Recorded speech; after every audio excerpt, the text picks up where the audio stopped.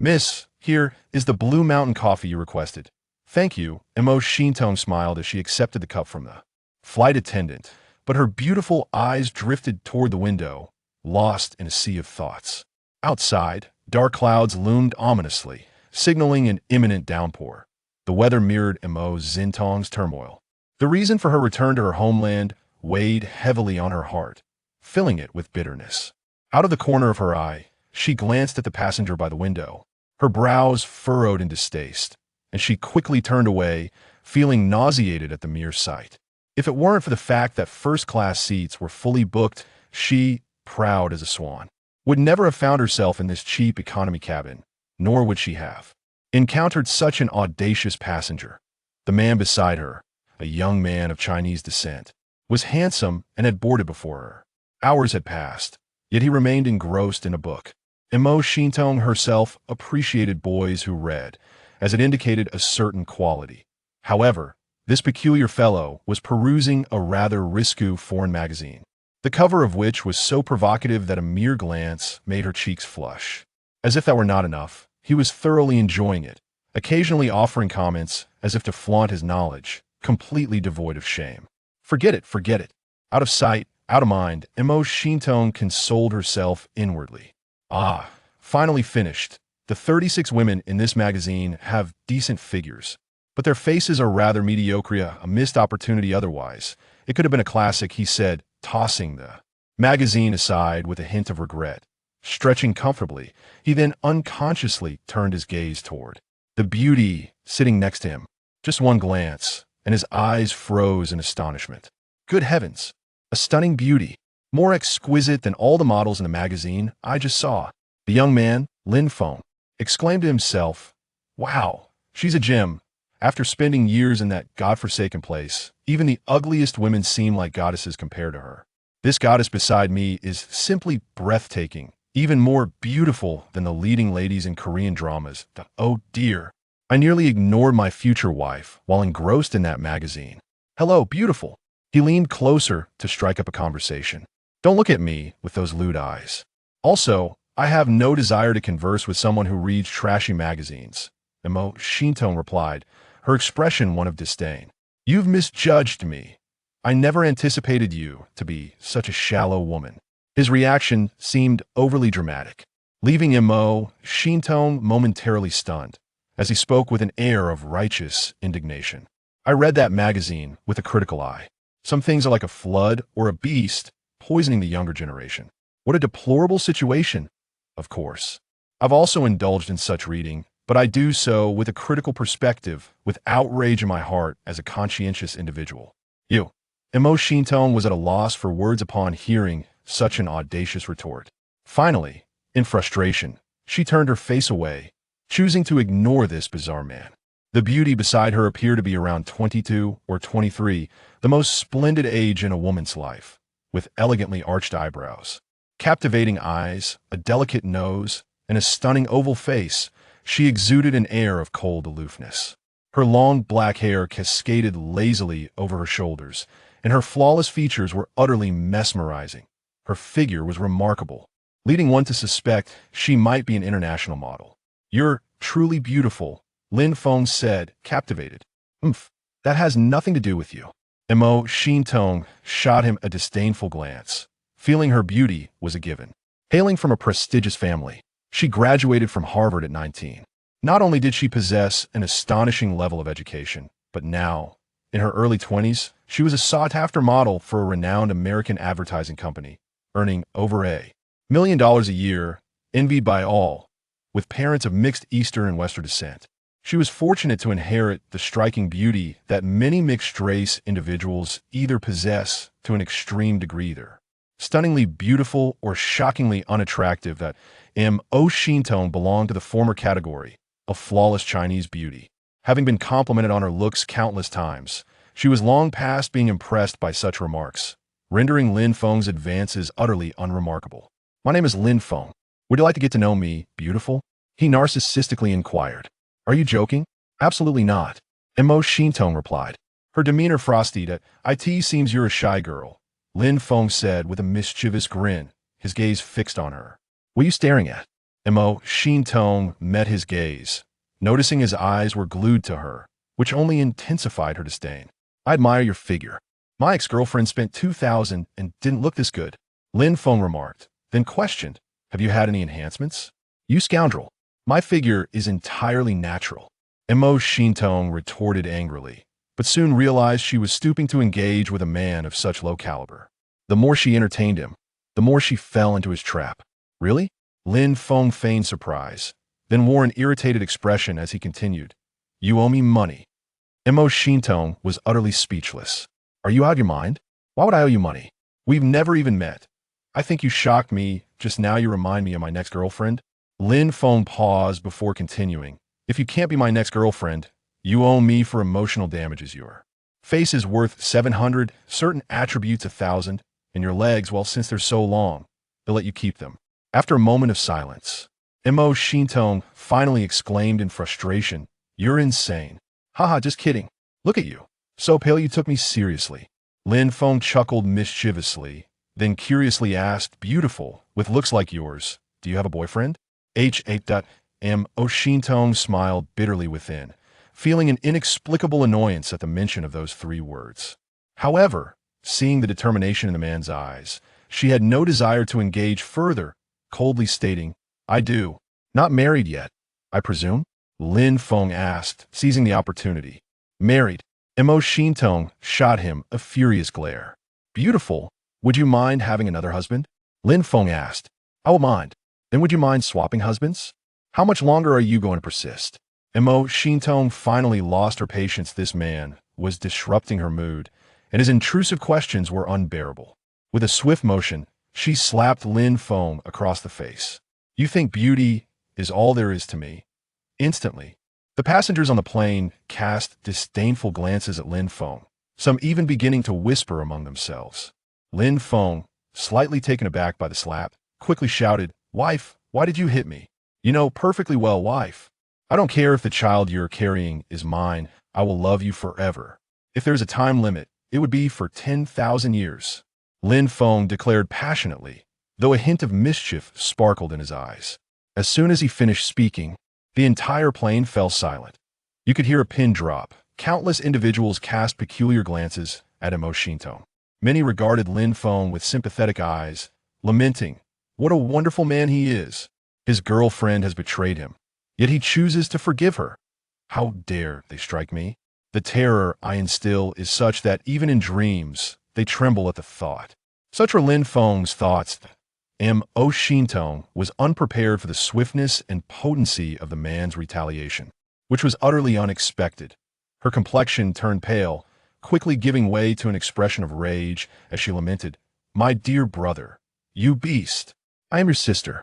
As these words fell, it felt as though a bucket of icy water had been poured over the entire room, extinguishing all warmth in an instant. The flight attendant, pushing the meal cart, slipped and nearly fell. A nearby passenger, startled while sipping juice, accidentally splashed it onto his girlfriend, causing quite a scene. The entire cabin erupted in whispers and disdainful glances directed at Lin Feng, accompanied by a chorus of scornful remarks. Such a man is hardly worth a glance. Mo Shintong, with a smug glimmer in her eyes, regarded Lin Feng with a mischievous satisfaction. A master indeed. Lin Feng inhaled sharply. This captivating woman was unlike any he had encountered before, and he had suffered a considerable blow to his pride. No, he had to regain his standing. Noticing Lin Feng's silence, Mo Shintong smirked, sensing her moment of retaliation had arrived. To flirt with me, you might as well meditate in the mountains for a few decades. What are a few $100 to me? I earn over $1 million a year as a model. Is your skill set sufficient? Mo Shintong's tone dripped with sarcasm.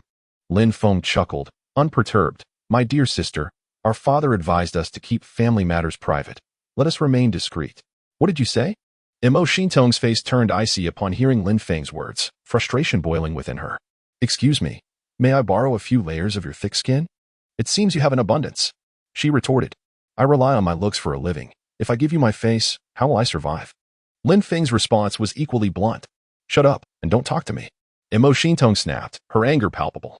Please, if it weren't for your beauty, I wouldn't bother with you at all, Lin Feng muttered under his breath. After a brief exchange of barbs, they fell into a temporary truce, neither wishing to ignite further conflict. Lin Feng had recognized the formidable nature of this beauty, and Imo Shintong was reluctant to provoke this eccentric man. For half an hour, they coexisted in an uneasy peace. Yet, fate seemed intent on weaving their lives together in a most peculiar manner. As the saying goes, a flower in cow dung is not merely the flower's choice. The dung provides nourishment. What's wrong? Lin Feng suddenly inquired, his gaze fixed on the stunning woman beside him. Curiosity evident in his eyes. Imo Shintong trembled slightly, her exquisite face paling, and beads of cold sweat formed on her forehead, revealing her discomfort. Mind your own business. Is it that time of the month? Lin Feng teased, a playful smile gracing his lips. Your time of the month? My condition is none of your concern. Imo Shintong coldly replied, particularly irked by his laughter, which only intensified her annoyance. Fine then. Lin Feng shrugged and closed his eyes to rest. Moments later, a faint sound reached his ears, prompting him to open his eyes. He saw Imo Shintong's complexion had drained of color, her face resembling a fragile sheet of paper. This was no ordinary ailment. She must be unwell. A heavy chill permeated her body. No, it was more than that, an accumulation of cold energy, a manifestation of frost poison. I have encountered the most skilled practitioners, yet none could wield such potent cold energy. If my instincts are correct, this beauty is likely of a rare cold constitution. I hope her condition hasn't worsened. Otherwise, let go, you jerk. Imo Shintong exclaimed, her anger flaring. Lin Feng spoke earnestly. Imo, your internal chill is extraordinarily severe. I have seldom encountered such a case. Are you a doctor? Imo Shintong managed to suppress her irritation, her beautiful eyes filled with curiosity. This man recognized the severity of her condition. At that moment, a wave of unease washed over Imo Shintong. She had been plagued by this affliction since childhood, and her heart ached with sorrow that she could not express. Her return home was twofold, to seek treatment for her cold constitution and to marry. Her fiancé, rumored to be a prodigious scion of a wealthy family in Jiabei, was said to possess remarkable talent. Yet, having never met him, she felt no affection. Not at all. Lin Feng shook his head. Someone with my multifaceted talents should not waste their time as a physician. My master would likely rise from his grave in fury. As for my second master, whether he would confront my master is another matter entirely. Regardless, I possess considerable medical knowledge, though I prefer to keep it concealed. Then why all this chatter? Imo Shintong withdrew her hand, her body trembling slightly, her teeth clenched as she fought to suppress her inner torment. Yet, the chill that engulfed her was relentless, and as a delicate woman, how could she withstand it? I can cure you, Lin Feng asserted with a smile. Huh? Are you joking? Imo Shintong's exquisite face reflected disbelief and sarcasm. Her cold constitution was a formidable ailment, and if not for her family's wealth, she would have been beyond the reach of ordinary citizens. Even so, the Imo family had spent a fortune on her treatment, money seemingly cast into oblivion. In her youth, her family sought out renowned doctors across the country, yet none could provide a remedy. Most esteemed physicians had already been consulted, and the few remaining were too cautious to jeopardize their reputations. Consequently, the Imo family traveled far and wide, eventually encountering a hermit in a secluded village 3 years ago, who prescribed an ancient remedy that had managed to suppress her cold symptoms for a time. Yet now, the effects of that remedy were waning, and the old man's passing had only compounded her woes. Amid her despair, news arrived from home that the Zhao family of Jiabei was willing to employ special means to treat her ailment, provided she wed their eldest son. Thus, marriage became the second purpose of her return. With no other options, Imo Shintong reluctantly acquiesced. Fallen blossoms are merely transient guests, streams are perpetually indifferent. Imo Shintong sighed, lamenting her beauty, which belied her frail constitution, unable to grasp her own happiness. The facade of glamour concealed a profound bitterness within. I assure you, I can. Lin Feng reiterated with a smile. I have no interest in jesting with you. Imo Shintong turned her head away, each recollection of her past striking her with sorrow. Lin Feng, ever the optimist, grinned and suggested, shall we make a wager? I have no desire to gamble with a swindler.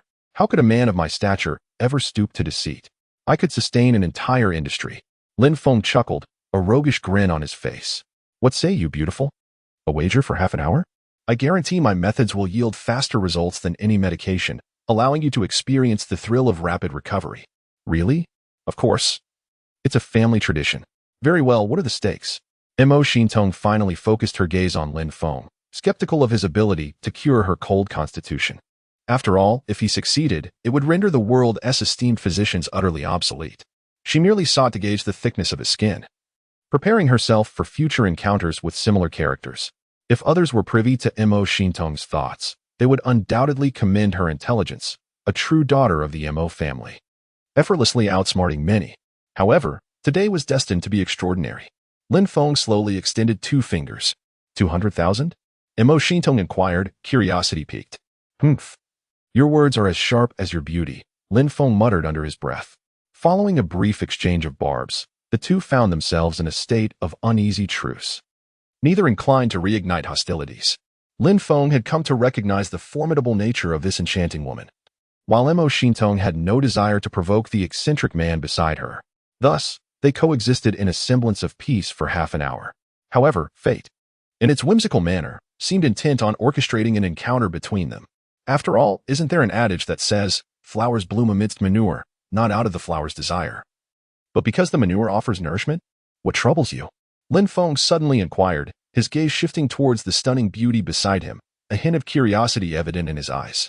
Mo Shintong's body trembled slightly, her exquisitely shaped face paling, her pearly teeth biting into her lip as beads of cold sweat began to surface on her flawless forehead, revealing her discomfort. Why is it any of your concern? She retorted icily, particularly vexed by the sight of the insufferable man smiling, which only intensified her irritation. Very well. Lin Feng shrugged, closing his eyes once more to rest. 5 minutes later, a faint sound reached Lin Feng's ears. He abruptly opened his eyes to find Mo Shintong's complexion devoid of color, as pale as a leaf swaying in the breeze. This was no mere inconvenience. It was evident she was unwell. A heavy chill radiated from her, a sign that the cold energy had solidified, transforming into a toxic frost. However, Mo Shintong found it difficult to express her struggles. Indeed, her cold condition had improved under his care. You dare to disrespect my young lady? Do you wish for death? The gray-clad elder exclaimed angrily. Are you seeking your own demise? 4 black-clad bodyguards surrounded Lin Feng, their imposing presence overwhelming. Lin Feng immediately displayed a fearful expression, casting a pitiful glance at Mo Shintong. Mo Shintong felt a surge of irritation. Upon seeing Lin Feng's forlorn eyes, she had no desire to linger in this confrontation. She waved her hand and said, Uncle Tang, let this matter rest. We shall return. But, miss, this insolent boy dared to disrespect you. Uncle Tang's icy gaze fixed upon Lin Feng, while the 4 bodyguards beside him gritted their teeth in anger. In their eyes, Miss Mo Shintong was akin to a queen seated upon a throne, adorned with a crown, exalted and untouchable. The goddess in their hearts had been sullied by this poor wretch's audacity. It was an affront not only to her but to them as well. Do not stoop to his level. Enough. I am weary, Mo Shintong declared. Understood. Uncle Tang nodded, his aged eyes casting a meaningful glance at Lin Feng. Yet he said nothing. Having watched the young lady grow up, he understood their bond was profound. Otherwise, with her temperament, how could she remain indifferent after being kissed by a man in broad daylight? She would have long since raised a ruckus. The 4 bodyguards threatened Lin Feng. You insolent brat, do not let us cross paths with you in Zhongbei City. If we do, we shall break your limbs. Oh, I am so frightened, Lin Feng retorted, regaining his composure after Mo Shintong departed. Mo Shintong and the gray-clad elder settled into a black Rolls-Royce, which soon drove away. The 4 bodyguards followed closely in an Audi, ensuring their protection throughout the journey. Hey, darling, don't leave. Give me a ride, Lin Feng called out in desperation. Too preoccupied with their banter to realize the beauty was departing. Was it truly so difficult to hitch a ride? After all, he had just kissed her. What ungratefulness. Humph. Wicked woman. With resignation, Lin Feng stood at the roadside, clutching his burlap bag, attempting to hail a cab. Young man, where to? At that moment, a shifty-looking man in yellow approached, his face marred by scars, presenting an unappealing visage, his eyes glinting with cunning. The Old Town, Lin Feng replied. Hop in. My car is just ahead, the man pointed to a black Santana. How much? Lin Feng inquired. We'll go by the meter, but I can give you a quote. Otherwise, it would be a scam, the man responded. Fine, Lin Feng acquiesced, climbing into the black Santana. The shifty man drove with determination, lighting a cigarette as he attempted to engage Lin Feng in conversation. Lin Feng, however, was disinterested, closing his eyes, filled with excitement at the prospect of returning home. The driver, sneaking glances at Lin Feng through the corner of his eye, wore a smirk of mockery. What a foolish, impoverished boy. Soon, I shall take advantage of you. Lin Feng opened his eyes and inadvertently glanced at the fare meter, which was rapidly climbing. 80, 90, 100. 130. Driver, is your meter malfunctioning? Lin Feng asked curiously. The man glanced down, noticing the fare had already reached 150, and chuckled insincerely. It's not broken.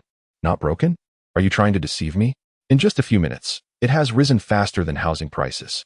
The fare is climbing faster than my heartbeat. Lin Feng exclaimed, visibly angered. Haha, that is the standard rate. The man grinned, his audacity akin to a fortress wall. Even Lin Feng couldn't help but exclaim, what a remarkable thickness of skin you possess. Are you operating an illegal taxi? Lin Feng suddenly queried. Brother, since you are aware, you should know the rules. The yellow-clad man sneered, revealing a cold smile. No prey has ever escaped the gaze of my scarred face. If you wish to reach home safely, hand over $800. $800? That's enough for 10 rides. Lin Feng retorted angrily. Even illegal taxis must adhere to basic principles. If you continue this way, you will have no returning customers. Ha ha ha. I operate an illegal taxi. Who needs returning customers? You should just give me that 800. The scar-faced man brandished a dagger, his smile cold, threatening. Otherwise, you may find yourself in a dire situation, discarded in the wilderness to feed wild dogs. Faced with such an imbecile, Lin Feng could only sigh. You know, you truly are adorably foolish. You are ill-suited for driving. Perhaps you should consider animation instead. Lin Feng sighed helplessly, unsure whether to laugh or cry at the absurdity of the situation. Having been known as the evil dragon abroad, straddling the line between good and evil, he had always been the one to deceive others. Yet on his first day back home, he found himself threatened by a dim-witted illegal taxi driver. How embarrassing. Without further ado, Lin Feng extended a finger toward the window. The glass shattered effortlessly, as if made of paper. The driver's expression changed in an instant, panic washing over him as he slammed on the brakes. What are you doing? Keep driving, ignore me. Lin Feng urged, poking the glass repeatedly as if playing a game, creating a series of holes that terrified the driver. This boy is truly a monster. Sir, I was blind and did not recognize your greatness.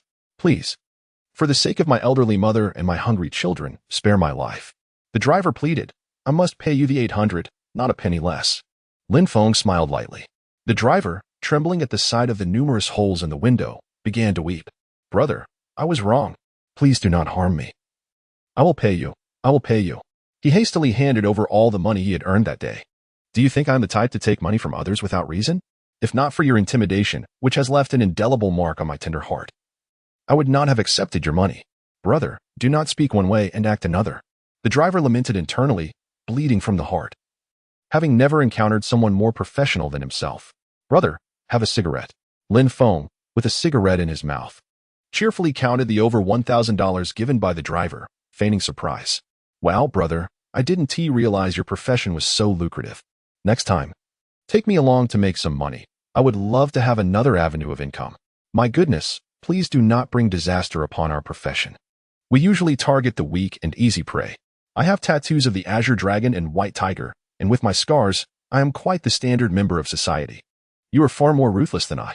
The driver, now tearful, truly feared Lin Feng. Half an hour later, amidst the driver's palpable anxiety, they arrived at the old town. The scar-faced driver, drenched in sweat, respectfully opened the door for Lin Feng and even took the burlap bag from him. Brother, I have delivered you safely. Could you please consider my situation with a mother and children to care for? Before he could finish, Lin Feng impatiently waved him off. Get lost. Imo Shintong's exquisite cheeks were etched with distrust and irony. Her condition of physical coldness was indeed a terminal ailment. Had it not been for her family's substantial wealth, an ordinary family would have long been unable to bear the burden. Nevertheless, in their quest to cure her affliction, the Imo family expended an immense fortune, akin to casting money into the sea, with resources continually dissipating. In her youth, her family sought out the most renowned physicians across the nation, yet none could provide a remedy. Most esteemed doctors had been consulted, while the remaining few were reluctant to jeopardize their reputations with her case. In desperation, the Imo family scoured the world, ultimately encountering an elderly woodcutter in a secluded, idyllic village 3 years prior. After elucidating her plight, the elder prescribed an ancient formula passed down through generations, which managed to suppress her coldness for 3 years. Alas, the efficacy of this remedy began to wane, and the death of the old man only compounded Imo Shintong's despair. Just as she grappled with hopelessness, a glimmer of good news reached her. The Zhao family, a prominent clan in Jianbei, offered to employ special methods to treat her illness. The sole condition was that she marry the Zhao family's eldest son, marking the second significant event of her return home, her impending marriage. Faced with a lack of viable medical options, Shinton reluctantly acquiesced. The fleeting beauty of falling blossoms is but a transient guest, and flowing waters are ever so indifferent. Shinton lamented her enchanting beauty, yet found herself frail and delicate, unable to grasp her own happiness. Beneath her outward radiance lay the bitterness of her heart. I say, I can, Lin Feng declared with a smile, reiterating his point. I have no interest in jesting with you. Lin Feng gulped, utterly captivated by the beauty before him. Exquisite. Precisely his type. The girl appeared to be no more than 20, possessing a delicate, oval face, eyes like luminous jewels, and long, curled lashes reminiscent of a doll. A dainty nose and charming lips completed the picture. Her waist length, raven hair cascaded over her shoulders, still bearing traces of moisture. Her lithe figure was swathed in a white bathrobe. The two were separated by less than half a meter, close enough to perceive each other's heartbeats. Wow, beauty! Were you bathing? Lin Feng exclaimed, enraptured. Obviously, the girl retorted, glaring at Lin Feng. Conserve water, shower together. Lin Feng proposed. What nonsense! She exclaimed. You odious lecher. What are you staring at? Begone at once. Lin Feng's gaze remained fixed on the girl's petite, exquisite, and innocent face. It was a visage of pristine purity. Especially her limpid eyes, akin to the world's most exquisite wine, capable of intoxicating with a single glance. The girl resembled an ethereal being, descended to the mortal realm. Too delicate to be harmed. Beauty, I feel faint, perhaps it's vertigo. Lin Feng murmured, his eyes riveted on the girl. Blood trickled from his nose, and suddenly he stumbled, collapsing to the floor with a thud. What's wrong? The girl inquired, startled. What's his situation? Beauty, your husband has fallen to the ground. Please retrieve him forthwith. Heavens! You, a vile pervert, not only trespass in my home, but also accost me at my bathroom door, and then dare to claim I resemble your wife. Do you imagine yourself to be my boyfriend? Your audacity could land an aircraft. The beauty was incandescent with rage. Begone at once. This is my home. Where am I to go? Lin Feng retorted as he rose from the floor, finding the beauty rather unaccommodating. Do you presume to trifle with me? Very well. You claim this is your home. Then who am I? The beauty countered, exasperated. Indeed? Who are you? Lin Feng echoed, perplexed. You lecherous scoundrel. You dare to claim this is your home without even knowing my identity? Begone. The great beauty erupted. Allow me to change, and I shall deal with you upon my return. Without awaiting Lin Feng's response, the great beauty brushed past him, leaving a fragrant trail in her wake. Where do you think you're going? Cease. Why are you entering my bedroom? Halt. Lin Feng cried out. The bedroom door slammed shut. Lin Feng rushed to the door, pounding incessantly while exclaiming, Beauty, emerge. Let us reason together. You are forbidden from donning any attire. Presently, the door swung open. A playful ponytail was casually tied, and she was clad in a white shirt, exuding an air of nonchalance and ease. Her captivating figure was further accentuated by her attire. The great beauty sported high-waisted jeans, accentuating her statuesque form and slender legs, a sight to behold. Adorable cartoon slippers adorned her feet, adding to her whimsical charm. Ah, what a physique! Lin Feng exclaimed involuntarily. You vile fiend, prepare to be chastised. The beauty declared, emerging from the room wielding a broom. What do you intend to do? What do you presume? To thrash a rogue, of course. The beauty retorted, brandishing the broom menacingly at Lin Feng. I shall evade. Evade. Lin Feng was pursued by the beauty all the way to the ground floor, seeking refuge behind the sofa. The beauty, wielding the broom in one hand, her exquisite face flushed crimson, and panting, placed her other hand on her hip, her beautiful eyes locking onto Lin Feng's. Lecher, divulge your intentions for trespassing in my home.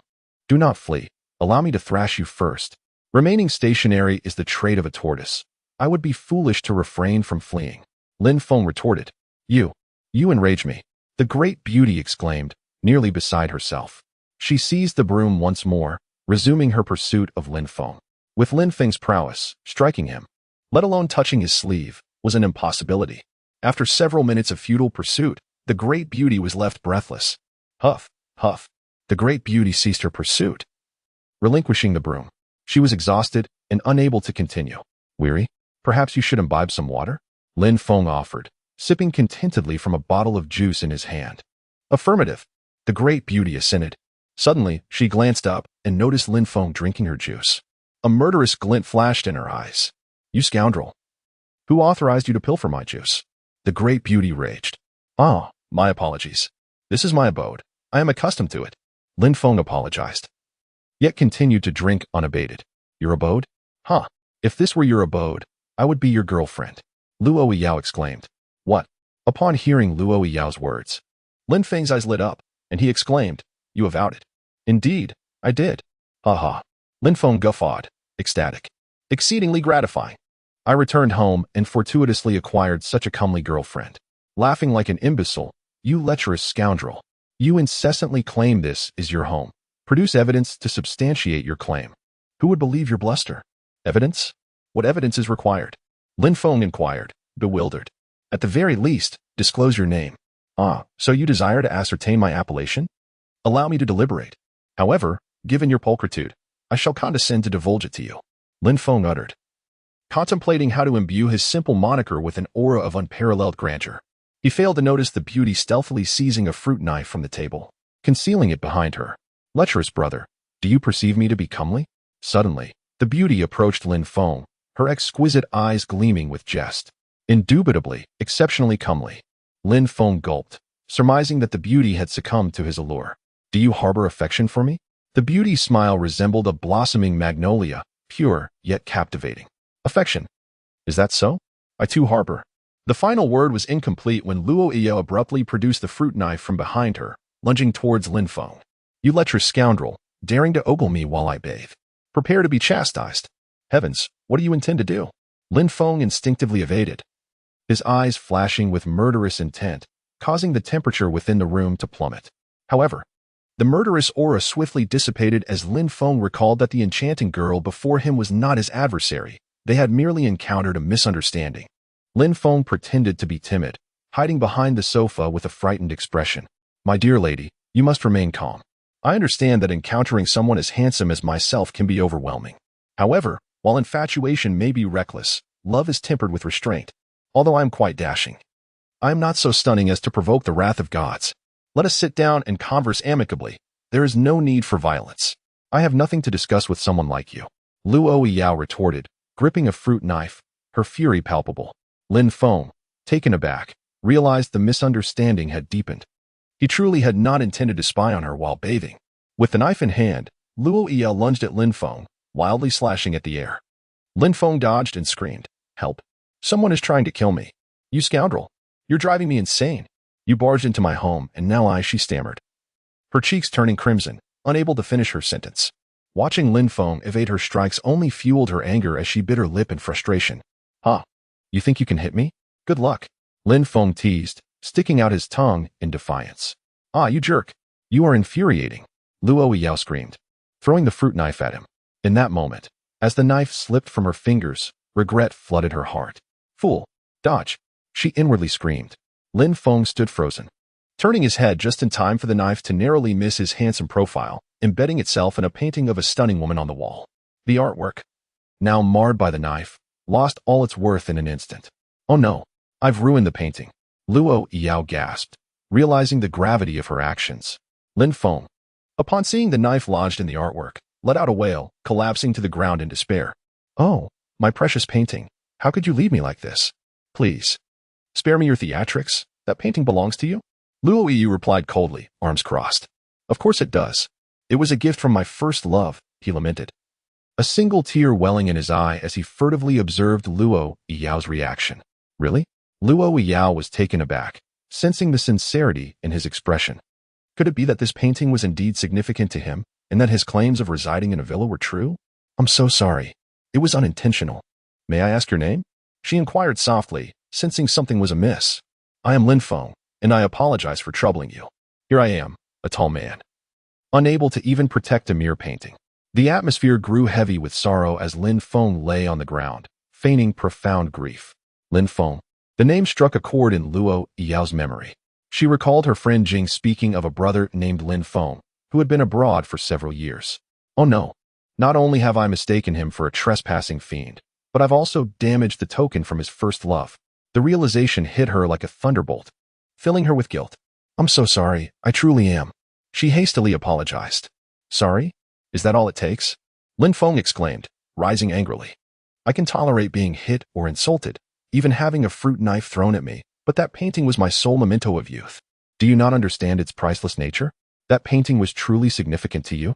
She asked, her voice trembling. Significant? It was my first love's gift. She succumbed to leukemia and has long since passed. This painting was her only keepsake for me, and you've left a knife in it. Can you even comprehend the loss? His anguished tone pierced Luo Yao's heart, enveloping her in a wave of sorrow. Time seemed to freeze, the air thick with tension as her beautiful face drained of color.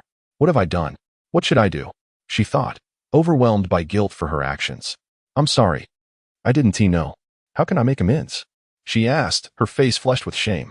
Lin Feng turned his back to her, deliberately concealing his expression. He discreetly produced a mirror, gazing at his reflection, still handsome and remarkably talented. Then, through the mirror, he observed the remorseful woman before him. Very well, given your earnestness. I shall offer but one condition, he declared solemnly. Name it, and I shall comply. Luo Yao eagerly replied, desperate to make reparations. Be my girlfriend, Lin Feng smiled. His tone light. What did you say? Luo Yao gasped, collapsing into a chair, stunned. That cannot be. I cannot accept. She protested, biting her lip. Despite her guilt, she could not agree to such a proposal, as it was a matter of principle. I knew you would refuse, Lin Feng sighed, lighting a cigarette, casting a melancholy silhouette. Watching his solitary figure, Luo Yao felt a pang of guilt. I have truly erred, she admitted to herself. Lin Feng, how about we negotiate a different condition? She ventured. Let me be alone for a moment, he replied, stepping outside. Beneath the breathtaking sunset outside the villa, Lin Feng noticed a figure concealed behind a tree. A smile crept across his face. I must investigate.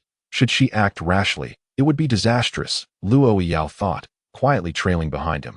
Observing Lin Feng smoking alone, she felt a wave of embarrassment wash over her. Lin Feng, I was wrong to damage your painting.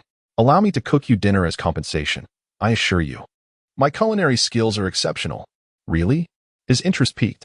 Indeed, she replied confidently. Yifei says my cooking is superb. Yifei? Lin Feng was intrigued. Oh, I forgot to introduce myself. I am Luo Yao, and I live with a stunning older sister named Lu Yifei, a university professor and a goddess in her own right. She explained. Well, where is she? Why hasn't she returned? Lin Feng asked, excitement evident in his voice. She is very busy, likely working late, Luo Yao replied. Lin Feng nodded. Wait here. I will prepare dinner for you. With that, Luo Yao descended the stairs and soon busied herself in the kitchen. Lin Feng reclined lazily on the sofa, indulging in a cigarette while relishing the leisurely evening. He observed Luo Yao bustling about in the kitchen, a sight that made him chuckle softly to himself. What a silly girl, so innocent. An hour later, Luo Yao presented her culinary creation.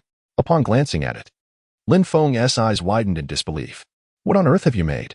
He exclaimed, staring at the dark, indistinct mass on the plate, akin to a ghastly apparition. Is this scrambled eggs with tomatoes? Luo Yao responded, somewhat sheepishly. More like coal scrambled eggs, Lin Feng retorted in astonishment.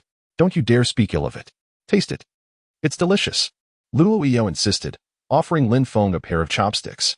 Lin Feng took the chopsticks, eyeing the dish with deep skepticism. Really? This is edible? He queried. Of course. I've seen Yifei make it, and while it might not look appealing, I assure you the taste is splendid, Luo Yao replied confidently. Let me give it a try. He cautiously picked up a clump of the dark concoction and placed it in his mouth. The moment it touched his palate, his expression shifted dramatically. Is it good? Luo Yao asked eagerly. Delicious. I never would have guessed you could cook so well, Yao. You have a real talent. Lin Feng praised enthusiastically. Really? I want to try. Encouraged by Lin Feng's compliments, Luo Yao took the chopsticks, but upon tasting it, her exquisite face contorted in disgust as she quickly spit it out. Yuck, that's awful. It's far too salty, she exclaimed, laughter erupting from Lin Feng. You tricked me. Luo Yao glared at Lin Feng, who was wearing a teasing grin that made her feel somewhat guilty. How embarrassing. I can't believe I made something so dreadful. Is this your first time cooking? Lin Feng inquired. Yes, she admitted. No worries, just keep practicing. If this dish were to fall into the paws of a cat or dog, it might poison them, Lin Feng said kindly. You. Luo Yao felt a mix of anger and embarrassment at his bluntness. Lin Feng stood up and asked, what other ingredients do we have? I used everything from the fridge. She replied. What do you mean? You used everything and ended up with this toxic coal-scrambled eggs? Lin Feng was left speechless, genuinely impressed. Stop making fun of me. Luo Yi felt utterly mortified. With a resigned shake of his head, Lin Feng opened the refrigerator, only to find it almost empty. Save for a single bag of instant noodles. Is there any rice left? I could make Yangzhou fried rice. Yes, there is. Luo Yi replied. Before long. A delightful aroma wafted from the kitchen. Wow, it smells amazing. Luo Yi felt a flicker of anticipation. Shortly after, Lin Feng brought 2 bowls of golden, fragrant fried rice to the table. Try it. How does it taste? Delicious. Luo Yi nodded enthusiastically. After a bite, her eyes widened in astonishment. Wow, this is incredible. It rivals Yifei's cooking. Just keeping it low-key, Lin Feng chuckled as he joined her in feasting. This is so good, Lin Feng. What did you do abroad? You seem quite young. Did you study there? Upon hearing the word study, Lin Feng was momentarily transported to a harrowing memory, rubbing his forehead in distress. He quickly dismissed the thought, turning his gaze to Luo Yi's pristine eyes, and smiled. Not exactly. I worked as a chef abroad. It's no wonder my cooking is this good. Impressive. Our landlord was a chef overseas. The pay must have been good? Luo Yi inquired. Nodding, Lin Feng replied. It was quite decent. Then why return? She asked curiously. I returned because I longed for my homeland, he said with a gentle smile. Who would have guessed you were so sentimental? Luo Yi remarked with a smile. Of course. Otherwise, how would I have encountered such a beautiful woman like you? Lin Feng responded with a grin. Hearing his words, Luo Yi's cheeks flushed crimson, perhaps the first time someone had flirted with her so directly. Lin Feng relished the meal even more, as this time was unlike the solitary meals he had before. Having a stunning beauty by his side made everything more delightful. Just as he was about to grab more food, his fingers slipped, and a chopstick clattered to the floor. Haha, Lin Feng, how clumsy. You dropped your chopstick while eating. Luo Yi burst into laughter. Hearing this, Lin Feng felt his face flush with embarrassment.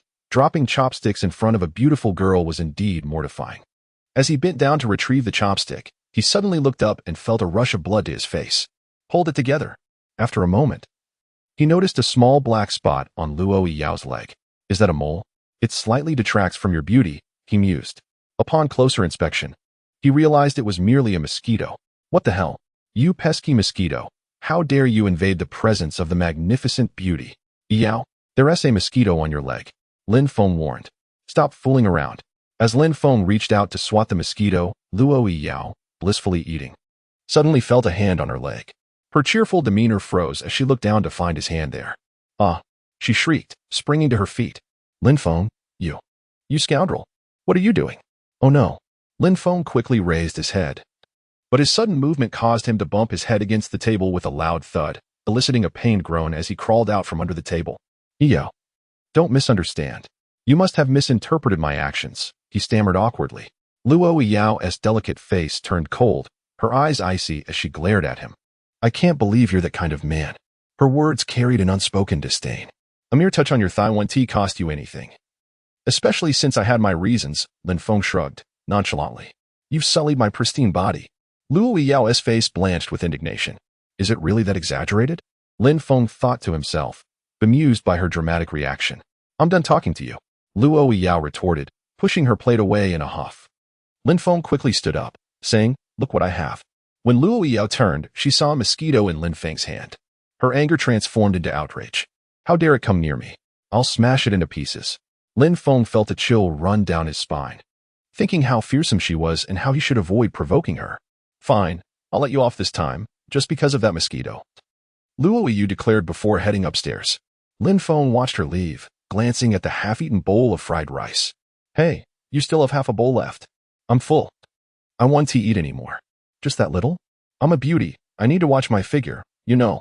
Luo Yi replied. Well, you must wash the dishes too. I cannot be the only one to do it. The last one to finish eating is responsible for the dishes, came the playful voice of Luo Yi. Upon hearing her words, Lin Feng felt a wave of frustration wash over him. Matt, I am here to enjoy life, not to serve others. But fine. I shall let it slide this time, given your stunning beauty. Outside the villa, beneath a towering tree, stood a tall and striking woman clad in a form-fitting black leather outfit that accentuated her perfect figure. With her slender left hand, she held a monocular, vigilantly observing everything within the villa. Her beauty was undeniable, radiating an allure that could only be described as enchanting. Her face, a flawless oval, exuded both cold elegance and a sharp, competent demeanor, adorned with a delicate touch of makeup that made her skin appear translucent and her lips luscious. Moments later, her phone rang. "Hello, this is Phoenix," she said, still keeping her gaze fixed on the villa through the lens. A male voice crackled from the phone. "Phoenix. Report the status. I've located the target, dubbed Evil Dragon. He has not harmed the girls in the villa. For now, it poses no threat. Exercise caution. Remember not to be detected. Evil Dragon is a ruthless killer, marked as an SSS-grade high-risk individual by numerous nations.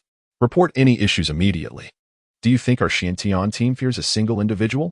Phoenix replied, her tone laced with disdain. "Moreover, I find him rather intriguing. He seems no different from an ordinary person. This is not about fear, but caution. Phoenix, you are new to the team and do not yet grasp the true terror of Evil Dragon. He has single-handedly taken down." Before he could finish, a young man with a mischievous grin appeared before Phoenix. "Hello, beautiful," he greeted. "Hi," Phoenix instinctively responded, her eyes widening in shock as she realized that the young man before her was none other than the man she had been surveilling, Evil Dragon Lin Feng. "It's rather unethical for a beauty like you to indulge in such habits," Lin Feng chuckled, his smile playful. "What did you say? Who do you think you are?" Phoenix's face flushed with embarrassment as she realized she had been discovered. Wait, how did he find me? The fact that this man had appeared before her without her noticing sent a jolt of disbelief through her. "Ah, a beautiful agent from Huaxiao? It seems those old men are treating me well, sending a top-notch beauty like you to keep an eye on me," Lin Feng remarked, unabashedly eyeing her and whistling teasingly. "What are you staring at? Keep looking, and I might just pluck your eyeballs out." Phoenix's eyes turned icy. She could not believe this young man dared to objectify her. How infuriating. "You may be good-looking, but you shouldn't be so brazen," Lin Feng said with a smirk, lighting a cigarette. "Why not spend the night with me? I promise to be most gentle." "Pervert, you're asking for death." Phoenix fumed, springing into action like a coiled spring, delivering a swift kick aimed directly at Lin Feng's groin. What a fierce move. That's a lethal kick, Lin Feng thought, barely managing to catch her leg. Phoenix's eyes widened in surprise as she struggled to break free, her leg feeling ensnared as if trapped in quicksand. "Impressive," was the only thought she could muster regarding Lin Feng's strength. "This leg is truly exquisite," Lin Feng remarked, squeezing her leg. "To WHI, in Jiangbei City, I find myself yearning for the enchanting ladies." As Lin Feng uttered these words, tears glistened in the corners of his eyes. Yet he managed to suppress his emotions. 3 years devoid of feminine charm left him with an overwhelming sense of despair. Fortunately, he had returned. Meanwhile, Imo Shintong grasped a crimson suitcase, adorned with burgundy sunglasses, and gracefully made her way forward. Her stunning beauty and extraordinary poise captivated the attention of surrounding tourists the moment she appeared. She moved with the tranquility of a flower reflected in water and the elegance of the wind caressing the willows. Not far away, a black Rolls-Royce stood parked, exuding an aura of extreme luxury and prestige. 4 imposing men in black suits, donning sunglasses, stood beside the vehicle, emanating an air of intimidation. In front of these 4 bodyguards stood an elderly gentleman clad in gray. The scene spoke volumes. They were undoubtedly awaiting a personage of great significance. "Miss, you have returned," the elderly gentleman remarked with a smile as Imo Shintong approached. "Uncle Tang," Imo Shintong greeted him with a warm smile in return. "Miss, your suitcase," one of the bodyguards said as he took the suitcase and placed it in the trunk. As the car door opened, Imo Shintong prepared to enter. At that moment, Lin Feng, who had been waiting for a taxi, caught sight of a familiar figure ahead. It was none other than the captivating lady with whom he had exchanged banter on the plane. She stood beside the black Rolls-Royce. "Wow, this girl is so wealthy, riding in a Rolls-Royce," Lin Feng thought, feeling a pang of regret. "This is going to cost me dearly. My medical expenses will have to come from fewer meals." With a rush of urgency, he dragged his tattered bag and called out, "Beautiful lady, wait for me. Wait for me." Lin Feng spoke as he tapped his back pocket, retrieving a crumpled 89 yuan. His expression shifted slightly, and he inwardly lamented, "Oh no, I'm still 1 yuan short." In the past, he had grown accustomed to leaving home without money, relying on others to cover expenses. However, upon returning home, having to pay for himself felt rather unfamiliar. "All right, young man, which table are you sitting at?" inquired the barbecue stall owner. "That table." Lin Feng pointed to a nearby spot. Upon seeing Luo Yao, the owner's eyes widened in surprise, and he discreetly gave Lin Feng a thumbs up, exclaiming, "Young man, Your girlfriend is truly stunning. After 20 years of grilling, this is the first time I've seen such a beautiful girl. Of course, Lin Feng felt a bit lightheaded at the compliment. Would you like some drinks? How about a couple of bottles to enhance the evening as camaraderie? The owner suggested. Lin Feng confidently replied, 2 bottles? Are you joking? Bring me a whole case. If one case isn't enough, I'll take another. Impressive. You truly have a hearty appetite. I'll get it right away. The owner praised. However, as soon as Lin Feng spoke, he regretted it, realizing he didn't have that much money on him. But he decided to put on a brave front and thought he would figure it out later. With a somewhat heavy heart, he approached Luo Yao. Luo Yao sat quietly, drawing the gaze of at least 50 pairs of eyes. Some were envious women, while men's gazes were fervent, filled with desire. Among them were single men, seasoned lechers, those dining with their girlfriends, and married men. They looked at Luo Yao, some pursing their lips, contemplating the stark contrast in beauty between her and the women seated nearby. Do you think I'm pretty, dear? A girl, weighing over 150 pounds, made a grotesque face as she leaned toward a young man.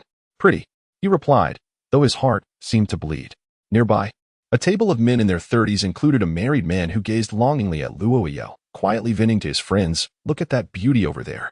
Just thinking about my wife back home makes me lose my appetite. Alas, brother, take heart. Lin Feng settled beside Luo Yao, catching the attention of many. The general sentiment was one of disbelief that such a beautiful girl was with someone like him. It's been ages since I had barbecue. I can't resist the aroma, Lin Feng remarked with a smile. Is it really that delicious? Luo Yao inquired, looking up. Once you try it, you won't forget. Lin Feng said mysteriously. Here comes the barbecue. The stall owner soon delivered several plates to Lin Feng and Luo Yao. Wow, it smells amazing, she exclaimed in astonishment. Try it. Lin Feng habitually opened a bottle of beer and offered it to her. I don't drink, she replied, taking a single bite of a lamb skewer, her expression shifting slightly. Oh my, this is so delicious. Didn't I tell you? Lin Feng said with a grin. Wow, this is delicious, and that is too. I absolutely love this place. Luo Yao, with food in hand, felt as if her small mouth could hardly manage. Seeing her delight was like witnessing a child discover a new world. Lin Feng couldn't help but chuckle as he began to drink alone. Why aren't you eating? Luo Yao asked, her mouth glistening with grease. In the presence of such delectable food, she seemed transformed, almost like a little girl. I'm content just watching you eat, Lin Feng replied, sipping his beer while gazing at her. In that moment, he was captivated by her charm. Then I won't hold back, she declared. And as they exchanged glances, she insisted, you should eat too. It feels strange if you don't. With a smile, Lin Feng picked up a lamb skewer and began to eat. They chatted and laughed, creating a pleasant atmosphere. At that moment, 4 ruffians approached. Their hair dyed in various flamboyant colors, red, yellow, blue, and green. They bore the appearance of having been in a recent brawl.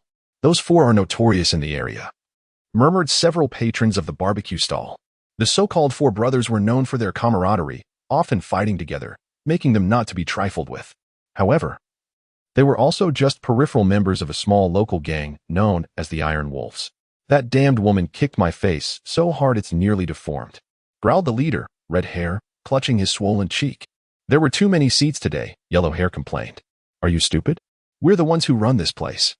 If we don't like a table, we just make them leave, red hair declared assertively.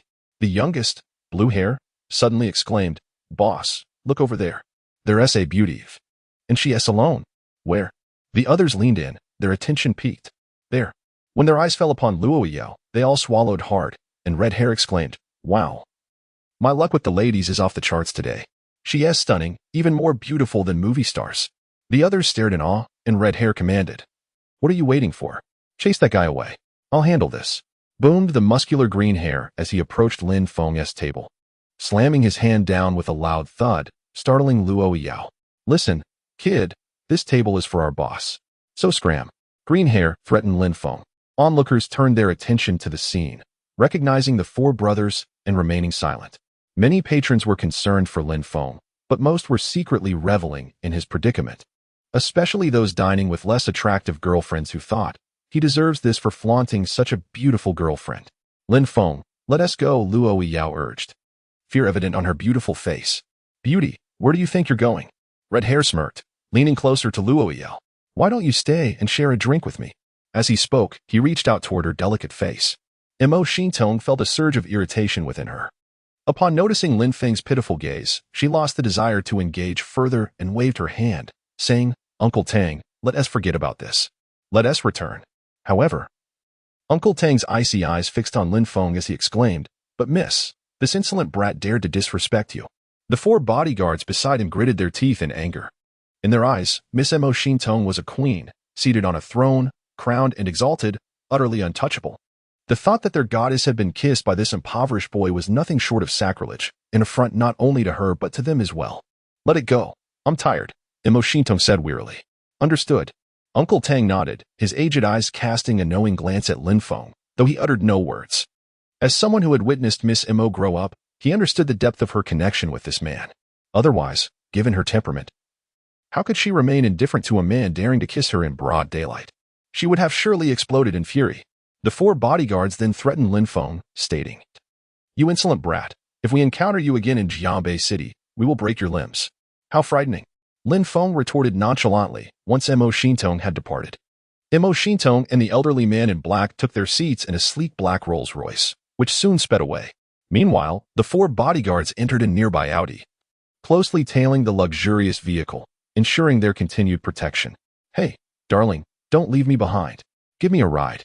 Seeing no one coming out, Fat Cat turned to the red-haired man beside him and said, "Red hair, tell me, who made you look so miserable that even your parents wouldn't recognize you?" "Boss, it's that guy sitting with a beautiful woman." Red hair immediately pointed at Lin Feng in the distance. "Lin Feng, be careful. A group of bad guys is coming." Luo Yiyao's delicate little face was etched with fear. "Bad guys?" Upon hearing those words from Luo Yiyao, Lin Feng was tempted to inform her, "Miss, I am the real villain, 100 times worse than they are. Compared to me, they are merely in kindergarten." However, voicing such thoughts would seem overly pretentious. What if Yao didn't fancy bad boys? It was better to remain low-key. Lin Feng subtly touched his nose and said, "Fear not, throughout history, righteousness has triumphed over evil. I embody integrity." Yet, his words faltered as he noticed their overwhelming numbers. Before he could elaborate, Luo Yiyao let out a shriek as a thug, puffing on a cigarette, swaggered up to Lin Feng and placed a hand on his shoulder. "Kid, our brother Cat wants to speak with you." Lin Feng's eyes flashed with a fierce light that quickly vanished. How could the mighty evil dragon allow even a mere lackey to touch him? Seeing the thug staring at him, Lin Feng replied calmly, "What do you wish to discuss?" "Let him come himself. Who do you think you are?" The thug swung a fist toward Lin Feng. With a swift motion, Lin Feng caught his fist with one hand, applying pressure that made the thug scream in agony, dropping his cigarette as he bent over in pain. "It hurts. Let go." Lin Feng released him, and the thug collapsed onto the ground, utterly humiliated. Soon after, he rushed over to Fat Cat, his face filled with grievance. "Fat Cat, that guy hit me." Fat Cat cracked his knuckles, ready to teach Lin Feng a lesson. Just then, a young mother, holding a child, accidentally bumped into Fat Cat. "Are you blind?" Fat Cat barked angrily. "Sir, I'm so sorry." The young mother quickly clutched her child, her face reflecting terror as she apologized repeatedly. "Compensate me. You bumped into me. So pay me 500. Fat Cat extorted. "But I only bumped into you," she began, but before she could finish, Fat Cat's gang of thugs growled menacingly behind him. "Are you blind? This is our boss Fat Cat. Hurry up and call him Brother Cat." "Brother Cat, I'm so sorry," the young mother pleaded, quaking with fear. "Stop your whining and hand over the money, or you won and oppos. TB leaving." Fat Cat threatened fiercely, realizing she had no choice. The woman fished out 500 from her purse, her expression a mix of fear and despair. "Get lost." Fat Cat sneered. The woman, teary-eyed, hurried away with her child, while those who had initially considered intervening now held their tongues, intimidated by Fat Cat and his entourage of over 20 thugs. Lin Feng watched this scene unfold, his anger simmering. "That man, Fat Cat, is utterly despicable," Luo Yiyao exclaimed indignantly. "Rest assured, I shall make him pay," Lin Feng replied confidently. Feeling elated after pocketing 500, Fat Cat swaggered over to Lin Feng's table with his gang. "So, you're the one who hit Red Hair and my little brother?" Fat Cat confronted Lin Feng arrogantly. "Yes, is there a problem?" Lin Feng responded casually. "Do you even know who I am? How dare you speak to me like that?" Before he could finish, Fat Cat's gaze involuntarily wandered to Luo Yiyao. In that instant, his eyes widened, his mouth agape, as if he were a country bumpkin in the city. Whoa, a beauty, a true beauty. Fat Cat was utterly mesmerized. "I've been with many women, yet none compare to her. "Hello, beautiful." Fat Cat greeted Luo Yao, attempting to project a gentlemanly demeanor. However, Luo Yao instinctively recoiled from the gang, especially feeling disdain towards Fat Cat for bullying a vulnerable mother and child. She turned away, refusing to acknowledge him. Seeing her cold demeanor ignited Fat Cat's frustration. But he had a perfect outlet for his rage. "Boss, this guy hit me. You must avenge me." Red Hair pointed at Lin Feng, fuming. "Don't worry. Those who dare to strike Fat Cat shall not escape unscathed," Fat Cat boasted. Noticing Lin Feng's indifference, Fat Cat erupted in fury. "You little brat." He waved his hand, commanding, "What are you waiting for? Hit him. Break one of his legs." "Yes, brother Cat." Several bearing a pair of flip-flops, Lin Feng wore an expression of earnest sincerity. Good heavens, this young man is truly courting animosity. Laughter erupted from the onlookers, some even raising their phones to record the spectacle. You bunch of good-for-nothings, get him." Fatty bellowed, his words slurred with rage. "Aye, brothers, let's get him. Waste him." Swiftly, over 20 ruffians charged towards Lin Feng, with a flip-flop in hand. Lin Feng unleashed a flurry of blows upon their faces. Smack, smack, smack. 100, 200, 500, 800, 1300, 1600, 1900, 2200, 2300. "Is that all?"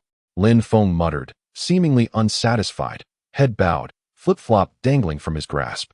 In less than half a minute, Fatty's entire entourage lay prostrate on the ground, whimpering like stray dogs, their faces adorned with crimson soul prints. An eerie silence descended upon the scene, so profound that a pin drop could be heard. This quietude persisted for several minutes before being shattered by a bystander's exclamation. "Good heavens, this fellow is a veritable deity." Single-handedly, armed with only a flip-flop, he thrashed over 20 thugs.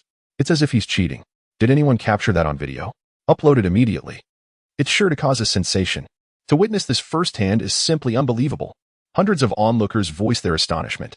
Sitting nearby, Luo Yao, having witnessed the entire affair, felt as though she were in a dream.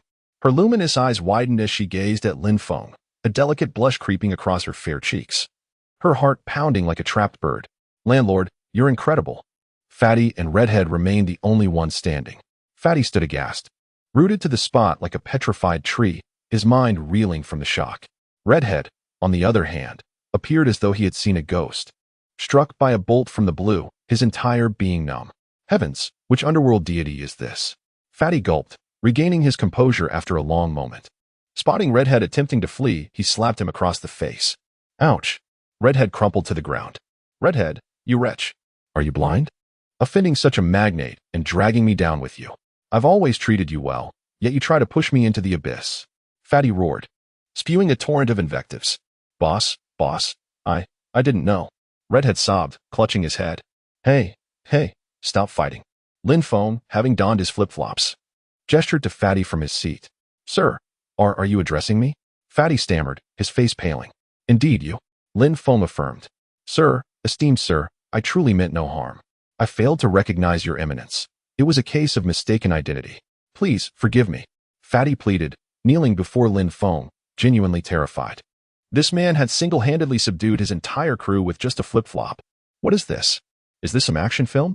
Even movies wouldn't dare depict such absurdity. Yet, here it was, unfolding before his very eyes. Earlier, I provided your underlings with a foot massage package. Given your numbers, I've prepared a membership card for you, totaling 2,300.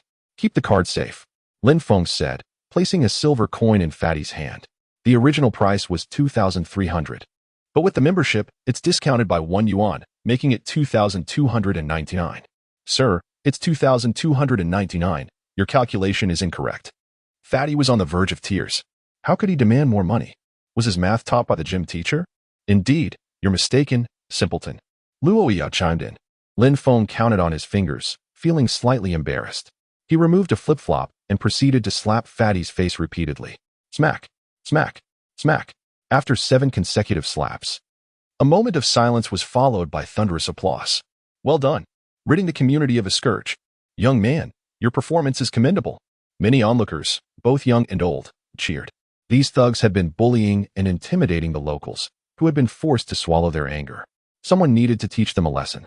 Fatty stared at Lin Feng, tears welling up in his eyes, a mixture of grievance and rage churning within him. "Hurry up and get the money," Lin Feng urged. "Sir, I'll go immediately." Fatty, cowed by Lin Feng, scrambled to collect the funds from his underlings, soon amassing the required 2,299. The collection consisted of 10, 20, 50, and 100 yuan notes. Sir, here's the money. Fatty presented the sum, his face a picture of misery. He harbored a deep-seated resentment, his teeth clenched in fury. Not bad. Lin Feng pocketed the money without hesitation, then patted Fatty on the shoulder, saying with a smile, "It's been a pleasure doing business with you. Next time, bring your crew along again. We'll split the profits 3 ways. I'll ensure you prosper. Prosper your backside. I'd love to beat you to death." Fatty dared not utter these words, forcing a smile. "Sir, you jest surely?" Smack. Lin Feng slapped Fatty across the face, causing him to yelp. "Do I strike you as someone who jokes?" Fatty was on the verge of tears. "Sir, please, just speak. Don't hit me. It hurts. I was jesting, sir. Furthermore, if I ever catch you bullying children or women again, a few slaps won't suffice. I'll skin you alive." Lin Feng warned coldly. Yes, I'll remember your teachings." "Sir." Fatty nodded vigorously. Lin Feng stretched contentedly. "That barbecue was worth it. I'll have to come again tomorrow. Yao, let's head home." "All right, landlord." Luo Yao replied obediently. "Safe travels, sir." Fatty called out enthusiastically. Lin Feng, hands in his pockets, turned back with a smile. "Remember to come tomorrow. I'll treat you to barbecue. I'll barbecue your ancestors. I'm never coming back here." Fatty waved, his smile fading as Lin Feng disappeared from sight, replaced by a look of fury. He spat on the ground. "That little brat, just you wait. If I don't kill you, I'll eat my hat." "Boss, what do we do now?" one of Fatty's underlings asked. "Beat up Redhead. That wretch has ruined me." Fatty roared, rolling up his sleeves and unleashing a flurry of blows upon Redhead. Back at the villa, Lin Feng hastily locked the doors and windows. "Landlord, what are you doing?" Luo Yu retrieved a bottle of juice from the refrigerator and poured herself a glass, inquiring of Lin Feng, "Landlord, would you care for some?" No, Lin Feng replied, placing his money on the coffee table and sitting beside the sofa, methodically counting the bills. The speed at which Lin Feng counted the money was mesmerizing, leaving Luo Yao, with the glass of juice pressed against her lips, astonished. "Landlord, did you previously work at a bank?" she asked in disbelief. "No." Lin Feng continued to count swiftly, soon finishing the task. With a resounding slap, he struck the coffee table. Startled, Luo Yao quickly asked, "What's wrong? That fat fool dared to deceive me. There is not 2,999. He shortchanged me by $5. Upon hearing Lin Feng's words, a mix of amusement and exasperation crossed Luo Yao's face. "Landlord, it's just $5. What's the big deal? One must uphold integrity." Lin Feng produced $800 and said to Luo Yao, "This is for you." "What does this mean?" she asked, puzzled. "A share for those present," Lin Feng smiled. "Me too?" Luo Yao exclaimed, astonished. Was this miserly landlord suddenly feeling generous? Seeing Lin Feng nod, she shook her head, saying, This doesn't seem right. After all, I haven't done anything." Lin Feng responded with a smile. "Yao, how about we go for barbecue? I want to earn any money otherwise. This $800 is what you deserve." Hearing Lin Feng's words, Luo Yu felt a surge of happiness. Although $800 was not a significant amount for her, having something was better than having nothing. "Well then, thank you." Upon witnessing her joy, Lin Feng lit a cigarette and remarked, "From now on, we are in the same boat." Just as Luo Yao was about to put the money away, she retorted, "Who wants to be in the same boat with you? I want to take this money." Luo Yao had no intention of becoming a joke for merely $800. Too late.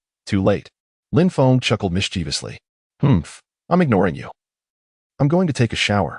Luo Yao huffed, turning to ascend the stairs, not wanting to engage with Lin Feng. Lin Feng did not take the $800 from the table. Although he valued money, he was also a man of principle. If he said he would give it, then he would. "Yao, do you need help with your shower? Do you think I'm a 3-year-old child? Who needs help to shower?"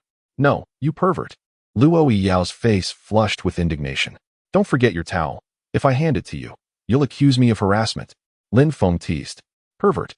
Once Luo Yao had gone to shower, Lin Feng ascended to the open terrace of the 3rd floor.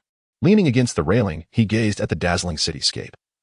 The myriad of lights illuminating the night, warming his heart. Holding a cigarette between his fingers, he took a puff and exhaled slowly. The smoke curled around his handsome face, lending him an air of mystery. The sorrows of time remain like a jar of wine, intoxicating the summer. Memories of the past inevitably stir the heart. After 5 years, Lin Feng, have finally returned from that cursed purgatory. The following day, on a summer morning, the sun rose with a refreshing breeze. A ray of sunlight filtering through the dappled leaves and landing on Lin Feng's face through the transparent glass. He opened his sleepy eyes. Sitting up in bed and stretching comfortably. Glancing at his watch, he saw it was precisely 6:30. Lin Feng had a habit of rising early, dressed in black shorts. His muscular torso was exposed.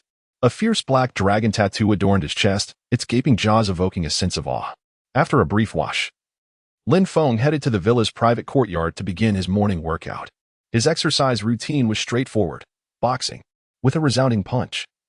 He unleashed a powerful strike that whistled through the air and erupted like firecrackers, showcasing an extraordinary level of skill. Any martial artist witnessing this would undoubtedly be left in awe. The wind and thunder accompanying his punches were the hallmarks of a master. With relentless determination, Lin Feng continued to throw punches, embodying the fierce stance of a tiger pouncing on its prey. At times, he transformed into a ferocious wolf, each strike delivering an immense impact. After an hour of vigorous training, he took a towel and showered. Once refreshed, Lin Feng entered the kitchen and prepared 2 simple bowls of yanchun noodles. Landlord, who is setting off firecrackers this early? It's so noisy. Luo Yao appeared at the top of the stairs, dressed in a white silk robe, her tall figure lazily tousling her hair, the robe perfectly accentuating her sensuality. Lin Feng was eating his noodles when he glanced up at Luo Yao descending the stairs, preparing to invite her to breakfast. However, upon locking eyes with her, he was momentarily speechless. My heavens, how beautiful! Having long shared a residence with another girl, Luo Yao's attire was naturally alluring. This silk robe was the most sought-after nightwear for women this year, not to mention its exorbitant price of over 10,000. The effect was undeniably striking. Lin Feng found himself captivated. I'm talking to you. Luo Yao approached Lin Feng, noticing his gaze lingering on her décolletage. Blushing, she quickly regained her haughty demeanor, exclaiming, Pervert, what are you staring at? Nothing, Lin Feng stammered, suppressing the urge to blush as he continued to eat his noodles. No one is setting off firecrackers this early. Yes, I've been disturbed for an hour. It's infuriating. Luo Yao complained. Her gaze suddenly fixed on Lin Feng's steaming bowl of noodles. Wow, landlord, did you make this? She asked in surprise. Indeed, Lin Feng replied. Tasty? Luo Yao's eyes were glued to Lin Feng's bowl. Very tasty, he nodded. Is there any left? Not anymore.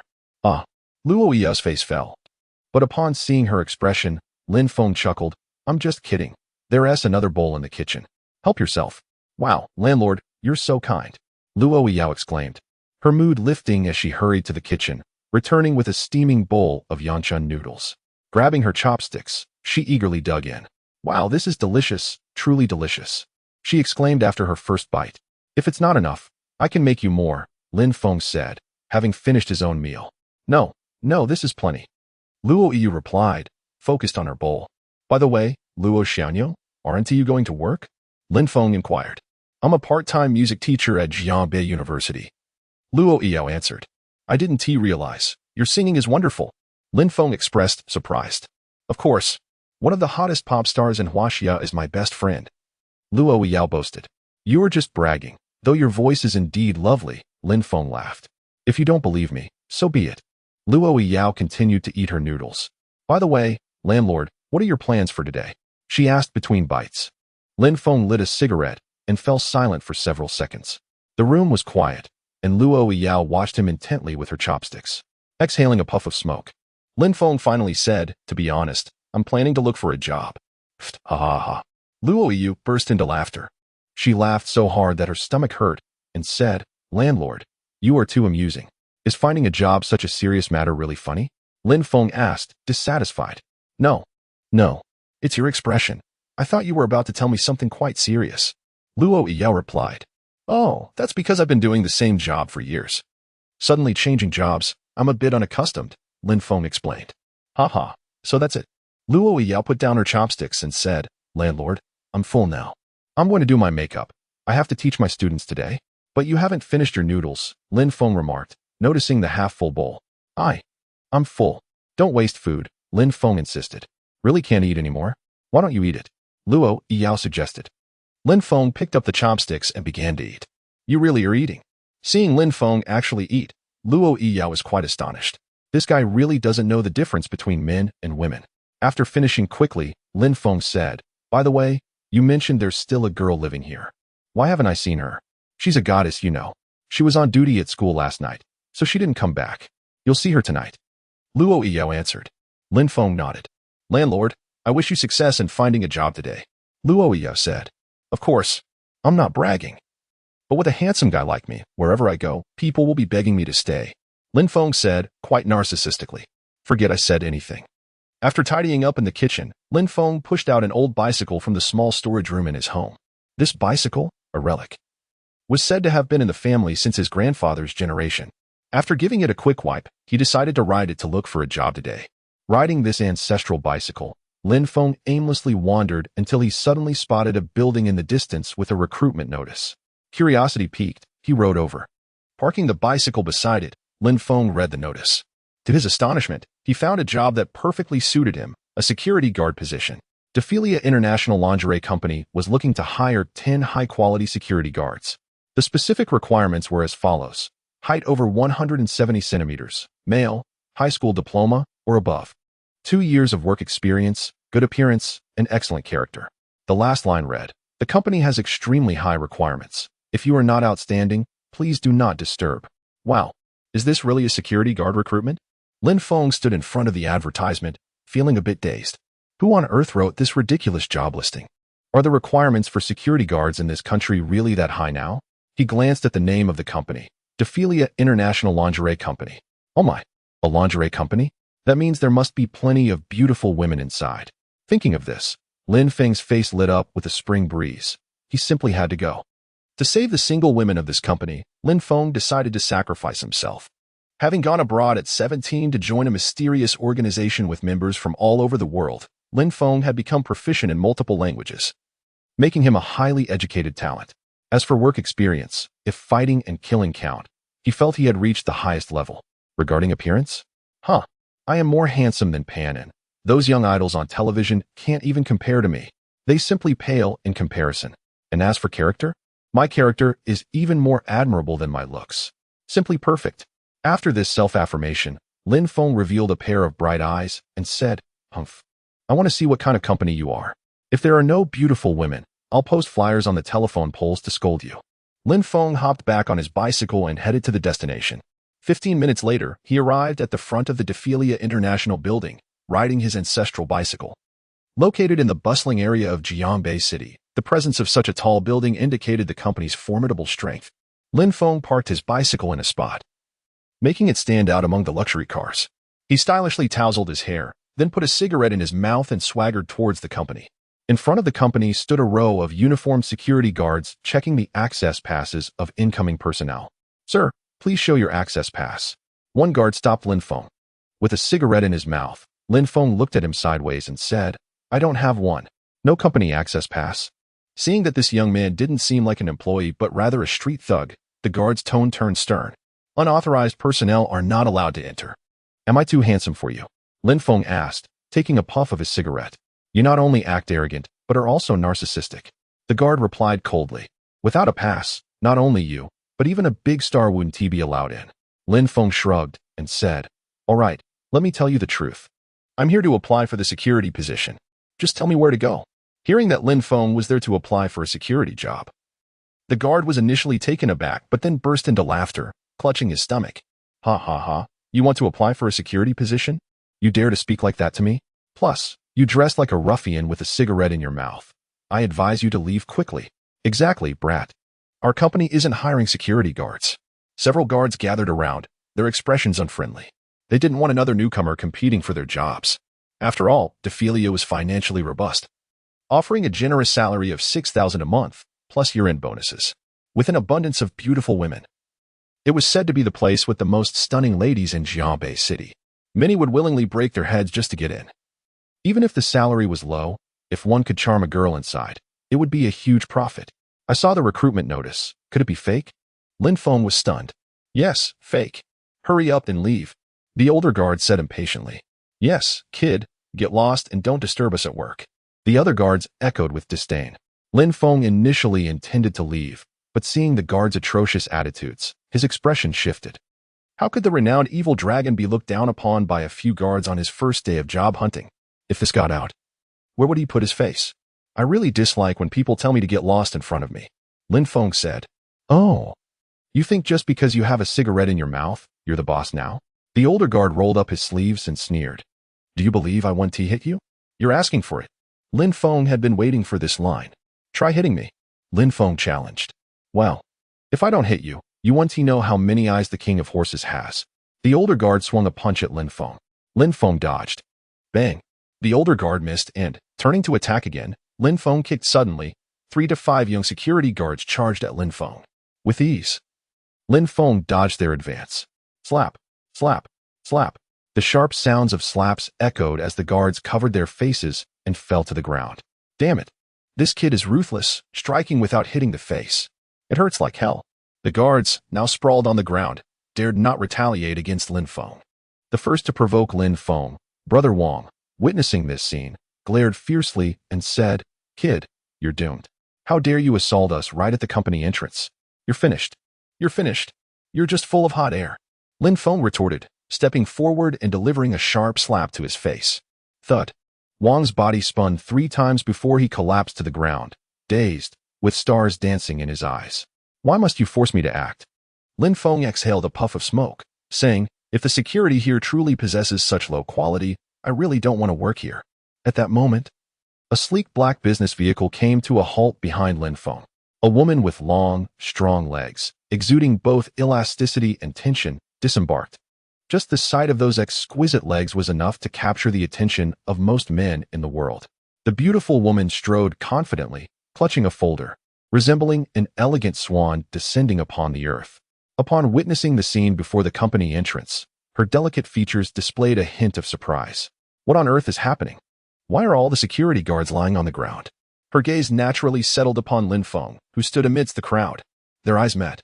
Lin Feng gazed at her with a mischievous smile, unabashedly surveying her alluring figure, making her feel exposed for the first time under such brazen scrutiny from a man. The beauty was incensed. What are you staring at? Keep looking, and I'll gouge your eyes out. With looks like mine, would you really dare? Lin Feng teased, stepping closer. What do you want? Don't come near me. The woman quickly shielded her chest with the folder, retreating nervously. Seeing someone as beautiful as you, naturally. I wish to get closer, Lin Feng replied with a smile. Who are you? Why are all our security guards on the ground? Zhao Li asked tensely. Secretary Zhao? You must take charge for us. This guy is a total scoundrel. He assaulted us and defamed the company. Wang, whose mouth was swollen from Lin Feng's slap, stood up and angrily pointed fingers. What? Such a thing occurred? Zhao Li's anger flared upon hearing this. As the senior executive secretary and personal assistant to the president, she held significant power within the company. Upon hearing the guard's report, she furiously declared, Do you even know what you're doing? I'm calling the police right now. Lin Feng quickly interjected, Beautiful lady, don't listen to their one-sided story. I'm here to apply for the security position, but these people told me to leave. Claiming your company isn't hiring security. They insulted me and attacked first. I merely retaliated in self-defense. Is this true? Zhao Li paused, her phone almost dialing the police. Her gaze shifting toward the group of guards led by Wang. Wang instantly adopted a pitiful expression, stating, Secretary Zhao, look at my face. This kid has nearly swollen it up. Plus, all the brothers on the ground can testify. Exactly. Secretary Zhao, you must advocate for us. The guards echoed. How dare you deceive me? Zhao Li's anger surged, and without hesitation, she dialed the police. I truly came to apply for the security position. Lin Feng pulled out a recruitment notice, which Zhao Li recognized as the company's advertisement for hiring security personnel. This she was momentarily taken aback. The guards, who had slandered Lin Feng, were rendered speechless. This kid even brought the recruitment flyer. Wang and the other guards felt a mix of fear and anger. This flyer at least proved that he genuinely intended to apply for the job. Are you truly here to apply for the security position? Zhao Li felt a bit dizzy. Of course. Otherwise, why would I be here? Lin Feng replied, somewhat irritated. But you cannot resort to violence. Zhao Li expressed her discontent regarding Lin Feng's actions. Lady. They were bullying me because they outnumbered me. I merely retaliated in self-defense, Lin Feng explained. Is that so? Zhao Li's expression turned cold as she fixed her gaze on Wang and the others. I can check the company's surveillance footage. Upon hearing this, Wang and the other guards felt a wave of guilt wash over them, especially at the mention of reviewing the footage. Their faces paled, and they trembled, pleading, Secretary Zhao. We were wrong. We were truly wrong. Humph. How dare you oppose the company and obstruct our hiring process? I will report this to the president. And you want to get away with it? Zhao Li stated coldly. Secretary Zhao, we were wrong. Please show us mercy. The guards, pale with fear, pleaded desperately. Humph. Such words are useless to me. Go plead with the president. Zhao Li dismissed them, her status too elevated for their pleas to matter. Turning to Lin Feng, she said, Since you are here to apply for a job, follow me. I will take you to the interview. All right, Lin Feng nodded. As Zhao Li and Lin Feng departed, the guards, led by Wang, were filled with regret. A single misstep can lead to eternal regret. In the company lobby, Lin Feng curiously surveyed the place, which was said to be filled with beautiful women. As expected, he found an abundance of youthful and vibrant women in their 20s. Upon seeing Zhao Li, they greeted her warmly. Good morning, Secretary Zhao. Zhao Li responded with a slight nod. This young beauty, despite her age, seemed to hold a significant position. Could she be the secretary of the company's president? Lin Feng followed Zhao Li, pondering. Before long, they arrived at the interview area. All right, line up for your interviews. Zhao Li said indifferently. Lin Feng looked up to see a dense crowd ahead, instantly taken aback. What the hell? To apply for a security position and I have to wait in line? He noticed that the applicants were either well-dressed or in suits and ties, appearing very formal. Meanwhile, he stood out in a casual white t-shirt, black shorts, and flip-flops, an utterly relaxed appearance. If the examiner were a reasonable person, he probably would even consider him. Seeing Lin Feng seemingly realizing his attire issue, Zhao Li chuckled. I have high hopes for you. Of course, her words were laced with sarcasm. Having graduated from a prestigious university with top marks, she secured a position at the company and quickly rose to become the president's secretary. She held little regard for Lin Feng. Coupled with his earlier lewd gaze, Zhao Li deliberately brought him along to teach him a lesson about reality. Yet, Lin Feng failed to grasp her underlying tone, replying, Indeed, your insight is commendable. Zhao Li was left speechless. Was he genuinely this dense? I hope you succeed. I'll come back later. Zhao Li, uninterested in the security position since it was a lower-tier role, typically only interacted with individuals at the managerial level. However, for reasons unknown, she was particularly eager to witness Lin Feng's misfortune. After Zhao Li left, at least 20 pairs of eyes fixated on her alluring figure, filled with desire. And some even licked their lips. That previous beauty was stunning. Hey, if I can get her to my bed, I could render her speechless by the next day. Do not reveal your purpose for being here. Numerous sharply dressed beasts began to whisper among themselves. Lin Feng swaggered over and exclaimed, Make way, make way. Hey kid, don't you know the order of arrival? Behave and queue up on the side. Some voiced their discontent at Lin Feng's intrusion. Exactly, stay in line at the back. Upon hearing this, Lin Feng's displeasure grew. Everyone was here for job interviews, and with the scarcity of opportunities, he could not afford to lag behind at the starting line. He promptly declared, Do you see that beautiful lady? She is the secretary to the president of this company, and she has another identity. His mysterious demeanor piqued the curiosity of everyone present, prompting inquiries of what that identity was. She is my girlfriend, Lin Feng stated. Initially, the crowd fell silent, but soon erupted into laughter. Haha, buddy, you're just a toad dreaming of eating swan meat. Exactly. If that beauty were truly your girlfriend, would you even be here for a job? Indeed. Unfazed, Lin Feng replied. You all came here on your own, but she personally brought me, and she will come to see me soon. Tell me, if she isn't my girlfriend, then what is she? The crowd pondered his words, some realizing the logic behind his claim. True, it's unlikely that a stunning secretary would come for someone so unrelated. Suddenly, their gazes toward Lin Feng shifted. However, some remained skeptical, believing Lin Feng was unworthy of such a remarkable secretary. At that moment, a lecherous, portly man stood up and remarked, What is so impossible about that? If you ask me, this brother is simply lucky. My family runs a factory, and once my father passes, I'll inherit over 100 million. I learned there are many beauties in Duophilia, so I came here to be a security guard. Well, a rich second generation. 666. The surrounding applicants were taken aback. It turned out that among those applying for a security position, there were hidden talents. They suddenly felt insecure, doubting themselves in the face of a secretary's boyfriend and a wealthy heir. At this juncture, the lecherous man approached Lin Feng, smiling.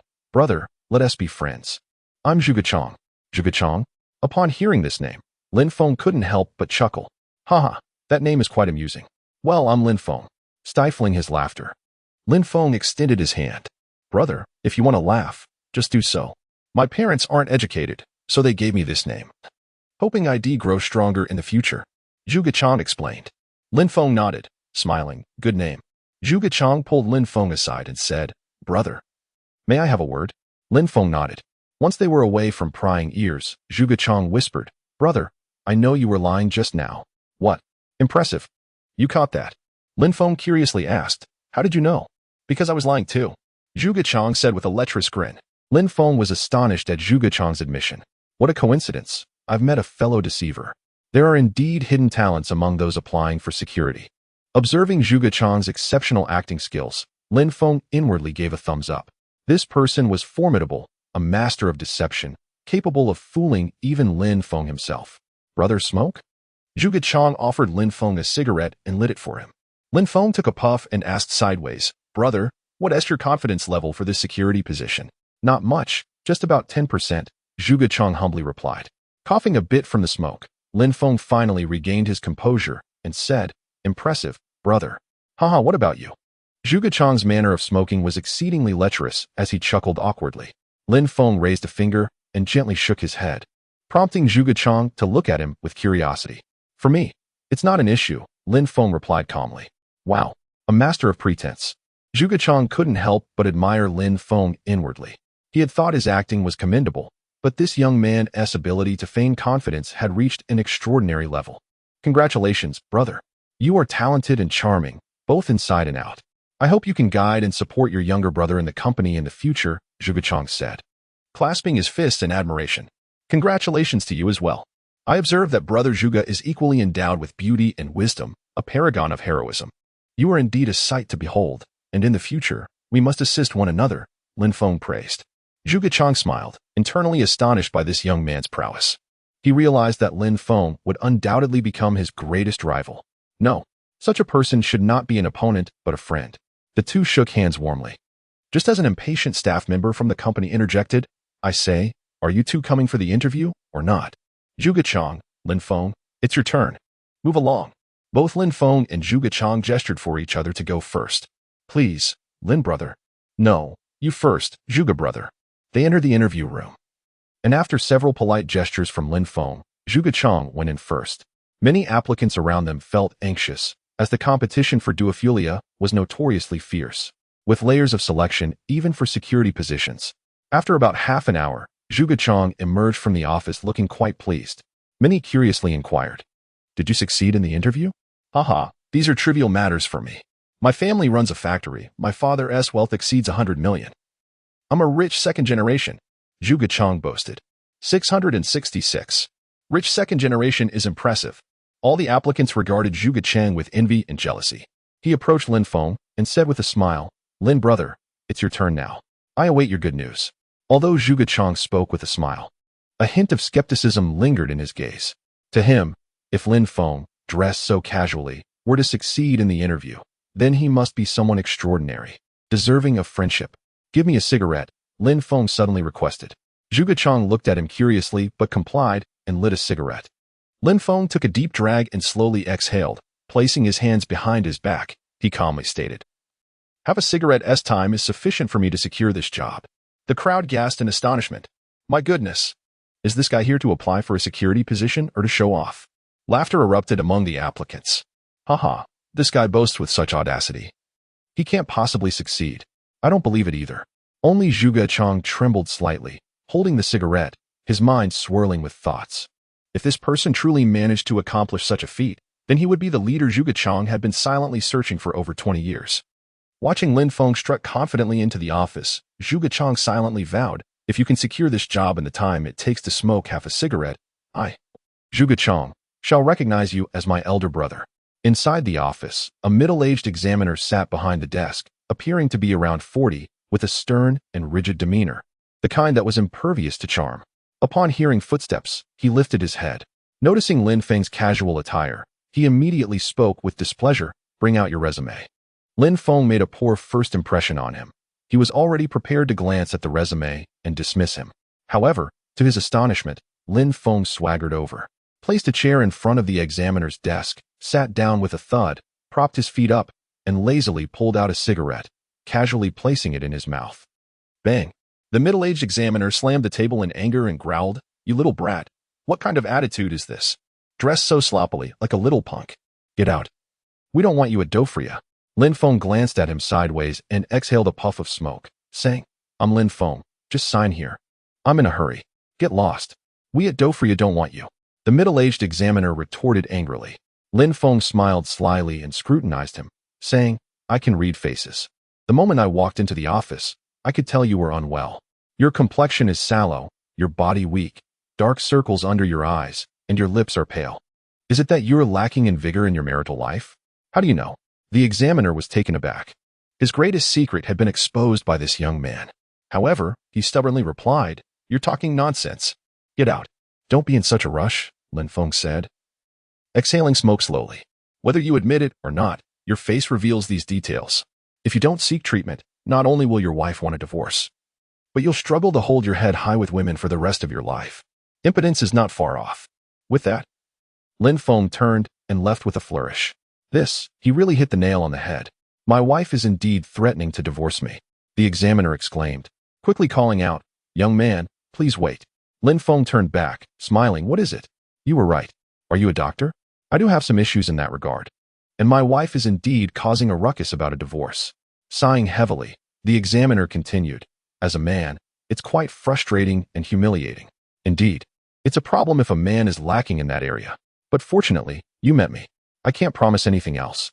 But if you obediently follow the prescription I give you, you'll see results in 3 days, and within a week, you'll be revitalized, making your wife compliant in bed." Hearing Lin Feng's words, the middle-aged examiner's eyes widened in shock. "Really?" "Of course," Lin Feng replied, hands behind his back. "May I ask your esteemed name?" "My name is Lin Feng," he answered nonchalantly. The examiner immediately turned around, took a document from the desk, and began writing.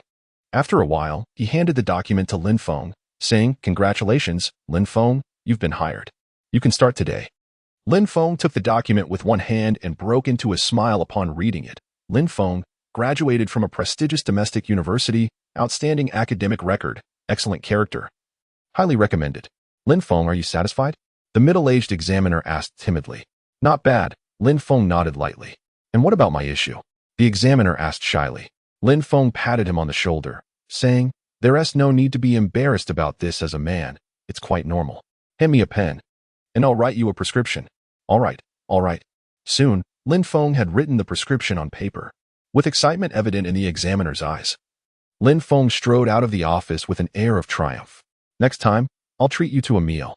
"No need," Lin Feng replied as the examiner returned to his seat, gazing at the prescription Lin Feng had written for treating kidney deficiency.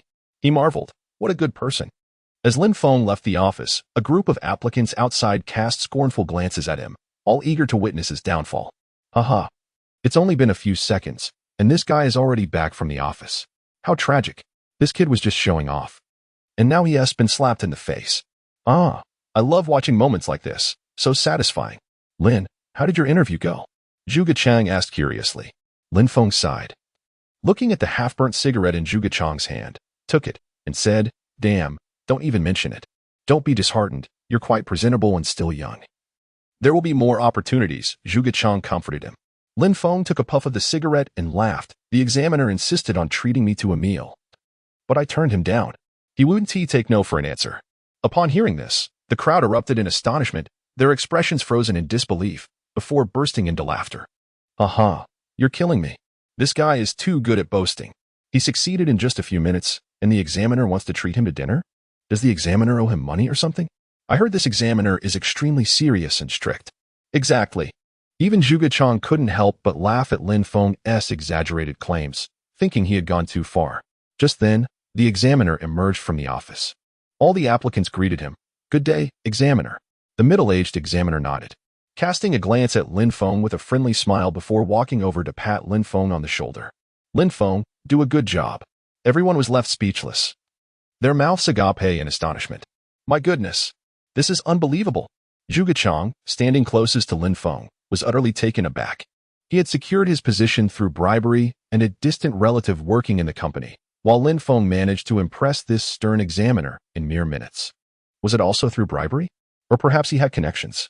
Seeing Lin Feng, dressed casually with a cigarette in his mouth, if he truly had connections, His background must be formidable. The more Zhuge Chang thought about it, the more unnerved he felt. Lin Feng nodded lightly, exuding an air of superiority. The middle-aged examiner scanned the room, announcing, "This concludes today's assessment. You may all leave." The crowd displayed expressions of reluctance, yet felt powerless, only able to nod in resignation. Dofrio was unlike other companies. Even the security guards were sought after, with many college students clamoring to get in. After all, the abundance of beauty, ease of work, and excellent benefits were hard to resist. At that moment, the beautiful Secretary Zhao Li approached. "Secretary Zhao?" The middle-aged examiner greeted warmly upon seeing her. "Examiner Wang," Zhao Li nodded. "How many were hired today?" she inquired. "5 or 6, among them, Lin Feng and Zhuge Chang, both of whom I have high hopes for, especially Lin Feng, whom I highly recommend." Examiner Wang pointed to Lin Feng. Zhao Li turned to see Lin Feng smoking nearby, her expression one of surprise. "Is this a joke? This brat actually passed smoothly. What is going on here?" Zhao Li wanted to question Examiner Wang further but ultimately refrained. Although his rank was lower than hers, he had considerable experience and integrity, never having misjudged a candidate. "Secretary, you've arrived." Lin Feng greeted with a smile. "Humph. Don't say such things. We're not familiar," Zhao Li replied, feeling slightly bitter for having misjudged Lin Feng. Lin Feng didn't mind. After all, he was now an employee of the company, and there would be plenty of opportunities for interaction in the future. "Secretary Zhao, what brings you here?" Examiner Wang asked curiously. Zhao Li is indeed a prominent figure beside the president, so her presence at a security recruitment venue seems rather beneath her. "Ah. It turns out that the president has a meeting to attend at noon. I specifically came here to find a few martial arts practitioners to discreetly protect the president," Zhao Li stated. "Secretary Zhao, your consideration is truly commendable," Wang, the examiner, thought to himself, astonished. This woman, despite her youth, demonstrates remarkable maturity in her approach to tasks, earning Wang's profound admiration. "Is there anyone among you skilled in martial arts? This is your golden opportunity. Even I have only met the president a handful of times. Yet you could be entrusted with his protection. This is a rare chance," Wang declared. "I can do it. I can," a man exclaimed, his excitement palpable. "I've been fighting since elementary school. Let me protect the president." Another man boasted. "Ha! What are you?" "I wielded a kitchen knife in middle school and took down dozens. I am the best candidate to safeguard the president." "Wow, big guy, that's impressive." Many admired him. "I'm not good at fighting. Fenggu, what about you?" Zhuge Chang shifted his tone to address Lin Feng as brother. Lin Feng, unfazed by the title, took a puff of his cigarette and said, "Silence." One must admit, Lin Feng's words carried an undeniable weight, silencing the entire room instantly, with dozens of eyes fixed upon him, eager to hear his thoughts. "In terms of fighting, I can only say, all of you present are worthless," Lin Feng declared arrogantly. "Hey, you little brat, you're quite full of yourself. Who do you think you are?" A group began to verbally attack Lin Feng. He approached Zhuge Chang and whispered something in his ear. Zhuge Chang's eyes brightened as he shouted, "Shut up. My boss is speaking. Do you have the right to refute him?" "What did you say, you fatso?" Zhuge Chang sneered. "You lot are utterly blind. Let me tell you. My brother Feng is no ordinary person. Have you heard the saying that circulates in Jiangbei City? In society, my brother Feng is fierce and speaks little. His fists can topple men. His arms can outrun horses. He owns both a house and a car, and has over 2,000 little brothers. Do you know who this refers to? That's right. Focus your eyes on the one and only highlight in this room. He is my brother Feng." Lin Feng regarded Zhuge Chang with appreciation, pleased with his little brother's loyalty. To play along, he swept his bangs aside dramatically and said, "Zhuge Chang, enough. A man as exceptional and radiant as I am inevitably draws attention. Wow, these two are truly insufferable. Are they performing a duet right in front of me? I swear, I can't hold back." Zhao Li, observing Zhuge Chang's flattery and Lin Feng's arrogant demeanor, covered her mouth, feeling both amused and exasperated. Indeed, they were a pair of oddballs. "You claim to be a fighter? I want to challenge you. My name is Niu Wang, and I just retired from the army." At that moment, a burly man shed his jacket, revealing a powerful physique. Glaring defiantly at Lin Feng. Standing at nearly 2 meters tall, with a robust build, he looked down at Lin Feng, who appeared delicate in comparison. This contrast elicited laughter from the crowd. Is he really going to beat Lin Feng to a pulp? Yes, let's fight. The security team values strength, not just bravado. Someone chimed in. Exactly. With that pretty face, do you think you can handle the responsibilities of a security guard? You're just asking for trouble. My brother Feng is a martial arts expert. Fighting him would be like battling a kindergarten child. Zhuge Chang, having recognized Lin Feng as his leader, now defended him against the crowd. Get lost, you fatso. We've been waiting to take this brat down. Many shouted in unison. In the midst of the uproar, Lin Feng casually placed his hands behind his back and said, Xiao Chang, step aside. Brother Feng, you. Zhuge Chang's eyes widened with concern. Lin Feng, with a cigarette dangling from his lips, smiled at the defiant Niu Dazhuang and said, I'll give you a chance to strike first. Humph. Don't talk big in front of me. If I don't beat you today, you'll never know my strength. Niu Dazhuang retorted. Secretary Zhao this. Wang, the examiner, felt anxious. Lin Feng had a connection with him and was considered part of his circle. He did not wish to see Lin Feng harmed. It's fine. Perhaps he really has some skills, Zhao Li replied nonchalantly. Zhao Li's eyes sparkled with mischief, secretly thinking, you scoundrel, daring to flirt with me in public. Soon you'll know the cost. In a flash, Niu Dazhuang lunged, delivering a powerful punch with steady footing. Oh, he's even using military boxing. But you're simply too slow. Lin Feng sidestepped effortlessly, causing Niu Dazhuang to miss completely. Now take this punch. After several exchanges, Niu Dazhuang found himself panting without having landed a single blow. With your strength, you shouldn't even consider being a bodyguard. You might as well go home and raise pigs. Lin Feng swiftly kicked him in the abdomen, accompanied by a whoosh. Bang! Lin Feng's kick was not only rapid but immensely powerful, and Niu Dazhuang's face turned a deep shade of purple. Unable to contain himself, he let out a wail as he collapsed to the ground. Ouch, that hurts. Niu Dazhuang rolled on the floor in agony. The onlookers gaped in disbelief, their expressions mirroring utter astonishment. Oh my, how is this possible? This kid, looking like a pretty boy, just knocked out Niu Dazhuang with a single kick? Everyone swallowed hard. Those who had previously volunteered to protect the president now lowering their heads in shame. After witnessing Lin Feng's prowess, they realized their intentions were merely a path to humiliation. Brother Feng, you're incredible, Zhuge Chang exclaimed, his eyes brimming with admiration. I knew Brother Lin was extraordinary. Seeing is believing. Wang praised, with his arms crossed. Lin Feng smiled at the applicants surrounding him, saying, Admit it, I know little about martial arts. I only possess a modicum of skill. MMP. All the applicants felt as if they had just swallowed something vile. This kid was clearly playing the role of a pig to eat the tiger. They had seen arrogance before, but never to this extent, especially coupled with genuine ability. They could only swallow their pride. Zhao Li's expression turned awkward. She had anticipated witnessing a spectacle, intending to come to Lin Feng's rescue afterward, teaching him a lesson in respect. Who would have thought Lin Feng would effortlessly dispatch his opponent? Lin Feng surveyed Zhao Li with a playful glint in his eyes, accompanied by a mischievous grin, leaving her feeling both ashamed and irritated. What are you staring at? Even though you won, whether you join is still my decision. Zhao Li puffed out her chest, proud as a beautiful swan. Lin Feng chuckled. Do as you wish. I'm just here to be a security guard. I can do that anywhere. Lin Feng spoke truthfully. For him at this moment, it is better to engage in fewer matters than more. Fighting and killing are pursuits of the youth. I have washed my hands of such affairs and have retreated into urban seclusion. You. Seeing that Lin Feng was not swayed by her persuasion and instead opposed her, Zhao Li became infuriated and said, You, change out of that slovenly outfit immediately. Officer Wang, take him to change into a clean and tidy security uniform. I want him downstairs in 15 minutes. Understood, Secretary Zhao. Officer Wang immediately nodded with a smile. Humph. Zhao Li stormed off in her high heels, leaving behind a striking silhouette. Zhuge Chang gazed at Zhao Li's departing figure with a foolish expression, thinking, Goddess. This is the goddess of my dreams. Officer Wang led the way. Come on, stop dawdling. Go change your clothes, Lin Feng urged Zhuge Chang. All right. Zhuge Chang nodded eagerly. Half an hour later, Lin Feng donned a security uniform, lazily leaning against a stone pillar at the company entrance, idly smoking and passing the time. Women are always late. Lin Feng glanced at his watch. An hour had flown by, and the company president had yet to appear. Before long, a commotion erupted behind him, accompanied by various enthusiastic greetings. Good afternoon, President. You are truly stunning, far surpassing those actresses on television.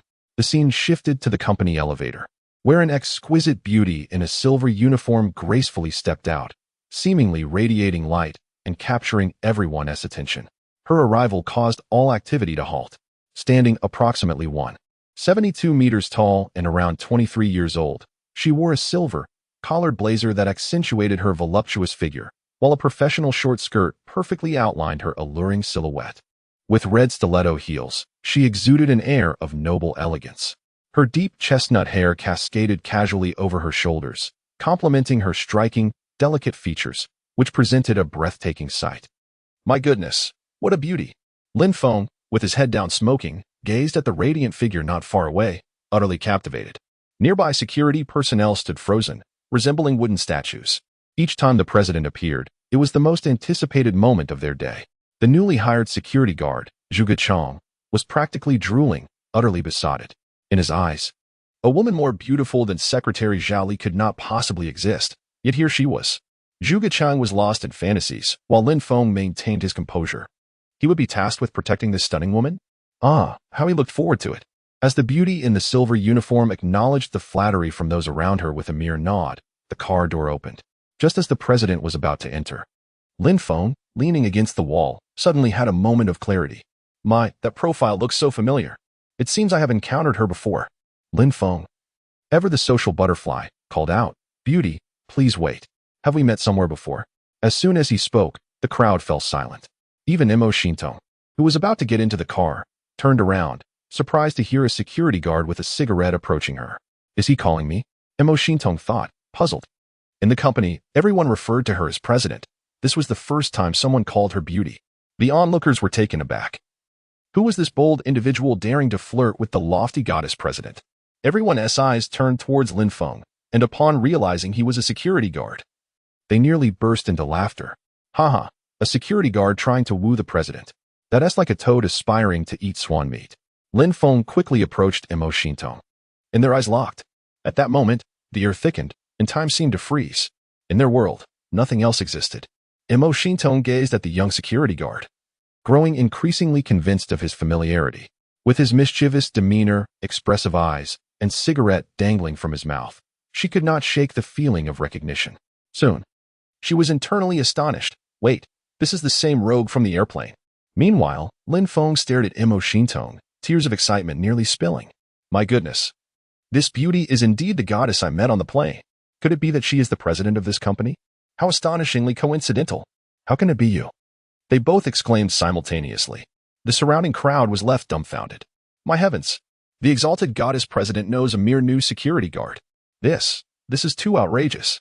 Beauty, it has been days. My heart yearns for you. Lin Feng hastily grasped her delicate hand, without waiting for Mo Xintong's consent.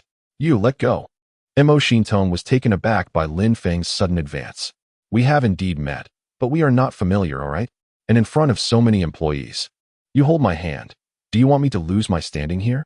Oh dear, how did my hand end up like this? Lin Feng remarked, still holding on. Grinning broadly. Big beauty, I never expected you to be the president of this company. Such fate truly is remarkable. Indeed, what a coincidence. Mo Xintong felt an odd sensation at the mention of fate. Noticing Lin Feng's gaze upon her, she coolly replied, Could you please let go? Lin Feng sheepishly withdrew his hand, chuckling. How did you end up here? Mo Xintong inquired curiously. I came specifically to protect you, Lin Feng replied. Mo Xintong hesitated. Thank you for your kind intention. But I have matters to attend to, so I cannot chat further. Despite her interest in this man, as a public figure, any slight misstep could attract undue attention. If word got out that the president of a multi-billion company had connections with a security guard, the ensuing scandal would spread like wildfire. Mo Xintong had no intention of bearing such a potentially damaging rumor. That's fine, we can talk in the car.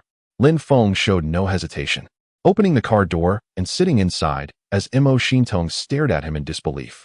Big beauty, come on in to avoid any misunderstandings. Goodness. Mo Xintong was at a loss for words.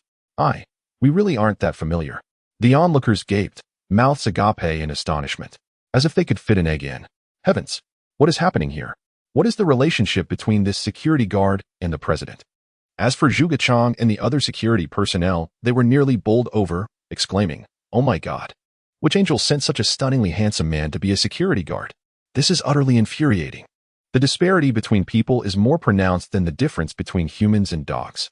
I understand that encountering a handsome individual like myself often makes it difficult for you to maintain composure. However, while infatuation may be indulgent, true love requires restraint. Although I may possess a certain charm, I am not so striking as to incite divine wrath. Let us engage in a conversation rather than resort to violence. There is truly nothing to discuss with someone like you. Luo Yao, wielding a fruit knife, was consumed by rage. Lin Feng, equally speechless, realized that the misunderstanding had deepened. I genuinely did not mean to spy on you while bathing. With the fruit knife in hand, Luo Yao lunged at Lin Feng, wildly slashing at the air. Lin Feng, in a state of panic, repeatedly shouted, "Help! Someone's trying to kill me. You scoundrel! You intend to drive me to madness. You clearly trespassed into my home, and I was merely bathing." As she uttered the last word, Luo Yao's cheeks flushed crimson, too embarrassed to continue. Yet, witnessing Lin Feng nimbly evade her strikes without even a touch, she felt her frustration boil over, her teeth clenched in silent fury. "Ah, you wish to strike me? Yet you cannot." Lin Feng, hiding to the side, cheekily made a face at Luo Yao, provoking her further by sticking out his tongue. "Ah, you wretched fool. You infuriate me." Luo Yao, in a frenzy, hurled the fruit knife at Lin Feng. It was over. I have inadvertently committed murder. The moment the fruit knife slipped from her fingertips, regret flooded her being, and inwardly she screamed, "Fool, dodge quickly. Oh no, I've terrified the handsome one." Lin Feng stood frozen, his head snapping away as the knife narrowly grazed his chiseled profile, striking a beautiful portrait on the wall behind him. A mischievous smile danced at the corners of his lips as he promptly proclaimed, "All right, no need for navigation. I remember where it is now." 10 minutes later, they arrived at their destination, the Dingley International Hotel. This establishment is one of the premier hotels in Jiangbei City, renowned and adored by the upper echelons of society. Beyond its opulent decor, the culinary talents within are unparalleled. The affluent and powerful often frequent this venue, making it a symbol of social status and sophistication. It is worth noting that a single visit here can cost several thousand yuan, a sum that could deplete the savings of an ordinary office worker for months. As the car pulled up to the grand entrance, Mo Xintong swiftly grabbed her limited edition Hermes handbag and, without waiting for Lin Feng, made her way into the hotel. "Hey, wait for me. I'm hungry too," Lin Feng exclaimed, flustered by the sudden departure of the stunning beauty. "You can go eat by yourself," Mo Xintong thought with delight. Finally free from his company, Lin Feng parked the car, intending to settle for some dumplings and soy milk as a makeshift meal. At the entrance of the Grand Hotel, a line of beautiful hostesses, all in their 20s, greeted guests with an aura of comfort and charm. The elegance of the Dingley's hostesses is unmatched among the hotels in Jiangbei City. However, when they caught sight of an extraordinary beauty approaching, they found themselves momentarily stunned. "Oh my, what a breathtakingly beautiful woman," they thought, feeling a rush of inadequacy in comparison. "Good day, are you Miss Mo?" asked the elegantly attired lobby manager, his demeanor respectful. "I am," Mo Xintong replied with a slight nod. "Mr. Chun has been waiting for you in VIP room number 1, he continued, gesturing for her to follow. The lobby manager, though experienced, appeared somewhat timid in the presence of this stunning young woman. Rumored to be just 23 yet already the head of a multi-billion yuan enterprise, exuding an impressive aura. VIP room number 1 is the hotel's most luxurious suite. Accessible only to the city's elite. Reservations are required a month in advance, making it a true hallmark of prestige. Dining in this room is a significant affair, with expenses that can easily reach into the hundreds of thousands. "Miss Mo, please come in," the lobby manager announced, opening the door with reverence. Mo Xintong entered the spacious suite, exquisitely decorated and opulent, resembling a presidential suite complete with a lounge area and even a bedroom. As she walked further in, she spotted a lavish dining table adorned with an array of delectable dishes, occupied by 2 gentlemen. The man on the left, clad in a pristine white suit, exuded sophistication. He appeared to be in his late 20s, tall and slender, with a noble bearing complemented by a high-bridged nose. Yet, the coldness in his squinting eyes hinted at a ruthless nature. Beside him sat a younger man, seemingly in his mid-20s, dressed in expensive black casual wear. A luxurious watch adorning his wrist, casually puffing on a cigar. Behind him stood 2 imposing bodyguards, clad in black suits and sunglasses, as still as statues. "Mr. Chun, why is she still not here?" "It's my first time waiting this long," the man in black said impatiently, cigar in hand. "Please be patient, third young master. After all, she is the goddess of Jiangbei. Her presence is already quite an honor," the man in white responded with a smile. "Indeed, I wonder what this legendary beautiful CEO looks like," the younger man mused, exhaling a puff of smoke. Just then, the sound of high heels echoed through the room. The 2 men looked up, as did Mo Xintong. "Ah, Miss Mo finally graces us with her presence. Please, have a seat." the man in white exclaimed, rising to greet her. The man in black, meanwhile, scrutinized Imo Shintong with astonishment in his eyes. What a beautiful woman, he thought, though a fleeting glimmer of greed passed through his gaze. My apologies for the delay, there was traffic, Imo Shintong said with a smile as she addressed the man in white. Not at all, Miss Imo. Your presence is worth any wait, he replied cheerfully, taking her seat. Imo Shintong shifted her attention to the man in black, her eyes sparkling with curiosity. And who might this be? Oh, I haven't introduced you yet. Miss Imo. This is the third young master of the Wang family, Wang Ming, Mr. Chun said with a smile. The name Wang family struck a chord with Imo Shintong, and she felt a sense of surprise. The Wang family is indeed a significant name in Jiabei City. When discussing the 10 great families of Jiabei, the Wang family, though ranked lower, has been influential for over half a century, permeating various sectors of society. Many seek to curry favor with them. As being among the 10 great families is no small feat, even the proud young tycoons like Qin Fan would desire to befriend a scion of the Wang family. Ah, so you are the young Master Wang. It is an honor, Imo Shintong said. Haha, the honor is mine. I never expected Miss Imo to be even more stunning than the rumors suggest. Seeing is indeed believing, Wang Ming replied with a smile. Mr. Chen, may I inquire why you have summoned me today? Imo Shintong asked, her gaze now fixed on Qin Fan, whose reputation as the chairman of Yin Fan Group and a young leader in Jiangbei City piqued her interest. Indeed, I heard you recently returned from the United States, and I wish to catch up with you. My company, Yu Fan Service Trade Group, is also interested in potential collaboration with you, Qin Fan articulated with a warm smile. Imo Shintong nodded with a smile. It would be an honor to collaborate with your esteemed Yu Fan Group. Miss Imo, you are being modest. You are the goddess of business in Jiabei. It is my pleasure to work with you, Qin Fan replied. Gentlemen, let us set aside these discussions for now. The food is getting cold. Let us enjoy our meal. Wang Ming interjected with a laugh. Indeed, let us eat. Qin Fan agreed, as Imo Shintong smiled in agreement. Now, Miss Imo, since this is our first meeting, I have no appropriate gift to present you. A beauty both exquisite and affluent. A ring would be fitting, but I know you can afford any you desire. Perhaps clothing, for you would look stunning in anything. After much deliberation, I consulted with Mr. Chen, Wang Ming jested. Hey, I brought 2 exquisite bottles of Ch. de Bucastel from France. Come, let us taste this exceptional wine. As Wang Ming opened a bottle of the wine, the aroma wafted through the private room, filling the air with its exquisite scent. What a fragrant wine, Imo Shintong exclaimed, completely taken aback by the delightful bouquet. Please, Mr. Imo, do indulge, Wang Ming urged, pouring a generous glass for her.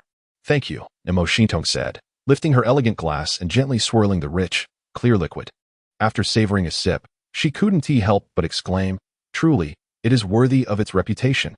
This bottle must be worth at least $100,000. Indeed, Mr. Imo possesses a discerning eye, Wang Ming praised, giving her a thumbs up. By the way, Mr. Imo, do you currently have someone special in your life? Qin Fan inquired, taking a bite of his dish out of curiosity. No, I do not, she replied. Well, what about my brother, young Master Wang? He is the 3rd son of the Wang family. You two would make a splendid match. A perfect pair indeed, Qin Fan chuckled. Upon hearing Qin Fan's words, Imo Shintong responded, Mr. Chen, are you joking? How could I possibly be a match for young Master Wang? Not at all. You are more than suitable for each other. Wang Ming stated, gazing at Imo Shintong with admiration. Although this is our first meeting, I am not one to shy away. I am a man of integrity and action. If you would consider dating me, I could invest 10 million in your company, Dephilia. Qin Fan laughed. Anyone hearing the figure of 10 million would surely be excited. Even someone as proud as Imo Shintong would not turn their nose up at such an offer. However, reality proved otherwise. Imo Shintong replied coolly, young Master Wang, are you suggesting you would support me with 10 million? Huh, you must have a low opinion of me. 10 million is insufficient. Even 50 million would not suffice. Wang Ming laughed heartily, as expected of Mr. Imo, dismissing 10 million so easily. If 10 million is not enough, what about 100 million? Shintong, if you were to date me, I would provide you with 100 million. His declaration was marked by an air of confidence befitting the 3rd son of the Wang family. Even Imo Shintong, upon hearing this, felt a rush of astonishment. The Wang family was indeed formidable, a testament to the 4 great families of Jiangbei City, where even a young master could casually present a sum as vast as 100 million. However, Imo Shintong remained unmoved, stating indifferently, 100 million will also not do. Mr. Chen, let's discuss business another time. I have matters to attend to and must take my leave. As she spoke, Mo Shintong picked up her Hermes handbag and turned to leave. Yet, at that very moment, a sudden, intense pain shot through her head. She instinctively clasped her hands to her forehead, exclaiming, "What is happening? My head hurts so much." As the pain intensified, she felt the world spinning around her. And soon she slumped into a chair, losing consciousness. Witnessing this, Wang Ming took a puff of his cigar and sneered. "Do you really think you have the right to leave without my permission?" Chen Fan, chuckling, remarked, "Young master, it seems things are progressing well." Before he could finish, Wang Ming raised his hand to interrupt, saying, "Rest assured, you will not be left empty-handed. The women you've provided me in the past have been quite appealing. But compared to this Mo Shintong, they seem almost like country bumpkins. Just thinking about the women I've entertained before makes my stomach turn. Young master, you should be cautious. If this matter gets out, it could lead to trouble," Chen Fan advised.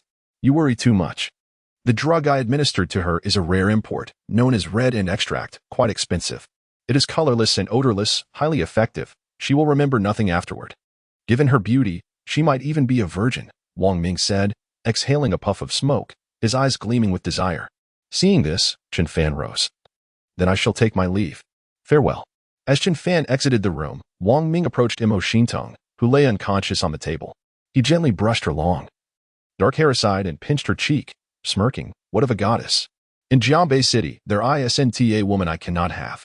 Turning to his two bodyguards, he commanded, "Carry her to the bed, but do be gentle. If I see any rough handling, I will. Is there anything I can do for you?"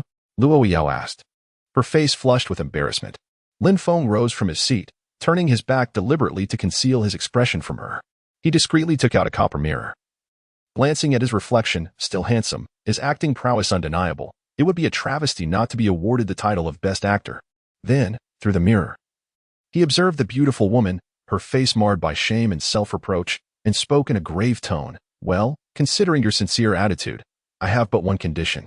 Anything you say, I shall agree." Luo Yao replied without a moment's hesitation, eager to make amends. "Be my girlfriend," Lin Feng suggested with a smile. "What did you say?" Upon hearing Lin Feng's request, Luo Yao was taken aback, collapsing into a chair, her face a portrait of shock. "This cannot be." She bit her lip, shaking her head in refusal, though she felt guilty for her actions towards Lin Feng. The idea of being his girlfriend was utterly unacceptable, a matter of principle, non-negotiable. "Sigh, I knew you would refuse," Lin Feng lamented, lighting a cigarette in silence, leaving behind a sorrowful silhouette. Watching Lin Feng's solitary figure, Luo Yao felt an overwhelming sense of guilt. She had indeed erred. The weight of remorse bore heavily upon her. "I'm so sorry, Lin Feng. Perhaps we could consider an alternative condition?" She ventured timidly. "Forget it. I need some time alone," Lin Feng replied, stepping out into the world beyond. Outside the villa, the sunset painted a breathtaking scene. Lin Feng's gaze fixated on a tree. Suddenly his expression turned to stone. Among the adept practitioners, those who ascend to the yellow tier often possess astonishing prowess. Even a dozen or 20 individuals banded together may find themselves no match for a single yellow tier warrior. In his early days, upon joining the special forces, he heard from a senior that a soldier had once crossed a yellow tier warrior and met a gruesome end. Ultimately, his team dispatched an elite squad of several dozen, only to suffer total annihilation. This incident stirred a considerable uproar, leading to the arrival of experts from higher echelons to capture the formidable yellow tier warrior. This event remained etched in his memory. It may no longer concern you. A fierce glint of murderous intent flashed in Lin Feng's eyes as he vanished in an instant. Whoosh! In the blink of an eye, he appeared before the bodyguard, delivering a forceful kick to his abdomen. Bang! The bodyguard emitted not a single cry. His body hurtling backward like a bullet, crashing into the wall and losing consciousness on the spot, alongside his companion. At this moment, within the lavish private room, only Lin Feng and Wang Ming remained. Wang Ming, clad in a bathrobe, felt an overwhelming dread upon seeing the young man burst in. He swallowed hard, his eyes reflecting profound fear as he instinctively retreated. Coming from a prestigious lineage, he had encountered such matters before. This young man was beyond his capacity to handle. "You spoke of wild dogs earlier. Today, let me show you who the real wild dog is." Lin Feng approached coldly, while Wang Ming continued to step back, his inner turmoil escalating with each retreat. "Stay back. Don't come any closer." Lin Feng paid him no heed. "Do you know who I am? I hail from the Wang family of Jianbei. If you dare to lay a finger on me, you will suffer terribly," Wang Ming boasted. invoking the name of his powerful family, one of the 10 great clans in Jianbei, knowing that most would hesitate to act against him. Even though this young man exhibited formidable strength, capable of swiftly dispatching his bodyguard, he still had to weigh his own family's might. The Wang family of Jianbei? What a trivial clan. I have never heard of them. But you should consider who you are provoking. Lin Feng's eyes glimmered with hostility, his tone frigid. Brother, I was wrong. I was wrong. Spare me this time. I swear I won't dare again. I truly did nothing to Imo Shintong. She was merely resting. Lying on the bed. If you don't believe me, look, she hasn't even taken off her coat. Realizing that his family's name held no sway, Wang Ming opted for a softer approach. After all, he had indeed done nothing to Imo Shintong. He had merely taken a shower, preparing to enjoy the company of a beautiful woman, when he discovered the intrusion. Lin Feng, however, remained unresponsive, sneering instead. Of course, I know you haven't harmed her. If you had committed any heinous act against her, I would have killed you first, then erased your entire lineage. His words dripped with arrogance. Wang Ming gulped nervously. What do you want then? I can compensate. I have money, 1 million. Lin Feng chuckled derisively. 1 million? You think to appease me with that? 10 million. Wang Ming immediately upped his offer. This fellow certainly has wealth, Lin Feng thought, his expression shifting slightly. Yet even 10 million is insufficient. It's not merely a matter of money. No matter how much you offer, you will not leave here today. As he spoke, Lin Feng approached Wang Ming. Lin Feng immediately extended his hand to place it on Imo Shintong's forehead. In that instant, he pulled his hand back sharply and exclaimed, Damn it, it's so hot. And she's running a fever. Never mind, let us strive harder in the future. Do not spill this dish. If it were to be consumed by the kittens or puppies, it could potentially poison them, Lin Feng kindly remarked. You. Witnessing such venomous words, Luo Yao felt both infuriated and embarrassed. Lin Feng stood up and inquired, What other dishes do we have at home? I have already cooked all the vegetables that I purchased from the refrigerator, Luo Yao replied. What about the vegetables? Did you not eat them? What? You mean to say that you have prepared all the vegetables from the refrigerator? And the final result is a dish that could poison someone. A charcoal fried egg? Lin Feng exclaimed, utterly astonished and filled with admiration. Enough of that. Luo Yu thought to herself, feeling immensely awkward. With a sigh of resignation, Lin Feng turned around, opened the refrigerator, and shook his head, saying, Yao, it might be best if you refrain from entering the kitchen in the future. Let me see what other ingredients we can utilize. Gazing into the refrigerator, which was bare save for a single packet of instant noodles, insufficient for a meal, he inquired, Is there any rice left? I could prepare Yangzhou fried rice. Yes, there is, Luo Yao responded. Before long, an enticing aroma wafted through the kitchen. Wow, it smells wonderful. Luo Yao felt a flicker of anticipation. Shortly thereafter, Lin Feng presented 2 bowls of golden, fragrant fried rice upon the dining table. Give it a taste. How does it fare? Delicious. Luo Yao nodded eagerly. After taking a bite, her eyes widened in astonishment as she exclaimed, Wow, this is incredibly tasty. It rivals Sister Ifei's culinary skills. Hee, let's keep it low-key. Lin Feng replied, enjoying his meal. This is truly delightful, Lin Feng. What did you do abroad? You seem quite young. Were you studying overseas? Studying? Upon hearing the words of several security guards, Lin Feng feigned mystery and remained silent, while Zhuge Chang slapped the back of the head of a skeptical young guard. His face contorted with anger. Do you have any idea who my brother Feng is? The kingpin of the security industry in Jianbei City. Can you compare to him? Boss. You're incredible. All the guards chimed in. At that moment, a striking figure approached, and several guards, sharp-eyed, hurried to their feet, scattering. I'm not boasting. The president is inviting me to dinner tonight, and I'm still contemplating whether to go, Lin Feng said, taking a puff of his cigarette. Big brother, stop talking. Zhuge Chang, noticing Zhao Li's arrival, whispered a warning. What I said is the truth. Lin Feng crouched down, smoking. Zhao Li, arms crossed and exuding an icy demeanor, looked at Xia Luo and teased. Wow, the president wants to treat a mere security guard to dinner. That is truly unprecedented. Who spoke so harshly? Lin Feng looked up, grinning at Zhao Li. I could smell the scent of jealousy from afar. Turns out it's you, secretary. Who is jealous? You can dine with whoever you wish. Zhao Li's face turned pale with anger at Lin Feng's remark. Lin Feng, the president wants you to go to her office. All right. Lin Feng stood up, hands behind his back, a cigarette dangling from his lips, swaggering off with Zhao Li. The security guards, led by Zhuge Chang, stood rooted in astonishment. Damn. My brother is truly remarkable. The president's assistant, Secretary Zhao personally came to inform him. At this point, the guards felt as though they had struck gold. I'm impressed. Inside the elevator, Lin Feng smiled at the stern-faced Zhao Li.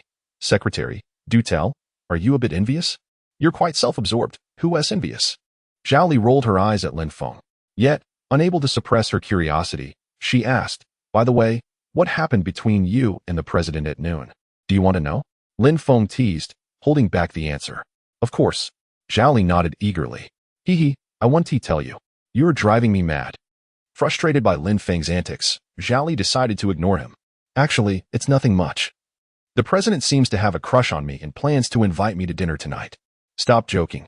Zhao Li scoffed. The president would never invite you to dinner. She has never invited a man before. That's because she hasn't met me yet. Otherwise, why do you think she called me to her office? Lin Feng retorted with a smile. Zhao Li found herself momentarily perplexed. Right. The president is the head of the company, a figure of immense stature. Even ordinary managers tremble at her presence. Why would she summon a mere security guard to her office just before closing time? Could it be that something indeed transpired between them? A love story between the beautiful president and the humble security guard? My goodness! If this were to leak out, it would undoubtedly create a sensation throughout Jiangbei City, perhaps even hitting the headlines the very next day. Before long, the elevator reached the top floor. The president's office is just ahead, Zhao Li indicated. Secretary, if you have the chance, I'll take you out for spicy hot pot, Lin Feng grinned.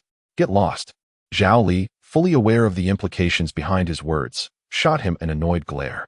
Upon arriving at the office door, Lin Feng casually walked in without knocking, a half-burnt cigarette in his mouth. The first sight inside the office left him astounded. What a grand office! Spanning approximately 180 square meters, it was exquisitely decorated. Filled with precious mahogany, exuding an artistic ambience that was both simple and complex. The most striking feature was a massive glass bathtub, spacious enough for a person to bathe in. Home to numerous beautiful and rare fish swimming gracefully, radiating vitality. Behind a gigantic Zetonwood desk, a long, elliptical floor-to-ceiling window offered a panoramic view of the entire Jiangbei City, instilling a sense of boundless freedom. Wow, truly exquisite. A noble and elegant woman clad in a silver uniform was intently sketching designs. Lin Feng stood behind Mo Xintong, observing her work, and couldn't help but smile. Miss Mo, your design for this lingerie leans towards the conservative side. A touch of sensuality would enhance it. Who? Mo Xintong, engrossed in her drawing, looked up to find Lin Feng appearing beside her unexpectedly, casting a glare at him. Could you not barge in without knocking? I'm not accustomed to knocking. Lin Feng chuckled, casually picking up a cup of tea in front of Mo Xintong and taking a sip. Hey, why are you drinking from my cup? There are disposable cups available.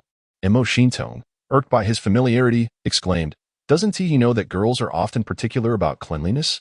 I thought this cup looked nice. Lin Feng replied with a grin. Fine, I'll give it to you. Mo Xintong, who had a penchant for cleanliness and disliked using others' utensils, felt annoyed despite her growing fondness for Lin Feng. All right, I'm in need of a cup, but I'll temporarily leave it here. I'll come to drink when I'm thirsty. Lin Feng casually reclined on the sofa, crossing his legs as if he owned the place. Mo Xintong was exasperated. This is my office, the most confidential place in the company. You're here just to sip tea? I called you up to discuss something. I might not be able to join you for dinner tonight. Mo Xintong gazed at Lin Feng. Why not? I was hoping to enjoy a meal. Lin Feng frowned, displeased. This beauty decides she wants to go, just like that. I need to go home for a bit tonight. All right, take me with you. Lin Feng's eyes lit up at the prospect, interpreting it as a hint that she wanted to take him home. You. Mo Xintong was at a loss for words. While Lin Feng could be reliable when needed, most of the time, he was anything but. Who said I'd take you home? Let us find a more upscale restaurant for dinner another day. Mo Xintong twirled the Parker pen in her hand, her beautiful eyes fixed on Lin Feng. Also, regarding what I mentioned in the car this afternoon, I hope you'll pay attention. Neither Chen Fan nor Wang Ming will let you off easily. Oh, I'm so scared. Lin Feng feigned fear, his expression belied by the twinkle in his eyes. For Lin Feng, this was hardly an issue. I'm sorry for pulling you into this mess. How about this? You go home and lay low for a while, and I'll grant you a paid leave at 10 times your salary. Mo Xintong couldn't think of a better solution. Standing in her position, she understood how formidable Lin Feng's enemies were. No way. Lin Feng decisively shook his head. Is 10 times too low? As Lin Feng bent down to retrieve the chopsticks, he suddenly raised his head, sensing that his nosebleed was about to resurface. Steady yourself. He gazed for a moment. And then what was that? On Luo Yao's leg, there appeared a small black dot. Could it be a mole? Such an imperfection marred her beauty. No, upon closer inspection. It was merely a vile mosquito. Damn it, you audacious little pest. How dare you invade the presence of the enchanting lady I have my eyes on? Yao. There's a mosquito on your leg, Lin Feng alerted her. Stop lying. With a swift motion, Lin Feng reached out towards Luo Yao's exquisite leg. Meanwhile, Luo Yao, blissfully enjoying her meal, abruptly felt a hand on her thigh. Her previously cheerful expression froze instantly. She looked down and was startled to find Lin Feng's hand resting upon her leg. Ah, she screamed, rising to her feet. Lin Feng, you scoundrel, what are you doing? Oh no. Lin Feng quickly lifted his head, but due to the suddenness of his action, he collided with the table, producing a loud bang as he exclaimed in pain, scrambling out from beneath it. Yao, don't misunderstand, you've got it all wrong, Lin Feng said. His face flushed with embarrassment. Luo Yao, with her delicate, heart-shaped face now icy, glared at him with frosty eyes, her expression seething with anger. I never expected you to be such a man, she declared, her words laden with disdain. The implication of her statement was clear. I look down on you. A mere touch on the thigh wouldn't cost you anything, especially since I have my reasons. Lin Feng shrugged nonchalantly, feigning indifference. How dare you? You have sullied my pristine body. Luo Yao exclaimed, her delicate features paling with indignation. Is it truly as exaggerated as you claim? Lin Feng thought to himself, bewildered by the beauty's dramatic expression. I shall not engage with you any further. In a huff, Luo Yao abandoned her meal. Lin Feng quickly rose, exclaiming, Look what I have here. Luo Yao turned her head to see a mosquito in Lin Feng's hand. Her anger transformed into fury as she declared, How despicable. It is merely a mosquito. I shall crush it into oblivion. A chill ran down Lin Feng's spine. He mused that the beauty was indeed formidable and best avoided. Humph. I shall spare you this time, solely for the sake of this deceased mosquito, Luo Yao remarked before ascending the stairs. Lin Feng gazed at the half-eaten bowl of fried rice before him and called out, Hey, you still have half a bowl left. I am full and shall not eat another bite, she replied. Is that all? As a beauty, I must maintain my figure, do you understand? Luo Yao retorted. Then you must wash the dishes. I cannot be expected to do that for you, Lin Feng countered. The last one to finish eating shall be responsible for the dishes, she playfully declared. Upon hearing her words, Lin Feng felt a surge of frustration. Damn it, I am one to relish life, not to serve others. Yet, he conceded, fine. I shall overlook it this time, considering your exquisite beauty. Outside the villa, beneath a grand tree, stood a statuesque beauty with cascading hair that reached her waist.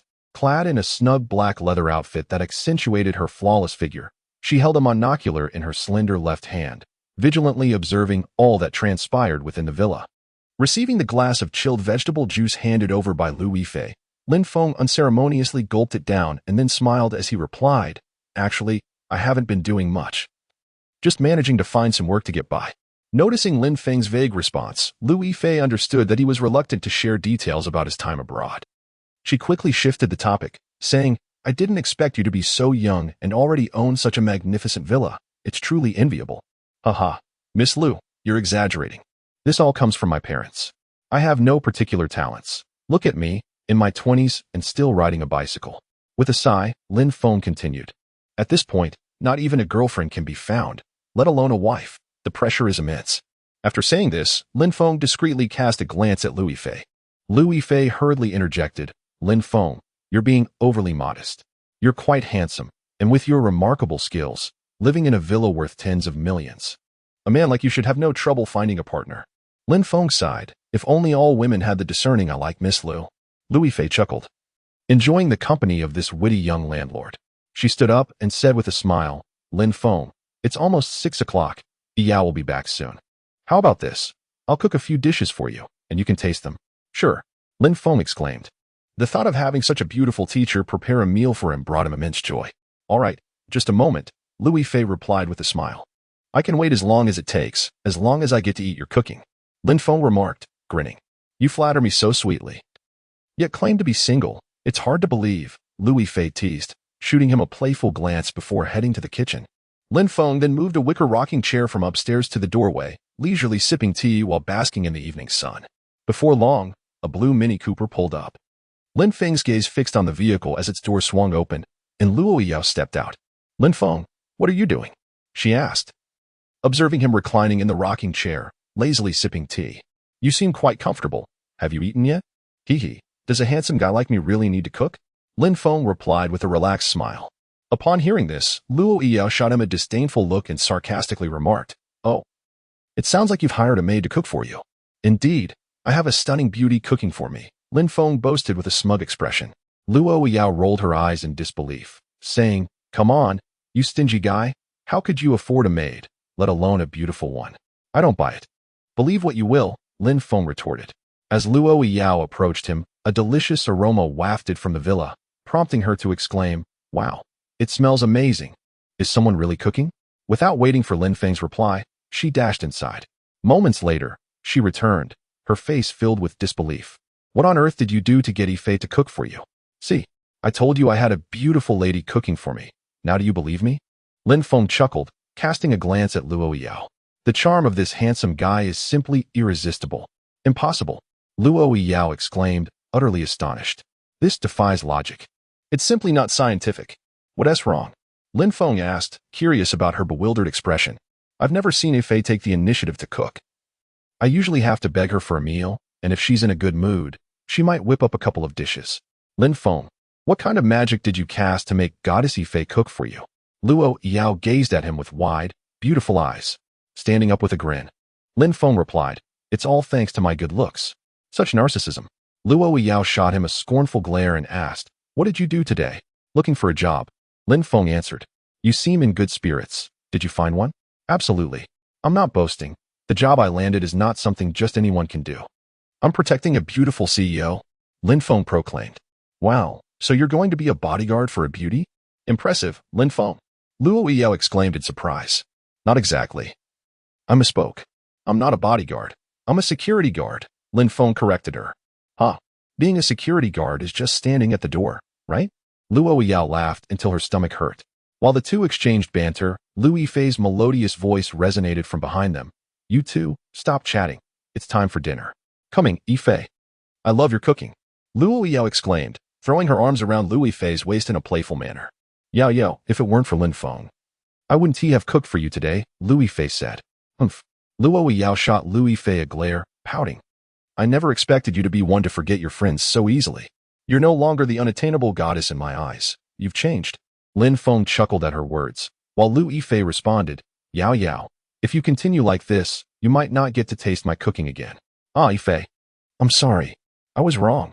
Luo Yu quickly backtracked, showering her with affection. Lin Feng, I haven't cooked in a while, so I might be a bit rusty.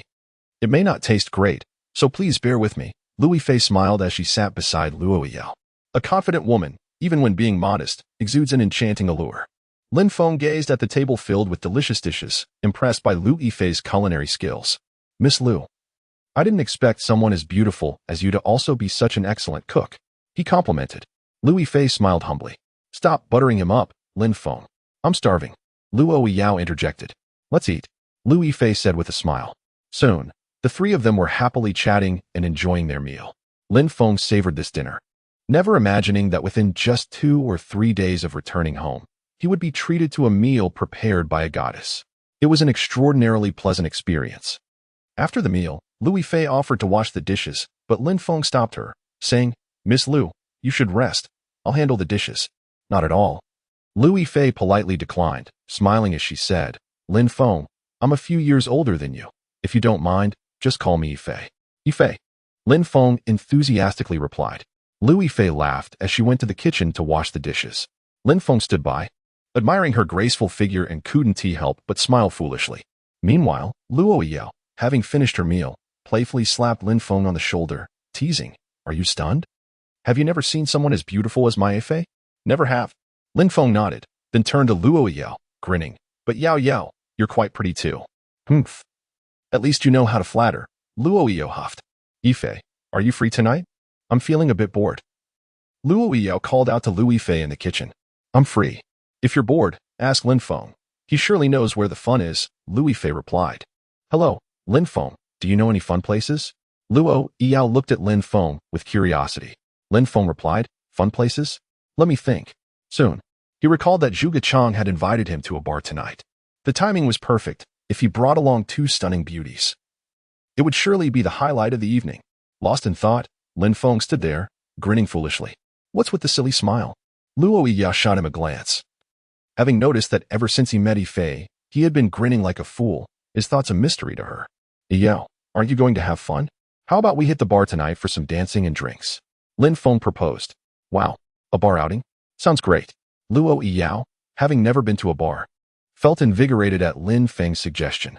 Without waiting for Lu Yifei's response, she declared, I've decided. We're going to the bar tonight. But Yiyao, you haven't even asked Yifei yet, Lin Feng pointed out. Just then, Lu Yifei approached with a smile, saying, It's fine, let's go with Yiyao's decision. Come on, Yifei, let's freshen up. You can help me pick out some clothes, Luo Yiyao said. Pulling Lu Yifei by the hand and turning to Lin Feng, Wait for us a moment. Lin Feng nodded, Make it quick. Got it. The wait for the ladies felt interminably long. After a while, Lin Feng lounged on the sofa, finally squatting on the floor, glancing at his watch and pondering. Why do these beauties have such a poor sense of time? Before long, the sound of high heels echoed through the stairway. Lin Feng, squatting by the door, lifted his head. At first glance, he was spellbound. The first to catch his eye was Luo Yiyao. With a heart-shaped face, eyebrows like willows, a delicate nose, and cherry lips, her black, clear eyes sparkled with an alluring mist, captivating his thoughts. Luo Yiyao wore a white shirt that flowed elegantly with the breeze. Her neck slender and fair, her chest upright, and her flat abdomen accentuated by a tiny waist. She paired it with form-fitting jeans that showcased her perfect curves and alluring legs. Her legs were devoid of any excess flesh, their proportions impeccably balanced, creating an exquisite silhouette. Her figure was devilishly enticing, her beauty ethereal, as if she were a noble daughter stepping out into the world. Adorning her snow-white wrist was a lovely crescent moon bracelet. Adding to her charm, Luo Yiyao's beauty was that of a lotus emerging from the mud, distinct from Mo Xian Tong's icy, executive allure. Her beauty enchanted, yet maintained a sense of distance, effortlessly stunning even in casual attire. Standing beside her was Lu Yifei, who left Lin Feng even more awestruck. Previously clad in a white uniform, she now resembled a model. Tall, with long hair, an oval face, arched brows, phoenix-like eyes, crimson lips, and a delicate nose. She embodied every desirable trait of femininity. Her porcelain-like face gleamed with a subtle sheen, her starry eyes glittering with brilliance, and her lips formed a perfect arch, exuding confidence. She donned a black gown, radiating an air of nobility, sensuality, and maturity. The two stunning beauties rendered Lin Feng utterly mesmerized. Hey, haven't you seen a beautiful woman before? Luo Yiyao laughed as she noticed Lin Feng squatting at the door, nearly burning the tip of the cigarette he held. Lin Feng snapped back to reality, just as he was about to take a puff, only to exclaim, Ouch, the cigarette burned my lips. He quickly discarded the cigarette, awkwardly chuckling as the two enchanting ladies approached him, swallowing hard before speaking. Ladies, are you attending a grand ball tonight with such splendid attire? Lu Yifei replied with a smile. Lin Feng, you're quite the charmer. We aren't that good looking. No way. You both are the most beautiful women I have ever seen. Lin Feng exclaimed. Just stepping out could eclipse 99.9% of women. No? You could surpass them all. Lin Feng, is the bar fun?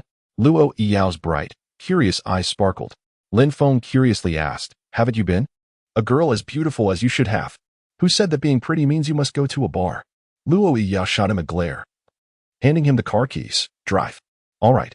Lin Feng accepted the BMW Mini keys with one hand and went to start the car. Soon, the two beauties joined him. It smells so good in here, he remarked, intrigued as he started the engine. Yiyao, what perfume do you use? Luo Yiyao shot him a look that suggested he was unsophisticated, while Lu Yifei chuckled. Lin Feng, you've got it wrong. Yiyao has a natural body fragrance. Really? Lin Feng's eyes widened. A natural scent was a rare treasure. Don't believe me? Come over and see for yourself, Luo Yiyao teased. Sure. Lin Feng eagerly nodded. I think you're getting ahead of yourself. Just drive. Luo Yiyao rolled her eyes. Lin Feng, experiencing the thrill of driving a compact car for the first time, sped along the road. The two ladies, evidently unaccustomed to such a wild ride, were a bit startled. Half an hour later, they arrived at their destination. The two beauties hurriedly exited the car, bending over to retch. Lin Feng playfully twirled the keychain, watching them with curiosity. What's the matter, ladies? Did my driving make you nauseous? Damn you. Lin Feng, I won't ride with you again. Luo Yao shot him a murderous glare, her teeth clenched in frustration. Lin Feng, please drive slower next time, Lu Yifei added, her face pale from the roller coaster experience. Wasn't it exhilarating? Lin Feng countered. Exhilarating my foot. You. Stinky Lin Feng. Luo Yao lightly punched his shoulder, seemingly unsatisfied. We'll have our fun at the bar. You can go entertain yourself. Yifei, let's go. Luo Yao said, pulling Lu Yifei's hand as the two stunning beauties strolled toward the Crown Bar. Hey, wait for me. Lin Feng called out as he hurried after them. Crown Bar, the most luxurious establishment in northern Jianbei City, was filled with beautiful women and handsome men, with countless expensive cars parked outside. It was a favorite haunt for both beauties and wealthy young men, where flirting and socializing occurred around the clock. Rumor had it that the bar's owner had deep connections, operating in both the legal and illegal realms of Jianbei City. As they entered Crown Bar, a few security guards stopped them, saying, "Good evening, ladies. Please present your VIP cards." What? We need a VIP card to enter the bar? Luo Yao asked, her face full of curiosity. Not exactly, ma'am. It's just that tonight, the Crown Bar is at capacity and we aren't accepting regular guests. Only those with VIP cards can enter. The Phoenix's gaze radiated a chilling ferocity, for she was acutely aware that this man was deliberately toying with her. At that moment, she supported herself on one foot while raising the other leg to a height that seemed almost otherworldly, her flawless posture evoking an involuntary admiration. My, your legs are remarkably long, Lin Feng remarked.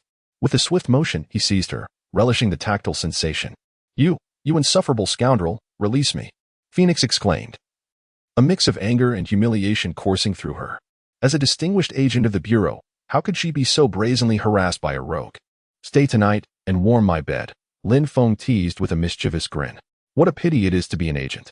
In your dreams, I shall not let you off so easily, Phoenix retorted, her enchanting eyes glinting with frost. With a swift motion, she drew a smoke bomb from her left hand and hurled it to the ground. Bang! In an instant, the air was thick with smoke. How pungent! Lin Feng released her, pinching his nose while waving his hand to disperse the cloud. The smoke soon cleared. She has fled. He murmured upon realizing the absence of the alluring agent, his hands tucked into his pockets. My dear, we shall meet again.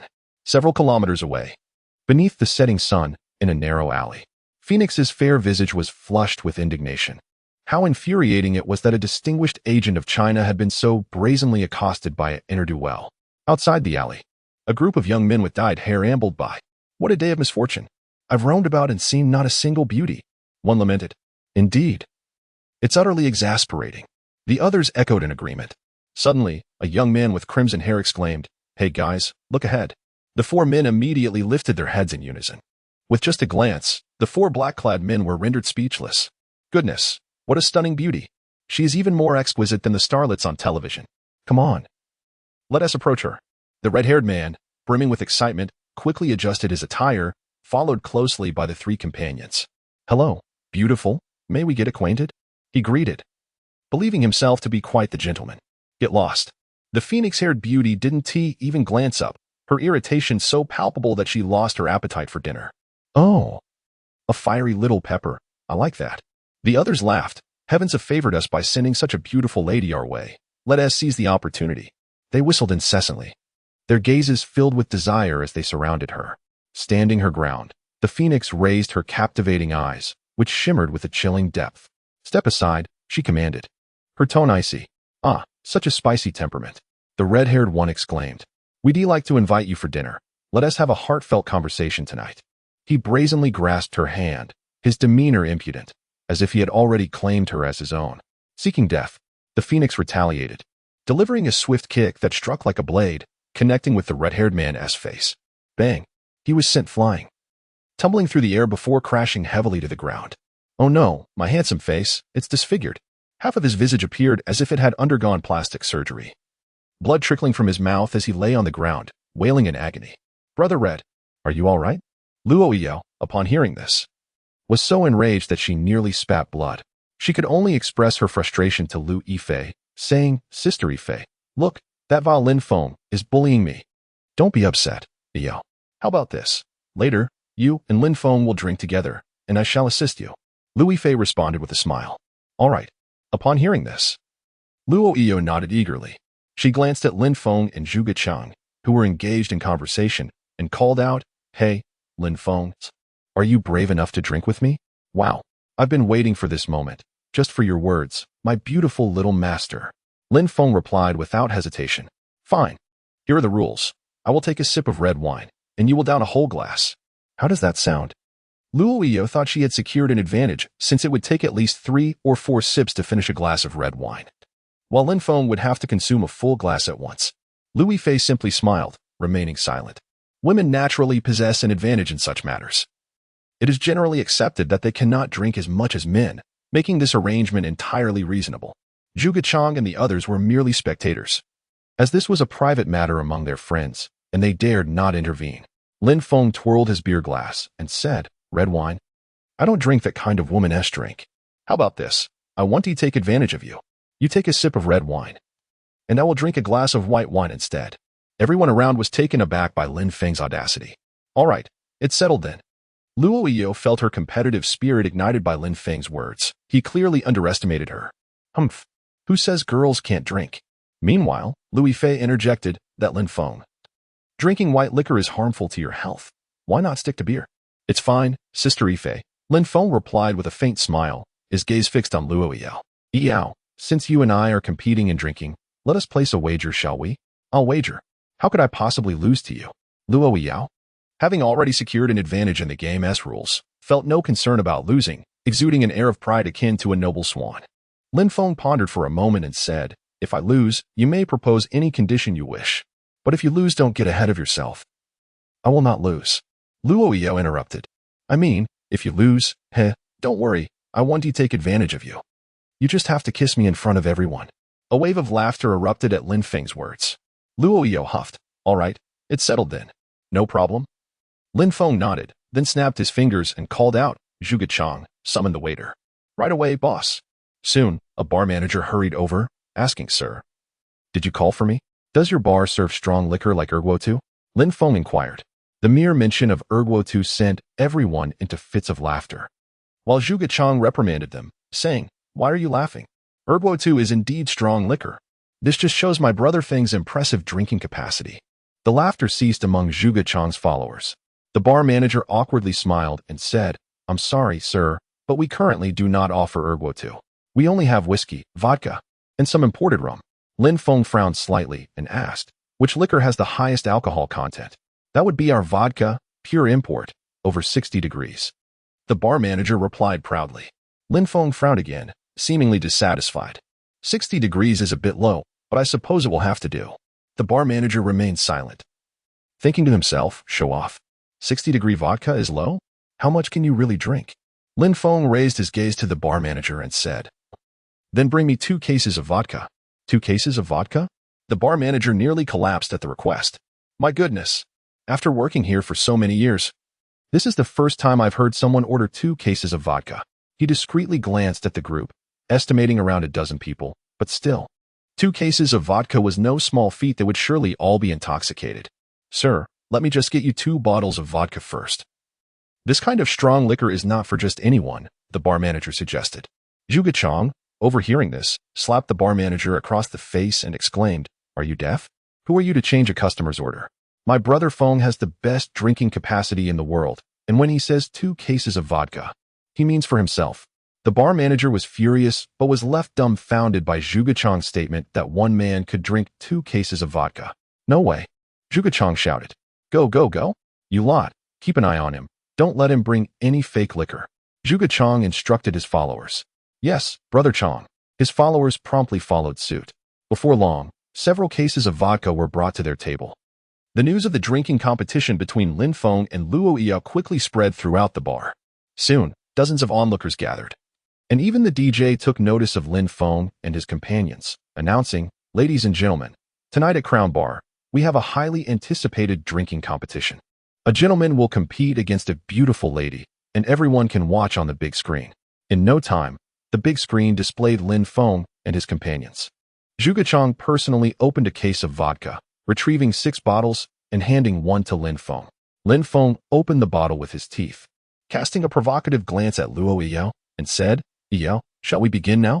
"Humph, don't get too cocky. You'll soon realize my prowess, Luo Yu declared, determined to show Lin Feng that she was not someone to be trifled with. This evening, she would reclaim her dignity and ensure that her friends would no longer address her as sister-in-law. Go, Iyo. Lu Fei encouraged her, clenching her little fist in support. While Lin Feng, let the competition begin. Luo Yao poured herself a glass of red wine and drank a third of it. Observing this, Lin Feng seized a bottle of vodka and began drinking as well. The big screen showcased Lin Feng downing the vodka, prompting a wave of cheers from the crowd. What remarkable drinking capacity! This man is truly impressive. The DJ boomed, ladies and gentlemen, this gentleman is consuming vodka of the highest imported quality, with an alcohol content exceeding 65 degrees. At the DJ's announcement, the crowd fell silent, only to erupt into thunderous applause moments later. Goodness! He finished an entire bottle of vodka at that strength. The astonishment was palpable. In just a few seconds, Lin Feng had emptied a bottle of vodka and, noticing Luo Yao's pale complexion, shook his empty bottle and grinned. Yao, I raise my glass to you with this vodka. You. Luo Yao shot Lin Feng a glare, saying, I'll drink. In an attempt to match Lin Feng, she also finished her glass of red wine. However, by the time Luo Yao finished her glass, Lin Feng had already polished off his second bottle of vodka and was opening a third. I refuse to believe this. Luo Yao thought to herself. There's no way you can drink 2 bottles of vodka and continue. Yet, Lin Feng drank vodka with the ease of consuming white liquor. Before long, he had finished an entire case of vodka, eliciting gasps of astonishment from the crowd. Oh my, is this really vodka and not merely plain water? Brother Feng is invincible. Indeed, Lord Lin is extraordinary. I am utterly impressed. Luo Yao's exquisitely beautiful face is flushed, tinged with a rosy hue from the red wine, rendering her enchanting eyes dreamy and alluring. Her movements have noticeably slowed, perhaps due to intoxication. Gazing at Lin Feng, she declares, I refuse to believe you are not drunk. I shall continue to drink. Lin Feng uncorks a bottle of vodka and downs it as effortlessly as if it were water, finishing it in the blink of an eye. Have you conceded defeat? Lin Feng inquires with a smile. Yao, surrender already. Lin Feng is a formidable drinker. Lu Fei expresses her concern for Luo Yao. Lin Feng's drinking prowess is unparalleled. It is clear that Luo Yao stands no chance. Luo Yao looks at Lin Feng and admits, I shall not drink anymore. I concede. Give in, then. Come, let us share a kiss. Lin Feng tosses the empty bottle aside, which gracefully arcs through the air before landing perfectly in the trash bin. The crowd erupts into a chorus of gasps and cheers. In the bar, numerous women gaze at Lin Feng with admiration. This man is simply too handsome. A kiss is just a kiss. I'm not afraid. Luo Yao rises onto her toes and leans in to kiss Lin Feng. He playfully tilts his head, aligning his lips with hers. Their lips meet, and the room fills with ecstatic screams. Wow, they are kissing. Lin Feng's captivating gaze meets Luo Yao's dreamy, slightly mischievous eyes, and they share a kiss that lasts several seconds before parting. The cheers continue, and the male DJ shouts, let us get wild, and applaud these two. After the kiss, Luo Yao's face reddens even more, as if realizing her folly. She quickly looks down and says to the giggling Lu Fei, Sister Fei, accompany me to the restroom. All right. Lu Fei nods. Lin Feng watches the two women depart, a smile gracing his face as he touches his lips, still lingering with the innocent fragrance of Luo Yao. Brother Feng, you are amazing. I'm in awe, exclaims Zhuge Chang, enchanted by the scene. Lord Lin is impressive. Lord Lin is invincible. Lin Feng, basking in the praise, boasts. When it comes to drinking, I have never feared anyone since the day I was born. Laughter resonates around, yet none dare to refute him. After all, who would challenge a man who can down an entire case of vodka? If you think you can do it, then go ahead. Meanwhile, in a private room on the second floor, smoke fills the air as Chen Fan glares down at Lin Feng from the first floor, his expression dark with seething resentment. His teeth clenched in fury. He had encountered this man earlier in the day and now finds himself face to face with him again. This afternoon, Chen Fan received word that the heir of the Wang family, Wang Ming, had been incapacitated, allegedly by a young man named Lin Feng. Although Chen Fan does not know this man's name, he is convinced it is he. The sight of this fellow drinking with his excessively beautiful girlfriend only exacerbates his irritation. Mr. Chen, are you interested in that young man's woman? A middle-aged man in a suit, with scars adorning his face and an air of insidiousness, asks while puffing on a cigar. Yes, Chen Fan replies succinctly. He indeed has an interest in Luo Yao and, due to Lin Feng, wishes to see this man humiliated. No problem, I will handle this minor task. The middle-aged man snaps his fingers, and shortly after, several men in black appear outside the room. Boss Chi, how may I assist you? One of them asks. Bring that stunning beauty from earlier up here. The man known as Boss Chi instructs nonchalantly. Understood, Boss Chi. His subordinates respond. Mr. Chi, has the person I requested arrived? Chen Fan glances at his watch and inquires. Soon, Boss Chi takes a drag of his cigar and smiles. Adding, however, Mr. Chun, you must temper your expectations. The two experts I arranged for you have quite notable backgrounds. The two brothers have trained in martial arts since childhood and spent 3 years in the Shaolin Temple, honing their skills to a remarkable degree. They are far beyond the capabilities of dozens of ordinary men. Naturally, their appearance fees are exorbitant, and many affluent individuals seek to hire them. Pausing, Boss Chi exhales a smoke ring and states, if it weren't for your standing, Mr. Chun, you might not have had the chance to meet them. Chen Fan smiles. Money is no object. I only value their strength. Their strength is unquestionable, exceeding that of any retired Special Forces soldier, Boss Chi replies. In the bar's restroom, Yao, are you all right? Louis Fei asks with concern as she sees Luo Yao expel some alcohol. I'm fine, Sister Yao. I feel much better now, Luo Yao responds. Having regained her composure, she looks at her reflection in the mirror, her face slightly flushed but undeniably stunning. Do you realize what you just did? Louis Fei inquires. What do you mean? What did I do? Luo Yao asks, curiosity piqued. You kissed Lin Feng mouth to mouth for nearly half a minute. Louis Fei reveals. What? I kissed that scoundrel Lin Feng in front of so many people for half a minute. I'm going crazy. I can't believe I did that. Luo Yu feels as if her world is collapsing. How could she have behaved this way? That was her first kiss, meant for someone she truly cherished. How infuriating. That scoundrel Lin Feng stole it from me. She exclaims. Calm down, don't be too upset. A bet is a bet, Louis Fei chuckles. Moreover, Lin Feng drank just as much. He finished an entire case of vodka. Even if he drank 10 cases, he wouldn't dare kiss me. Luo Yao grows increasingly agitated. Seeing this, Louis Fei suggests, why don't you take a moment to cool off in here? I'll come find you soon. All right, Luo Yao nods.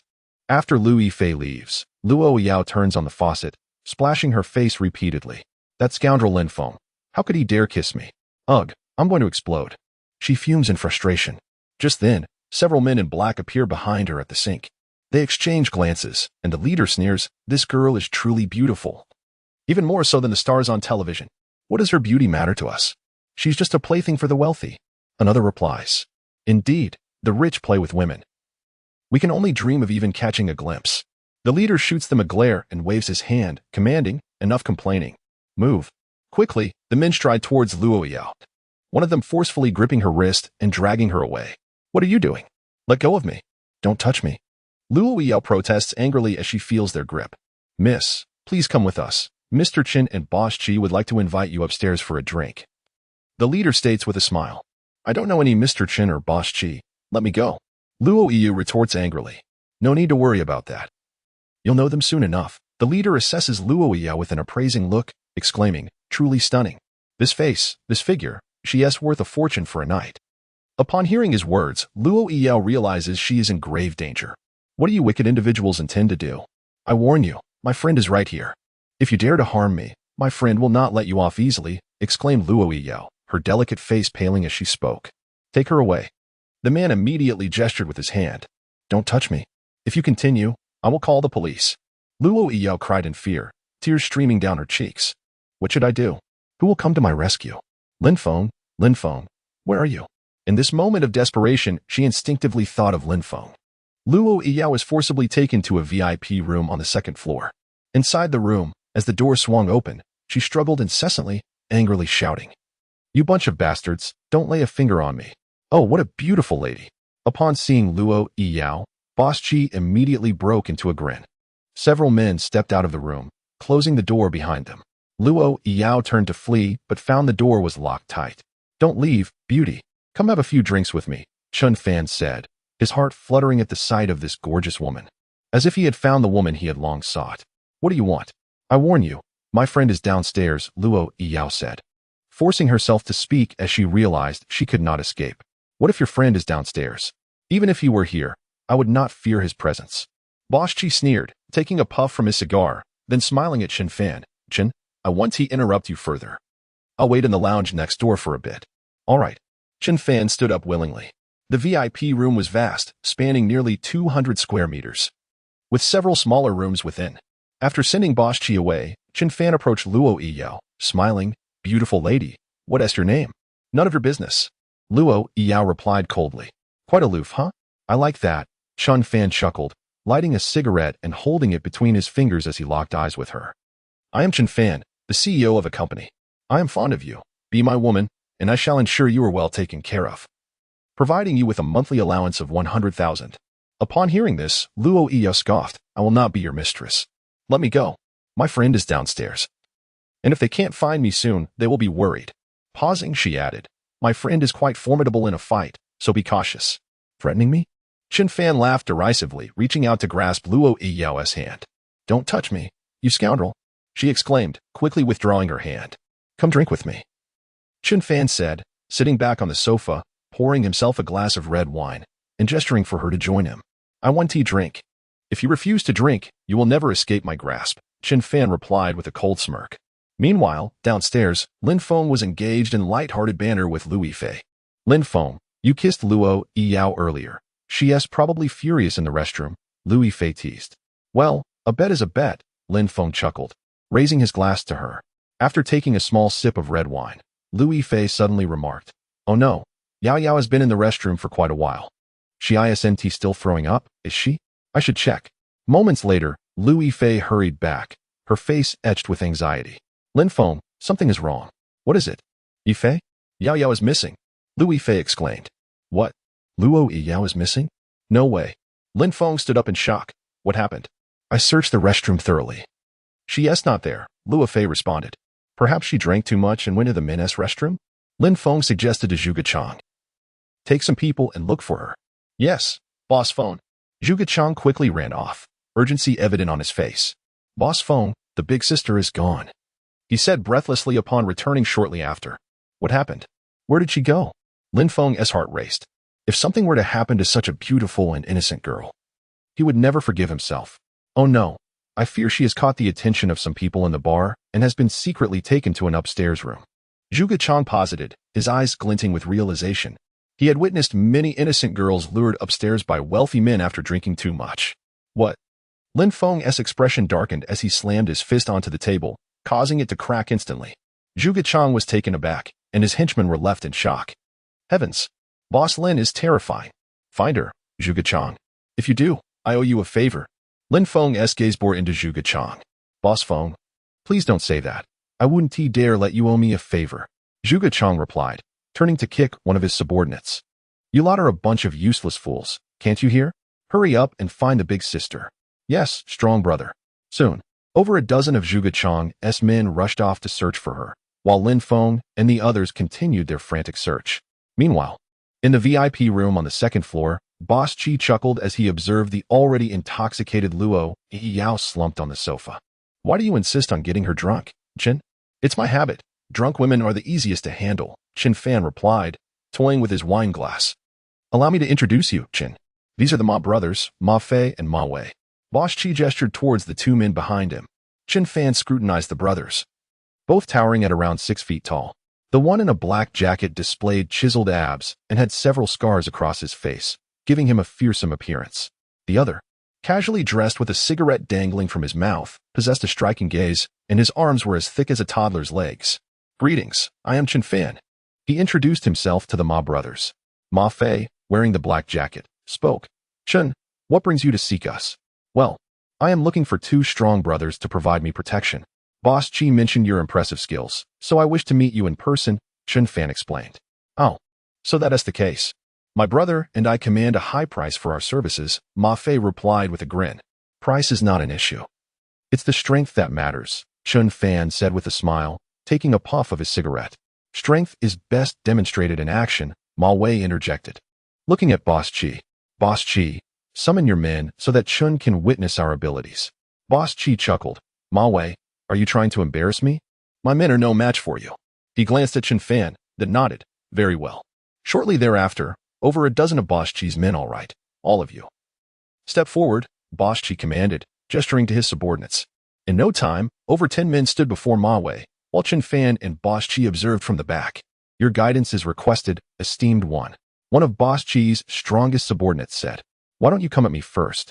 After I unleash a single strike. You will find yourselves on the ground, Ma Wei boasted with an arrogant expression. Humph, such audacity. Instantly, several men charged towards Ma Wei. With a cigarette hanging from his mouth, Ma Wei's eyes gleamed with a sharp intensity as one man approached him. Suddenly, he moved, swift as a rabbit. Bang! His fist landed squarely in the abdomen of one man, who crumpled to the ground, letting out a pained cry, unable to rise again. Truly weak, Ma Wei scoffed, demonstrating his prowess. Bang! Bang! In a matter of moments, 7 or 8 of the men before him lay defeated, leaving only 2 of Boss Chi's subordinates paralyzed with fear. Boss Chi, we are no match for this big brother. I concede. One subordinate stammered, his legs trembling. Trash, Ma Wei spat out his cigarette, hands casually tucked into his pockets. Bravo. Chen Fan clapped, approaching with a smile. Truly, the Ma brothers live up to their reputation. Today, I have witnessed your formidable strength. I'm not that remarkable. My elder brother is even more powerful, Ma Wei replied, glancing at the silent Ma Fei beside him. Chen Fan's gaze shifted to Ma Fei, who suddenly punched the wall of the VIP room, creating a dent. The room fell silent in shock. It was Chen Fan's first time witnessing such power. And he couldn't help but smile, exclaiming, Excellent, excellent. Mr. Chen, let us not beat around the bush. Since we are entrusted by Boss Chi to give you face. The minimum is 1 million per year, Ma Wei declared. Agreed. 1 million per year is fine. Chen Fan nodded without hesitation. I meant 1 million per person. Ma Wei reminded him. What? 1 million per person? That means 2 million a year. Chen Fan winced at the price, but realizing the 2 experts could protect him, he nodded with a smile. All right, 2 million, I agree. Boss, the Ma brothers are truly professionals, they promptly acknowledged. Boss Chi applauded, chuckling, Congratulations, Mr. Chun. On acquiring 2 fierce generals, your career will surely soar. Together, they raised their glasses for a toast. Meanwhile, downstairs, Zhuge Chang reported, Boss, I went to the surveillance room and reviewed the footage.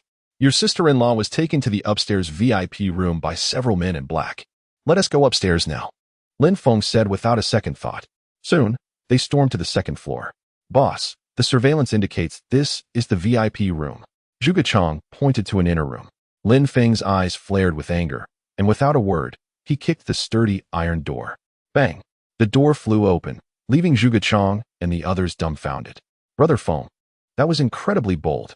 Inside the room, Chun Fan was chatting with Boss Chi when the loud crash drew his attention. He turned to find a young man standing at the doorway. You. Chun Fan recognized him immediately, the man who had posed a threat to him at Dingley International Hotel earlier that day, and was now the boyfriend of the beautiful girl in his VIP room.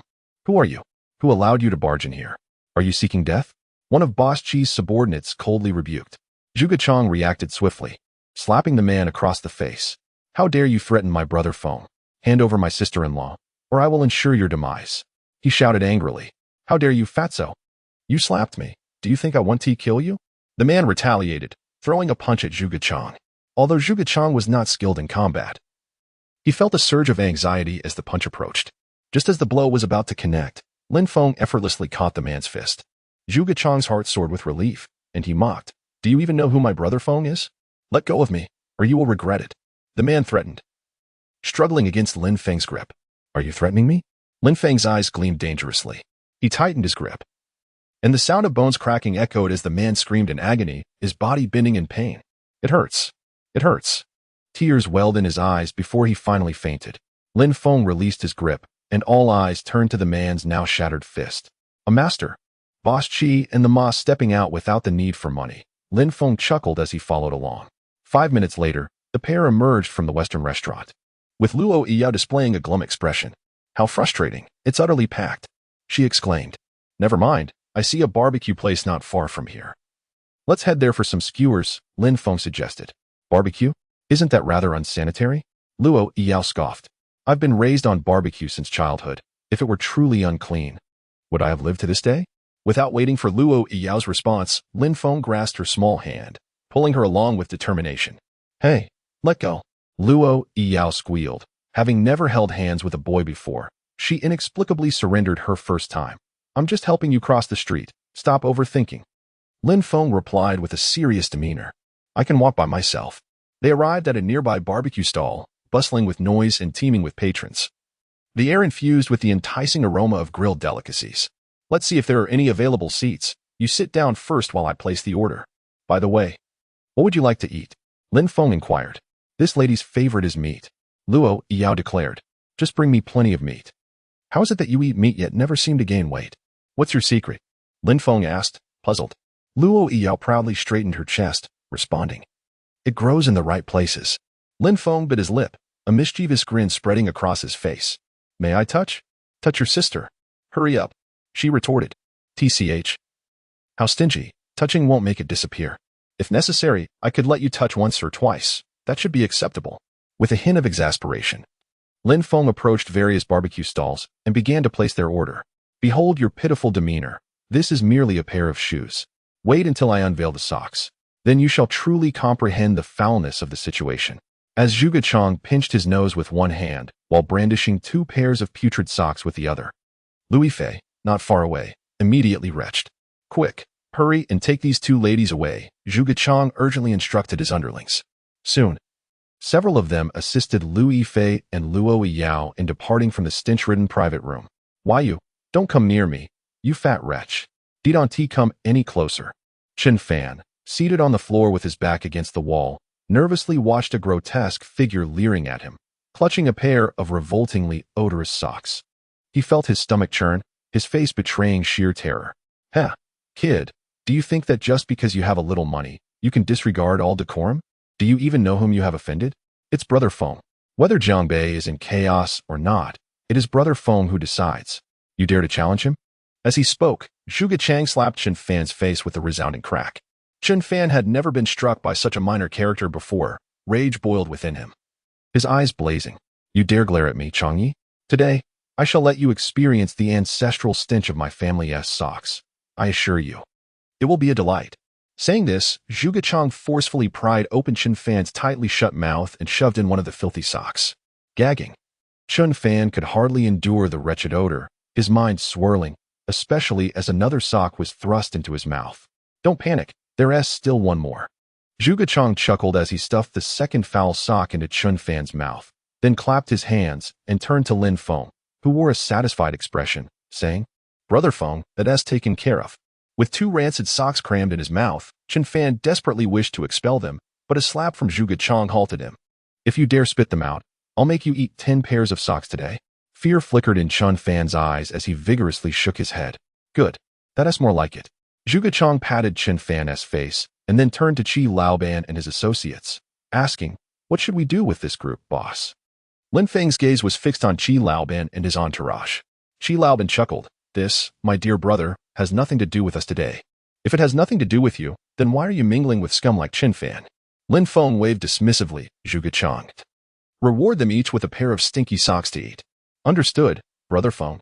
Zhuge Chang's eyes gleamed with excitement, immediately calling his subordinates to remove their socks. However, Qi Laoban's face turned ashen upon hearing Lin Feng's words. He stepped forward, asserting, Sir, it would be wise to show mercy. If you continue to humiliate me, it will spell trouble with the Qi family. When he pronounced the name of his clan, Qi Laoban carried a certain gravitas. Although the Qi family was not among the 10 prominent families in Jiangbei, they wielded considerable influence and had cultivated extensive connections over the years.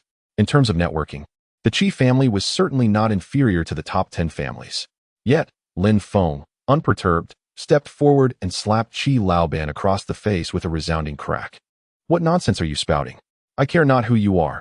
Today, everyone participates.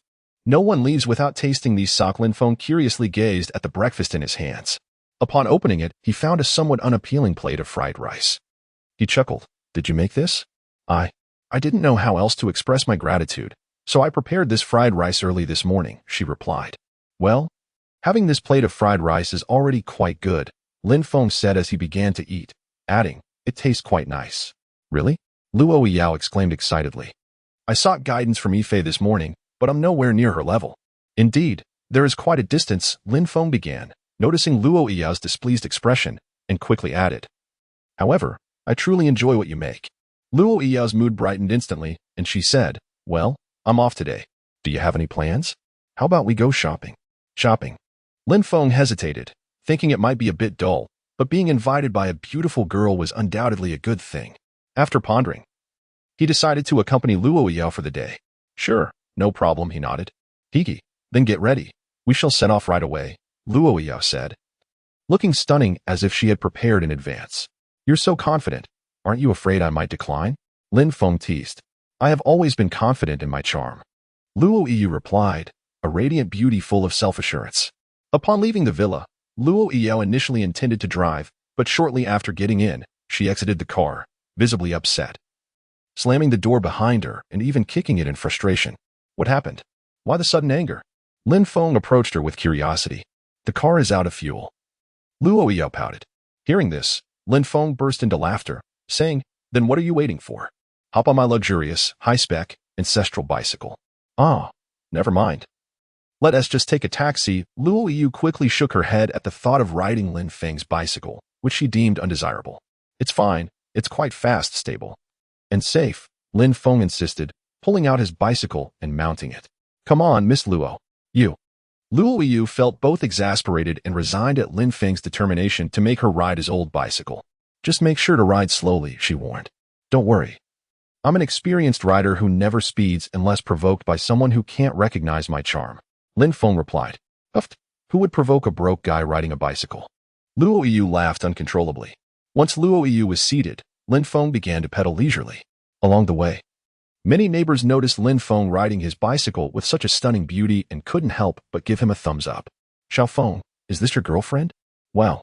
She's truly beautiful, Aunt Li remarked. Hello, Aunt Li, Lin Feng greeted with a smile. Oh, Xiao Feng, impressive. You just returned home and already found such a stunning girlfriend. You truly are the most accomplished young man in our community. Mr. Zhao, holding a birdcage, praised him. Good morning, Mr. Zhao. Oh my, Xiao Feng. Bringing your little wife home? She's incredibly pretty, just like a star from television. When will you have a chubby little boy to share the joy with us? Asked Aunt Zhang next door. Aunt Zhang, we'll have one next year. Make sure to come for the wedding banquet. Lin Feng chuckled. Definitely.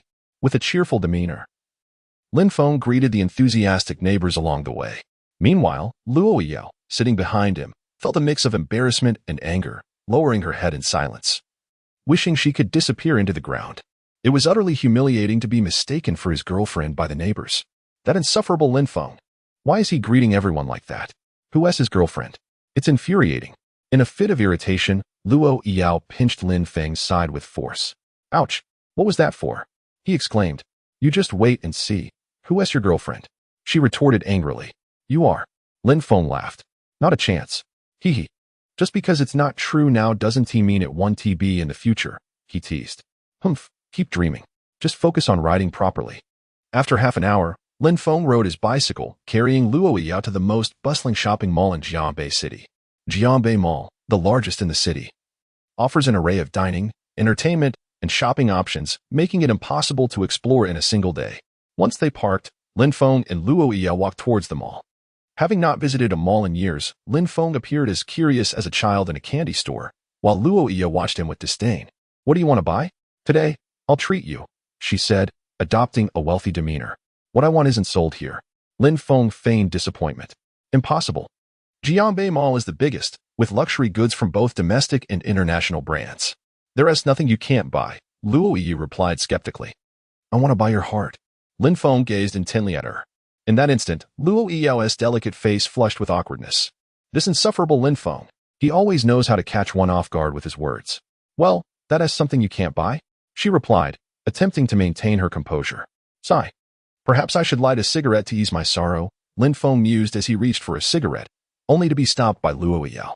You can't smoke in the mall, didn't you know? She shot him a glare. Resigned, Lin Feng put the cigarette down, asking, Then how can I smoke? Unless you own this mall, she casually remarked. All right, if I can't have your heart, how about you buy this mall for me? Lin Feng replied with a mischievous grin. You wish. I'm done talking to you, Luo Yao huffed, rolling her eyes at him and striding ahead. Lin Feng had no choice but to quicken his pace to catch up. As they wandered through the mall, they visited various clothing and cosmetic stores. Though it was supposed to be a shopping spree for Lin Feng, after browsing, Luo Yao found her hands empty, while Lin Feng was burdened with several bags. I say, Miss, can we stop buying? You've already bought all the summer clothes. Lin Feng lamented. Who says I can't buy for next summer? Luo Yi retorted, glancing back at Lin Feng's numerous bags with a hint of embarrassment. Could you carry some for me? No need. I can manage, Lin Feng insisted, unwilling to let her carry his bags. They eventually found a tea shop in the mall and settled down. Sir, I would like an iced cappuccino, please, Luo Yi ordered. Certainly. And for you, sir? The polite server inquired. Just a glass of plain water, with a bit of sugar, please, Lin Feng replied. The server couldn't help but chuckle, while Luo Yi remarked, ignore him. Plain water with sugar is just a drink. Bring him an iced cola instead. Of course, miss. By the way, Lin Feng, why are you staring at me? Luo Yi exclaimed in astonishment. Try it. Lin Feng habitually opened a bottle of wine and handed it to Luo Yi. I don't drink. Luo Yi picked up a skewer of lamb and took a single bite, her expression subtly changing. Oh my, this is delicious. I told you, didn't I? Wow. This is tasty, and that is too. I absolutely adore this place. With both hands occupied with food, she felt as though her petite mouth could hardly keep up. Observing Luo Yi as if she had uncovered a new world, Lin Feng chuckled and began to drink from a bottle of wine alone. Why aren't you eating? Luo Yi, with grease adorning her lips, seemed transformed in the face of such culinary delights, resembling a youthful girl. I'm fine just watching you eat. Lin Feng sipped his beer while admiring the charming figure seated before him. In that moment, he was captivated by her loveliness. Well, I want to hold back then. As soon as she uttered this, Luo Yi locked eyes with Lin Feng and added, you should eat too. It feels odd if you don't. With a smile, Lin Feng picked up a lamb skewer and began to eat. The two engaged in lively conversation, the atmosphere thriving with joy. Just then, four individuals approached from a distance. Their heads adorned with hair dyed in various vibrant colors, red, yellow, blue, and green. It was the four Hair brothers. They appeared as though they had just suffered a beating. Their faces bruised and battered. Those nearby enjoying the barbecue murmured quietly among themselves. The four Hair brothers were somewhat renowned in this area. Their reputation neither excessively grand nor entirely insignificant. Chen Yaji seemed taken aback by Lin Feng's female friend, her horizons evidently broad. With a hint of surprise, she smiled and remarked, this lovely lady is truly well informed. These shoes are indeed Langdans. As she spoke, Chen Yaji extended the shoes towards Lin Feng with both hands. Lin Feng quickly waved his hand, saying, Miss Chen, you are far too generous. I cannot accept this. The pair you have gifted me could purchase thousands of my old slippers. This gift is simply too extravagant. Chen Yaji shook her head and insisted, Sir, this is nothing. You must accept it. Otherwise, I will feel uneasy in my heart. Moved by her words, Lin Feng reluctantly accepted the gift under Chen Yaji's persistent urging. Thank you. No need for thanks. I haven't yet asked your name, Chen Yaji inquired with a smile. Sister, please have a seat, Luo Yi politely suggested. Chen Yaji took a seat, and Lin Feng introduced himself with a smile. My name is Lin Feng. Lin Feng, a lovely name. Here is my number. Feel free to reach out whenever you need. Chen Yaji said, handing Lin Feng a rather simple business card that bore only her name and number, the rest left blank. All right. Lin Feng replied as he accepted the card. Just as Chen Yaji was about to speak, her phone rang, and after a brief conversation, she hung up and said apologetically, I'm sorry, Lin Feng, but I have to leave for a while. No problem, Miss Chen. Take care, Lin Feng said as he stood up. Hee. I'm a few years older than you, so if you don't mind, just call me Chen Jia. Chen Yaji smiled while picking up her bag. Wishing you both a delightful date, she added as she turned to leave. Take care, Chen Jia, Lin Feng waved. Luo Yi blushed, noticing Lin Feng's reluctant gaze lingering on Chen Yaji, and shot him a glare, saying, Lin Feng, you're quite something. Lin Feng chuckled. After finishing their shopping at the mall, Luo Yi generously bought Lin Feng an exquisite suit worth over 10,000. Lin Feng's spirits soared extraordinarily high that day. Later that evening, clad in a sharp black suit and sunglasses, Lin Feng admired his reflection in the mirror, growing more pleased with each glance. I always knew I was handsome, but I never imagined I would look this good now. How will I ever step out again? He mused, indulging in self-praise. Enough of the vanity, will you? Luo Yi's voice interrupted. I have music practice tonight, and will be back late. Do you need me to drop you off? No need, she replied as she quickly left.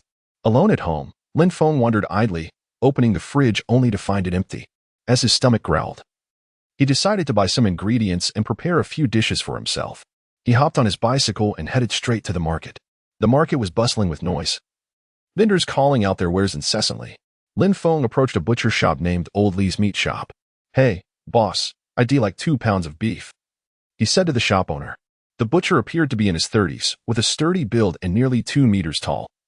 Aptly described as having the physique of a bear, his dark skin and chiseled features bore the marks of time, including a thumb-sized scar on his cheek that lent him a somewhat fierce appearance. However, he walked with a noticeable limp, evoking a sense of sympathy. Such a robust man. Yet he was a cripple. Coming right up. You want 2 pounds of beef, right? The butcher said with a smile. Lin Feng nodded, his gaze fixed on him. Their eyes locked, and for a moment, the air seemed to freeze, time appearing to stand still as they stared at each other for a full half-minute. Suddenly, both their expressions morphed into shock, mouths agape. The butcher, particularly, looked utterly stunned, dropping the knife he held. Master, is that really you? He exclaimed, excitement permeating his voice. Lin Feng, is that really you? Lin Feng's heart raced, disbelief washing over him. Li Tianhu, is that you? Yes, it's me. My goodness. How did you end up here? Li Tianhu, the butcher, exclaimed, his excitement palpable as he rushed over to stand before Lin Feng, utterly astonished. My brother. Lin Feng tossed away his shopping basket and embraced Li Tianhu tightly. The two men held each other with all their might for half a minute before finally releasing their grip. My goodness, when did you return to the country? I can hardly believe I would see you here, Li Tianhu said, his face alight with astonished joy. Lin Feng smiled in response. I just got back, my dear brother. I thought you were dead. It took me half a year to search the entire country for you. You just vanished without a word. Lin Feng playfully punched Li Tianhu's chest, clearly annoyed. Li Tianhu scratched his head, grinning sheepishly. After that mission, I booked a flight back home. He lowered his gaze, unable to meet Lin Feng's eyes. Why? Lin Feng asked, his voice rising. I didn't want to be a burden to you, Li Tianhu replied quietly. You idiot. You are my brother. It's been 3 years, 3 whole years since we last met. Lin Feng exclaimed, his frustration palpable. I thought you had perished abroad. I even had a tombstone made for you. Do you realize your grave was only a few hundred meters from me? I would often go there with a bottle of wine to talk to you. Big brother, I'm sorry, Li Tianhu said, lowering his head, visibly trembling, with tears welling in his eyes. What are you doing now? Selling meat? Lin Feng questioned incredulously. Li Tianhu, are you mocking me? The renowned mercenary of Huaxia, known as the Tiger of 100 Battles, has turned to selling meat. Where do you expect me to place my dignity? Lin Feng chastised him sternly. Boss, please don't scold me. I know what I'm doing is beneath you, but it's the only way I can survive right now, Li Tianhu replied, bowing his head in submission. You must have saved a decent amount of money, right? I recall you earned at least tens of millions of dollars over those 2 years. Lin Feng scrutinized Li Tianhu, his eyes filled with doubt. All that money went towards my sister's medical treatment, Li Tianhu responded. How is Wanner doing now? Lin Feng asked eagerly. Wano has recovered and is currently studying abroad. She is excelling in her studies, Li Tianhu said, pride illuminating his face. His earlier demeanor replaced with confidence. The greatest pride of my life is having a sister like her. Lin Feng sighed, gently patting Li Tianhu on the shoulder. My dear brother, I misunderstood you. Boss, please don't say that. It's my fault, Li Tianhu replied. Shaking his head, Li Tianhu looked at Lin Feng with curiosity. Boss, you must be thriving abroad, right? Although I've been back for 3 years, I've kept track of your news in the shadows. Why did you suddenly return? Lin Feng shook his head. I have my reasons. What reasons? Li Tianhu inquired, intrigued. It's not convenient to discuss right now, Lin Feng said. Then smiled at Li Tianhu. But you, my friend, are truly something else. Come, let us close the shop and go home. I'll treat you to a drink. Li Tianhu grinned, sure. I usually stay open until after 10, but since I've seen you, we brothers must celebrate with a good drink. Lin Feng nodded with a smile. As Li Tianhu prepared to close his stall and return home, a group of thugs approached from a distance. Leading the pack was a rotund man in his 20s, adorned with a large gold chain around his neck, strutting with an air of arrogance, completely dismissive of his surroundings. Behind him, 7 or 8 henchmen shouted at the nearby vendors, demanding attention. What are you looking at? Bear Lord is here. Haven't you seen? Long live Bear Lord. The surrounding vendors recognized the stout man with the gold chain and fearfully acknowledged him. Bear Lord and his entourage swaggered up to Li Tianhu. It's time to collect the protection fee for this month, isn't it? He declared, hands stuffed in his pockets, exuding an air of superiority. Lin Feng, standing nearby, observed the thugs with a mocking smile. Were they truly seeking their demise? Why choose to demand protection money from Li Tianhu, a brother, of all people? Did they not fear the consequences? To Lin Feng's astonishment, Li Tianhu's subsequent actions were utterly unexpected. He approached Bear Lord with exaggerated politeness. rubbing his hands together and bowing his head. Bear Lord, what a surprise. Please, would you care for some tea? Get lost. Don't play games with me. I'm asking you a question. You didn't pay last month's fee, and I'm here to collect it today. I want 2 months' worth of protection money now, Bear Lord retorted arrogantly. Bear Lord, my business hasn't been great lately. Look, a customer has finally come. If you scare him away, how can I pay the protection fee? How about I settle it by the end of the month? Li Tianhu proposed. How about you shut it? I'm telling you, we're here specifically for you today. If you don't pay, you won't be able to operate here any longer. Enough talk. Hand over the money. Bear Lord's henchmen threatened, their words laced with disdain. Li Tianhu, why don't you do something? Lin Feng, infuriated, thought to himself. What had happened to the fierce warrior he once knew? After 3 years, he appeared utterly spineless. As timid as a dog, Li Tianhu forced a smile, lowering his voice. Brothers, I truly have no money today. Please give me some time. Time? What time? Get someone to smash this kid's stall. Bear Lord commanded, and soon, several henchmen brandished baseball bats, ready to wreak havoc. The nearby vendors could only watch helplessly. Their eyes filled with sympathy, yet they dared not intervene. For 3 years, Bear Lord had collected protection fees in this market. Any who failed to pay had faced severe consequences. No one dared to defy him thereafter. Suddenly, Lin Feng stepped forward, addressing Bear Lord. What did you just say? You intend to smash my brother's stall? What did you call me, fatso? You're asking for trouble. And why should I care if I smash your brother's stall? You seem to be looking for a fight, Bear Lord replied, irked by the insult. Hit him. He ordered his henchmen. Bear Lord, wait. He is my friend. Don't hurt him. Li Tianhu interjected, positioning himself protectively in front of Lin Feng. Li, are you looking for death? Step aside, or we'll turn on you too. Bear Lord's henchmen shoved Li Tianhu aside, confronting Lin Feng. Bear Lord, Li Tianhu stammered nervously. In this territory, anyone who dares challenge me will pay dearly. Bear Lord declared with authority. You're asking for trouble, insulting Bear Lord. Do you know who you're dealing with? One henchman sneered, brand 3 years prior. This individual was already a mid-stage practitioner, and it would be reasonable to expect that after 3 years, he would have a 50% chance of advancing to the late stage. Yet, this iron-willed man surprisingly finds himself devoid of strength. Lin Feng quickly interjected. I can heal your limp. With my assistance, you shall surely regain your health. It's futile. I'm truly a waste now, Li Tianhu replied with a bitter smile. Shaking his head. You know my temperament. 3 years ago, I adhered to a principle. If one does not offend me, I will not offend them. However, if someone wrongs me, I will repay in kind. He paused, looking down, and added with a rueful grin. But these past 3 years, the merciless reality has dulled my spirit. Perhaps that's for the best.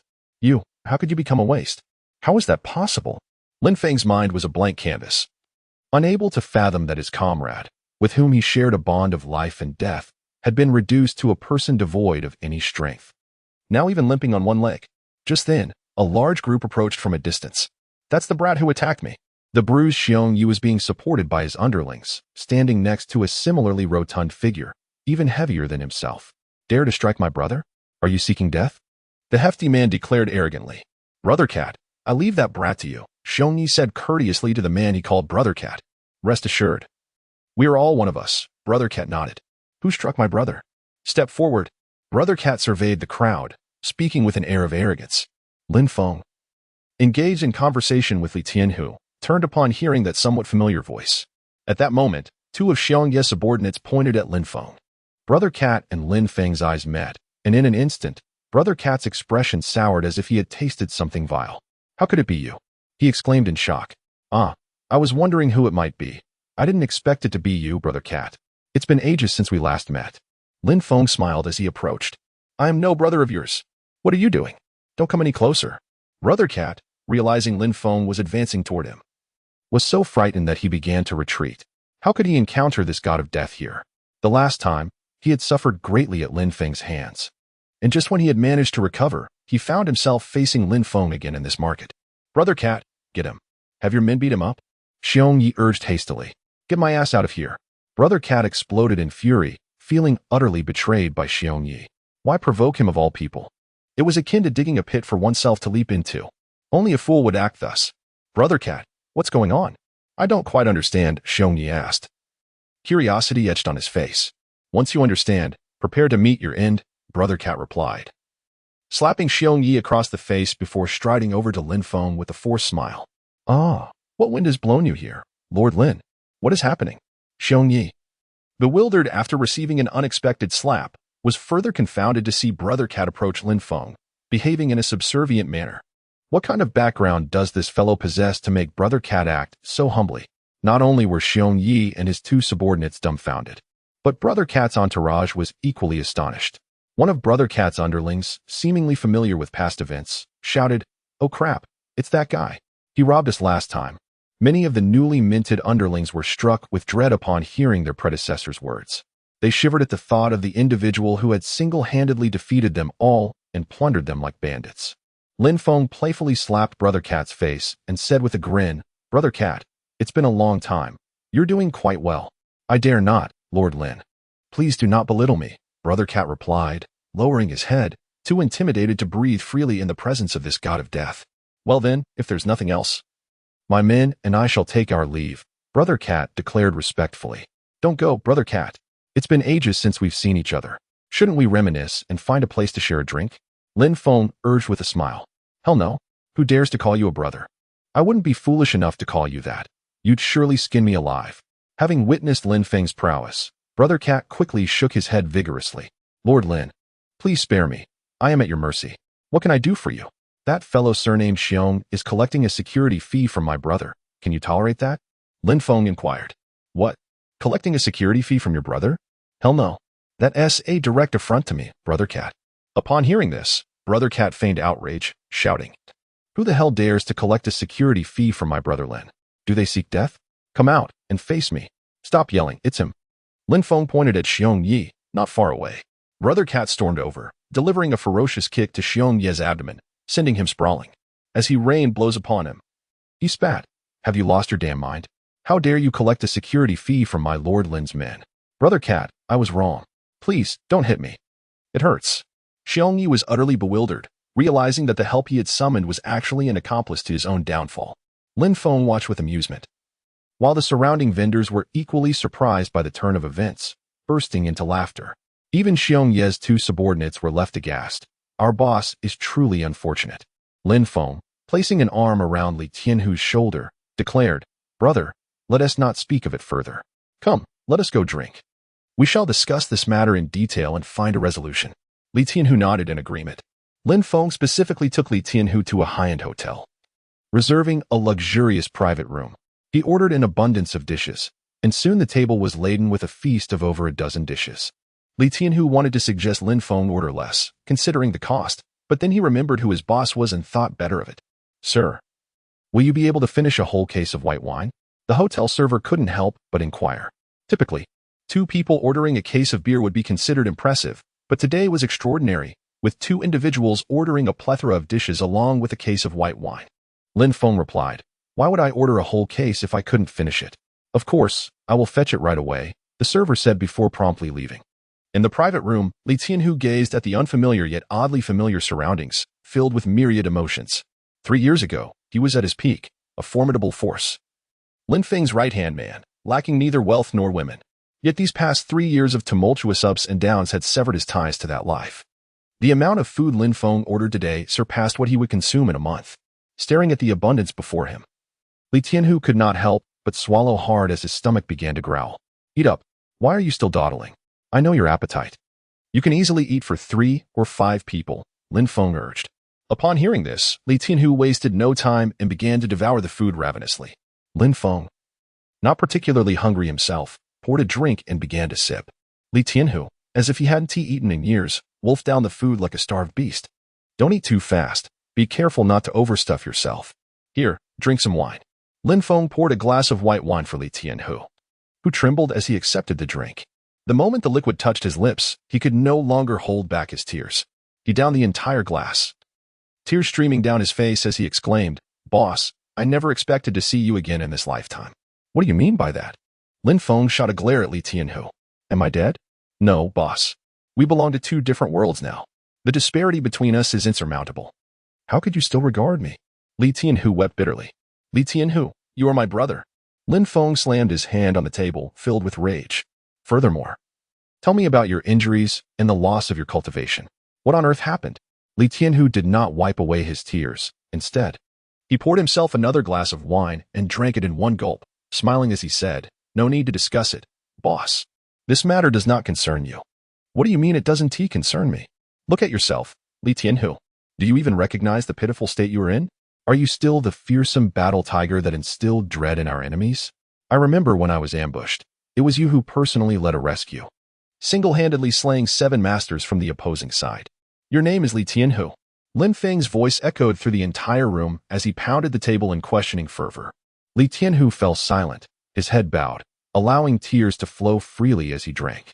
"It's too late to go back, boss. Impossible. I will not allow my brother to live in such a despondent manner for the rest of his life." Lin Feng rose, his gaze fiercely locked onto Li Tianhu. "Tell me, what truly transpired?" "Boss, please don't ask. I beg you not to." Li Tianhu shook his head repeatedly. "Li Tianhu, if you choose to remain silent today, I shall never escape my own destiny." Lin Feng, in a fit of frustration, sat back down and began to drink alone. "Boss, why put yourself through this? What purpose does it serve?" Li Tianhu, hearing Lin Feng's words, felt a bitter taste at the corner of his mouth as he watched Lin Feng drown his sorrows alone. "It's not that I don't want to tell you. I simply cannot." "Oh, you cannot tell me? Then let me ask you, Li Tianhu, do you consider me a brother? Who exactly are these people that have frightened you so?" Lin Feng fixed his sharp gaze upon Li Tianhu. "They are formidable, incredibly strong. Stronger than we ever were at our peak," Li Tianhu replied with a bitter smile. Lin Feng, upon hearing the words, could not help but tighten his grip around the wine glass. He then spoke, enunciating each word with gravity. "Which faction have you offended? Boss, I beg you." "Please don't ask," Li Tianhu replied with a bitter smile. Bang! Lin Feng slammed his palm onto the table, demanding, "I asked you what faction you have offended. Speak." As he uttered this, an overwhelming aura emanated from Lin Feng, causing the temperature in the private room to drop drastically. Perhaps Li Tianhu was stunned by Lin Feng's imposing presence, or perhaps he was moved by the relentless questioning. Finally, he sighed helplessly and confessed, "Boss, it's the Su family from Jiabei." "What is the Su family's background?" Lin Feng inquired, his eyes glinting with a cold light. "Boss, you might not understand. There are many martial artists in Jiabei, and the number of martial families is nearly in the hundreds. Among them, the 10 prominent families stand out as the most powerful, virtually ruling the entire underground world of Jiabei. The Xia family of Jiabei ranks 3rd. Lin Feng coldly asked, "How strong is the Su family?" "Extremely strong, boss. The Su family is not to be trifled with.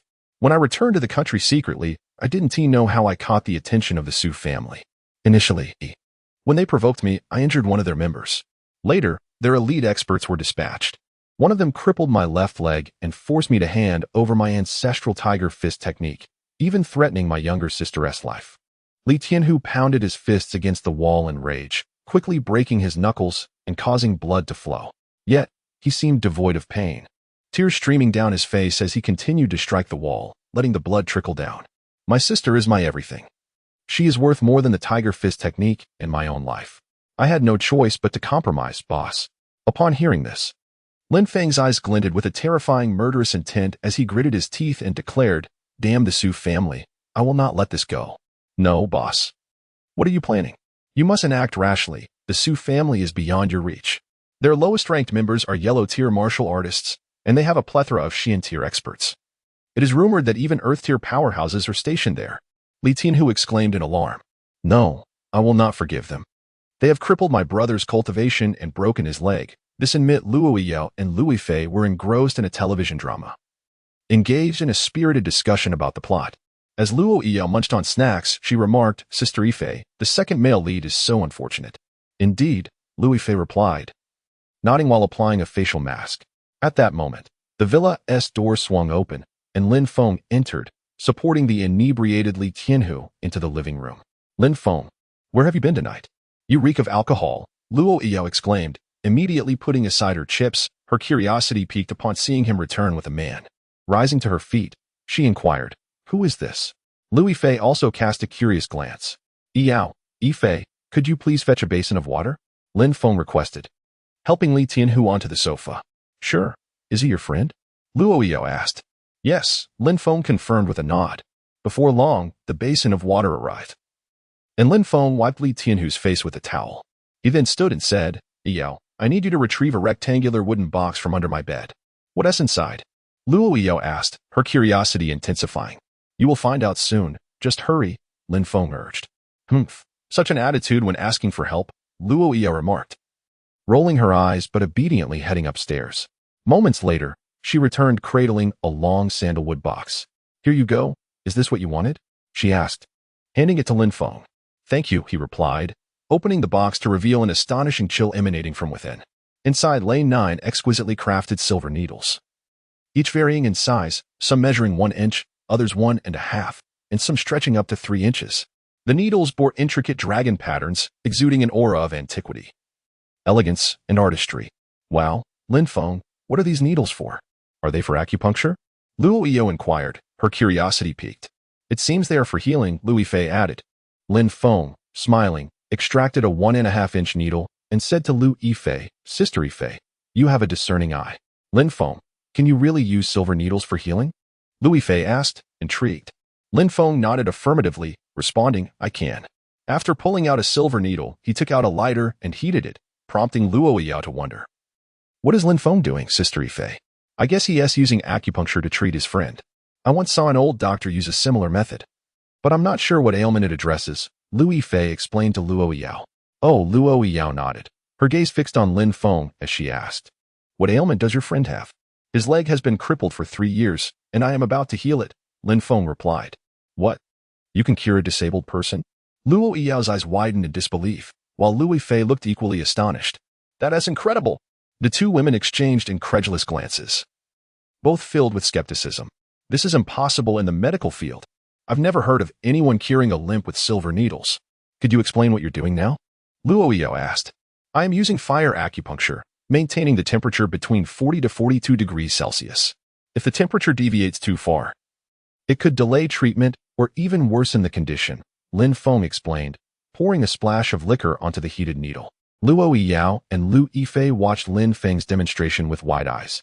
His movements were swift, like lightning, as he inserted the needle into Li Tianhu's leg, twisting it 9 times, pausing briefly, and then twisting it 9 more times, an impressive total of 81 twists.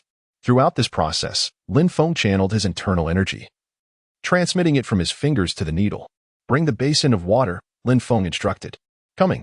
Luo Yi replied, carrying the basin over. As Lin Feng withdrew the needle, a stream of dark blood gushed from Li Tianhu's leg into the basin, swiftly transforming the once clear water into a murky black. What on earth is this? Gasped Luo Yao and Lu Yifei, both taken aback. This is the accumulated bad blood from within him over 3 years, which has obstructed the meridians in his leg, rendering him unable to lift it.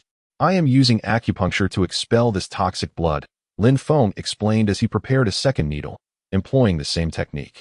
Before long, 5 needles were embedded in Li Tianhu's leg. The drunken Li Tianhu seemed to register the pain, involuntarily vocalizing his discomfort. After laboring for some time, Lin Feng stood up, wiped the sweat from his brow, and smiled. Finally done. We can remove the needles tomorrow morning at 7. Luo Yao and Lu Yifei were captivated by the scene, both feeling the extraordinary nature of Lin Feng's methods, even if they could not fully comprehend them. Lin Feng, can you really cure a limp? Luo Yu still found it hard to believe. Well, whether I can or not, you'll see if he can stand and walk tomorrow. Lin Feng replied with a grin, thinking to himself that curing a limp was trivial. He could even revive a person whose soul had been dragged to the underworld. Impressive. I didn't realize you had such talent, Lin Feng, Luo Yao praised, giving him a thumbs up. Meanwhile, Lu Yifei asked, Lin Feng, you can heal ailments? How come you've never mentioned this before? I can treat any ailment, from minor headaches to serious disabilities and tumors. By the way, do you know what I excel at the most? Lin Feng teased. What is it? Both women asked curiously. I'm particularly skilled at treating gynecological issues for beautiful ladies. Of course, ailments like chest tightness and shortness of breath can be easily alleviated with a massage, Lin Feng chuckled. Initially, the two women did not grasp the full implication of his words, but soon their cheeks flushed crimson. You rogue. Luo Yao shot Lin Feng a glare, taking Lu Yifei's hand and leaving the room. Lin Feng reclined on the sofa, lighting a cigarette and taking a leisurely puff. The next morning, a gentle rain pattered outside, breaking Li Tianhu's slumber. He had a good habit of waking early, rising at 5 each morning to tend to his small business. Had it not been for the previous night's excessive drinking, he would have likely awakened much earlier. As Li Tianhu opened his eyes, He felt an unprecedented sense of comfort in his body. Glancing around in curiosity, he wondered, where am I? Lin Feng, already awake and dressed casually, approached with a smile. Li Tianhu, you're awake. Boss, is this your home? Li Tianhu asked, puzzled. Yes, Lin Feng replied with a grin. I'm sorry for disturbing you last night. Li Tianhu said, feeling sheepish as he instinctively took a step forward, asking, Boss, is there any water?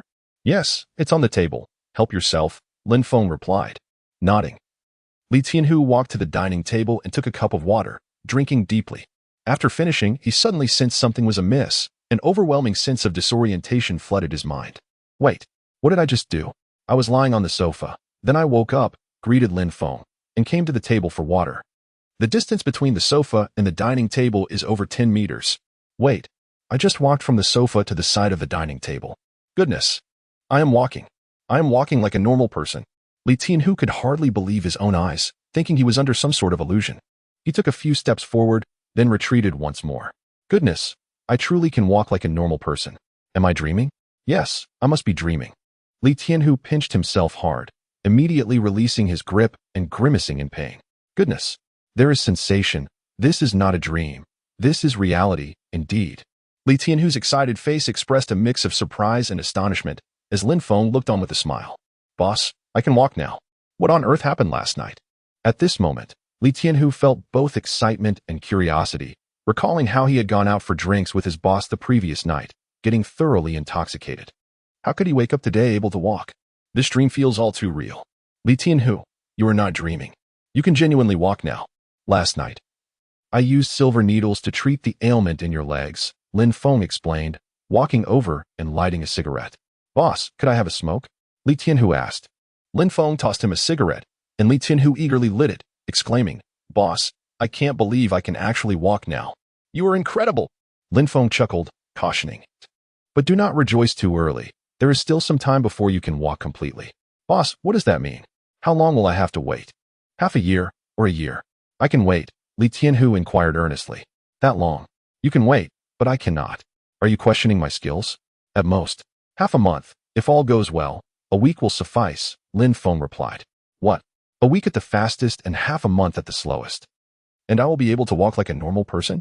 Tears of joy streamed down Li Tianhu's face as he knelt heavily before Lin Feng, saying, Boss, thank you for giving me a second chance at life. Good brother, quickly get up. Lin Feng rushed to assist him. Just then, Luo Yao, dressed in a bathrobe, descended the stairs. Stifling a yawn, she was astonished to see Lin Feng's friend walking and exclaimed in curiosity, Goodness, he is actually walking. Wasn't he a cripple? Boss, is this your girlfriend? Li Tianhu raised his eyes to the beautiful young lady standing on the stairs, astonished. Sort of, Lin Feng replied with a smile. Boss, you were quite fortunate. Li Tianhu secretly gave a thumbs up. Ifei, wake up. Lin Feng's friend can walk now. Luo Yao shouted, turning around. Before long, Lu Yifei, also dressed in pajamas, rushed over, staring in shock at Lin Feng and Li Tianhu, who were conversing animatedly while walking. Lin Feng is simply remarkable. Lu Yifei remarked with her mouth agape. Wow, boss, how come there's another beauty in your house? You are indeed hiding a treasure. No wonder you've chosen to stay here instead of pursuing a bright future abroad. Now I understand. Li Tianhu said as he turned to see Lu Yifei standing beside Luo Yao, his eyes nearly popping out. Stay low-key, Lin Feng humbly advised. Come. Let us greet them, Lin Feng suggested. In this state, I feel embarrassed to face beautiful women, Li Tianhu said, scratching his head. Yao, Yifei, let me introduce you. This is my good brother Li Tianhu, Lin Feng smiled as he introduced them. Hello, brotherly, Luo Yao greeted sweetly. Hello, Lu Yifei nodded with a smile. You are all lovely. I am just a simple man, not good with words, Li Tianhu said with a hearty laugh. The two women exchanged smiles. And Lu Yifei said, Lin Feng, let me make you breakfast. Sure, Lin Feng replied, secretly giving Lu Yifei a thumbs up, as if sensing his gesture. Lu Yifei winked at him before turning away. Lin Feng was utterly captivated by her charm, leaving him momentarily dazed. Did Yifei just wink at me? This is amazing. They enjoyed a delicious breakfast, and afterward, Luo Yao and Lu Yifei both left for work. Boss, you truly have a way with these two beauties. Where did you meet them? A satisfied Li Tianhu asked, having enjoyed a hearty meal. What do you mean by meet? They are my two lovely tenants, Lin Feng replied. Li Tianhu couldn't help but give a thumbs up. Checking the time on his watch, Lin Feng noted it was nearly time to work. Well, old Li, I am off to work now. You rest well and move around as much as possible. In a few days, I will attempt to help you regain your strength. Lin Feng said. All right, boss, I will stay home and keep watch for you, Li Tianhu replied excitedly. Lin Feng rode his bicycle and leisurely made his way to Duophilia. By the time he arrived, it was already 9:30 in the morning. It could be said that Lin Feng was the last to arrive at the company. Whoa, who is that dashing fellow riding a bicycle so stylishly? Someone remarked, seeing Lin Feng with a cigarette dangling from his mouth. Oh my goodness, it's Brother Feng. Zhuge Chang and the others, who had been idly chatting, instantly perked up upon seeing Lin Feng's arrival. Zhuge Chang rushed over, a warm smile on his face, and called out, Brother Feng. Lin Feng parked his bicycle in the car space without bothering to lock it and asked Zhuge Chang, anything happened while I was away yesterday? Nothing much, brother. Although you were absent for a day, it felt like everyone was missing their souls, but thankfully, the company continued operating as usual, Zhuge Chang replied. Lin Feng nodded and greeted the security personnel with a casual good morning. All the guards lined up and shouted in unison, keep up the good work. I have some matters to discuss with the president. With his hands on his hips, Lin Feng strode confidently into the company, observing Lin Feng's departing figure. A group of security guards whispered among themselves, look at the boss's imposing demeanor. He's quite impressive.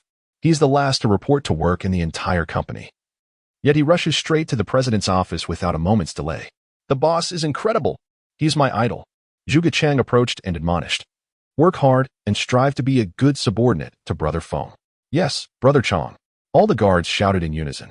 Since Zhuge Chang had established a connection with Lin Feng, his status as a newcomer in the security team had risen dramatically, and he had become the second in command. With his hands clasped behind his back, Lin Feng continued his swaggering entrance into the company. The employees of Duophilia were numerous, particularly the female staff. Lin Feng approached a few attractive women and whistled, saying, Good morning, beautiful ladies. The girls looked at Lin Feng with disdain, dismissing him as a shabby loser daring to flirt with them. They strode past him with their heads held high, resembling proud swans. Noticing their haughty attitude, Lin Feng smirked and remarked, Do you all really think you're so beautiful that you can look down on me? I am, after all, the future son-in-law of this company. Lin Feng took the elevator to the president's office. As usual, he did not knock, but rather lounged onto the sofa as if he were returning home, lighting a cigarette. Mr. Mo, do you think our submitted proposal is acceptable? A few timid young employees, heads bowed, stood before the imposing desk of Mo Shintong. One man timidly inquired. Unacceptable, Mo Shintong replied coldly. Please, Ms. Mo. Grant us another chance, pleaded one of the young men. Yes, Ms. Mo, we just graduated from university. Please give us this opportunity. A girl gazed at the lofty Mo Shintong with pleading eyes. Mo Shintong, arms crossed, surveyed the young employees with a neutral expression and said, This is your final opportunity. Thank you, Ms. Mo, thank you. The young employees were suddenly overjoyed. You may leave, Mo Shintong said indifferently. Just then, Lin Feng approached. Hey, beautiful lady, you seem busy. Lin Feng said with a smile. The young employees, still lingering by the door, turned in shock at someone daring to call Mo Shintong beautiful lady. Who is this guy? Is he perhaps the president's boyfriend? But he is clearly dressed in a security uniform. They exchanged glances, each revealing their astonishment. Upon seeing Lin Feng, Mo Shintong felt a headache coming on. What are you doing here? Didn't I tell you to stay home and behave? I missed you. It was too boring at home, so I thought I'd come by the company for a bit and check on you. Lin Feng replied with a grin. The young employees stood dumbfounded, their expressions filled with disbelief. Good heavens! Who is this young man? Mo Shintong, feeling both annoyed and embarrassed, retorted, What are you babbling about? If anyone hears you, I want to let you off easily. What is there to fear? I, Lin Feng, am always straightforward in my dealings. You're infuriating. She shot back, glaring at him. What do you want? I was hoping to borrow some money from you, Lin Feng said, rubbing his hands awkwardly. Borrow money from me? Mo Shintong was taken aback. It was indeed a rare occurrence for him to ask her for financial assistance. What do you need the money for? She inquired curiously. My brother is ill and requires treatment, which costs quite a bit, Lin Feng candidly explained. He needed the money to treat Li Tianhu's illness. Restoring Li Tianhu to his former glory was beyond what an ordinary person could imagine. Even with Lin Feng's remarkable medical skills, he needed to spend a significant amount on various precious medicinal materials. The sum required was no small amount. To treat your brother, huh? How much do you need? Mo Xintong asked. Her curiosity piqued, but not unwilling to lend him the money. Although Lin Feng was somewhat unreliable in his actions, he never faltered in critical moments. And she trusted his character. Lin Feng pondered before replying, at least 1 million. 1 million? It seems your friend's condition is quite serious. I know a renowned doctor. Would you like me to recommend him? I'll cover the medical expenses, Mo Xintong offered, deducing from the amount that Lin Feng's brother was in dire condition. Lin Feng felt deeply touched. He had mentioned needing 1 million, yet Mo Xintong offered to pay for the medical fees and even suggested a renowned doctor. No need. I can handle the treatment myself. I just lack the funds for the medicinal materials, he quickly declined. All right, let me write you a note. You can collect 1 million from finance later, Mo Xintong said, picking up her Parker pen and swiftly writing a note before signing her name. Thank you, beautiful. Lin Feng replied gratefully, feeling moved by her generosity. Mo Xintong, holding the note, looked at Lin Feng and suddenly smiled, saying, however, Lin Feng, if I lend you this 1 million, you must agree to one condition. Sure, Lin Feng nodded. You need to be my bodyguard. Let me think for how long. A year is too long. Let us make it half a year. No problem. I'll be at your service, Lin Feng replied eagerly. Being a bodyguard for someone as admirable as Mo Xintong thrilled him. He would gladly accept even a decade or a lifetime of such service. Deal. Mo Xintong handed him the note. Thanks, Xintong. Lin Feng smiled in response. Hearing him call her by her first name made Mo Xintong blush slightly. At the company. Just call me Ms. Mo to avoid misunderstandings. Of course, Xintong. Oh, I mean, Ms. Mo. Lin Feng took the note and quickly turned to leave. As he walked away, Mo Xintong crossed her arms and smiled, her eyes reflecting admiration. I didn't expect this guy to be quite loyal. Lin Feng, in the finance office, bewildered the manager by withdrawing 1 million in cash before leaving. The finance manager stared in shock, muttering to himself, no way. A security guard borrowing 1 million from the president? Unbelievable.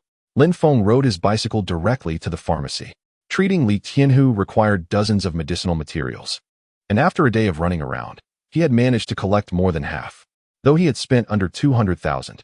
The remaining 3 types of medicinal materials were particularly expensive, likely exceeding the cost of the previous dozens combined. These 3 materials, bitter luo flower, ice fairy grass, and Indian snake dan, were invaluable and scarce. Lin Feng scoured dozens of pharmacies that afternoon, yet he found nothing, leaving him in great distress. Ordinary pharmacies simply didn't stock them. Damn it, where on earth can I find these 3 materials? Lin Feng was plagued by an excruciating headache, and he was only missing 3 crucial medicinal herbs to heal Li Tianhu. Once Li Tianhu's health was restored, he would become a formidable ally for Lin Feng.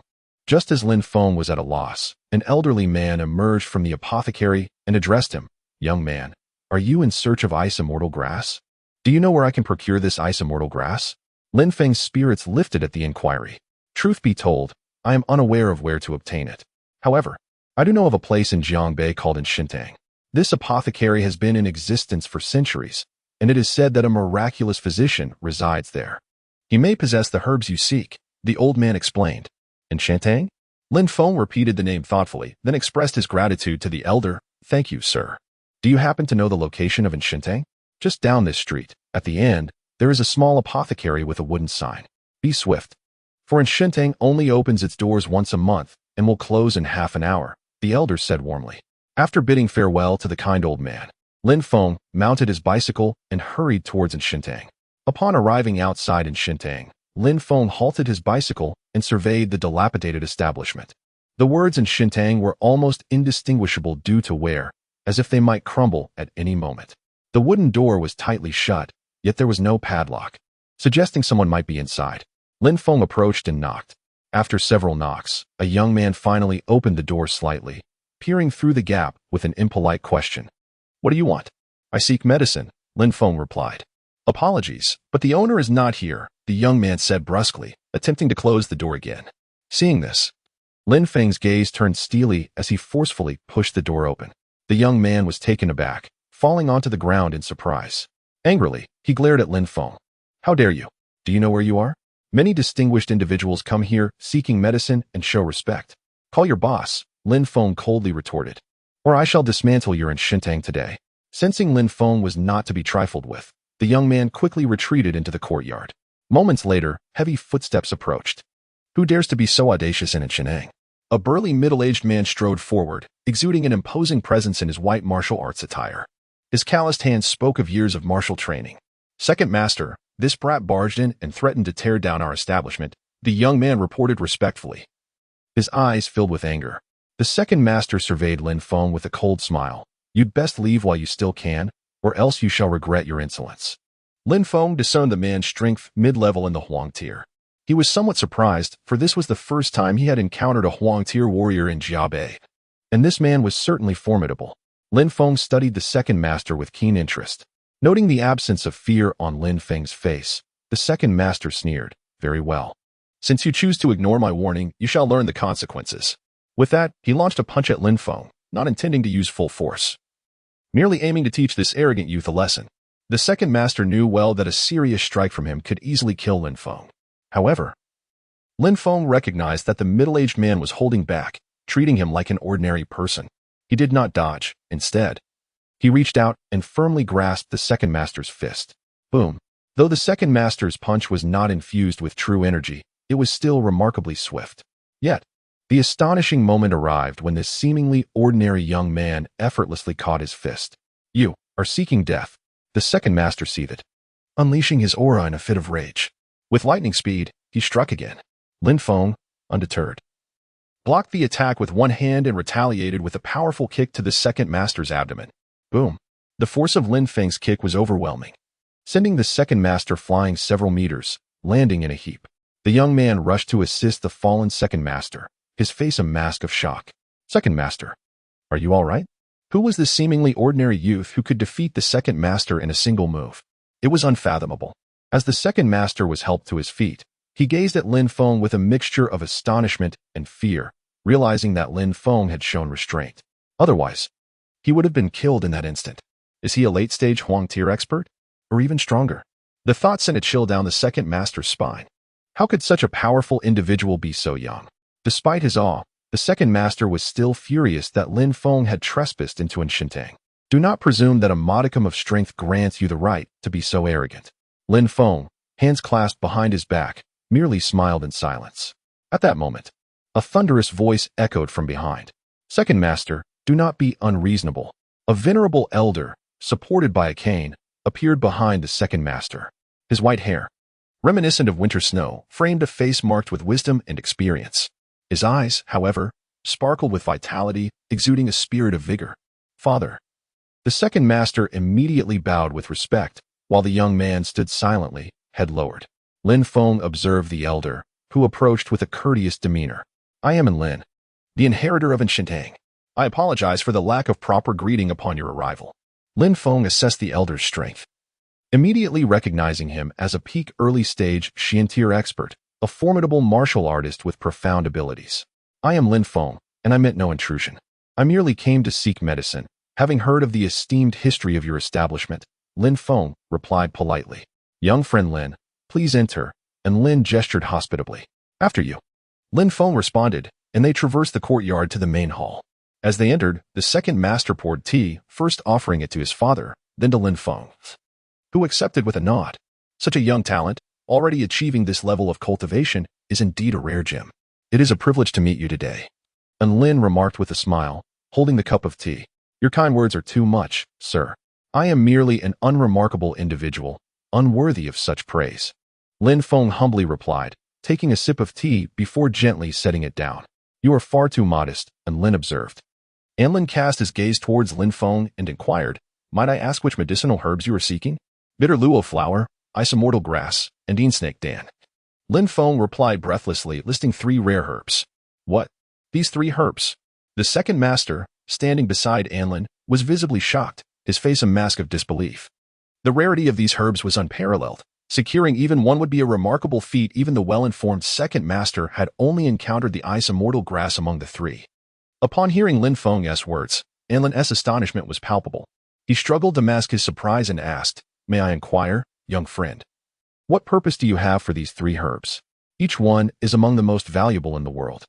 It is unlikely that even prestigious families can procure them all at once, let alone my humble Anshan hall."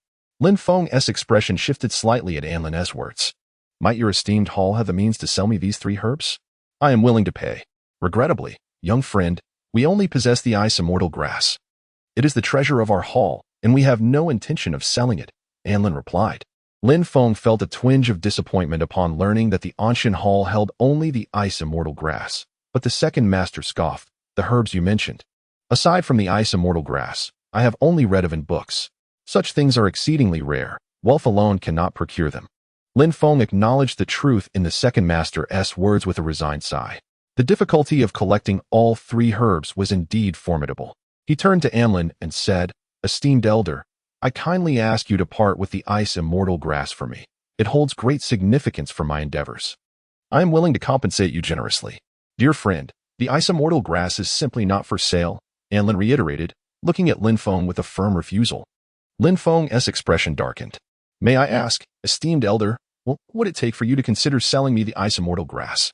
It has always been the prized treasure of Anshan Hall and will not be easily relinquished, Anlin replied. Seeing Lin Feng's earnest gaze, Anlin continued, however. If you are truly intent on acquiring it, I am not entirely opposed to selling. Father, the ice immortal grass cannot be sold. The second master interjected, alarmed by his father's apparent willingness to part with the herb. Please, dear elder, speak plainly, Lin Feng urged. I wish for you to agree to one request of mine. Anlin stated. Very well, speak your request, Lin Feng replied. In the event that Anshan Hall encounters great peril in the future, I hope you will come to our aid once more, Anlin articulated. Agreed. Lin Feng nodded without hesitation. Excellent, young friend. Old heir. Go to the storeroom and retrieve the ice immortal grass. I will gift it to our friend here in the spirit of goodwill, Anlin instructed the second master. What? Father? You intend not only to sell the ice immortal grass, but to give it away for free? I cannot accept this. The second master protested vehemently. Do you dare disregard my words? Anlin glared, a hint of anger in his eyes. Father. The second master was visibly anxious. Go now, Anlin commanded. Very well, father. The second master acquiesced reluctantly, leaving the parlor. Before long, the second master returned with a sandalwood box, casting a lingering glance at it before reluctantly presenting it to Lin Feng. This is the ice immortal grass, the treasure of Anshan Hall, he said brusquely. Lin Feng graciously accepted the box, opening it gently. A peculiar fragrance wafted forth, and within the box lay a slender, snow-white herb, reminiscent of a small lingji, but considerably more delicate. Indeed, it is the ice immortal grass, Lin Feng exclaimed, joy illuminating his eyes. He closed the box and expressed his gratitude. Thank you, esteemed elder. Anlin nodded slightly. Lin Feng then inquired, might you have any leads on the other two herbs? The other two herbs, bitter luo flower and een snake dan, are even more precious. I have only seen een snake dan once, and I have never encountered bitter luo flower in my life, Anlin replied, shaking his head. Do you have no leads at all? Lin Feng asked, a note of anxiety creeping into his voice. Well, I do have some connections that could potentially procure een snake dan, but as for bitter luo flower, it is an exceedingly rare treasure. If you wish to find it, it will depend solely on your fortunes, Anlin explained. Upon hearing that Anlin might be able to acquire een snake dan, Lin Feng's excitement was palpable. Then I thank you in advance, esteemed elder. Return in a week, Anlin instructed. Farewell. Lin Feng bowed respectfully. Anlin and the second master escorted Lin Feng to the door, as he rode away on his bicycle. The father and son stood in silence, contemplating the encounter. Father, what is your true intention behind all this? The second master asked, perplexed. Aming, you do not understand. This young man, despite his youth, has cultivated to a level that even I cannot fathom. He is beyond measure. Such a young powerhouse is rarely found. And now he seeks our assistance. How could I refuse? If he keeps his word, I can guarantee that Anshan Hall will endure for another century after I am gone. Anlin explained. Father, your foresight is remarkable. I have been short-sighted, Aming admitted, lowering his head. Lin Feng was in high spirits, feeling accomplished as he leisurely pedaled towards home. Meanwhile, at Lin Feng's residence, within the villa, Li Tianhu lay resting on the sofa when the door was suddenly flung open. Who was there? Li Tianhu awoke, only to see two menacing figures approach him. The two men glared at him coldly, asking, is this the home of that scoundrel Lin Feng? Who are you? Li Tianhu stood, meeting their gaze defiantly.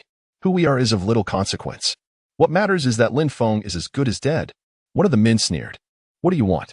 Li Tianhu limped towards the two intruders. Noticing Li Tianhu's limp, one of the men chuckled darkly, a cripple. Huh? Hurry up and call out Lin Feng, or I'll kill you today. Lin Feng is not here. Please leave at once, Li Tianhu replied coldly. Just because you say he is not here doesn't mean he isn't. You're asking for death. The man with a pockmarked face kicked Li Tianhu hard in the abdomen. Why the police are exceptionally busy, especially since their shifts have ended. We shall refrain from burdening them further. Rest assured, you may simply observe from the sidelines. Lin Feng rose, unperturbed. Boy, do you dare to take your grandfather's punch? A burly thug swung his fist towards Lin Feng. With a deft sidestep, Lin Feng effortlessly evaded the blow. As the thug prepared to turn and continue his assault, suddenly, bang! Before he could comprehend the situation, his forehead met the ground, and he fell into unconsciousness without uttering a single cry. How impressive! Exclaimed Luo Yao, her beautiful eyes wide with astonishment. She had only witnessed Lin Feng brush past the thug, and all she could discern was the thug's forehead kissing the floor. This fellow possesses some skill. Everyone, exercise caution. A few thugs, observing the scene, decided to take the matter seriously and huddled together. Come forth. Allow me to demonstrate how to properly engage in combat. Lin Feng directed his finger at one of the thugs. Prepare to die. The thug charged at Lin Feng. Wait. Lin Feng suddenly called out, drawing the attention of everyone present. As the thug advanced towards him, he paused, bewildered. His foot felt slightly itchy. Lin Feng, seated comfortably, removed one of his flip-flops and vigorously rubbed his toes. Good grief, are you here to entertain us? The thug closest to Lin Feng, feeling an unprecedented humiliation, charged at him. Are you truly prepared to fight? You might regret this. Lin Feng brandished a flip-flop, ready to take on all challengers. What on earth is this guy planning to do? Engaged in an unconventional brawl wielding a flip-flop, Lin Feng found himself the center of attention as an ever-growing crowd of onlookers gathered around, captivated by the spectacle. You brat, perish! Shouted the raucous figure known as Xiao Haizi. Go back and wail to your mother. With a swift motion, Lin Feng's flip-flop struck Xiao Haizi's face, leaving a distinct imprint of the soul upon his left cheek. Staggering in bewilderment, Xiao Haizi spun around thrice before collapsing onto the ground. Xiao Wang, are you all right? What happened to you, Xiao Wang? The surrounding friends of Xiao Haizi exclaimed in alarm upon witnessing their comrade's unexpected downfall. What are you yelling about? I merely administered a foot massage. He'll be back to his senses shortly, Lin Feng declared with a genuine smile. Who else desires a massage? 100 per session. No haggling, and absolutely no credit. The spectators chuckled, some raising their phones in anticipation of capturing the unfolding drama. What a bunch of useless fools. Charge at him. Fat Cat bellowed, his words tumbling out in a fit of rage. Brothers, let's swarm him and finish this brat. In a frenzy, over 20 figures rushed towards Lin Feng. Undeterred, he wielded his flip-flop with fervor, delivering a flurry of strikes. Smack, smack, smack. 100, 200, 500, 800, 1003, 1006. 1009, 2002, 2003. Is that all? Lin Feng observed Li Tianhu devouring the fried rice with a smile and remarked, by the way, boss, the two individuals you dealt with yesterday, the forces behind them surely won't let us off so easily, will they? Li Tianhu replied, of course. If they let me go so easily, I would have little respect for that so-called Wang family. With a cold laugh, Lin Feng's eyes shimmered with a murderous intent as he declared, however, should they dare to come, one I shall kill, two I shall slay. Heh.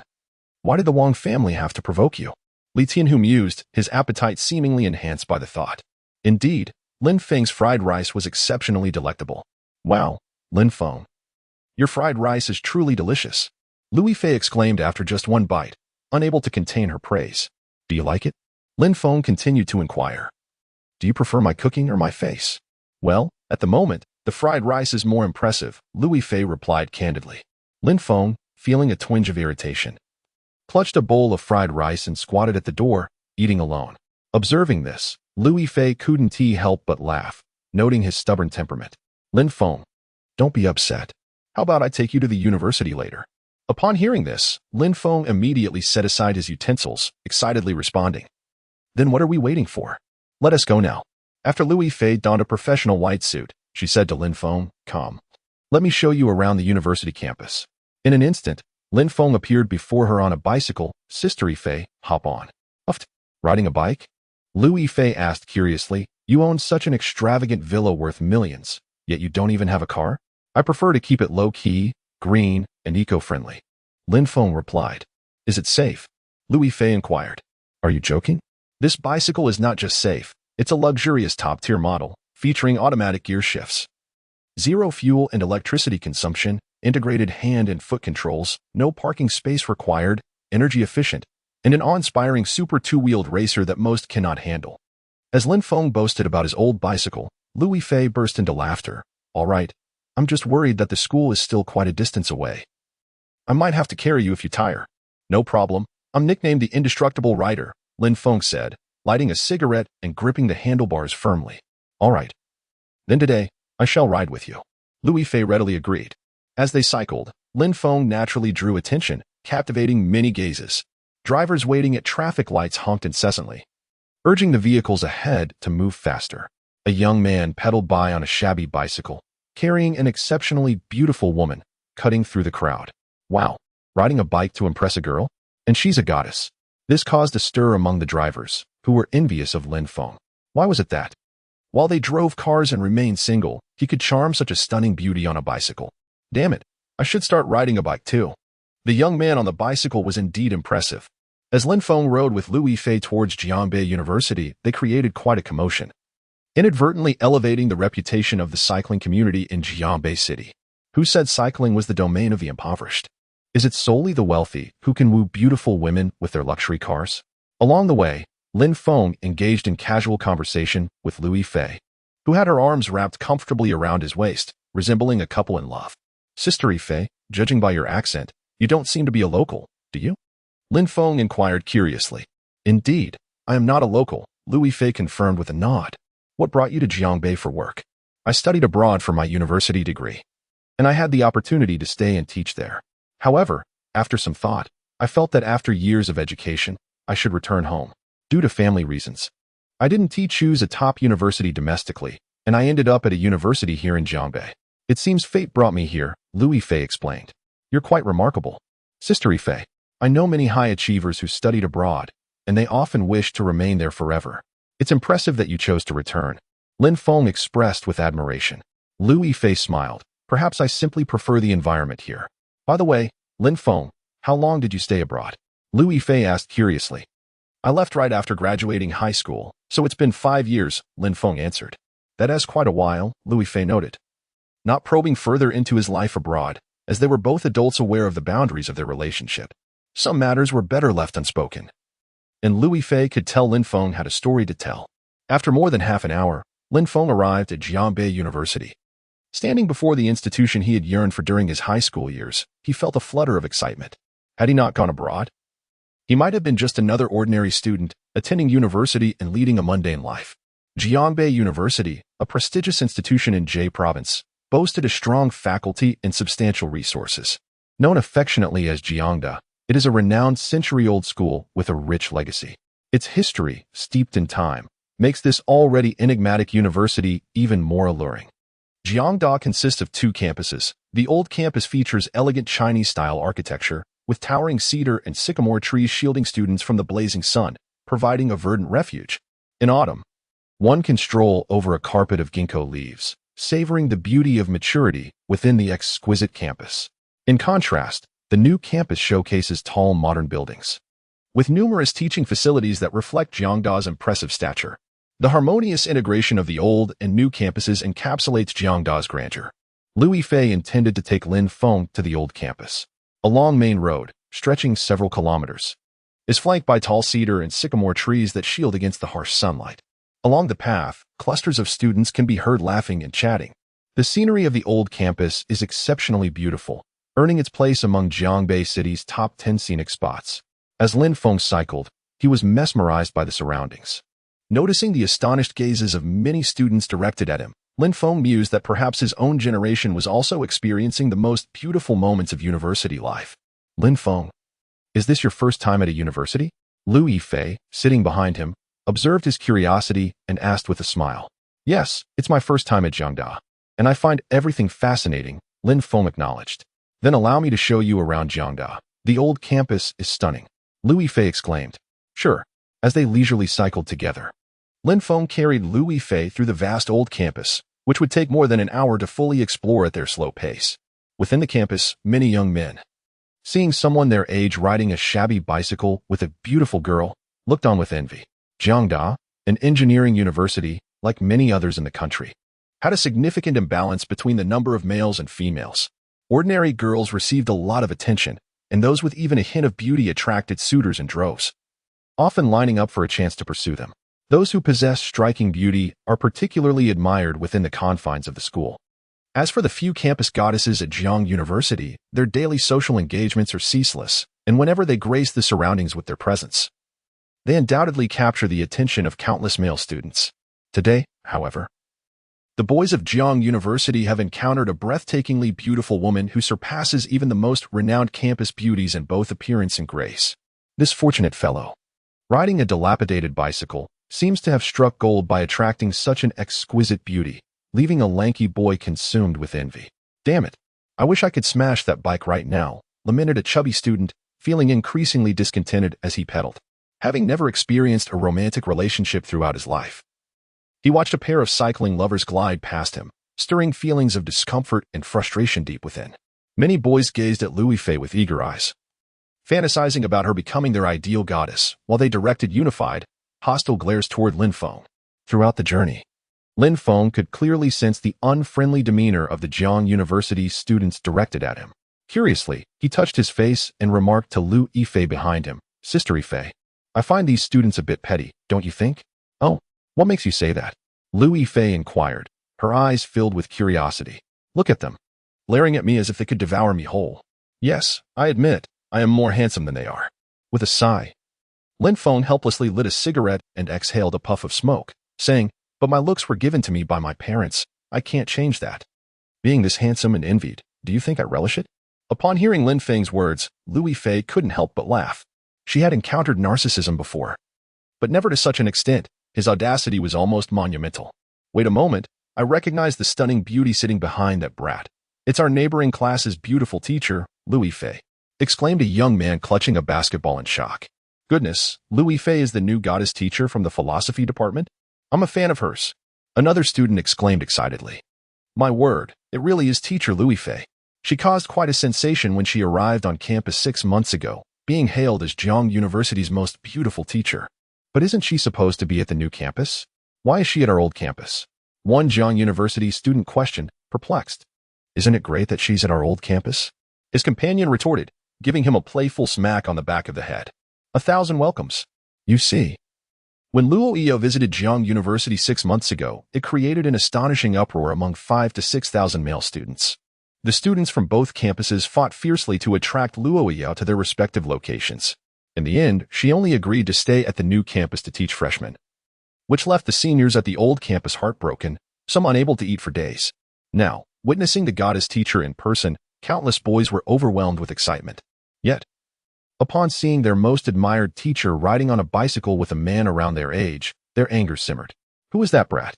Riding a shabby bike and carrying teacher Lu? I want to punch him." Lu Yifei seemed to sense the students' animosity towards Lin Feng and felt it prudent to intervene. "Lin Feng, perhaps I should get down. Shall we walk instead?" "Certainly," Lin Feng agreed without hesitation. Many students felt a slight relief as Lu Yifei dismounted the bicycle, but their anger reignited upon seeing Lin Feng pushing the bike, smoking and laughing with the goddess of their dreams. Thus, Lin Feng pushed the bicycle while strolling with Lu Yifei across the campus, all the while under the scrutiny of countless gazes.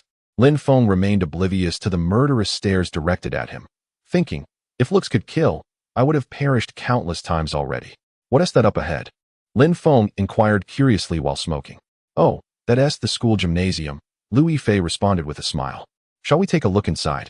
"Sure," Lin Feng replied without objection. Just then, a white BMW sped by like a gust of wind. "What kind of blind fool drives so recklessly? Almost hit me," Lin Feng shouted in anger. Upon noticing it was a BMW, he scoffed. "So what? Driving a BMW makes you special?"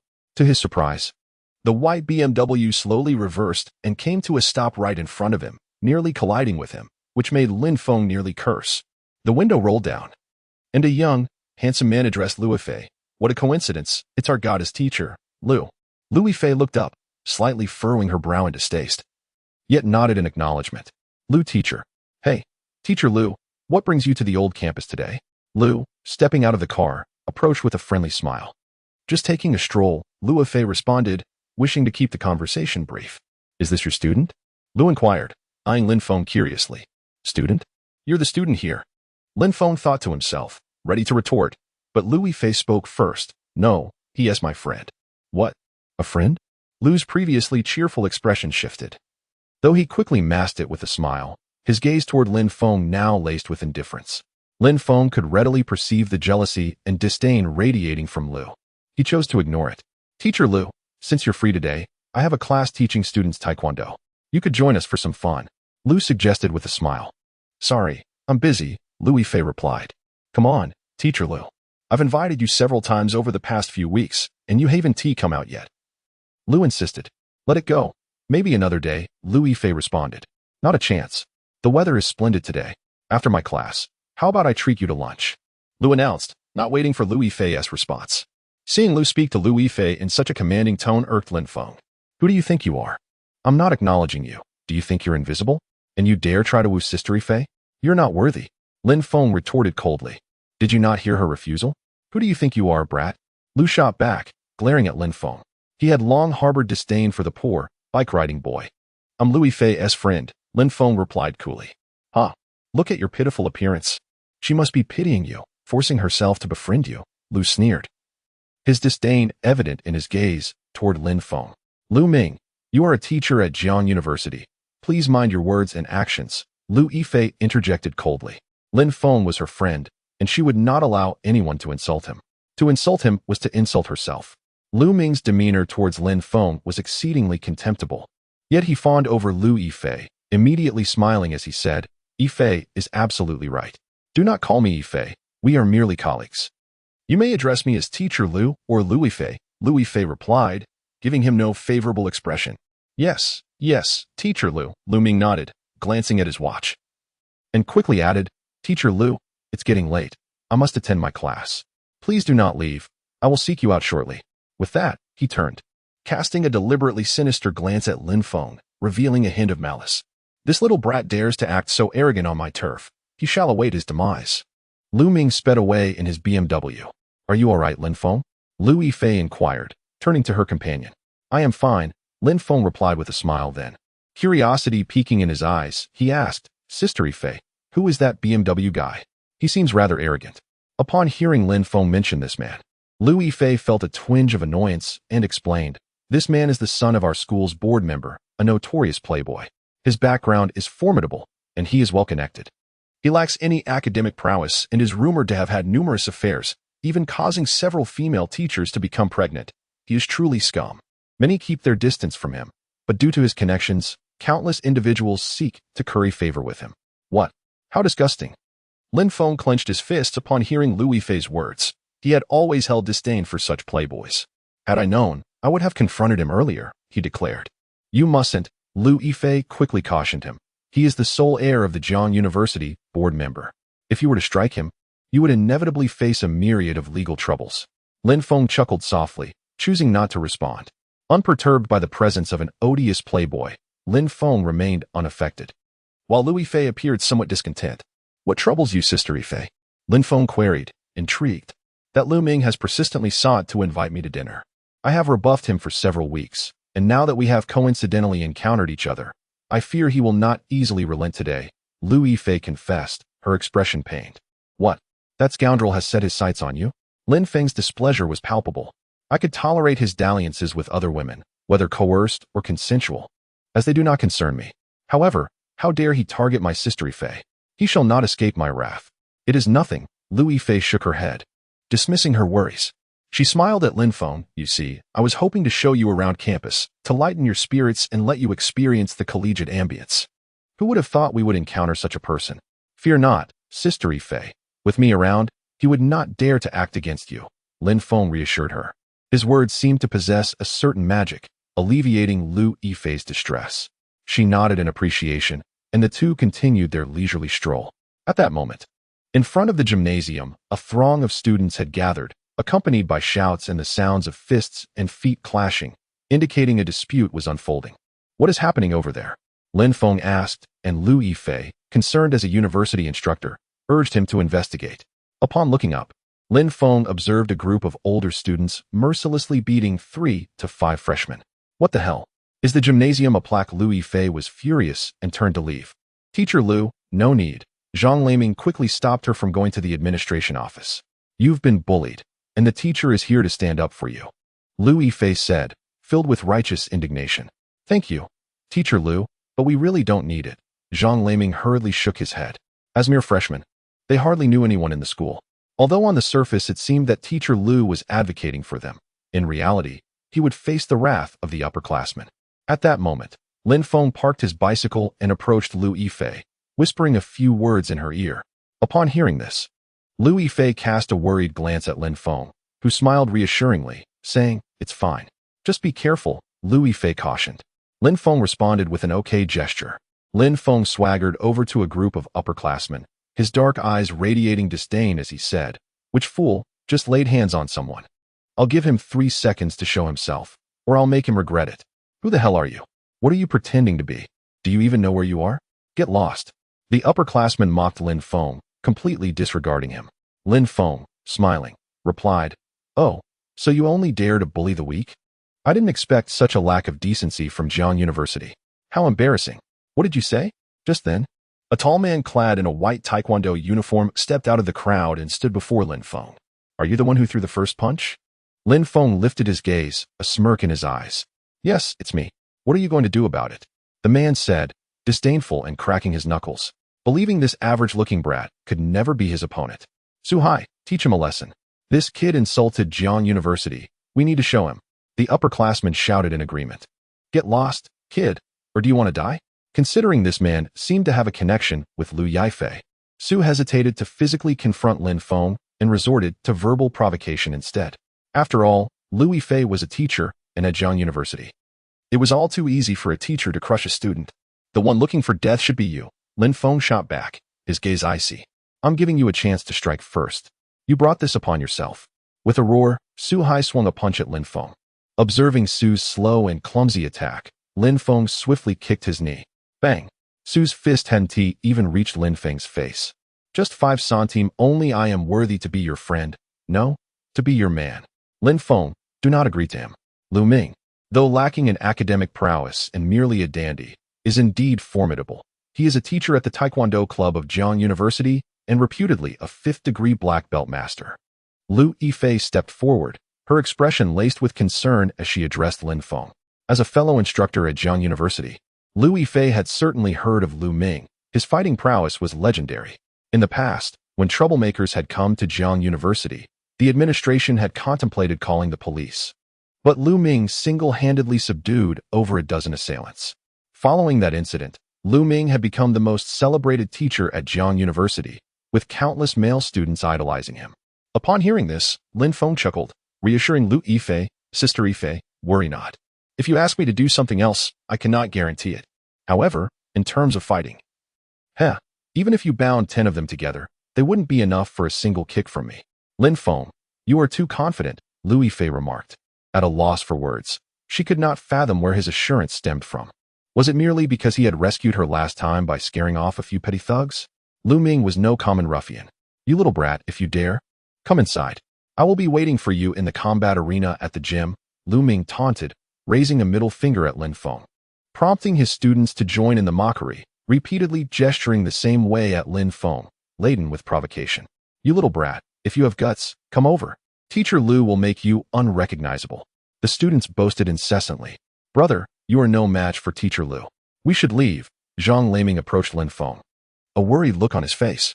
Indeed, brother. We are immensely grateful for your willingness to step in and teach that upperclassman a lesson. Let us go.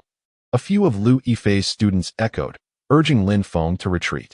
I see now that you freshers are often bullied and oppressed by this group of upperclassmen. Today, I shall resolve this matter for you once and for all, Lin Feng declared, striding confidently into the gym with his hands behind his back. Teacher Lu, what about him? Zhang Laming's group of students became anxious. They had not anticipated that Lin Feng would genuinely agree. Lin Feng, wait for me. Lu Yifei, alarmed, hurried after him to prevent Lin Feng from proceeding. Inside the gym, students were abundant, some engaged in basketball while others played table tennis. With several hundred students present in total. In a designated area of the gym, however, was Lu Ming's domain, the Taekwondo Club of Jiang University. Hey, does Teacher Lu have an event today? So many people are here. A basketball player inquired curiously. Could it be a taekwondo competition? Let us go check it out. Soon, a throng of curious students converged towards the gym. At the taekwondo club's massive combat arena, Lu Ming stood atop, greeted by an eruption of applause from the audience below. Dear students of Jiang University, I am Lu Ming, the teacher of the taekwondo club. Today, some outside troublemakers have been assaulting my students, and I have decided to personally spar with one of them in the ring. What do you think? Lu Ming's opening statement was shrewd, positioning himself at the moral high ground. Yes, Teacher Lu, make sure to KO him. Teacher Lu, avenge us. The younger students, inexperienced in the ways of the world, were easily swayed by Lu Ming's words, cheering fervently. That is not the case. Brother Lin is the one helping us, Zhang Laming and the other freshmen attempted to clarify. But their voices were drowned out by the raucous cheers. Lu Yifei and Apos, S arrival, however, sent waves of excitement through the male students, who began chanting her name. Lu Yifei could only respond with a forced smile, her mind preoccupied with thoughts of Lin Feng. This Lin Feng was determined to draw attention. Even after she had warned him about Lu Ming's prowess as a taekwondo expert, Lu Yifei's presence added a vibrant hue to the gym. Before long, word of Lu Ming's impending match against an outsider spread far and wide, swiftly capturing the attention of the entire old campus. With entertainment scarce among college students, the news of such an explosive event drew crowds flocking to the gym. Even before the match commenced, the gym was already a sea of people, the crowd swelling to over 1,000. Make way. I'm here to compete against that guy. Don't block my path. The crowd parted for Lin Feng, thousands of students encircling him as he swaggered onto the arena. Wow, this guy is so full of himself. His walk is so pretentious. Teacher Lu will surely teach him a lesson. Many students silently thought to themselves. Lu Ming had long been waiting on the arena for Lin Feng's arrival, and upon seeing him muster the courage to approach, he slightly underestimated the young man's audacity. However, a smirk soon crept onto Lu Ming's face. His eyes fixated on Lin Feng, already envisioning his defeat. You little brat, you will pay for this soon. Meanwhile, Lin Feng stood atop the arena, feeling the weight of thousands of gazes upon him. He pulled out a pack of cigarettes, lit one, and placed it between his lips. Wow, this guy is incredibly arrogant. I can't take it anymore. P.S. smoking during the match. The students below erupted, witnessing such brazen audacity for the first time. Lu Ming, too, was taken aback by Lu Yifei's audacious friend, momentarily thrown off guard. Nevertheless, he quickly regained his composure, a mocking smile forming in his mind, thinking, you little brat, continue your charade. The more you flaunt, the worse your fall will be. As Lin Feng stood on the arena, he searched for Lu Yifei among the crowd, soon spotting her near the edge of the arena. Being the goddess-level teacher of Jiang University, many students longed to be near her, yet they maintained a respectful distance. For a goddess is best admired from afar. Sister Yifei, what shall we have for lunch today? Lin Feng casually asked Lu Yifei. The crowd fell into stunned silence. Thousands of eyes widened in disbelief, first glancing at Lu Yifei, then shifting back to Lin Feng atop the arena. This man knows Teacher Lu? No way. Lu Yifei, flustered, thought to herself, brother, you are in a dire situation, and you are still pondering what to eat. If you manage to return safely, you can have whatever you want. What do you wish to eat? I will take you, Lu Yifei responded, but her words only deepened the silence, which was soon shattered by a cacophony of excited screams. Wow, Teacher Lu actually said that to him. What is their relationship? They must be a couple. ISN and Apos. Teacher Lu pursuing Teacher Lu? This guy is doomed. Daring to speak to her like that in front of Lu. The students buzzed with fervor, as the gym was filled not only with members of the Taekwondo club, but also with basketball players, table tennis enthusiasts, and students engaging in various exercises. Some were astonished, while others were distraught. That arrogant brat on the arena is actually pursuing my favorite Teacher Lu. Ah, I can't take it anymore. Teacher Lu, defeat him. Luo Yao gazed at Lin Feng in confusion. Is there a share for everyone? Lin Feng replied with a smile. Do I also have a share? Surprised, Luo Yao pointed at herself, exclaiming, is this miserly landlord feeling generous today? Upon seeing Lin Feng nod, she shook her head, saying, is that really appropriate? After all, I haven't done much. Lin Feng chuckled and responded, Yao, how about we go for some barbecue? I won't gain anything from it. This 800 yuan is rightfully yours. Hearing his words, Luo Yu felt a wave of happiness wash over her. While 800 yuan wasn't a significant amount for her, having something was better than having nothing. Well, thank you then, she said. Seeing the joy on her face, Lin Feng lit a cigarette and remarked, from now on, We are like crew members on the same ship. Just as Luo Yao was about to put the money away, she heard Lin Feng's words and retorted angrily. Who said we are crew members on the same ship? I don't want this money anymore. She certainly did not wish to be associated with Lin Feng over a mere 800 yuan. If that got out, wouldn't she become a laughingstock? Too late. Too late. Lin Feng said with a mischievous grin. I won't talk to you anymore. I'm going to take a shower, Luo Yao huffed, irritated, and turned to head upstairs. Lin Feng, however, did not take the 800 yuan from the table. Though he cherished money, he was also a man of strong principles. Since he had promised, he would follow through. Yao, do you need help with your bath? Do you think I'm a 3-year-old? I don't need help to bathe. No way, you pervert. Luo Yao's face flushed with anger. Everyone assumed that it would be Lin Feng who lay incapacitated on the arena, but to their astonishment, it was actually Teacher Lu. As Lin Feng descended from the stage, countless students instinctively retreated, their gazes towards him filled with trepidation. This man was simply formidable. Puffing on a cigarette, Lin Feng approached Lu Yifei with a smile and inquired, "Did I embarrass you, Yifei?" "You were incredible, truly remarkable," Lu Yifei replied, her expression brimming with surprise, as Lin Feng had far exceeded her expectations. "Big brother, please take me as your disciple." Zhang Leiming and the others dropped to their knees. No, I do not take on disciples." Lin Feng quickly assisted them to their feet, pondering to himself, "It's not that I refuse disciples. I simply do not accept male disciples." Sighing, Zhang Leiming and his companions understood that their talents did not qualify them to be Lin Feng's disciples. "Let us leave." Lin Feng, Lu Yifei suggested. "All right," Lin Feng nodded. Amidst the admiring gazes of countless students, Lin Feng and Lu Yifei departed the gymnasium together. Soon, the sensational news of the event spread throughout Jiangbei University. Teacher Lu Ming of the Taekwondo Society had been thoroughly beaten by Lu Yifei's boyfriend. This story rapidly proliferated, reaching the point where it became common knowledge across the campus. Some had even posted about it online. On the campus forum, posts about the incident multiplied from a handful to dozens, then hundreds, and eventually thousands. Illustrations accompanied the posts, showcasing Lin Feng's audacious demeanor as he smoked on the arena, while Lu Ming lay unconscious on the floor. One particularly popular post was titled "Shock. Mysterious Man Beats Taekwondo Teacher Lu." The replies surged from dozens to hundreds, ultimately exceeding 1,000. Shortly thereafter, new threads emerged. "Shock. The mysterious man is Teacher Lu's rumored boyfriend, and the mysterious man and Teacher Lu share a bicycle." These posts featured images of Lu Yifei and Lin Feng together, with Lu Yifei perched on Lin Feng's bicycle, her arms draped around his shoulders. This photograph incited a wave of outrage among Jiangda students, leading to a flurry of vehement posts on the campus forum. "The mysterious man is stealing our goddess teacher.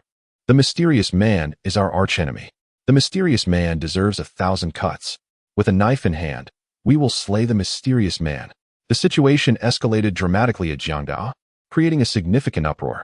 Meanwhile, the protagonist of this affair, Lin Feng, appeared utterly unfazed, leisurely pedaling his bicycle with Lu Yifei towards the new campus of Jiangda. On this side of the campus, Lu Yifei's reputation was even more prominent, and they were greeted by numerous students along the way. Before long, someone recognized Lin Feng. As his fame had skyrocketed, the campus forum was flooded with discussions about him. Soon, a new post appeared. "Goddess Teacher Lu spotted with the mysterious man at the new campus. Their affection resembles that of a couple." "Yifei, why are so many people taking pictures of me?" Lin Feng queried, noticing the attention as he rode his bicycle. "Perhaps it's because you are handsome," Lu Yifei remarked, somewhat exasperated by the situation. However, since Lin Feng was present, she felt compelled to let him stay. Moreover, she was quite pleased that Lin Feng had helped her students vent their frustrations at the gymnasium that day. Indeed, Lu Yifei has discerning taste. Lin Feng acknowledged with a nod before expressing, "I'm hungry." Hearing this, Lu Yifei suggested, "I'll take you to the school cafeteria."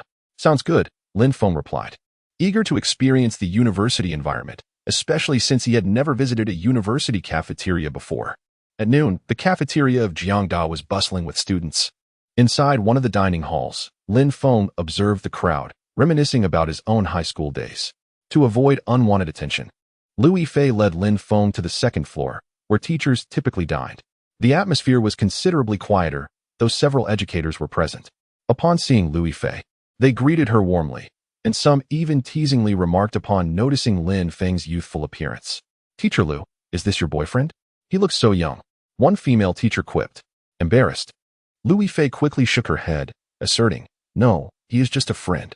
"Admit it, Teacher Lu, this is the first time we've seen you dining with a man." Another teacher chimed in. "Yes, Teacher Lu, we wish you the best," they added. Lu Yifei felt a bit overwhelmed. Why was her association with Lin Feng constantly misunderstood? Meanwhile, Lin Feng had finished getting his meal and sat before Lu Yifei, offering, "Yifei, what would you like? I can help you get it." "No need, I can manage," she replied, having only taken a light meal of 2 dishes and soup. Just as they were about to dig in, a large group entered from upstairs. "You little brat. So you're here," a familiar voice rang out. Lin Feng looked up, recognizing Lu Ming, whose hand was bandaged, glaring at him with malice. Behind him stood a dozen men who bore the appearance of thugs rather than students, adorned with tattoos and exuding an air of arrogance. The teachers in the cafeteria were astonished, whispering among themselves, "Isn't that Lu Ming?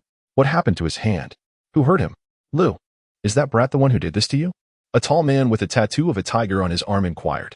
"Indeed, Brother Tiger, that's the one," Lu Ming replied, pointing an accusatory finger at Lin Feng, who was seated with Lu Yifei, his teeth clenched and eyes ablaze with fury. "He is not someone you can touch, Lu," Brother Tiger boasted confidently. Lu Ming nodded in agreement. "Lin Feng, what is going on?"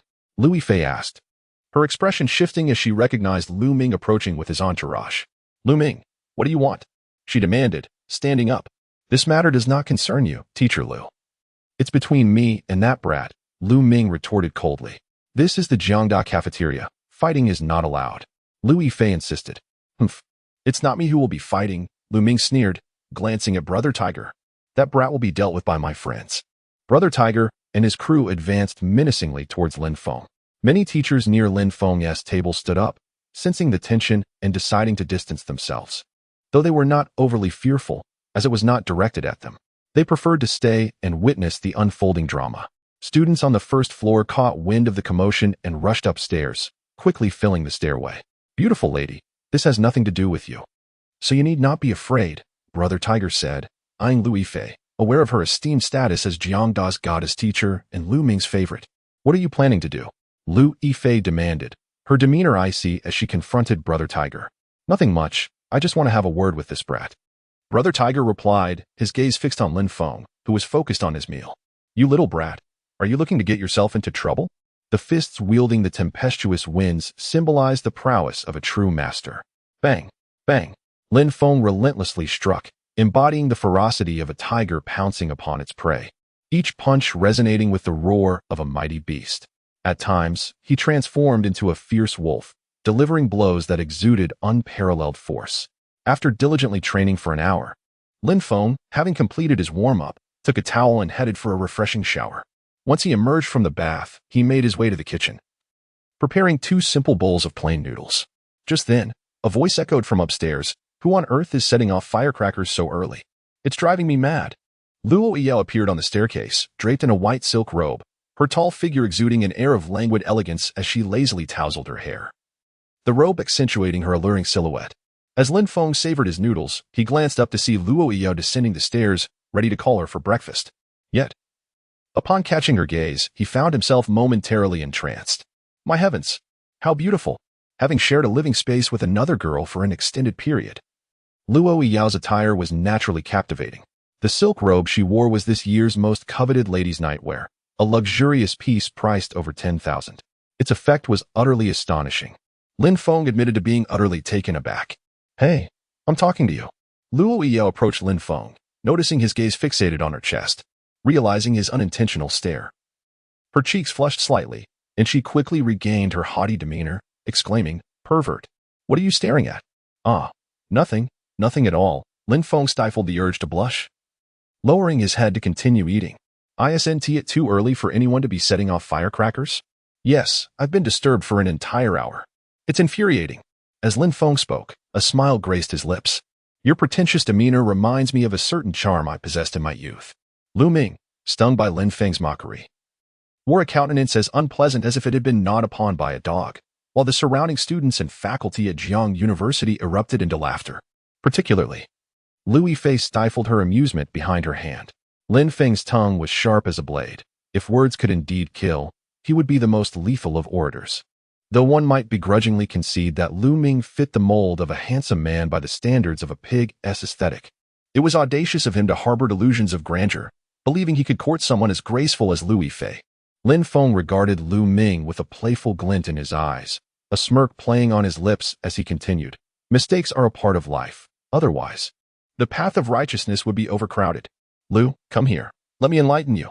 With that, Lin Feng plopped himself onto the dining table, casually swinging a flip-flop in his hand. You little brat, don't push your luck. I've already called the police. Your end is nigh. Lu Ming sneered, revealing that he had discreetly sent a message to the authorities while Lin Feng had dealt with Tiger Brother.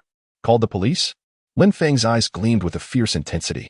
Indeed, you little punk, why don't you waltz over to the police station? What are you pretending to be in front of me? Lu Ming could no longer contain his disdain for Lin Feng, yelling out in frustration. Very well, then I shall first turn you into a pig's head. Lin Feng approached Lu Ming and, with a swift kick, sent him crashing against the wall. In the gaze of hundreds of onlookers, the flip-flop in Lin Feng's hand became a blur, repeatedly striking Lu Ming's face. Lu Ming's howls echoed like a banshee's wail, being so hideous. Don't blame me for the beating. Lin Feng continued to unleash his fury with the flip-flop, finally feeling a sense of relief as he looked at Lu Ming, whose face was now a grotesque visage. The crowd of students regarded Lin Feng with admiration, seeing him as a figure of charisma and strength, a true embodiment of masculinity who resolved conflicts with sheer might. Stop. Suddenly, an authoritative voice rang out from the second-floor dining area. Police enforcement. Unrelated individuals, leave at once. A group of officers stormed in, led by a striking female officer, tall and captivating, with a ponytail and an expression as cold as ice gracing her delicate features. Wait, that voice sounds familiar. Lin Feng turned to lock eyes with the speaker. In that moment, both were taken aback, their expressions frozen in astonishment. No way, it's the Agent Beauty. Lin Feng, the officer, known as Lu Bing, looked at him with surprise, her elegant brows furrowed and her beautiful eyes filled with disbelief. How could I possibly run into this guy at the Jiang University cafeteria? Ah, Agent Beauty, it's been far too long. I've missed you. Lin Feng stepped forward with a smile.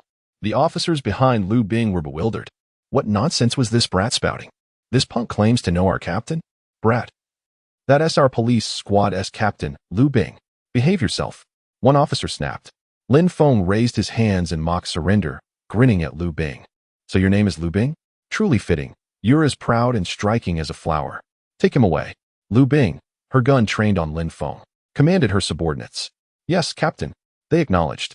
Seeing the Agent Beauty so on guard against him, Lin Feng couldn't help but chuckle. Bing Bing, why the wariness? You're my muse. The closer I draw to you, the further I stray from enlightenment. A shiver ran down Lu Bing's spine at Lin Feng's words, while the officers swiftly cuffed him, securing his shoulders. You little rascal, you've got some nerve to flirt with our Captain Lu. Impressive, impressive. Lin Feng replied with a grin. Take him back. I'll personally interrogate him shortly. Lu Bing, with a sense of urgency, turned away, her mind racing at the chaos that had ensued with Lin Feng's antics. Lin Feng, wait. I'm coming with you, Lu Yifei exclaimed, anxious that the trouble had arisen from her presence and unwilling to let Lin Feng face the police alone. What is your identity? Lu Bing questioned Lu Yifei, her eyes widening with surprise at the beauty before her. I'm a teacher at Jiang University, Lu Yifei, she replied. Does this matter concern you? Lu Bing began. But Lin Feng interjected. Bing Bing, this has nothing to do with Sister Yifei. If you must apprehend someone, it should be me. You insolent brat. If you continue to babble, I swear I'll silence you. Lu Bing glared at him furiously. My heart is yours to take. Lin Feng retorted playfully. Quickly, take me away. Lu Bing, exasperated, gestured for her officers to escort Lin Feng out as she engaged Lu Yifei in conversation. After a few minutes, Lu Bing nodded to Lu Yifei and bid her farewell. Lu Yifei could only watch Lin Feng's retreating figure, her face etched with worry. Though the officer assured her that a thorough investigation would take place, Lin Feng had undeniably caused harm today, and trouble was inevitable.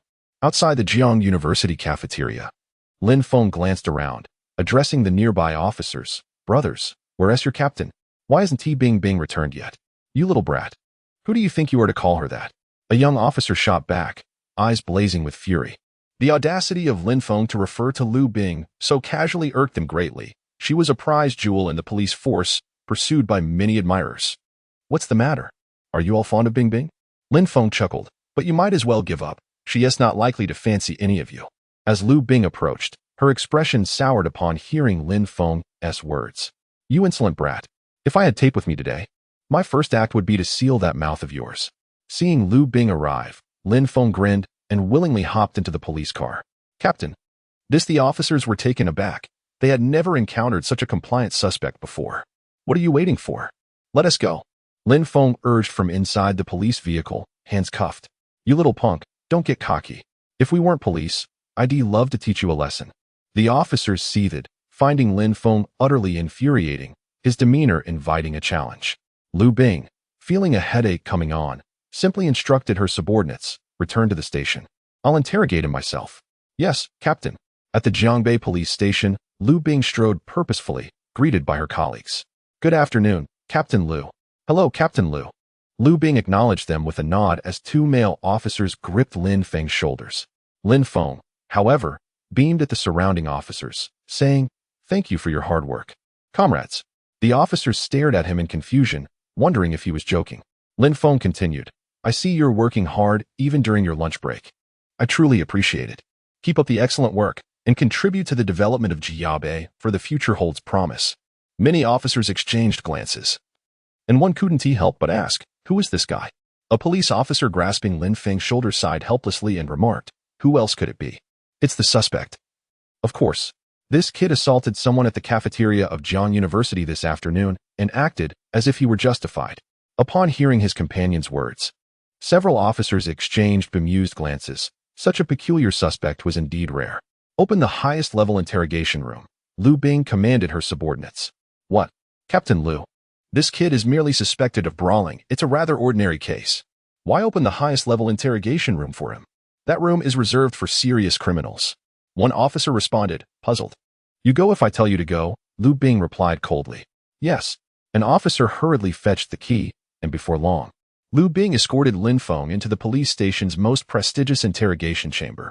Inside the advanced interrogation room, cameras were positioned throughout, and a massive floor-to-ceiling window made of tempered glass separated the suspect from the interrogators.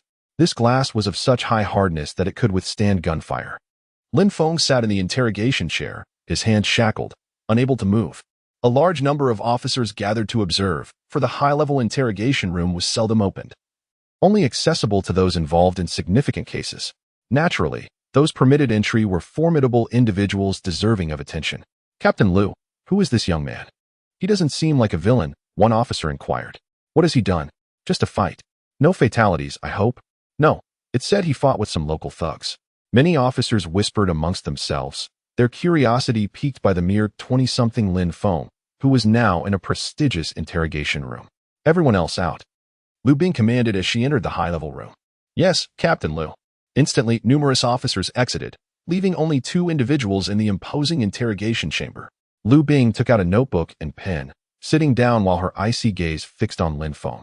Lin Feng, why did you harm someone? She merely posed the question without jotting it down. Although she had only met Lin Feng once, she had spent 2 years studying him in secret. Despite the term study, Lu Bing's team had not uncovered detailed information about Lin Feng. Particularly, Lu Bing herself lacked the authority to access comprehensive data, knowing only fragments of his history. She was aware, however, that this man had blood on his hands abroad, earning the moniker Evil Dragon. I have a principle. Anyone who dares to harm my friends will face my wrath, Lin Feng declared, casually crossing his legs as he sat alone with the beautiful officer.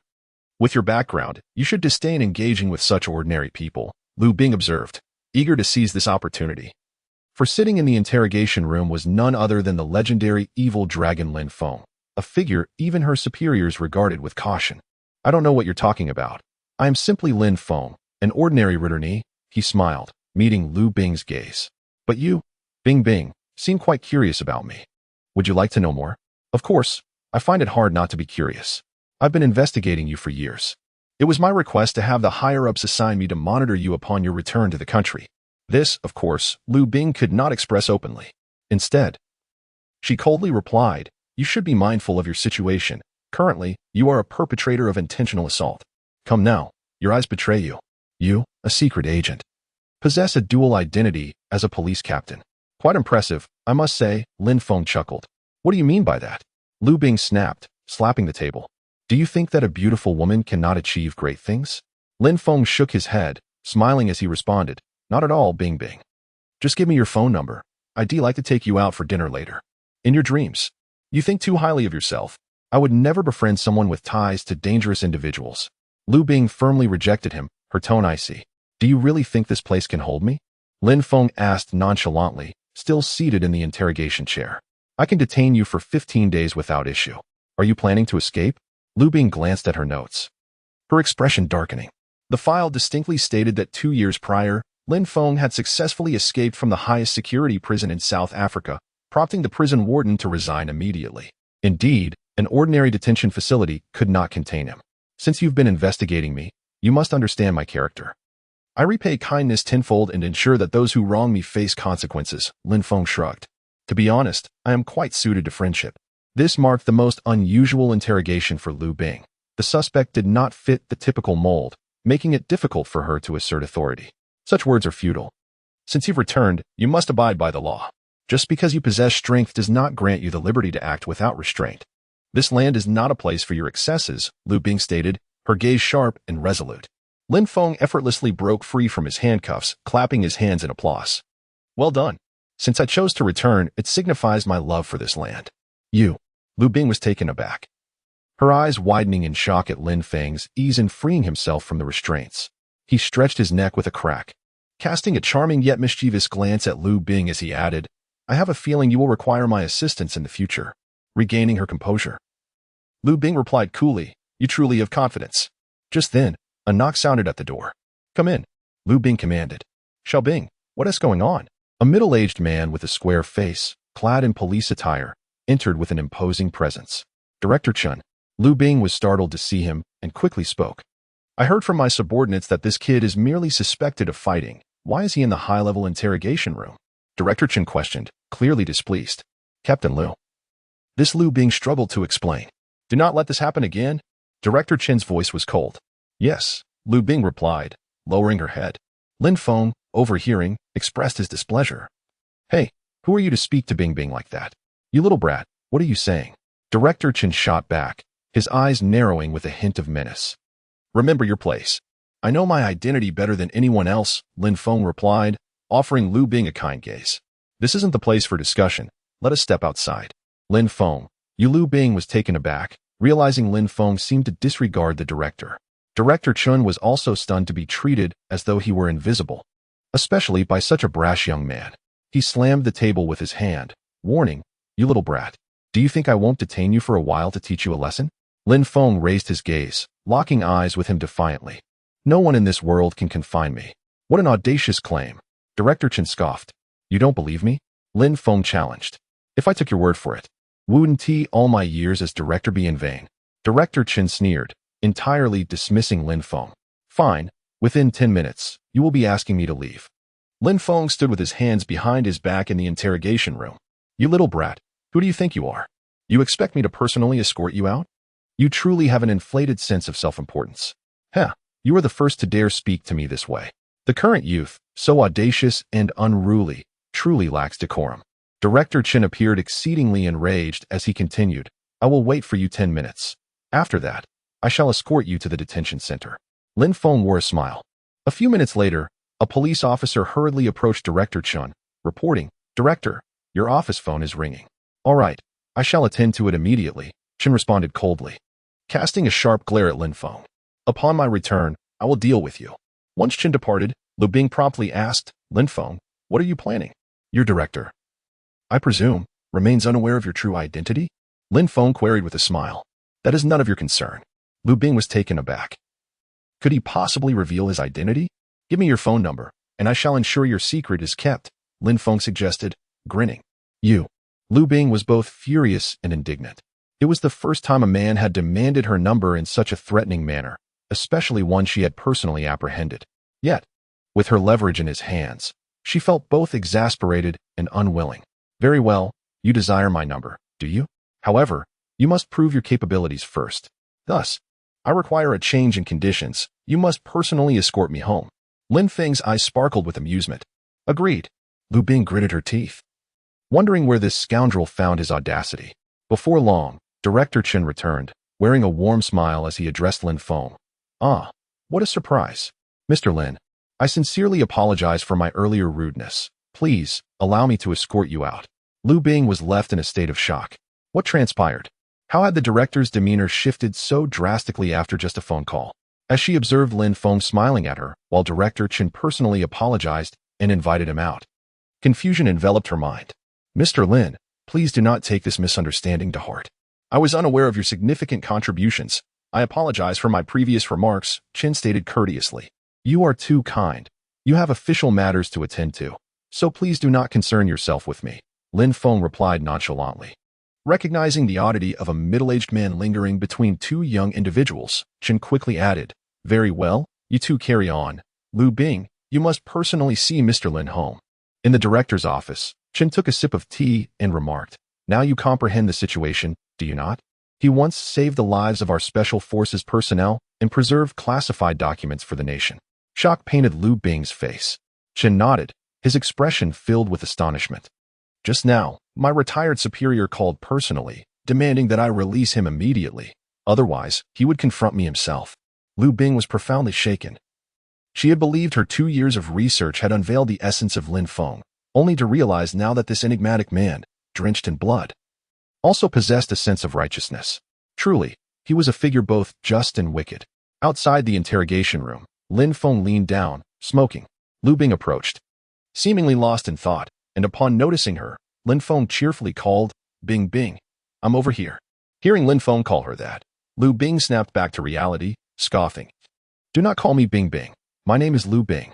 "Oh, come now, why so formal?" Lin Feng chuckled. "No smoking in the police station." Lu Bing admonished upon observing him smoke. Lin Feng rolled his eyes. "You brought me here, subjected me to a brutal interrogation, and now, without a word of apology, I cannot even have a smoke?" "Smoke all you want, just don't choke yourself," Lu Bing retorted, urging, "Why are you still dawdling? If you enjoy the police station so much, hurry up and leave." "I do not relish being here. I enjoy your company," Lin Feng replied, causing Lu Bing to nearly stumble. "Goodness, must you be so direct?" As they exited the interrogation room, several officers greeted Lu Bing. "Hey, how did this little rascal get out so quickly? Is he being bailed out?" Officers cast curious glances at Lin Feng, with a cigarette in his mouth. Lin Feng waved to the officers, saying, "Comrades, thank you for your hard work. See you later." All the officers nearly spat blood at his words, wishing they could collectively teach him a lesson. "You're a suspect. Who do you think you are, calling us comrades?" Yet, as they gazed at his departing figure, astonishment washed over them. It appeared he had indeed been released. Upon reaching the police station's entrance, Lin Feng noticed Lu Bing lingering inside, seemingly reluctant to see him off. He urged, "Bing Bing, hurry up. I want to go home. A grown man with arms and legs, and yet he requires me to escort him home. How shameless." Lu Bing, while discussing matters with her subordinates, nearly exploded with frustration at Lin Feng's insistence. One officer, reporting to Lu Bing, caught sight of Lin Feng at the entrance, exclaiming, "And he is calling you Bing Bing? What on earth is going on here?" Lu Bing approached Lin Feng, saying, "If you keep urging me, do you not possess a shred of gentlemanly decorum?" "Gentlemanly decorum? What is that? Something edible?" Lin Feng countered. Lu Bing was left speechless by his response. "Forget it. I shall not waste my breath on him," she thought. As they approached the police station's entrance, a large police motorcycle stood nearby. With practiced ease, she swung her long, slender legs over the bike, donned her helmet, and turned to Lin Feng, demanding, "You scoundrel, where do you live? Should you be the one coming to my house?" "Lu Bing?" Lin Feng replied with a mischievous grin. "Go to hell." She shot back, contemplating whether to rev the motorcycle and run him over. At the police station's entrance, a crowd of officers discreetly gathered, watching as Lu Bing mounted the motorcycle, the two of them bickering. Then, without waiting for Lin Feng to settle in, she revved the engine, and with a thunderous roar, the motorcycle shot off like an arrow. "Hey, Bing Bing, what are you doing? I'm not even seated properly," Lin Feng exclaimed, startled by her reckless driving. This stunning female officer on the motorcycle resembled a road menace. "Sister, slow down," he shouted, half in fear and half in exhilaration. "What? You insufferable brat dare call me sister? I am merely 23. You are the sister, your entire family is," Lu Bing retorted, accelerating the motorcycle even faster. "Oh my, this is too fast, too thrilling," Lin Feng cried out, clinging tightly to Lu Bing's slender waist, their bodies pressed together. his masculine sin enveloping her. Lu Bing's cheeks flushed crimson, her heart racing. What on earth is this rascal up to? Who told you to hold me? Lu Bing commanded. Take your hands off me. You're driving too fast. I'm scared. Lin Feng appeared rather timid. Then I'll slow down. Will you let go? Lu Bing inquired. All right, just drive slower. Lin Feng replied. Indeed, Lu Bing reduced the speed of the motorcycle. However, Lin Feng showed no signs of releasing his grip. Instead, he tightened his hold. Lu Bing felt a sensation of suffocation as Lin Feng clung to her. Through the rearview mirror, she caught a glimpse of Lin Feng sporting a mischievous grin, completely devoid of any timidity. Anger surged within Lu Bing. How dare you play tricks on me? With that, she pressed the accelerator to the floor, shifting into high gear, and the motorcycle roared with a tremendous engine noise. The speed skyrocketed, surpassing 100 in an instant. Wow. Bing, you're a road killer. Lin Feng shrieked, gripping Lu Bing tightly. In his mind, he thought, I'm somewhat of a renowned figure in the street racing world. But this beautiful police officer is driving like a madwoman. She must be an invincible beauty of the racing scene. Riding a motorcycle was absolutely terrifying. Lu Bing coldly asked, Are you going to let go? I want to let go. I'd rather die than release my grip. Lin Feng resolutely tightened his embrace around Lu Bing, determined to persist in his mischief. Fine. Lu Bing sneered, just as they approached an intersection. Suddenly, Lu Bing tilted her body, accelerated, and surprisingly drifted around the corner. Whoa. Bing, you can drift? Are you trying to scare me to death? Lin Feng's head pressed against Lu Bing's back, clinging to her waist, fearing she might escape. Are you still not letting go?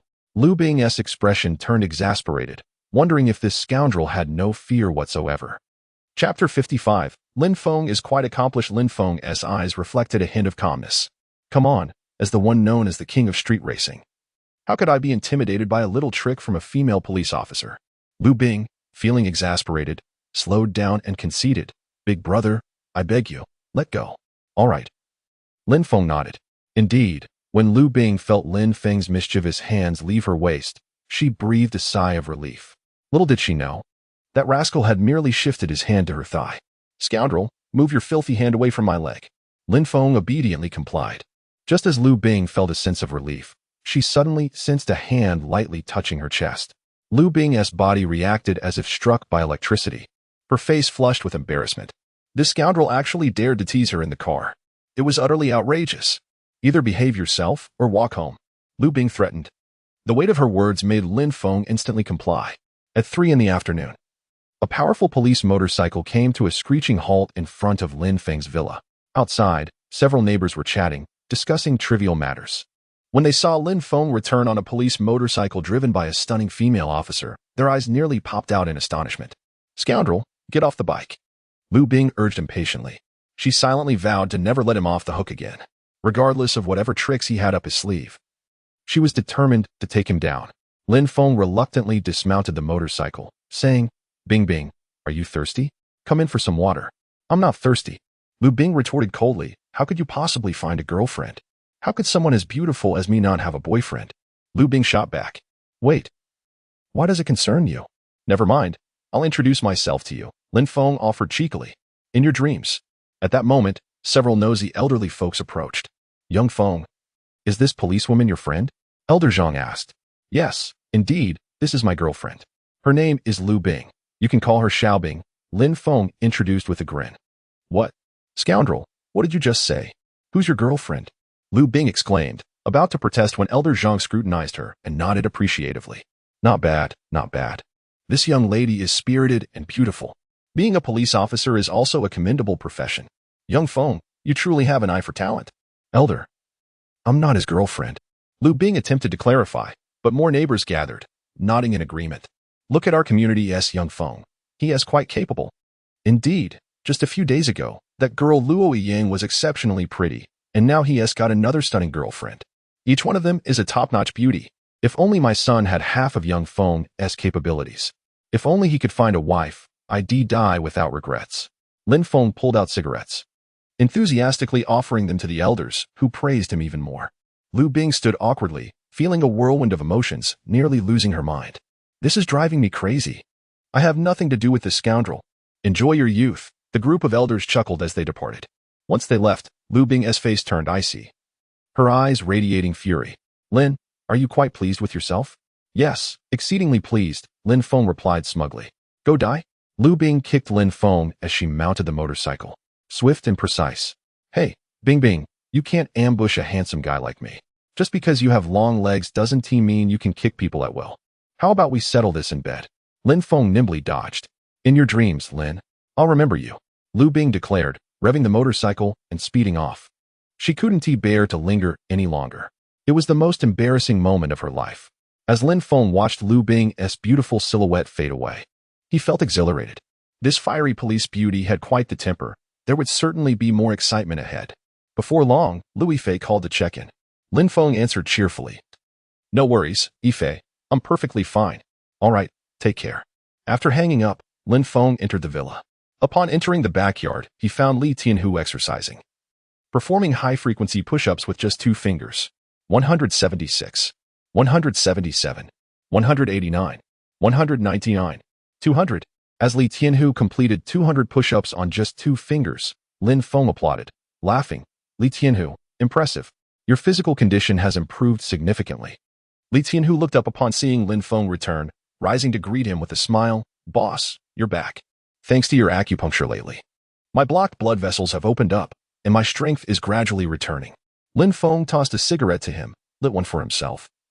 And with it resting between his lips, he assured, rest easy. I shall mend your shattered veins and restore you to your former glory. Yes, I believe. Li Tianhu's demeanor brightened as he regained his confidence, his gaze sharpening with the intensity of a tiger. You've been cooped up at home for a few days. Haven to you? Tonight, let us go out for drinks, Lin Feng suggested with a smile. The mention of drinking immediately lit up Li Tianhu's eyes, and without hesitation, he replied, sure. Just then, Lin Feng was pondering where to drink that evening when he received a call from Mo Xintong. Ah, the stunning Mo is calling. What wind blows you to ring me? He teased as he answered the phone. On the other end, Mo Xintong sounded somewhat flustered. You scoundrel, Lin Feng. Who told you to change the note on my phone? You altered my nickname. Lin Feng squinted with amusement upon recalling how he had secretly taken Mo Xintong's phone and saved his number with the affectionate label hubby. Hee, it was only a matter of time. He chuckled mischievously. I'll treat you to dinner. Where are you? Come find me at the office tonight, Mo Xintong instructed. Not going. Lin Feng responded decisively. What did you say? Mo Xintong thought she misheard. How could this stingy Lin Feng refuse her invitation to dinner? This is the first time the illustrious president of Duofulia, have been turned down by a man. Suppressing her anger, she lowered her voice and asked, why? Because I'm going out for drinks with my brother tonight. Lin Feng replied. Li Tianhu, who was intently listening, felt a wave of emotion as he heard Lin Feng refuse a dinner invitation from a woman for his sake. What tremendous magnanimity the boss possessed. Mo Xintong was both furious and indignant, retorting, it's just drinks. I can hold my own. Just you wait. I'll come find you after work. With that, she hung up without hesitation. Wow. She hung up. Truly a domineering style befitting a beautiful president. Lin Feng grinned as he tucked his phone away. Turning to the astonished Li Tianhu and said, brother, someone else covering tonight's drinking expenses. Boss, please don't refuse dinner with a beauty for my sake. Li Tianhu exclaimed. Worry not. I know what I'm doing. This is a classic case of to entice is to let go. Different women require different approaches. The one who just called is a wealthy heiress. Never before has she faced rejection. Her invitation to dinner reflects her lofty character. As soon as I found a reason to decline, she became anxious. Lin Feng took a drag from his cigarette and added, after work. The heiress will personally drive over to find me. That's what I call mastery of the situation, you see? Hearing this, Li Tianhu was utterly in awe of Lin Feng's finesse. He began to extol Lin Feng's virtues, showering him with compliments as if they were free, leaving Lin Feng feeling quite pleased, as though he were walking on soft cotton. At 6 in the evening, the dust painted the sky with hues of gold and crimson, weaving a breathtaking tableau. The beautiful Jianbei city unfurled a picturesque scene. Lin Feng lounged leisurely in a rocking chair, an old popsicle in one hand and a fan in the other, embodying tranquility. Meanwhile, Li Tianhu was diligently exercising, drenched in sweat. 995, 996, 998. He counted as he continued his push-ups, showcasing remarkable strength and endurance. At that moment, a red Ferrari 488 zoomed in like a comet, coming to a smooth stop at the entrance of Lin Feng's villa, drawing the attention of many. The neighbors, unaccustomed to such a lavish car valued at several million, were left in awe. Wow, a Ferrari! Li Tianhu exclaimed, lifting his head to gaze at the striking vehicle, his eyes fixated. Lin Feng, with a popsicle in his mouth, was equally captivated by the car. As the doors swung open, a long, elegant leg emerged, followed by a stunning figure stepping out from the exquisite limited edition Ferrari. The car exuded an impressive aura, yet the enchanting beauty who exited effortlessly overshadowed it, captivating the attention of all. Tall and graceful, she donned red sunglasses, elegantly removing them to reveal a flawless oval face. Clad in a seductive floral lace chiffon dress, paired with a short linen skirt and exquisite high heels, her beauty was simply mesmerizing. With a face that resembled a blossoming peach and a height of 172 meters, her demeanor was poised and dignified, radiating an innate confidence. Her long chestnut hair cascaded down her shoulders, her enchanting eyes twinkling like a blooming peony, beautiful yet unpretentious. The surrounding neighbors were left speechless. Who is this celestial beauty? They whispered, astonished by her beauty. Li Tianhu gulped, as he stood mere meters away from this stunning woman who drove the sports car. Lin Feng, reclining in his chair, silently swallowed hard as well. This exquisite beauty was none other than Mo Xintong, the president of Duophilia. Mo Xintong prepared to call Lin Feng's, but he jumped up and called out, Mo Xintong, don't waste your phone bill. I'm right here. Recognizing the familiar voice, Mo Xintong turned to see Lin Feng approaching her. With one hand on her phone and the other crossing her arms, she playfully quipped, Lin Feng, I thought you might be too scared to show your face. How could I? The esteemed Mo graces my humble abode, illuminating it with her presence. Come. Let us sit inside. Lin Feng welcomed her with evident joy. Mo Xintong surveyed the luxurious villa with surprise. Is this your villa? She asked incredulously. Indeed. This is our marital home, Lin Feng replied with a grin. You're joking. She shot back, rolling her eyes. Not today, let us go. I'm treating you to dinner. Sure, Lin Feng said, his hands in his pockets, turning to Li Tianhu. Li Tianhu, let us go. Boss, you go ahead. I'll sit this one out, Li Tianhu declined with a smile, recognizing the situation.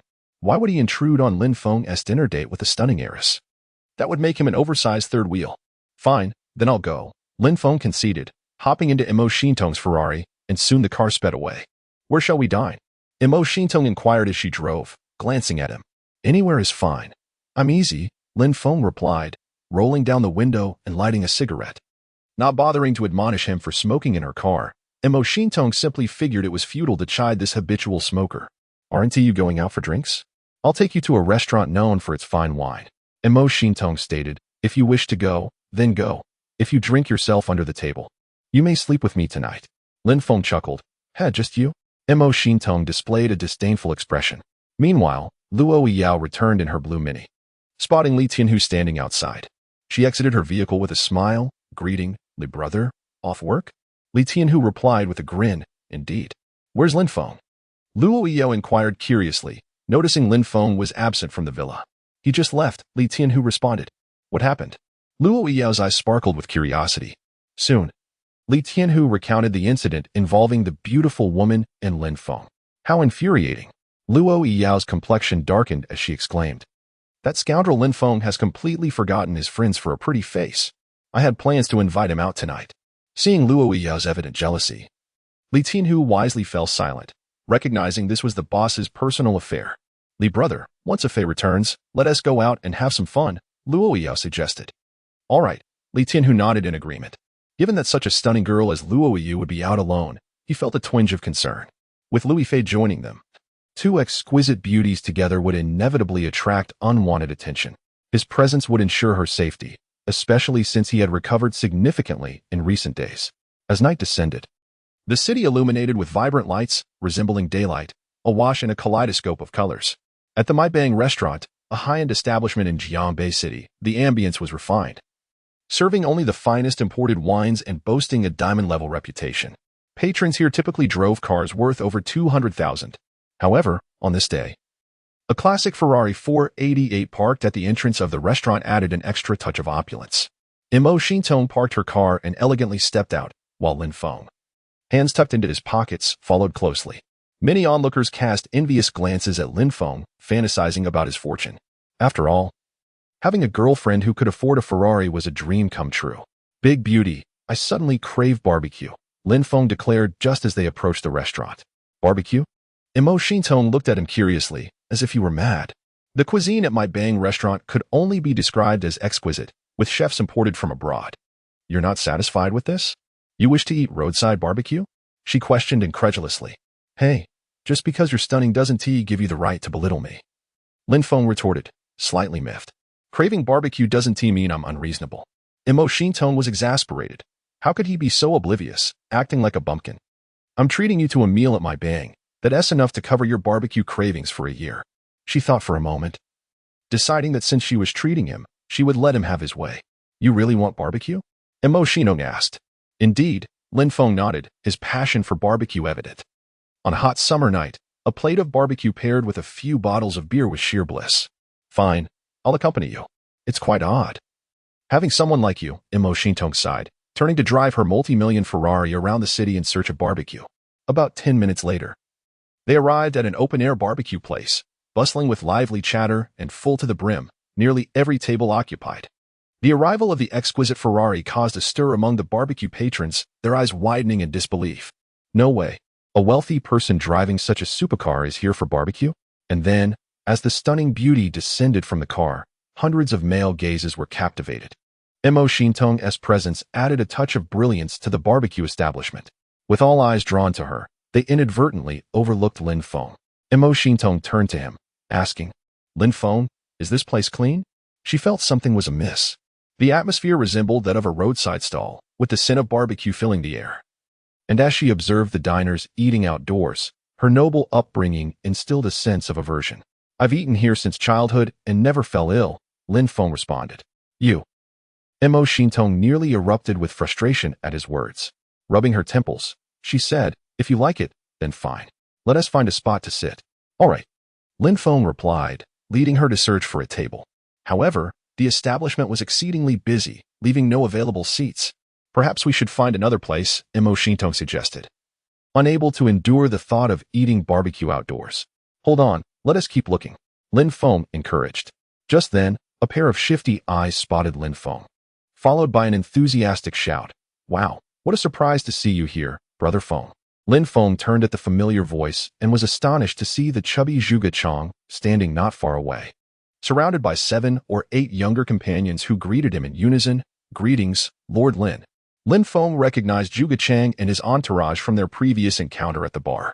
You're here too, Zhuge Chang, Lin Feng smiled. Hee, Brother Feng, what a coincidence. I came out for some barbecue and ran into you, Zhuge Chang said enthusiastically, his gaze wandering to the stunning Imo Shintong behind Lin Feng. Imo Shintong was surveying her surroundings, contemplating how to excuse herself from this place. Zhuge Chang was utterly entranced by her beauty. Heavens! This beauty is simply too stunning, surpassing even the stars of television. Imo Shintong stood there with an enchanting allure. Her long hair cascading down her back, a sculpted figure with an air of elegance. Zhuge Chang gaped at her, saliva nearly spilling from his mouth. Zhuge Chang, what are you staring at? Lin Feng teased, tossing him a cigarette. Zhuge Chang, still fixated on Imo Shintong, fumbled and dropped the cigarette Lin Feng had offered. He hurriedly picked it up and nervously asked, Brother Feng, who is this exquisite beauty? Is she your new girlfriend? Lin Feng smiled mysteriously, remaining silent. Zhuge Chang lit his cigarette, took a deep drag, and exclaimed, Brother Feng, I've never bowed to anyone in my life, but I bow to you. Just the other day, I was with 2 stunning beauties at the bar, and now you switched to another. You truly are a role model for us men of Jiangbei City. Lin Feng chuckled, patting his shoulder. You're too modest. Brother Lin, it's too crowded here. I think we should find another place to eat, Imo Shintong suggested after observing the lack of available seating. Unexpectedly, it was Zhuge Chang who responded, Sister-in-law. What are you talking about? If you're here for barbecue, how could there be no seats? How could I, the #1 subordinate of Brother Feng, allow that to happen? Lin Feng gazed at Zhuge Chang with a satisfied expression. Who are you? Imo Shintong inquired, her curious eyes fixed on the rather unsightly, portly figure standing before Lin Feng. Wait a moment. Did this rotund fellow just refer to me as sister-in-law? Sister-in-law, my foot. Do you truly believe that Lin Feng and I resemble a couple? Just as Imo Shintong was about to clarify, Zhuge Chang, with the demeanor of a gentleman, interjected. Allow me to introduce myself, beautiful sister-in-law. I am Feng Guo's #1 subordinate, Zhuge Chang. You may call me Xiao Chang. Referring to Zhuge Liang and the strong man, Guangtou Chang. Zhuge Chang chuckled warmly. Zhuge Chang, hello.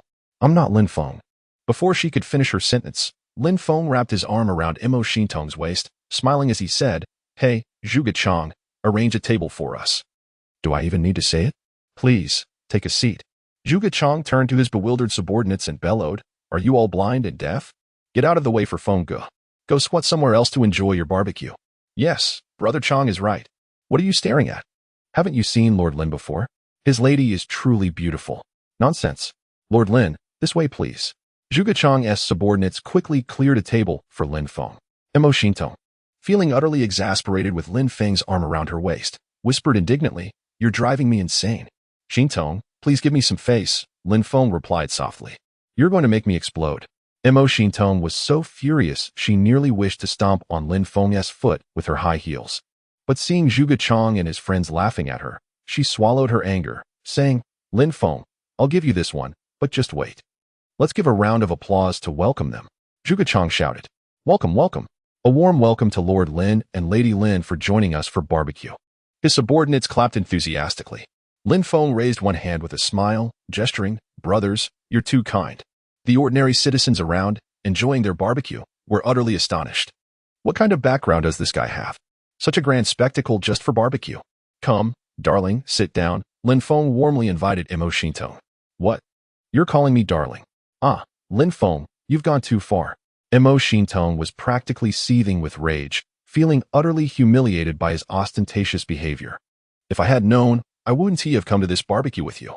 Lin Feng, oblivious to her fury, continued, "Zhuge Chang, get me some barbecue." "Sure thing." "Please wait a moment." Zhuge Chang promptly called over a subordinate, issuing a few instructions before turning back to Lin Feng, cheerfully announcing, "Feng good. The barbecue is ready for you.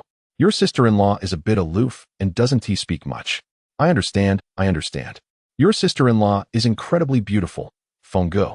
You're truly fortunate," Zhuge Chang said enviously.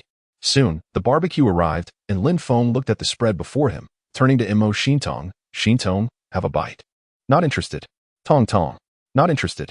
Imo Shintong dismissed him, exasperated by the nickname he had given her. "All right, Miss Imo, perhaps you should try some." Lin Feng sighed, recognizing her haughty demeanor, and decided to address her more formally. Upon hearing Lin Feng call her Miss Imo, Imo Shintong transformed. Gazing at him as he devoured a greasy chicken wing, unable to resist asking, "Is it delicious?" "Delicious, sister-in-law. You should try it." One of Zhuge Chang's subordinates, sitting nearby, cheerfully munched on a drumstick. "Sister-in-law, it's absolutely delicious." Another subordinate chimed in. "Why are you stealing my lines?" Zhuge Chang grumbled while enjoying his lamb skewers. "Sister-in-law, the lamb skewers are the best. You should have some." Please, everyone, don't crouch. Let us all sit and eat together," Imo Xinthong suggested. Feeling a bit awkward about the enthusiasm of Lin Feng's friends. "No worries, we're fine sitting here," Zhuge Chang quickly assured her. "Well, all right then." Imo Shintong, unable to resist the sight of the golden brown lamb skewers, delicately picked one up and took a small bite. All eyes were glued to her as she savored the flavor. Moments later, she exclaimed, "This is truly delightful." Zhuge Chang and his subordinates erupted into laughter, while Lin Feng remarked, "See, I didn't deceive you." It was her first time trying it, and the contrast between Imo Shintong's refined eating style and the voracious manner of Lin Feng and Zhuge Chang's crew was stark. Just then, the roar of powerful engines echoed, and several luxury sports cars came to a halt outside the barbecue joint. The wealthy young individuals, often accompanied by stunning companions, drew the attention of many. "Brother Chang, it's South the Street racing gang led by Zhang Hai," whispered one of Zhuge Chang's subordinates, crouched on the ground. "Damn it. Why are these troublemakers here? I just want to enjoy my barbecue," Zhuge Chang muttered as he spotted a young man in white, swaggering towards them with a beautiful woman on his arm. "Brother Chang, perhaps we should leave. Last time you lost to Zhang Hai in a race." "And he has been bragging about it ever since," a subordinate suggested. "Yes, Brother Chang, let us go." Several others echoed. Zhuge Chang's expression shifted slightly. But seeing Lin Feng engaged in lively conversation with Imo Shintong, he felt emboldened, stating, "With my Feng Ge here, what is there to fear?" "Oh." If it isn't the defeated Zhuge Chang. "Brother Chang, long time no see. Has your driving improved lately?" Zhang Hai, the young man in white, approached with a mocking tone. His companion, adorned in flashy attire and heavy makeup, exuded an air of frivolity. "Zhang Hai, don't get too cocky. Last time I performed poorly. Otherwise, do you really think you could have one?" Zhuge Chang replied coldly. Haha, Zhuge Chang, you still have the audacity to say that. Every time you beat me, it was because you had someone puncture my tires. Otherwise, with your old BMW, how could you possibly compete with my Porsche? Zhang Hai sneered. Zhuge Chang's face darkened as he retorted, You're no saint yourself. You've also resorted to underhanded tactics. Let us just say we both have our tricks. But it doesn't change the fact that you're the defeated one here, Zhang Hai boasted arrogantly. Zhang Hai, don't be so arrogant. The world is vast, and we can each take our own path. Zhuge Chang's subordinates began to rally behind their leader, indignant at Zhang Hai's arrogance. I'm speaking to your boss. You lot are nothing, Zhang Hai scoffed. Zhuge Chang's subordinates were left speechless, feeling the pressure from Zhang Hai's influence. Rumored to be part of the prominent Zhang family from Jianbei, who were well-connected, though not among the top 10 families. Xiao Chong, why does this guy speak so disdainfully? The more I hear, the more it grates on my ears, Lin Feng remarked, pausing his meal, and spoke in a calm tone. The beautiful woman, visibly agitated, exclaimed, What are you staring at? If you keep looking, I'll gouge your eyes out. With a mischievous grin, Lin Feng retorted, How could you bear to do that to someone as handsome as me, dear lady? He then approached her with intent. What do you want? Don't come any closer. She stammered, defensively shielding herself with a folder, her expression a mix of anxiety and alarm. Seeing such beauty naturally compels one to draw nearer. Lin Feng replied with a smile. Who are you? Why are all the security guards from our company lying on the ground? Zhao Li asked, her voice trembling with unease. Secretary Zhao, you must take charge for us, exclaimed Brother Wang, whose swollen face bore witness to Lin Feng's earlier actions. This scoundrel assaulted us and has slandered our company. What? How could such a thing happen? Zhao Li's fury ignited upon hearing this. As the senior administrative secretary and the personal assistant to the president, she held considerable authority within the company. Upon receiving such alarming reports from the security personnel, she declared, Do you even realize what you're doing? I will call the police right now. Lin Feng quickly interjected, Please, do not take their words at face value. I must be honest with you. I came here to apply for a position as a security guard. However, these individuals dismissed me, claiming your company was not hiring security personnel, and they insulted me and attacked me first. I merely retaliated in self-defense. Is that true? Zhao Li paused, her finger hovering over her phone, then she lowered it, directing her gaze towards the group of guards led by Brother Wang. Wulong Mountain, a historically significant peak in Jiabei, rises majestically to approximately 2,000 meters. Once home to a renowned Taoist temple known as Wulong, it was a place of fervent worship, where the incense burned brightly and the prayers were believed to be efficacious. However, in recent years, the mountain has fallen into decline, which is how it acquired its name. Recently, Wulong Mountain has transformed into a sanctuary for automobile enthusiasts in Jianbei City, hosting official competitions each year with substantial prizes. A group of individuals drove to the summit of Wulong Mountain, where dozens of vehicles were parked on a flat stretch of land, as tonight's race was set to take place. Upon seeing Zhang Hai's arrival, the wealthy young racers greeted him enthusiastically, exclaiming, Brother Hai is here. Zhang Hai is well known in the automotive circles of Jiabei, often hailed as the king of racing. However, such accolades are merely the opinions of others. To earn the title of racing king in Jiabei, one must secure first place in an official competition. Nevertheless, Zhang Hai's prowess is indeed approaching that level. Zhang Hai lowered his car window and inquired of his fellow racers, Are you holding a race tonight? Oh no, we're just fooling around, several young heirs quickly replied. Their curiosity piqued when a red Ferrari approached, prompting them to ask, Brother Hai, do you have a race tonight? Yes, I'm racing against that Ferrari driver. With my vehicle as the wager, Zhang Hai replied nonchalantly. Wow, that's a hefty bet. Who is that kid to challenge you? Just an unknown newcomer, Zhang Hai scoffed. He must be out of his mind to think he can compete with you, one of them chuckled. At that moment, Lin Feng drove up and found a spot to relieve himself. Meanwhile, Zhuge Chang and the others surrounded the Ferrari, wary of any potential sabotage by Zhang Hai's crew. Observing their antics in the rearview mirror, Zhang Hai smirked disdainfully and remarked, A bunch of fools. Do you really think you can protect that car like this? Huh. You underestimate my capabilities. Brother Feng, you're back. Zhuge Chang called out to Lin Feng after he finished. Has that kid not gotten out of his car yet? Bring him over. I want him to make a public promise. Lin Feng pointed at a Porsche 911 nearby. All right, I'll go. Zhuge Chang nodded and personally approached Zhang Hai's window. Chewing gum, Zhang Hai looked down at Zhuge Chang and said, Oh, Zhuge Chang, is your brother Feng too scared to face me, sending you instead? Dream on. My brother Feng just wants to discuss the wager with you, Zhuge Chang retorted coolly. Fine. I'll come down. Zhang Hai exited his vehicle, accompanied by a group of followers, swaggering over to Lin Feng, with arms crossed. He looked down at Lin Feng and arrogantly asked, "What do you want?" "Let us discuss the wager face to face. I'm concerned you might back out," Lin Feng replied, lighting a cigarette. "Aha, back out? Me?" Zhang Hai laughed heartily, his entourage joining in raucous laughter. "You little brat, you probably don't even know who Brother Hai is. Let me introduce him. He is the top racer in Jiangbei, having clinched third place overall. What accolades do you have?" Zhang Hai's friend inquired. "Me? Well, I suppose my biggest achievement was winning a bicycle race in elementary school," Lin Feng answered candidly. Upon hearing this, Mo Xintong, seated in the passenger seat, turned pale. This guy is so unreliable. Meanwhile, Zhang Hai and his crew erupted in laughter. "Kid, just wait for your doom. Don't think that driving a Ferrari makes you special. Brother Hai has plenty of followers with Ferraris and Lamborghinis."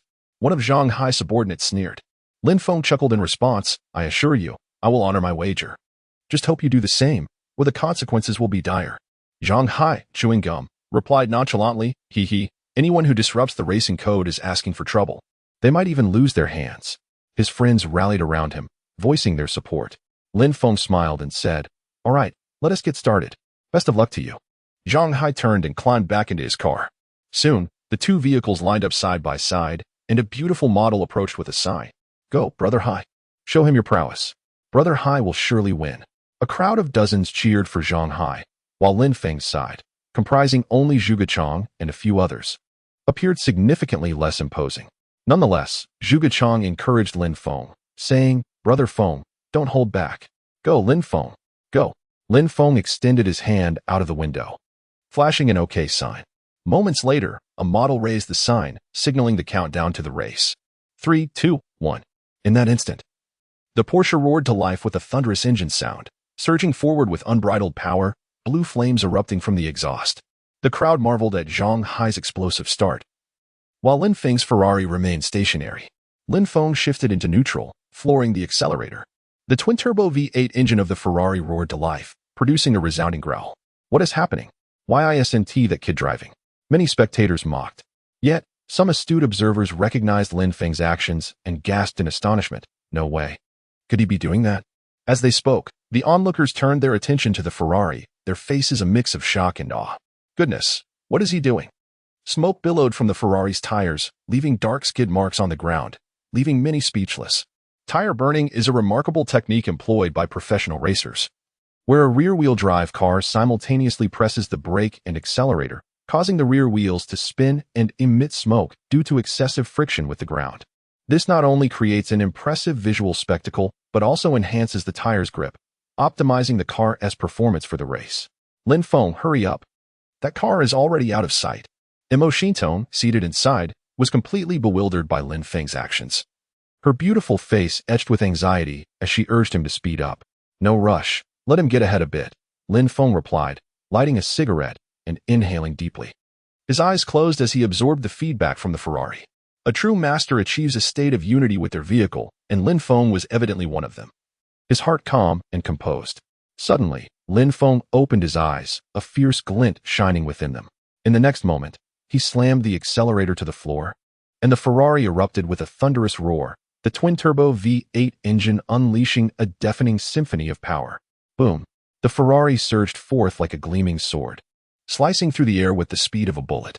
Her exhaust pipes erupted with vibrant orange flames, creating a tremendous shockwave that forced Zhuge Chang and his companions, standing nearby, to stagger back.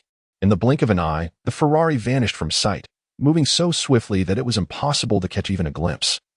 All that remained was a fleeting red silhouette. "My goodness, what astonishing speed!" one exclaimed. "Heavens, my eyes must be deceiving me. I've never witnessed such an exaggerated acceleration in my life. Is this gentleman perhaps a low-key deity of the racing world?" Zhang Hai's friends from the automotive realm stood dumbfounded, swallowing hard in awe. Meanwhile, Zhuge Chang and his group were filled with exhilaration, pumping their fists and shouting, "Did you see our Linyi? Not one to mince words. The champion of the car world." Beneath the night sky, the winding mountain road posed both danger and thrill. Two sports cars raced closely behind one another, the entire mountainside reverberating with the thunderous roar of engines, igniting an exhilarating rush in the veins. Lin Feng shifted gears with fervor, accelerating rapidly, while his passenger, Imo Shintong, strapped in securely, let out continuous shrieks. Ah, it's too fast. I feel as if my soul is about to escape. Her delicate, pale face reflected her inner turmoil. Is this still considered fast? Lin Feng took a drag from his cigarette, casting a smirk at Imo Shintong, and pressed the accelerator down hard. The Ferrari unleashed a roar akin to a tiger's growl and surged forward. Ah! Imo Shintong continued to scream, tightly shutting her eyes. Meanwhile, ahead, Zhang Hai glanced through his rearview mirror, noticing the Ferrari rapidly closing in, his expression turning grave. It's coming in quite fast. But do you think I would allow myself to be outdone on my own turf? Ha! How laughable, he sneered, picking up the walkie-talkie. Haigu, report. Came a male voice from the other end. That kid is right on our tail. Block him. Zhang Hai replied coolly. Understood, Haigu. Zhang Hai hung up the walkie-talkie, turning his gaze back to the mirror, where the red Ferrari approached menacingly. A sinister smile crept onto his lips as he muttered, You little brat. You're in for a surprise. Lin Feng, overtake him, now. Imo Shintong, seemingly accustomed to Lin Feng's thrilling driving, quickly urged him to accelerate past Zhang Hai. All right. Lin Feng responded without hesitation, increasing speed in preparation to overtake. Just then, a series of high beams suddenly illuminated the mountain road, blinding him momentarily. Squinting, Lin Feng saw 4 cars blocking his path, moving side by side, effectively sealing off his way forward. The blonde driver of a Jaguar picked up the walkie-talkie, chuckling. Haigu, that kid is completely trapped. You can race freely now. Excellent, Zhang Hai laughed. After hanging up, the blonde young man rolled down his window, turning to his companions with a grin. Haha, that little brat is going to be furious. Haiji's tactic is truly ruthless, haha. Who told him to cross Haigu? Trapped behind the 4 vehicles, Lin Feng's face darkened, while Imo Shintong seethed with indignation. These people are utterly shameless, deliberately blocking our way. Lin Feng, what should we do now? Flustered, she expressed her disdain for the man named Zhang Hai, insisting she would rather marry Lin Feng than have anything to do with him. Ah, Imo Shintong, what on earth are you thinking? She muttered in frustration, her usual composed demeanor replaced with palpable anxiety. Don't worry, Lin Feng inhaled deeply, his dark eyes sparkling with determination. We're doomed. Those 4 cars are blocking us. We can't possibly get through. Imo Shintong fretted, her irritation evident. Who says we can't? Lin Feng chuckled at her words. Is this small obstacle enough to thwart your future husband? You must be underestimating me, Lin Feng. Who is your future husband? Imo Shintong retorted, exasperated by his jesting. Now, how about a wager? Lin Feng suggested with a grin. A wager on what? Imo Shintong sighed, perplexed by his unwavering confidence. If I can overtake, will you be my girlfriend? What? Are you joking at a time like this? Imo Shintong was incredulous. This is ridiculous. Fine. We can discuss it later. She conceded, but Lin Feng added, just give me a shout of husband first. You. Imo Shintong's face turned pale with indignation, realizing he was merely teasing her. Sensing Lin Feng's carefree attitude, she grew both angry and distressed. Lin Feng, I never imagined you could be so unambitious. Hey, beautiful. Don't accuse me unjustly. Gamble or not, it's your call. Lin Feng fixed his gaze on her intently. All right, if you win the race, calling you husband is no problem. Imo Shintong shot back, albeit in frustration. But don't say I took advantage of you later. Lin Feng laughed. Please, can you take this seriously? Imo Shintong was at a loss for words. I am serious. Lin Feng, cigarette dangling from his lips, focused ahead at the 4 cars blocking his path, repeatedly honking the horn. Haha, that little brat is still honking. Does he think he can overtake? Dream on. The blonde youth mocked. He'll never get past. His companions laughed heartily. Lin Feng, undeterred, smirked and proclaimed, do they truly believe that their blockade can stop me? Today, I shall show you all the prowess of Jiangbei's finest driver. Stop boasting, Lin Feng. Imo Shintong couldn't help but chastise him. His blind confidence baffled her. As Lin Feng honked several times, the 4 cars remained obstinately in their lanes. Soon, they approached a sharp 45-degree turn. Shintong, do you know about wall drifting? Lin Feng suddenly inquired. Wall drifting? Imo Shintong looked puzzled, but as she glanced ahead at the bend, comprehension dawned upon her. Swallowing hard, her beautiful eyes widened with concern. She exclaimed, you can't possibly be thinking of drifting around that corner to overtake, right? Indeed, you're sharp, Imo. Lin Feng smiled, nodding. Ah, Lin Feng. Are you out of your mind? Imo Shintong shrieked, terrified. If you want to risk your life, don't drag me into it. Lin Feng shifted gears, his left foot pressing down on the accelerator as the Ferrari unleashed a fierce roar. The four young men blocking the road exchanged knowing glances, each wearing a mocking grin. Does he really think he can ram into us? One scoffed. If he is not afraid of death, let him try. In that instant, the Ferrari surged forward at an astonishing speed, its body aligning with the smooth mountain wall in a remarkable maneuver, on the verge of overtaking. Brace yourself, Lin Feng warned earnestly. Imo Shintong closed her eyes, screaming as her mind went blank, feeling as if they were spiraling into madness. At that moment, time seemed to freeze, and the air felt as if it had thickened. Inside the Ferrari, the only sound was the echo of their racing hearts.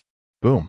The young man driving the BMW X5, closest to the mountain, turned his head upon hearing the thunderous roar of an engine beside him. As he caught sight of a Ferrari gracefully gliding along the mountainside, a cigarette dangling from his lips, a smirk crept across his face, his gaze tinged with mockery. He was momentarily stunned. What the hell? Is this a movie? A car god? His mouth gaped open in astonishment, exclaiming in disbelief. Following suit, the mouths of several young men widened, their faces a portrait of shock. With a roar, the Ferrari's four exhaust pipes erupted with azure flames, descending steadily from the mountain onto the road, right before the four cars. Zhang Hai's friends looked as if they had seen a ghost, their eyes nearly bulging out of their sockets. Impossible. What kind of technique is this? Wall drift? This is beyond absurd, even for a movie. Though they were somewhat known in the car scene of Jianbei, they were left utterly dumbfounded by the spectacle. For the first time, they felt the humbling realization that there are always people more skilled than oneself. Lin Feng, behind the wheel of the Ferrari, lounged with one hand draped over the window, two fingers pinching a cigarette. Beside him, Imo Shintong still tightly covered her eyes with both hands, captivated by her adorable and enchanting demeanor. Lin Feng couldn't help but chuckle. Shintong, you can open your eyes now. Slowly, Imo Shintong lowered her hands, revealing her stunningly beautiful eyes. Upon seeing the clear road ahead, she instinctively swallowed hard, her exquisite oval face reflecting shock.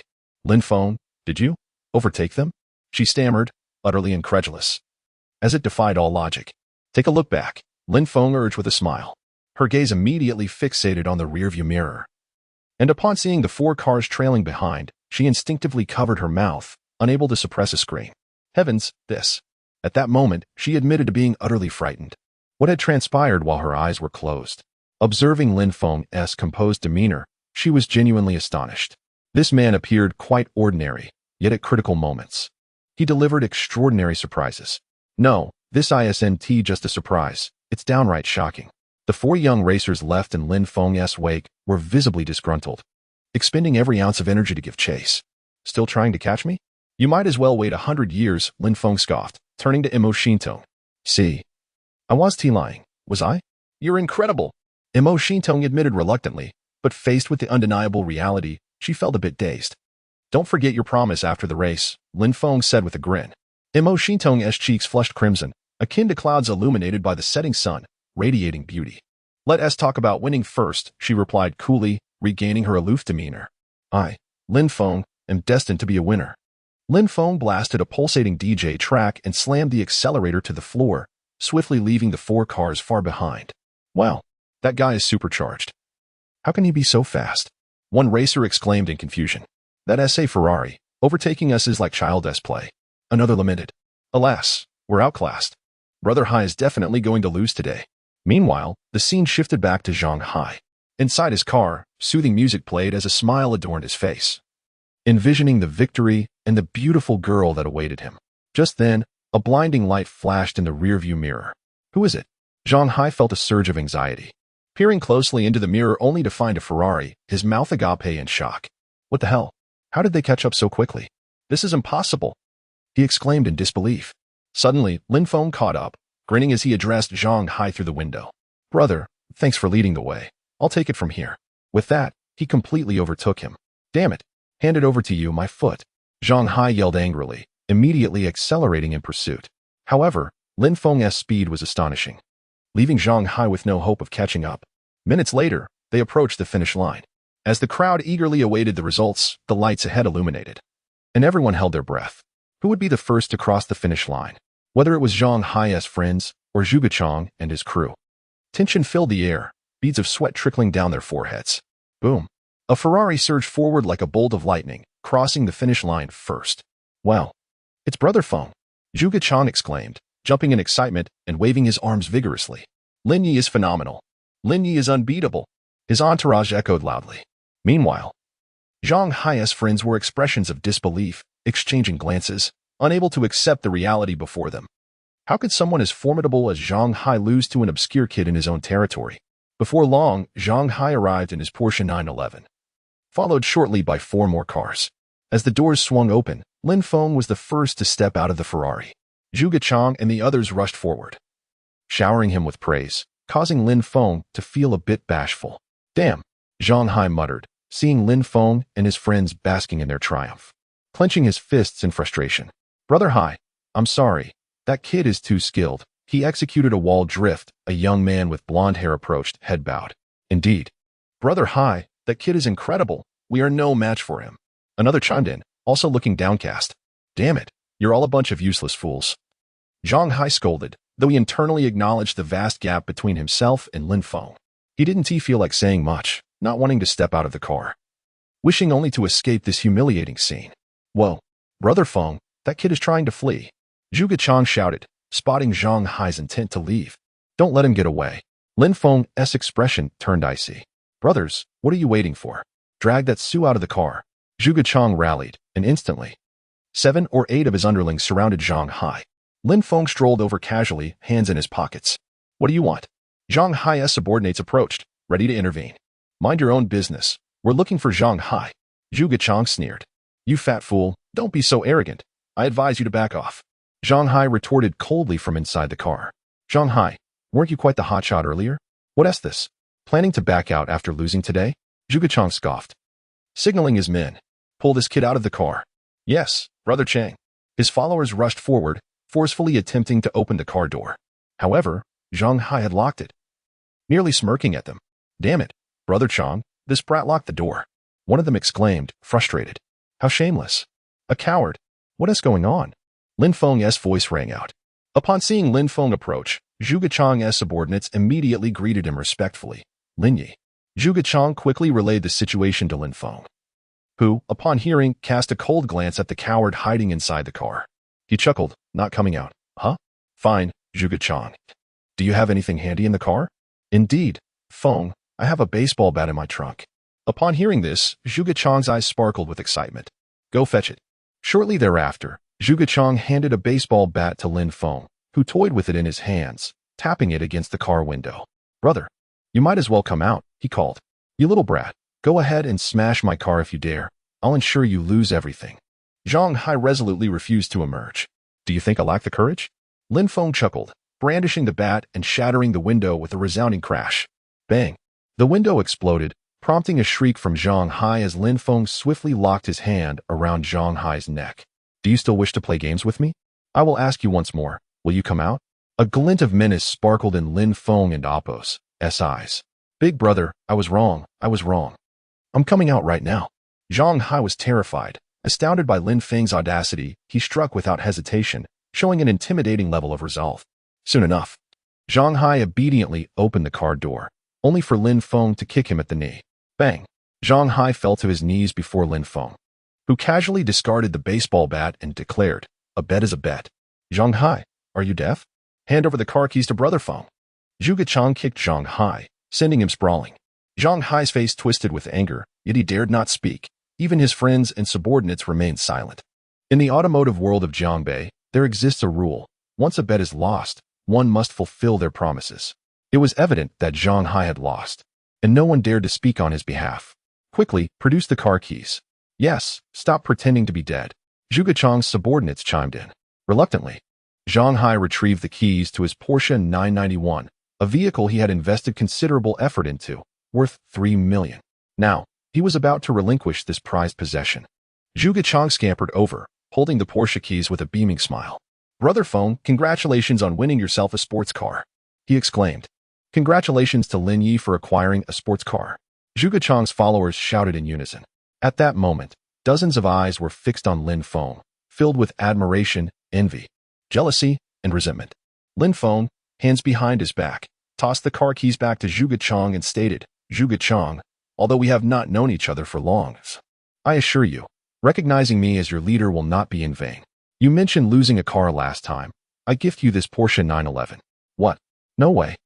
Zhuge Chang exclaimed in disbelief. You can't just give away a Porsche 911 worth over 300,000 like it's nothing. Upon hearing Lin Feng's declaration, Zhuge Chang nearly fell to his knees, his face brimming with excitement. Brother Feng, are you serious? When have I ever lied? Brother Feng. I am at a loss for words. In this lifetime, I recognize you as my sole elder brother. From now on, I am yours in life and in death. If anyone dares to harm a hair on Brother Feng, I will seek vengeance. Zhuge Chang proclaimed, kneeling in excitement. Lin Feng approached and patted his shoulder, whispering, There are several thousand yuan in that car. Take your brothers out for a good time tonight. I have matters to attend to with your sister-in-law. Hiki, Brother Feng. You carry on. I understand, Zhuge Chang replied with a sly grin. At that moment, Mo Xintong approached, her expression one of surprise. You don't want that Porsche?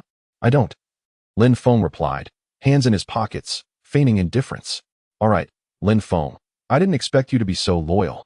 Mo Xintong expressed her newfound admiration for Lin Feng's actions. Of course, Lin Feng replied with a smile. Sister-in-law, Zhuge Chang interjected. I'm not. Mo Xintong began, but Lin Feng interrupted, smiling at her. Xintong, it's time to fulfill your promise. Lin Feng, you. Mo Xintong was taken aback, her beautiful oval face flushing crimson. Big brother, you can't be joking. Zhuge Chang chimed in with curiosity.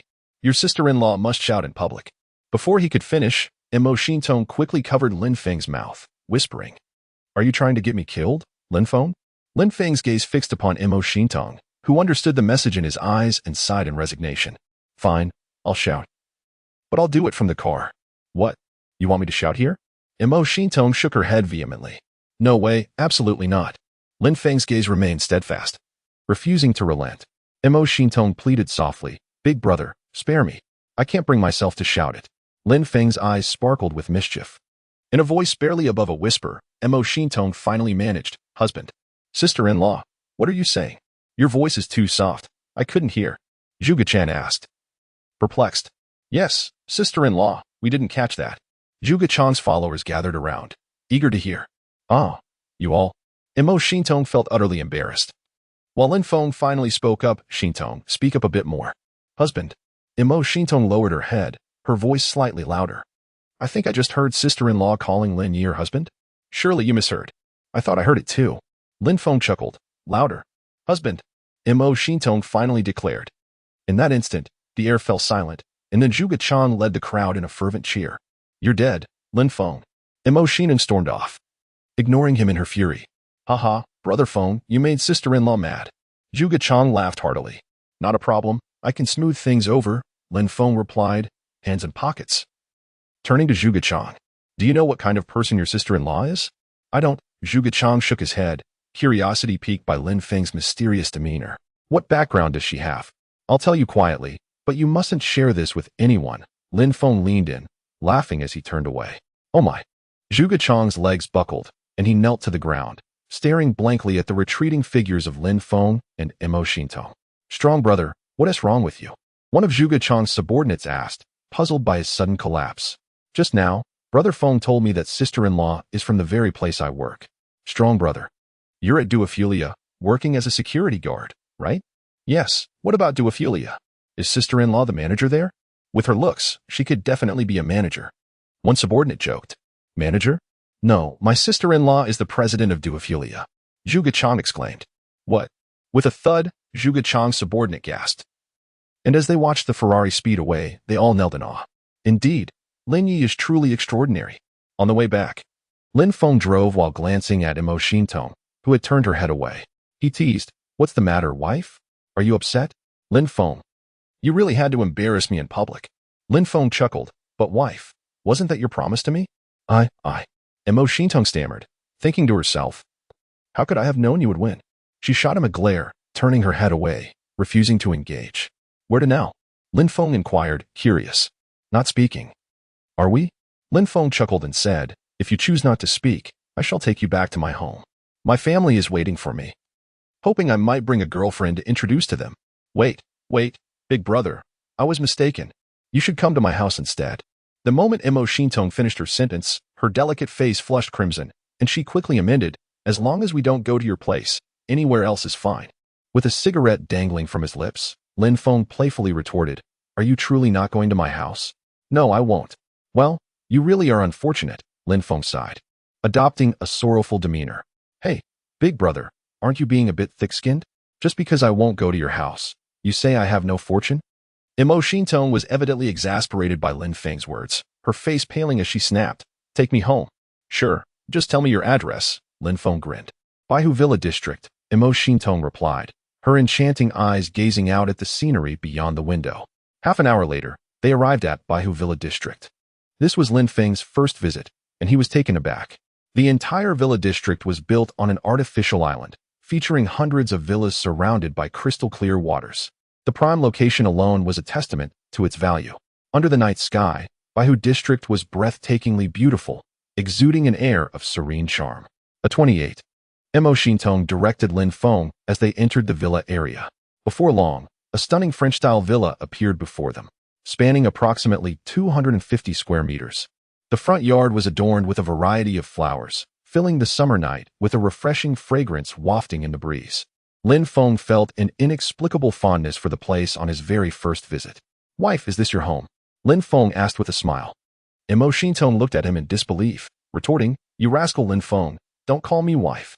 "But you called me husband. Are you trying to make me a bad man?" Lin Feng replied with a mischievous grin. "You are infuriating." Imo Shintong chose to ignore him, feeling distressed over how she had foolishly gambled with this man. Ever since she referred to him as husband, he had clung to her like an unyielding adhesive, impossible to shake off. As Imo Shintong got out of the car, Lin Feng quickly followed. "Wife, are you tired? Should I open the door for you?" He offered eagerly. "No need." Upon entering the villa, the lights turned on, revealing an opulent interior that left Lin Feng in awe. The living room alone was about 80 square meters, decorated in a high-end European style that was simple yet exquisite. The villa's layout was artfully arranged, exuding an air of elegance.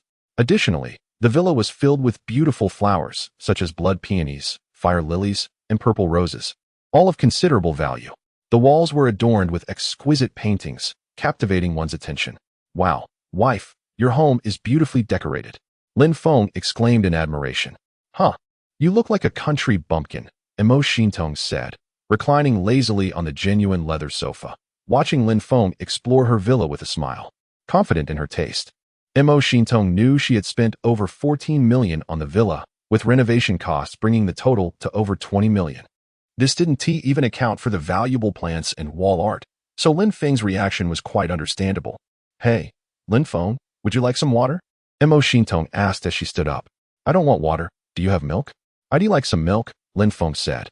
His gaze fixated on a beautiful wall painting featuring a voluptuous woman, and he couldn't help but swallow hard. "Milk? Yes, we have that," Imo Shintong nodded. But upon noticing Lin Feng's fixation on a nude painting, she felt irritation bubbling up. "What are you staring at? Haven't you seen a woman before?" "I've seen women, but not one quite like that," Lin Feng instinctively replied. "Huh, you lecture." Imo Shintong couldn't help but tease. "Hey, even if it's impressive, it doesn't compare to my wife," Lin Feng said, turning to face her with a playful grin. Imo Shintong's eyes flashed with anger, her face paling as she responded, "Lin Feng, you scoundrel. What did you just say?" "I said my wife's physique surpasses that of the woman in the painting. What has got you all riled up? Are you admitting I'm your husband?" Lin Feng said, a devilish smile plastered on his face. You actually, though your beauty is striking and possesses an innate allure that captivates countless men at first glance, leaving them utterly entranced and unable to resist the urge to approach you. I, Lin Feng, am not the type of man to succumb easily." With a wry smile, he remarked, "Darling, I simply wish to wash off the sweat from my body. What do you think I intend to do?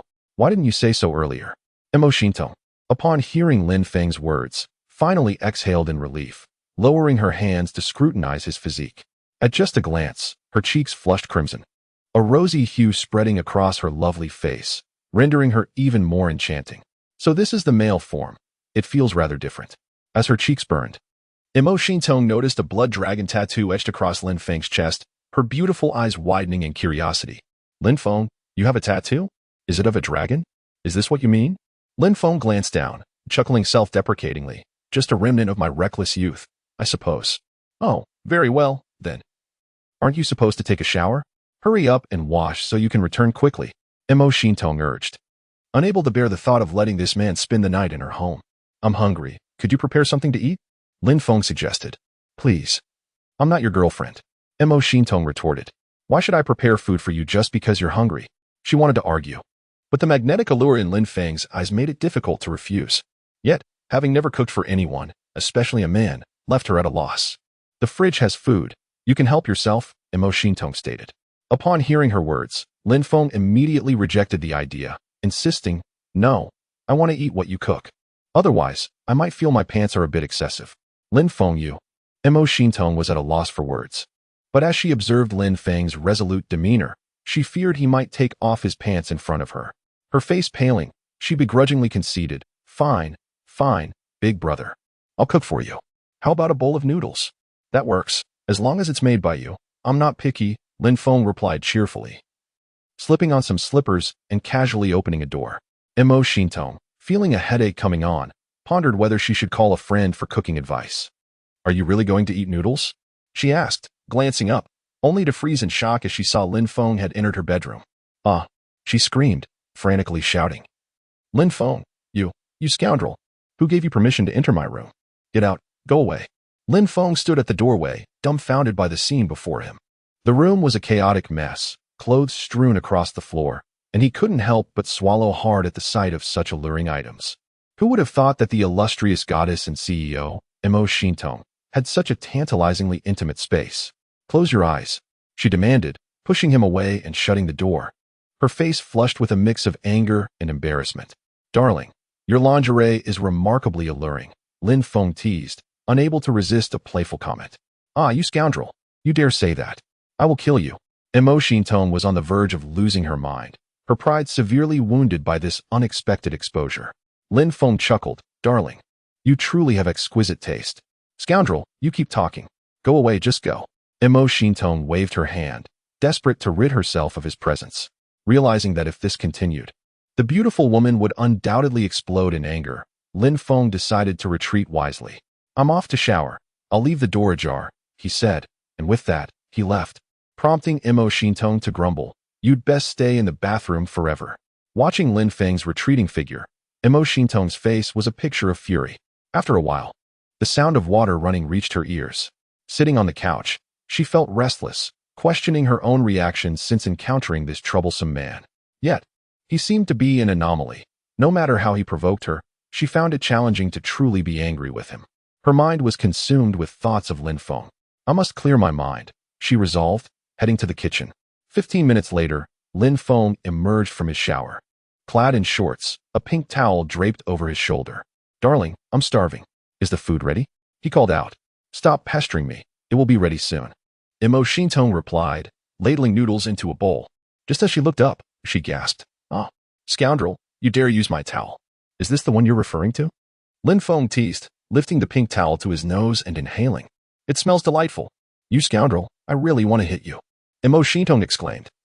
Though she knew there was little point in complaining now that he had already used her towel. The noodles are ready.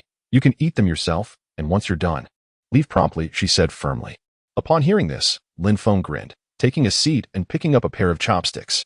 He looked at the plain noodles and frowned. Darling, you only made noodles? Where's the egg? What? You want an egg too?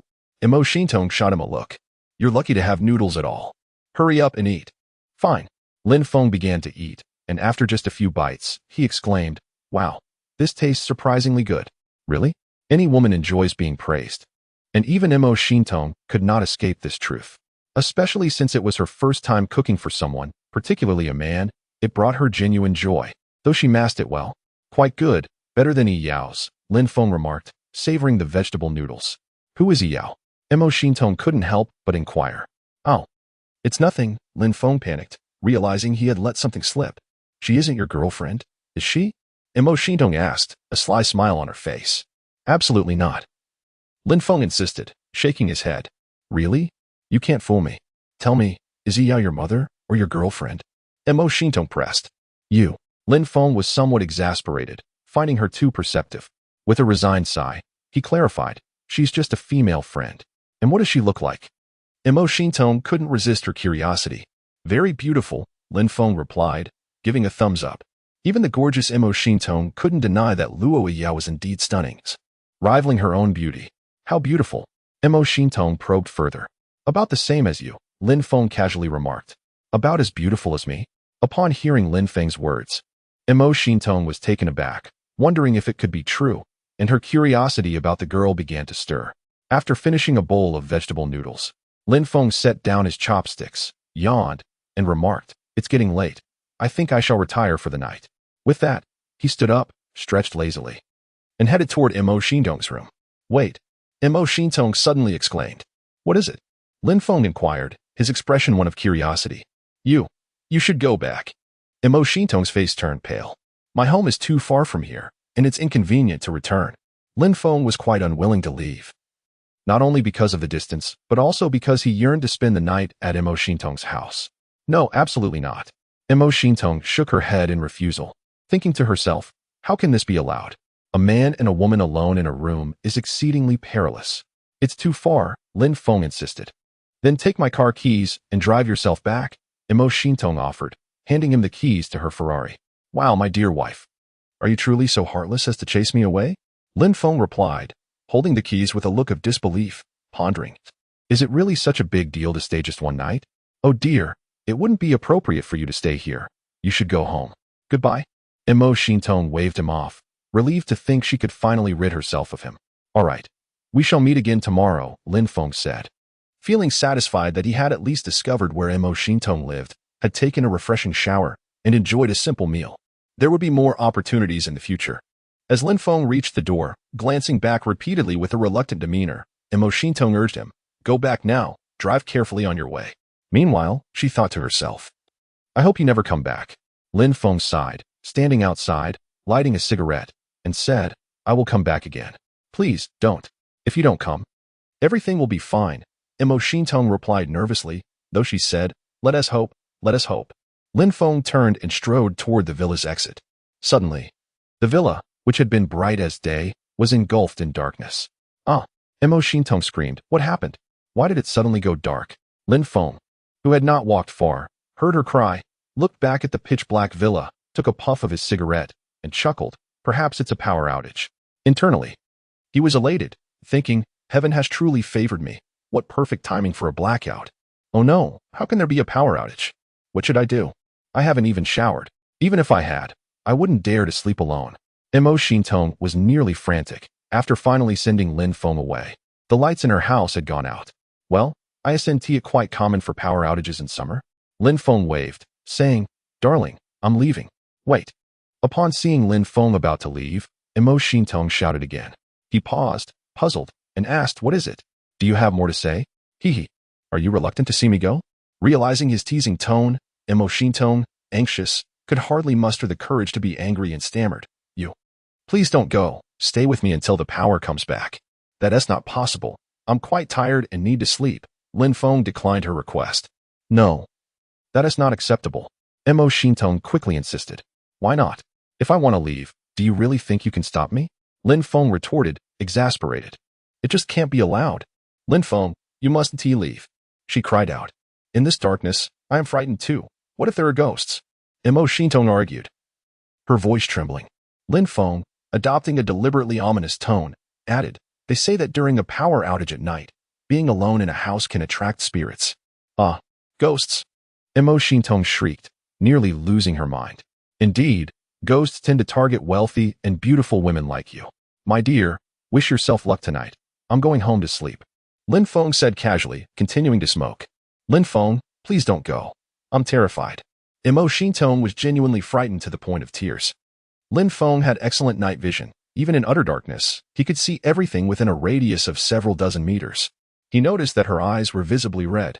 He understood he could not frighten her any further. That would lead to trouble. "Darling, I was just joking. There are no ghosts in this world. Especially not for a kind and beautiful girl like you," he reassured her. "Lin Feng, can you please stay?" Mo Shintong's voice had taken on a pleading tone. "I want to leave. I want tea," he thought to himself. "Leaving now would be sheer folly. This is a golden opportunity. My dear, I wish to stay with you too, but it's quite late, and I must return. Otherwise, my family will worry." Lin Feng feigned reluctance, eager to see Mo Shintong's reaction. "Oh no, what should I do?" Mo Shintong was utterly distressed. If Lin Feng really left tonight, She would truly lose her mind. Unless I call home now to inform them I want to be coming back tonight, Lin Feng suggested. Imo Shintong felt torn and conflicted. She was terrified of the dark, having always slept with a light on. Alone in a villa during a blackout, she would undoubtedly be too scared to sleep and would succumb to wild thoughts. Yet, she also felt awkward about having a man stay over.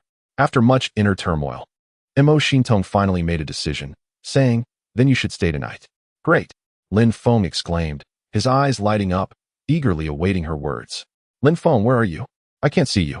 Imo Shintong reached out, hoping to find him.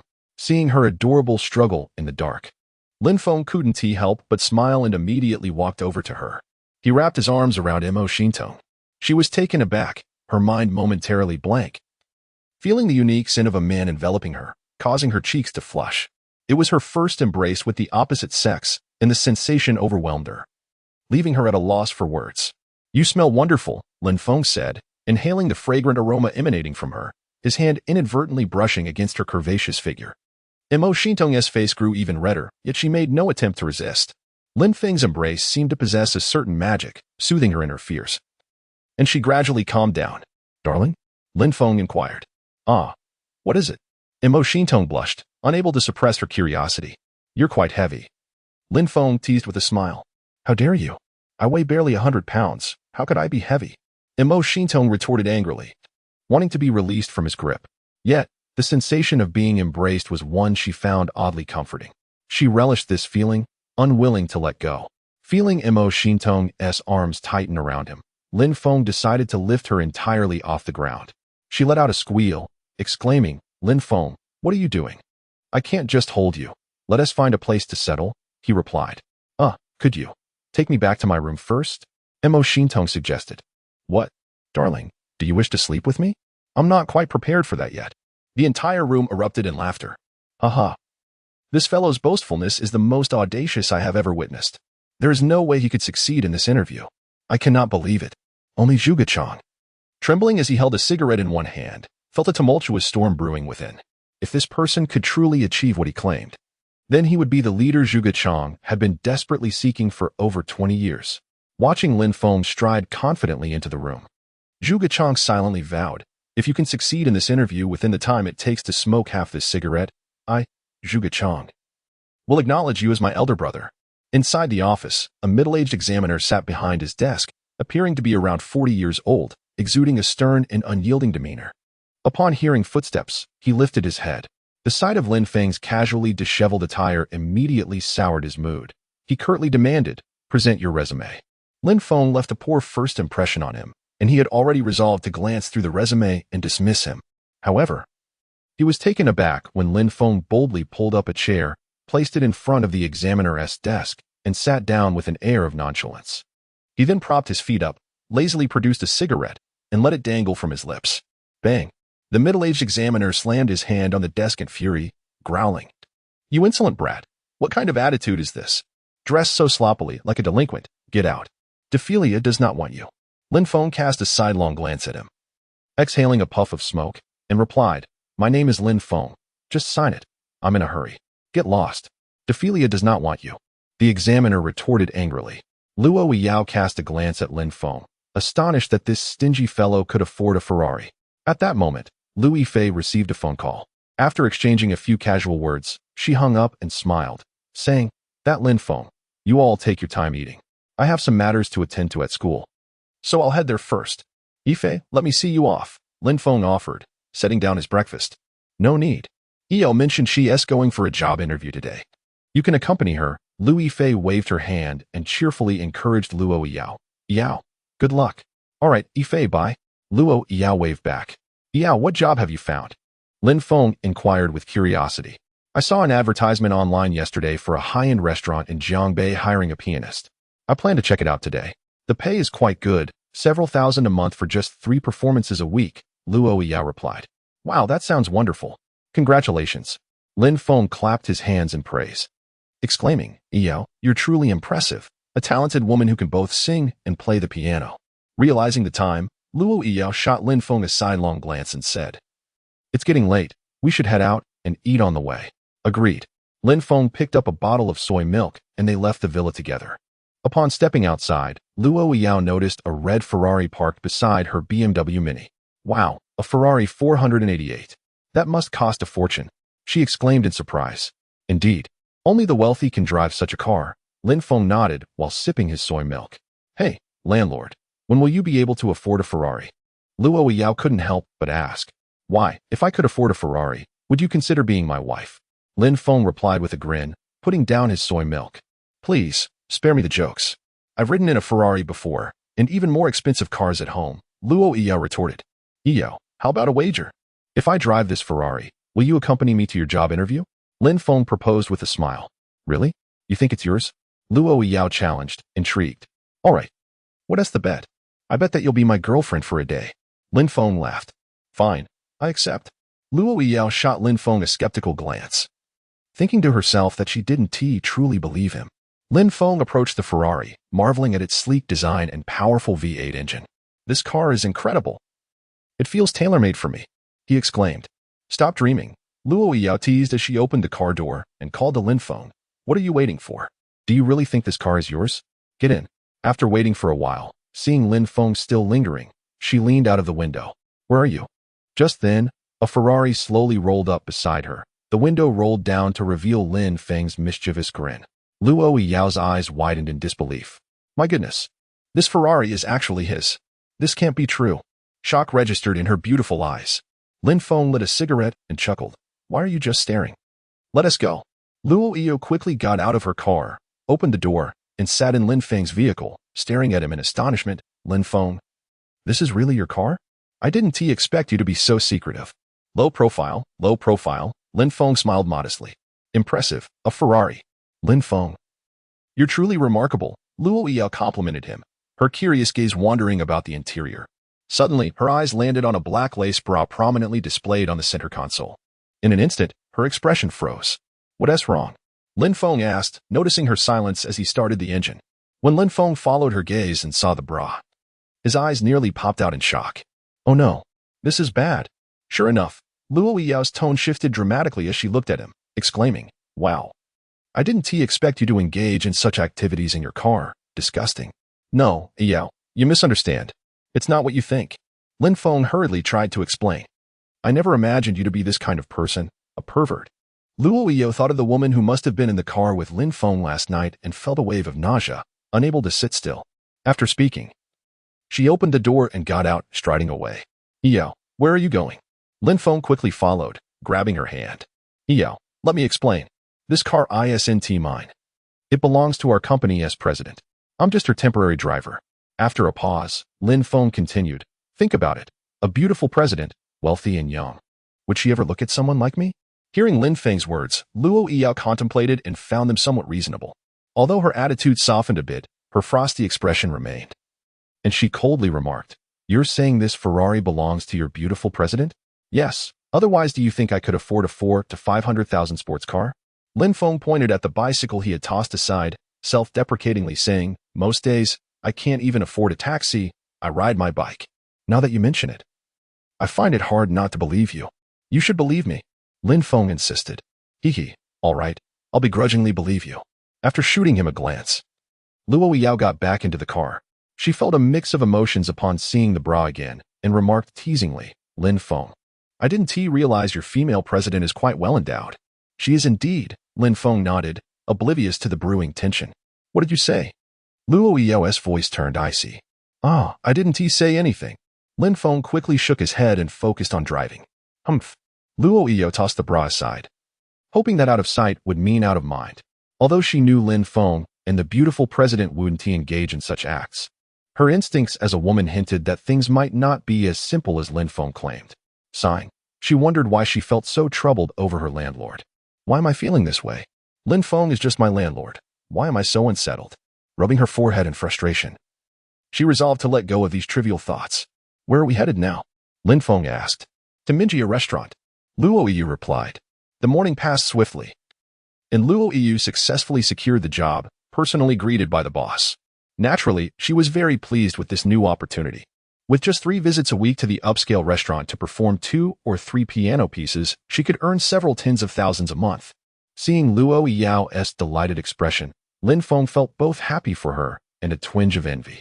Damn it, she's working in an elegant environment, earning applause for her performances, while I'm just a security guard, barely making ends meet. Yao, since you got the job today, you should treat us. Lin Feng grinned. Sure, no problem. Luo Yu readily agreed. I know a great Western restaurant up ahead. Let us go have steak for lunch. Sounds good. Lin Feng nodded and drove toward the restaurant as per Luo Yao's directions. At that juncture, as they traversed a bridge, an abrupt congestion ensued. With throngs congregating and engaging in fervent discourse, a young man stood poised on the bridge, arms outstretched, seemingly on the precipice of self-destruction. This individual, appearing to be in his early 20s, possessed a rectangular face, a complexion of ruddy darkness, and a tall, robust physique, marred by what appeared to be contusions upon his arms. Young man, forbear from such a rash act. No tribulation warrants such despair. Indeed, young sir, your life stretches before you. Abstain from this folly and descend. Do not succumb to the river's embrace. Life's journey is yet extensive. A considerable assembly had amassed upon the bridge, encompassing elders in their twilight years, as well as individuals of middle and youthful ages. The throng numbered in the hundreds, each endeavoring to dissuade the youth from his perilous course. Spare your entreaties, the young man declared. My existence is forfeit, devoid of hope. Let me embrace oblivion. Young man, eschew such levity with life. Descend, I implore you. Verily, descend forthwith. Let us engage in discourse. Abandon this senseless act. The onlookers persisted in their appeals. Your words are futile. I am bereft of the countenance to persist in this world. The youth, his eyes sealed, a solitary tear tracing its path, prepared to relinquish his mortal coil. Lin Feng observed. A soul seeks the river's depths, cried Luo Yao, her voice laced with alarm. What? Lin Feng, vexed by the congestion, cast his gaze upward, following the trajectory of her vision. There, in the bridge's center, stood a young man, his eyes closed, poised for self-annihilation. I dare say, this fellow bears a striking resemblance. Lin Feng, initially suspecting a misidentification, rubbed his eyes, only to ascertain that the suicidal figure was none other than a former classmate. An acquaintance? Luo Yao exclaimed, astonishment etched upon her countenance. Lin Feng, without hesitation, flung open the car door and surged toward the throng. Lin Feng, Tari. Luo Yao swiftly disembarked, secured the vehicle, and pursued Lin Feng. A pitiable soul, so young, yet yearning for oblivion. Alas, indeed. Several matrons, their market baskets in tow, exchanged glances, their eyes reflecting profound commiseration. Farewell, cruel world. As tears cascaded down his visage, the youth on the bridge braced himself for the final act, severing his ties to existence. At that precise moment, Lin Feng, thrusting aside the obstructing mass, bellowed, Make way. Make way. Upon witnessing the youth's impending plunge, Lin Feng roared, Wang Xian, you imbecile. Have you succumbed to madness? Do you seek the river's embrace? The youth, his eyes previously sealed, snapped them open. Who dared utter his name? He lifted his gaze, fixing it upon the figure of Lin Feng, his eyes widening in disbelief, his visage a mask of astonishment. Can my eyes deceive me? Is that not Feng Ji? The appellation Feng Ji ignited Lin Feng's ire, his teeth grinding in vexation. Wang Xian, has reason deserted you? Do you contemplate self-destruction? Feng Ji, we presumed you deceased. How have you returned? Wang Xian stammered, his countenance etched with astonishment. A pox upon that notion. I merely sojourned abroad, recently returning. Lin Feng, incensed, felt the urge to unleash a torrent of invective. Should he encounter those former classmates, retribution would be swift. Ah, I comprehend. Feng Ji, it has been an age. You have only grown more dashing. Wang Xian remarked. Need you even ask about my aura? Lin Feng retorted, casting a sidelong glance at Wang Xian. Cease this folly and descend. Your perch is precarious. Wang Xian remained mute. The assembled onlookers, who had labored to dissuade him, implored Lin Feng. Young sir, this youth is your comrade, is he not? Counsel him, I beseech you. Verily, to save a life is to accrue immense merit. Lin Feng nodded in affirmation. Wang Xian, I adjure you to descend. What madness possesses you? Lin Feng pressed. Feng Ji, forgive me. This world, I have renounced. To behold you before my demise brings me solace. Wang Xian smiled through his tears, his eyes slowly closing. He inhaled deeply, his body arching backward, poised to plunge. Wang Xian, if I hold a place in your esteem, reveal to me the impetus for your despair. Lin Feng thundered. Feng Ji, these past 4 or 5 years have been a crucible. My life is irrevocably shattered. My family lies in ruins. My paramour has absconded. I foresee no prospect of redemption. Wang Xian offered a rueful smile. What calamity has befallen you? Lin Feng inquired, his visage darkening. Wang Xian was not one to succumb to such despair. Their bond transcended mere friendship. They were the closest of confidants in their youth. Wang Xian had been a prodigious scholar, a star athlete, and possessed of a countenance that drew the admiration of many. In their school days, he had been accustomed to deference and prosperity. Wang Xian had been destined for Jiangbei University, his future radiant with promise. Yet, upon witnessing this scene, Lin Feng sensed a profound incongruity. Did you not attend university? Nay. Wang Xian replied, a bitter smile playing upon his lips. Feng Ji, I implore you, cease your inquiries. Do you truly yearn for oblivion? Lin Feng inquired, his tone hardening. I crave death, Wang Xian affirmed. Is that so? A glint of resolve flickered in Lin Feng's eyes. At that moment, Luo Yao, having navigated the throng, appeared before Lin Feng, her countenance etched with concern. Lin Feng, what transpires? Wang Xian, beholding the exquisite beauty at Lin Feng's side, clad in a pristine white blouse, form-fitting azure denim, and sky-high heels, her figure sculpted to perfection, her countenance captivating all who beheld it, was momentarily mesmerized. Feng Ji, your consort is a vision. You are indeed fortunate. Wang Xian, witnessing Lin Feng's happiness, offered a heartfelt blessing, yet his own tribulations cast a pall upon his spirit. Yao, I am well. Lin Feng reassured her. Luo Yao, her voice laced with trepidation, implored, do not leap. Fair lady, I regret that our acquaintance is so fleeting. I should have introduced myself. But I am unworthy. He lifted his gaze to Lin Feng, a faint smile gracing his lips. Feng Ji, if fate grants me another turn, let us be brothers once more. You blithering idiot. You yearn for death? I shall grant your wish. Lin Feng, consumed by fury, surged forward, embracing Wang Xian, and plunged into the river's depths. The Jiangbei River, a waterway stretching for thousands of miles, possessed a formidable current, exacerbated by the summer rains. To plunge into its embrace was to court certain demise. In the aftermath of their joint plunge, the once cacophonous bridge fell into a silence so profound that the fall of a pin could be discerned. After a protracted silence, Luo Yao dashed forward, clutching the railing, and cried out, Lin Feng, you imbecile! Why did you follow him? The surrounding throng erupted in pandemonium, aghast at the unfolding tragedy. How pitiable! Two youths, so vibrant, now lost to the river. Alas, this spectacle rends my heart. I can scarce bear to witness it. What a needless tragedy. Many sighed, feeling sorrow for Wang Xian and pity for Lin Feng. In this world, while saving a life is said to be more meritorious than building a 7-story pagoda, even deities cannot save someone who is determined to die. Lin Feng, you scoundrel! Luo Yao trembled, tears streaming from her beautiful eyes, one hand covering her mouth in an attempt to suppress her cries, but the intense agony had overwhelmed her mind. Young lady, your boyfriend is truly a pity. A man of deep feelings and loyalty does not meet a good end, remarked a middle-aged woman. Alas, your boyfriend is unfortunate. And so are you. Surely, he treated you well. Many tried to console Luo Yao. Rarely did she retort, her tears flowing even more. Today she had promised to be Lin Feng's girlfriend for a day.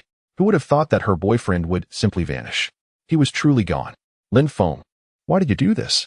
You wanted to be my boyfriend, didn't you? I agreed to be yours for a day. No, 3 days, a week.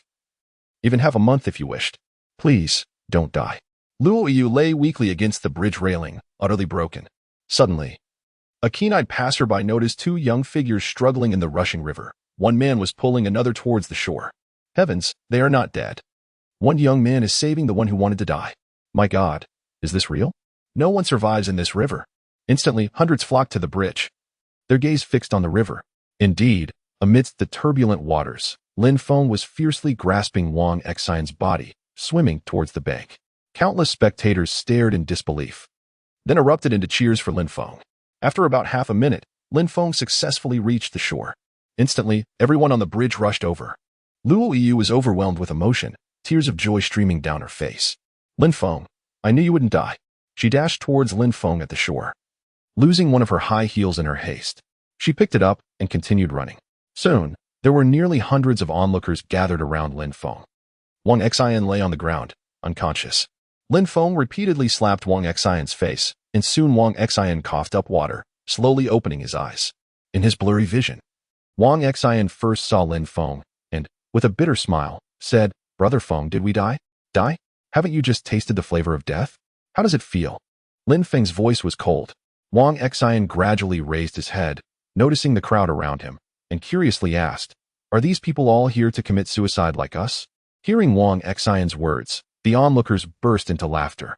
Lin Feng sighed and said, "Wang Xian, you fool, how could you be so confused? Young man, it was this young man who saved you. You are not dead." The spectators couldn't help but interject. What? Wang Xian was stunned by the truth. Staring blankly at Lin Feng beside him and asked, "Brother Feng, why did you do this? Do you have a cigarette?" Lin Feng felt his own cigarettes were soaked through and couldn't help but ask, "I have one." A kind-hearted person handed Lin Feng a cigarette and helped him light it, clearly showing that Lin Feng's actions had earned everyone's respect. Lin Feng had chosen to jump into the river with him to let him experience death, so he could understand the value of life. However, this action was perilously dangerous. A moment's inattention could lead to a fatal outcome. Thus, the bystanders admired Lin Feng even more. Similarly, Wang Xian was no fool. He understood Lin Feng's intentions and bitterly smiled, saying, "Brother Feng, I can't repay you for this." Lin Feng exhaled a puff of smoke and coldly replied, "Did I ask you to repay me? Did you consult me before deciding to die? Brother Feng, I truly cannot go on living," Wang Xian said bitterly. "Lin Feng, are you all right?" At that moment, Luo Yao rushed over, her face filled with concern. Upon seeing Luo Yao approaching, Lin Feng patted his backside and stood up, smiling, "It's fine, Yao. Sorry to worry you. As long as you're all right." Luo Yao suddenly embraced Lin Feng, disregarding the water on him, and kissed him, evoking envy among the surrounding young men. What a loving couple they were. Lin Feng and Luo Yao were reluctant to part, gazing at her blushing face. Lin Feng was filled with joy, then turned to Wang Xian, saying, "This place is not suitable for conversation. If you still recognize me as your older brother, come with me today." Brother Feng, this. Wang Xian, having attempted suicide, understood the fragility of life, but he was already a lost cause, truly not wanting to trouble Lin Feng further. "What? Now you won't even listen to me?" Lin Feng said lightly. "All right." Wang Xian nodded.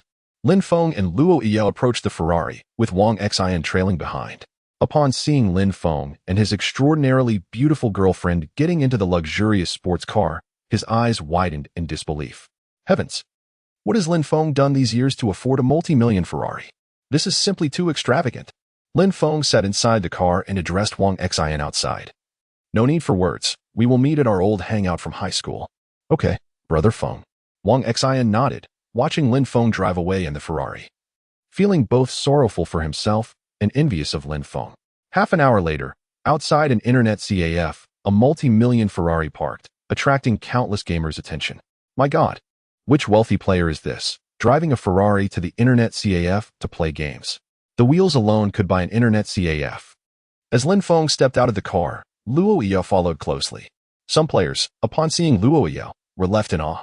These homebodies had never encountered such a stunning beauty. Their eyes were nearly spinning with envy towards Lin Feng. To drive a top-tier sports car while being accompanied by such beauty was truly the pinnacle of life. "Sir, are you here to acquire this internet CAF?" The owner, Old Zhu, rushed over excitedly upon seeing Lin Feng.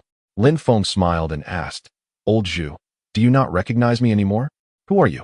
The owner scrutinized Lin Feng, and soon, his expression shifted to one of shock as he exaggeratedly exclaimed, "My goodness, it's you, Lin Feng. I never expected you to rise so spectacularly in just a few years. Impressive, impressive. Truly, the most successful student from Jianbei High School." As he gazed at the stunning Luo Yao beside Lin Feng, his eyes widened even more as he complimented, "Lin Feng, you are truly fortunate to have such a beautiful girlfriend." Luo Yao blushed with a smile. Hearing Old Zhu's praises, Lin Feng chuckled and said, "Please arrange a private room for us. Of course, you two are welcome to the VIP room." Old Zhu personally led them to the most luxurious gaming VIP room in the CAF. The room was spacious, equipped with sofas, a restroom, and several top-of-the-line computers. "President Lin, what brings you to play games here? With your wealth, you shouldn't need to." Mr. Zhu personally brewed a pot of tea and, out of curiosity, inquired. Lin Feng, seated on the sofa smoking, replied, "I certainly do not play games anymore, but this environment feels quite captivating. Later, I will be discussing matters here with a friend." Understanding this, Mr. Zhu wisely decided not to intrude and promptly excused himself. "Wow, the computers here look quite high-end. exclaimed Luo Yao upon seeing the equipment in the VIP room. Yao, do you usually play games? Lin Feng inquired with curiosity. Of course. She retorted with a roll of her eyes, adding, do you think I lack taste like you? Lin Feng felt a twinge of embarrassment, wondering if abstaining from gaming made him seem outdated. Well then, I shall play a game, Luo Yao declared, donning a headset and quickly starting her game. Meanwhile, Lin Feng continued to smoke, awaiting Wang Xian's arrival. Before long, Wang Xian appeared. Brother Feng, he said, standing before Lin Feng, visibly uneasy, especially after witnessing Lin Feng depart in a Ferrari with a goddess-like girlfriend, an image that left a profound impact on him. It forced Wang Xian to acknowledge that he and Brother Feng were no longer on the same level. It could be said that Lin Feng's willingness to engage with him stemmed purely from respect. Have a seat, Lin Feng said nonchalantly. Okay, Wang Xian replied, sitting at a distance, still appearing somewhat uncomfortable. Observing this, Lin Feng smiled and offered him a cigarette. Thank you, Brother Feng. After lighting the cigarette, Wang Xian maintained a sorrowful expression. There were too many people earlier. Now you should be able to tell me the truth, Lin Feng said, fingers pinching the cigarette. His gaze fixed on Wang Xian. How did you end up in such dire straits? Sigh, Brother Feng, it's a long story. Wang Xian sighed deeply, his brow furrowing with concern. Go ahead, I will find a way to help you, Lin Feng urged. Upon hearing Lin Feng's words, Wang Xian no longer hesitated and began recounting his experiences over the past few years. Actually, during my senior year in high school, right around the time you disappeared, I was led into gambling. Initially, I only engaged in small bets. I neither won nor lost much. However, later I started dating a girl. And you know how it is, Brother Feng, dating requires spending money. Indeed, Lin Feng replied, taking a puff from his cigarette and nodding. Once I started dating her, she constantly pressured me to spend money on her. At that time, my family was running a small business, and I had some pocket money, about $2,000 a month. But it was hardly sufficient. Consequently, I was drawn back into gambling by a friend, and I ended up losing more and more at one point. I lost over $10,000 in a month. I was still in high school and had squandered years of savings. Did your girlfriend not try to stop you? Lin Feng asked. She didn't. She was nothing but a schemer. Wang Xian exclaimed, his eyes filled with resentment. Oh, why do you say that? Lin Feng inquired, narrowing his eyes. Not only did she not stop me, but she also lent me money to gamble, claiming I could win. When I heard that and saw her actually lending me money, I began gambling more frequently, eventually neglecting school altogether. I lost increasingly larger sums. At this point, Wang Xian's expression turned pained, and he buried his head in his hands. Until one day, I discovered that my so-called girlfriend was in a hotel with the very friend who led me into gambling. What? Lin Feng was taken aback. That scheming girl and that scoundrel were in cahoots to dupe me into gambling and continually lending me money. I was too young and naive to see through their ruse. When I finally realized and wanted to confront them, that bastard brought a group to beat me, leaving me nearly dead. By then, I had already owed them tens of thousands and was utterly powerless to repay. Did you not report it to the police? Lin Feng asked.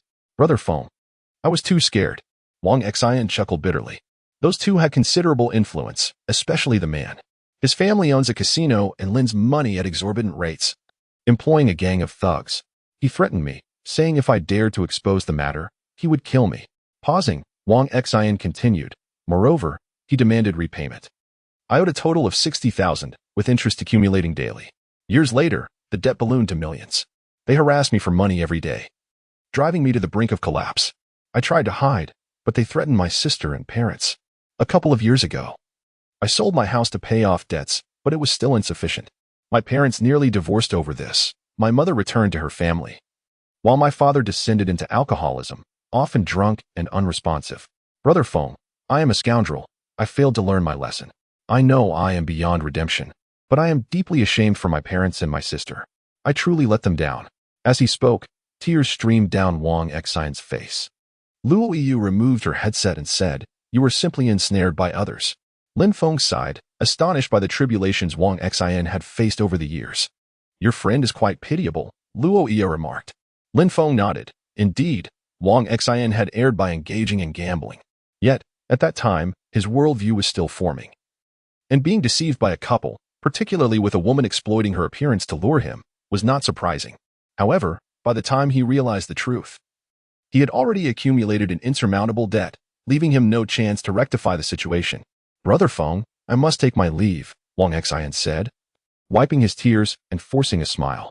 Wait, do you think I will let you go? Lin Feng suddenly interjected.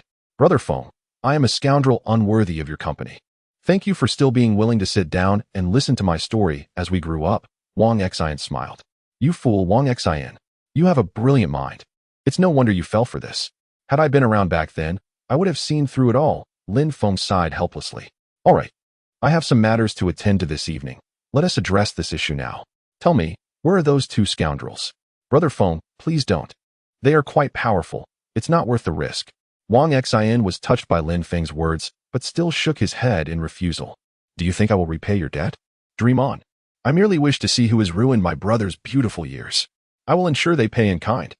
Lin Feng's eyes sparkled with a fierce light. Wang Xian was taken aback, sensing that Lin Feng had transformed, exhibiting a profound change. Not only did he appear inscrutable, but he also radiated an irresistible charm. All right, Wang Xian nodded. As they exited the internet CAF, Lin Feng offered Mr. Zhu money, but Mr. Zhu smiled and waved it away, welcoming Lin Feng to return. However, he had one request. The next time Lin Feng visited, he should drive the Ferrari parked outside the CAF. Lin Feng understood Mr. Zhu's intentions. The shrewd man wished for him to showcase the Ferrari as a subtle advertisement for the CAF, enhancing its prestige by attracting potential patrons with the sight of a luxury car parked out front. Lin Feng and Luo Yao settled into the sleek interior of a Ferrari, while Wang Xian rode a somewhat dilapidated electric bike, exuding an air of modesty. Brother Feng, I'll lead the way, Wang Xian said. Lin Feng nodded in acknowledgement. Observing Wang Xian's humble figure as he pedaled, Luo Yao's eyes glistened with sympathy. Lin Feng, your friend seems quite unfortunate. You should help him, she remarked. Yes, I will, Lin Feng affirmed. After approximately half an hour, they arrived at a business and leisure establishment named Jinwan. Brother Feng, we've arrived, Wang Xian announced. Halting his bike as Lin Feng parked the car and exited with Luo Yao. Lin Feng surveyed the Jinwan establishment, which appeared quite splendid, boasting over 10 stories. The sign proclaimed it offered bathing, sauna services, and various entertainment activities. Isn't this a leisure club? Luo Yao inquired curiously. Not quite, Wang Xian replied. On the surface, it looks like a club, but in reality, it is an underground casino unbeknownst to most.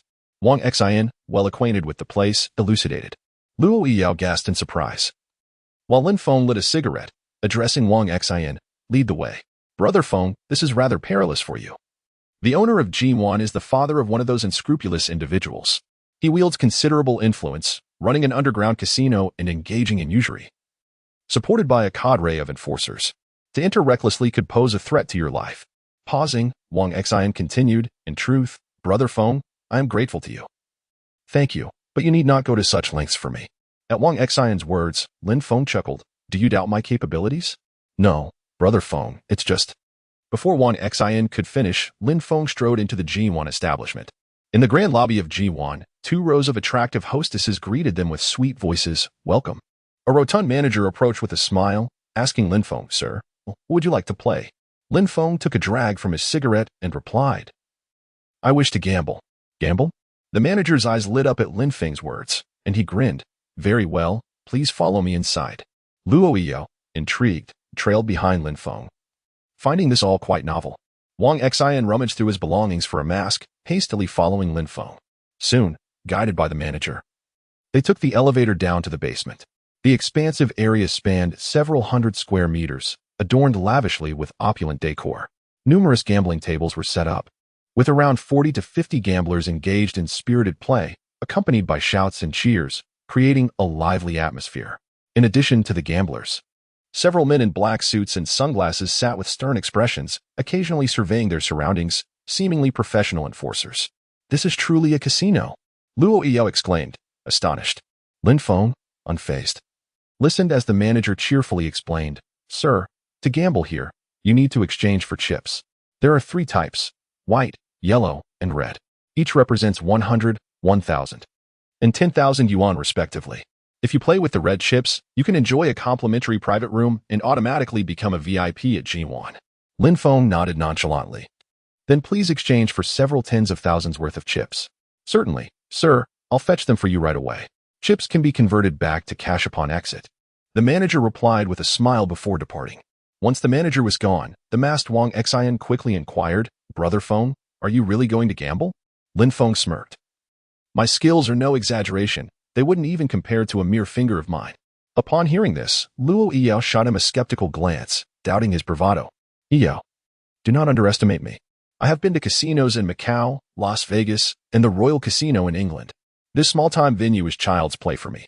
I shall win 100,000 or so, and naturally, the casino owner will be compelled to reveal himself." Luo Yao's eyes widened with excitement. "Wow. Does that mean we're about to strike it rich today?" Lin Feng feigned mystery with a smile. Before long, the manager returned with 100,000 in chips for Lin Feng. Wang Xian, irate, exclaimed, "Did I not ask for just a few thousand? Why so much?" The manager, a crafty fox, replied with a grin, "I observed that this gentleman possesses a distinguished demeanor. He must be a wealthy heir. 100,000 is but a trifle for him. You have a keen eye." Lin Feng accepted the chips with a calm demeanor, unruffled. "Sir, I wish you and your companions an enjoyable experience," the manager said with a smile, retreating, secretly reveling, "Another fool to fleece. Ha ha, I am truly clever." Wang Xian, "What games are entertaining here? Recommend a couple," Lin Feng requested, holding the chips with a grin. "They are all quite enjoyable." Wang Xian, feeling Lin Feng's gaze, quickly shook his head. "Not enjoyable, none of them." Lin Feng patted his shoulder. "Then what do you usually lose the most at?" "That would naturally be Jia Jinhua, a type of poker," Wang Xian replied in unison. "All right, then we shall play Jia Jinhua." Lin Feng nodded, and soon, Wang Xian led Lin Feng and Luo Yao to the Jia Jinhua tables. Jia Jinhua is a widely popular card game, requiring only 2 players, consisting of 3 cards to compare the values. It is suitable for all ages, and due to its simplicity, the gambling industry has greatly popularized it, allowing countless gamblers to amass fortunes overnight. At one table, 5 or 6 players were engaged in Jia Jinhua. Bets are open, starting at 100. With a maximum of 1,000, the dealer announced. Immediately, the gamblers placed their bets. A player put in a white chip worth 100.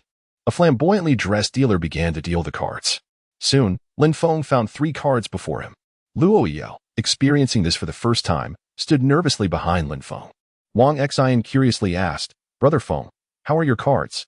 "No need to look," Lin Feng replied with a grin. "Wow, what a terrible hand," exclaimed a slender man, tossing his cards aside.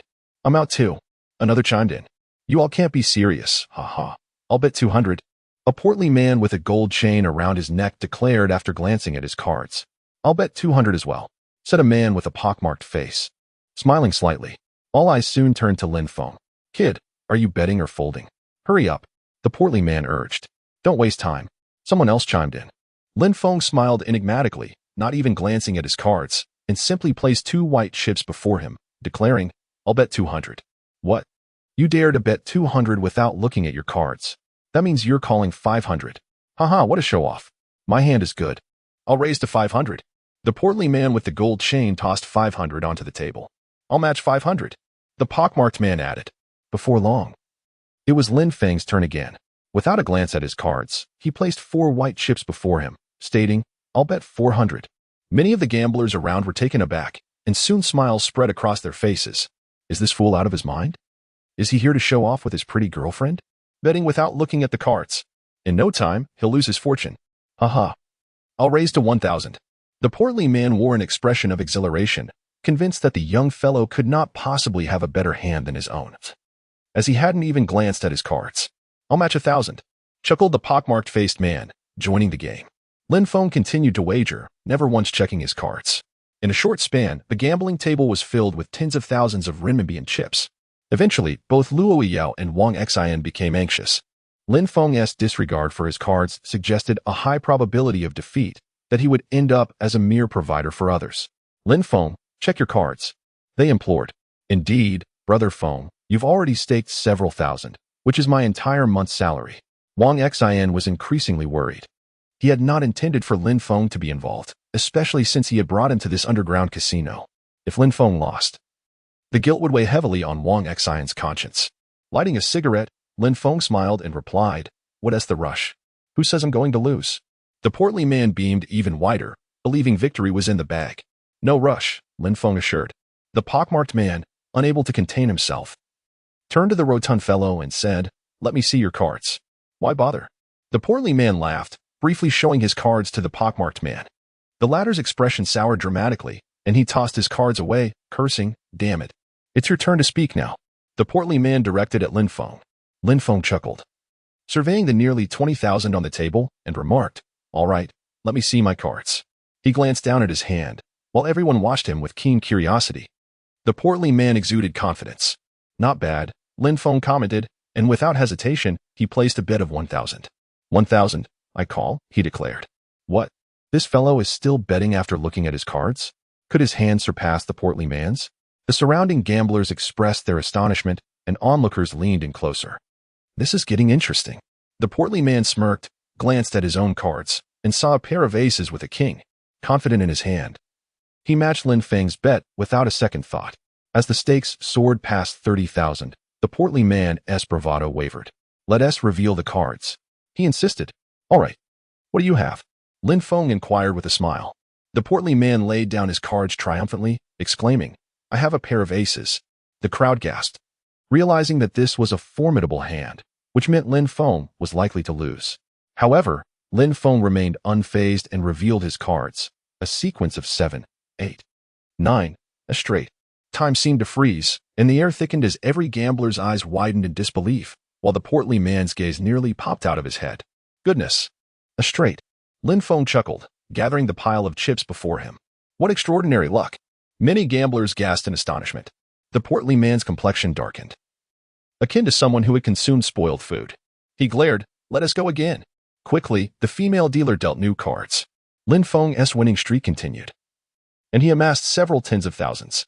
Beside him, Luo Yu looked on in admiration, her beautiful eyes wide with surprise, while Wang Xian gaped, stammering, "Brother Feng, you're incredible." Lin Feng's fortune could only be described as divine, as he won nearly every hand, and soon, his pile of chips exceeded 500,000. The portly man's face was a portrait of despair, having lost nearly 300,000 solely to Lin Feng. The other gamblers wore expressions of frustration, gritting their teeth in anger. "You little brat, are you cheating?" The portly man slammed the table in fury. "One can indulge in meals, but not in words. Why would you accuse me of cheating?" Lin Feng replied with a smile, taking a drag from his cigarette. "Do you think your loss means I'm winning unfairly? You kid, just wait." The portly man shot Lin Feng a venomous glare before storming off. At that moment, the casino manager approached, accompanied by a pair of young, fashionable individuals. The man, in his 20s, wore expensive attire and carried an air of arrogance, his gaze haughty. The woman beside him was flamboyantly dressed, exuding a certain allure, both seeming to regard everyone else with disdain. Following them were several burly men in black suits and sunglasses, clearly not to be trifled with. "Young master, there's a kid who won 500,000 in less than an hour in our casino," the manager informed the young man. "I see," he nodded. The woman chimed in with a smirk. "My husband can tell if someone is cheating the moment he lays eyes on them." The young man laughed, fully aware that he himself was the biggest cheat in the casino. "Look, the casino's young master, Zhou Shuai, has arrived," murmured the onlookers, sensing trouble for Lin Feng. Lin Feng counted his chips, grinning, having struck it rich today. Meanwhile, Wang Xian's eyes flared with rage upon seeing Zhou Shuai, wishing nothing more than to flay him alive. "What's wrong?" Lin Feng asked, noticing Wang Xian's anger. "Brother Feng, that pair of scoundrels who conned me out of millions are here." Wang Xian spat, seething with hatred. His animosity toward Zhou Shuai was palpable. Given a knife, he would not hesitate to strike. "What?" Lin Feng's gaze shifted to the approaching young couple. "Hey kid, I hear you've won quite a sum today. Care to gamble with me?" Zhou Shuai stood before Lin Feng, his tone dripping with arrogance. All eyes in the room turned toward Lin Feng. "Of course," Lin Feng replied, smiling. "All right, let us head to the VIP room for our game." Zhou Shuai boasted. "I think I'll pass on the VIP room. After all, playing cards is all about the excitement." Lin Feng retorted, folding his arms. "To all the friends at the casino, if I win today, I'll treat each of you to a pack of cigarettes." Cheers erupted from the gathered crowd, who applauded Lin Feng's generous spirit. Zhou Shuai scoffed, filled with disdain. "Fool, do you think you can win in my casino? I might as well bang my head against the table." "All right, what shall we play? Texas Hold'em, Pai Gow, or dice?" Zhou Shuai asked nonchalantly. "Let us roll the dice," shouted the crowd, eager for excitement. Lin Feng's eyes sparkled at the suggestion. "Then let us roll the dice," he agreed enthusiastically. Zhou Shuai squinted, a smirk on his face, But Wang Xian interjected anxiously, "Brother Feng, please don't play dice with him. Zhou Shuai is renowned for his prowess in this game. Winning 9 out of 10 times, he is a seasoned player." Hearing Wang Xian's warning, Luo Yao also looked concerned. She witnessed Lin Feng's hard-fought victory of 500,000 today, and if he were to lose it all shortly thereafter, would it not amount to a futile endeavor? "Lin Feng, if you disregard your friend's advice, shall we refrain from playing that dice game?" Before she could finish her sentence, Lin Feng, exuding confidence, replied, "Rest assured, kid. I would suggest you opt for a different game. Your recent winnings were amassed through a game of Jia Jinhua, which indicates that fortune is indeed on your side today. However, if you choose to play dice with me, it will be a test of skill. Do not be surprised if you end up losing your trousers," Zhou Shuai chuckled. "Heh. Those who attempt to show off before me have generally met their demise," Lin Feng sneered, though he humbly remarked, "I hope you will show mercy." The casino was akin to a battlefield. Once one approached the gambling table, it became a matter of life and death. Zhou Shuai, believing himself to be quite imposing, declared, "Kid, how about a wager of 100,000? Are you brave enough?" At his words, the casino fell into a profound silence. 100,000. Was he out of his mind? It was an outrageous sum. Even Lin Feng could not hide his astonishment at Zhou Shuai's audacity. While he could comprehend the man's reckless desire for self-destruction, he pondered whether it was truly necessary to go to such extremes. "If you are unafraid of losing everything, I have no objections if your grandfather rises from his coffin to strike you down." Noticing Lin Feng's silence, Zhou Shuai assumed the young man was intimidated and couldn't oppose. He helped but smirk. The flamboyant woman beside Zhou Shuai derisively remarked to Luo Yao, "Little sister, your extravagant attire makes you look like a little vixen. You'd best take your man home. There's no need for pretenses here if you lack funds." "You."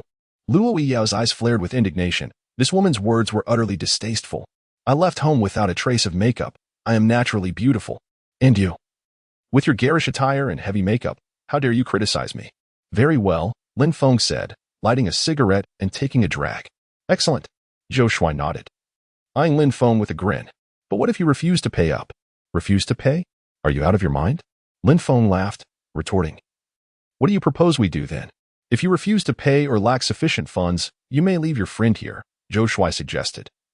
Having long set his sights on Luo Yao, her beauty, grace, and figure were unparalleled. After enjoying her company, he envisioned making her a stunning dealer at the casino to captivate the patrons. "What do you think my friend is worth?" Lin Feng asked, wrapping an arm around Luo Yao's waist as he addressed Zhou Shuai. "What are you doing? I am priceless." Luo Yao felt somewhat annoyed, questioning Lin Feng's intent. "Of course, I know you are priceless." Lin Feng chuckled in response, then turned his gaze back to Zhou Shuai. Zhou Shuai sneered, "Kid, I'll offer you 5 million in chips. If you lose, your girlfriend will belong to me." "Agreed." Lin Feng snapped his fingers, then, glancing at Zhou Shuai's flamboyant companion, added, "I'll wager 500 in chips on your wife. If you lose, she can come to my place and clean toilets." Haha. This guy's words were simply too harsh. Zhou Shuai was seething with rage. 5 million against 500, a staggering disparity. Indeed. Lin Feng's girlfriend was 1,000 times more beautiful than Zhou Shuai's wife, a fact he could not deny. The surrounding onlookers erupted in laughter, their jeers piercing Zhou Shuai's heart like daggers.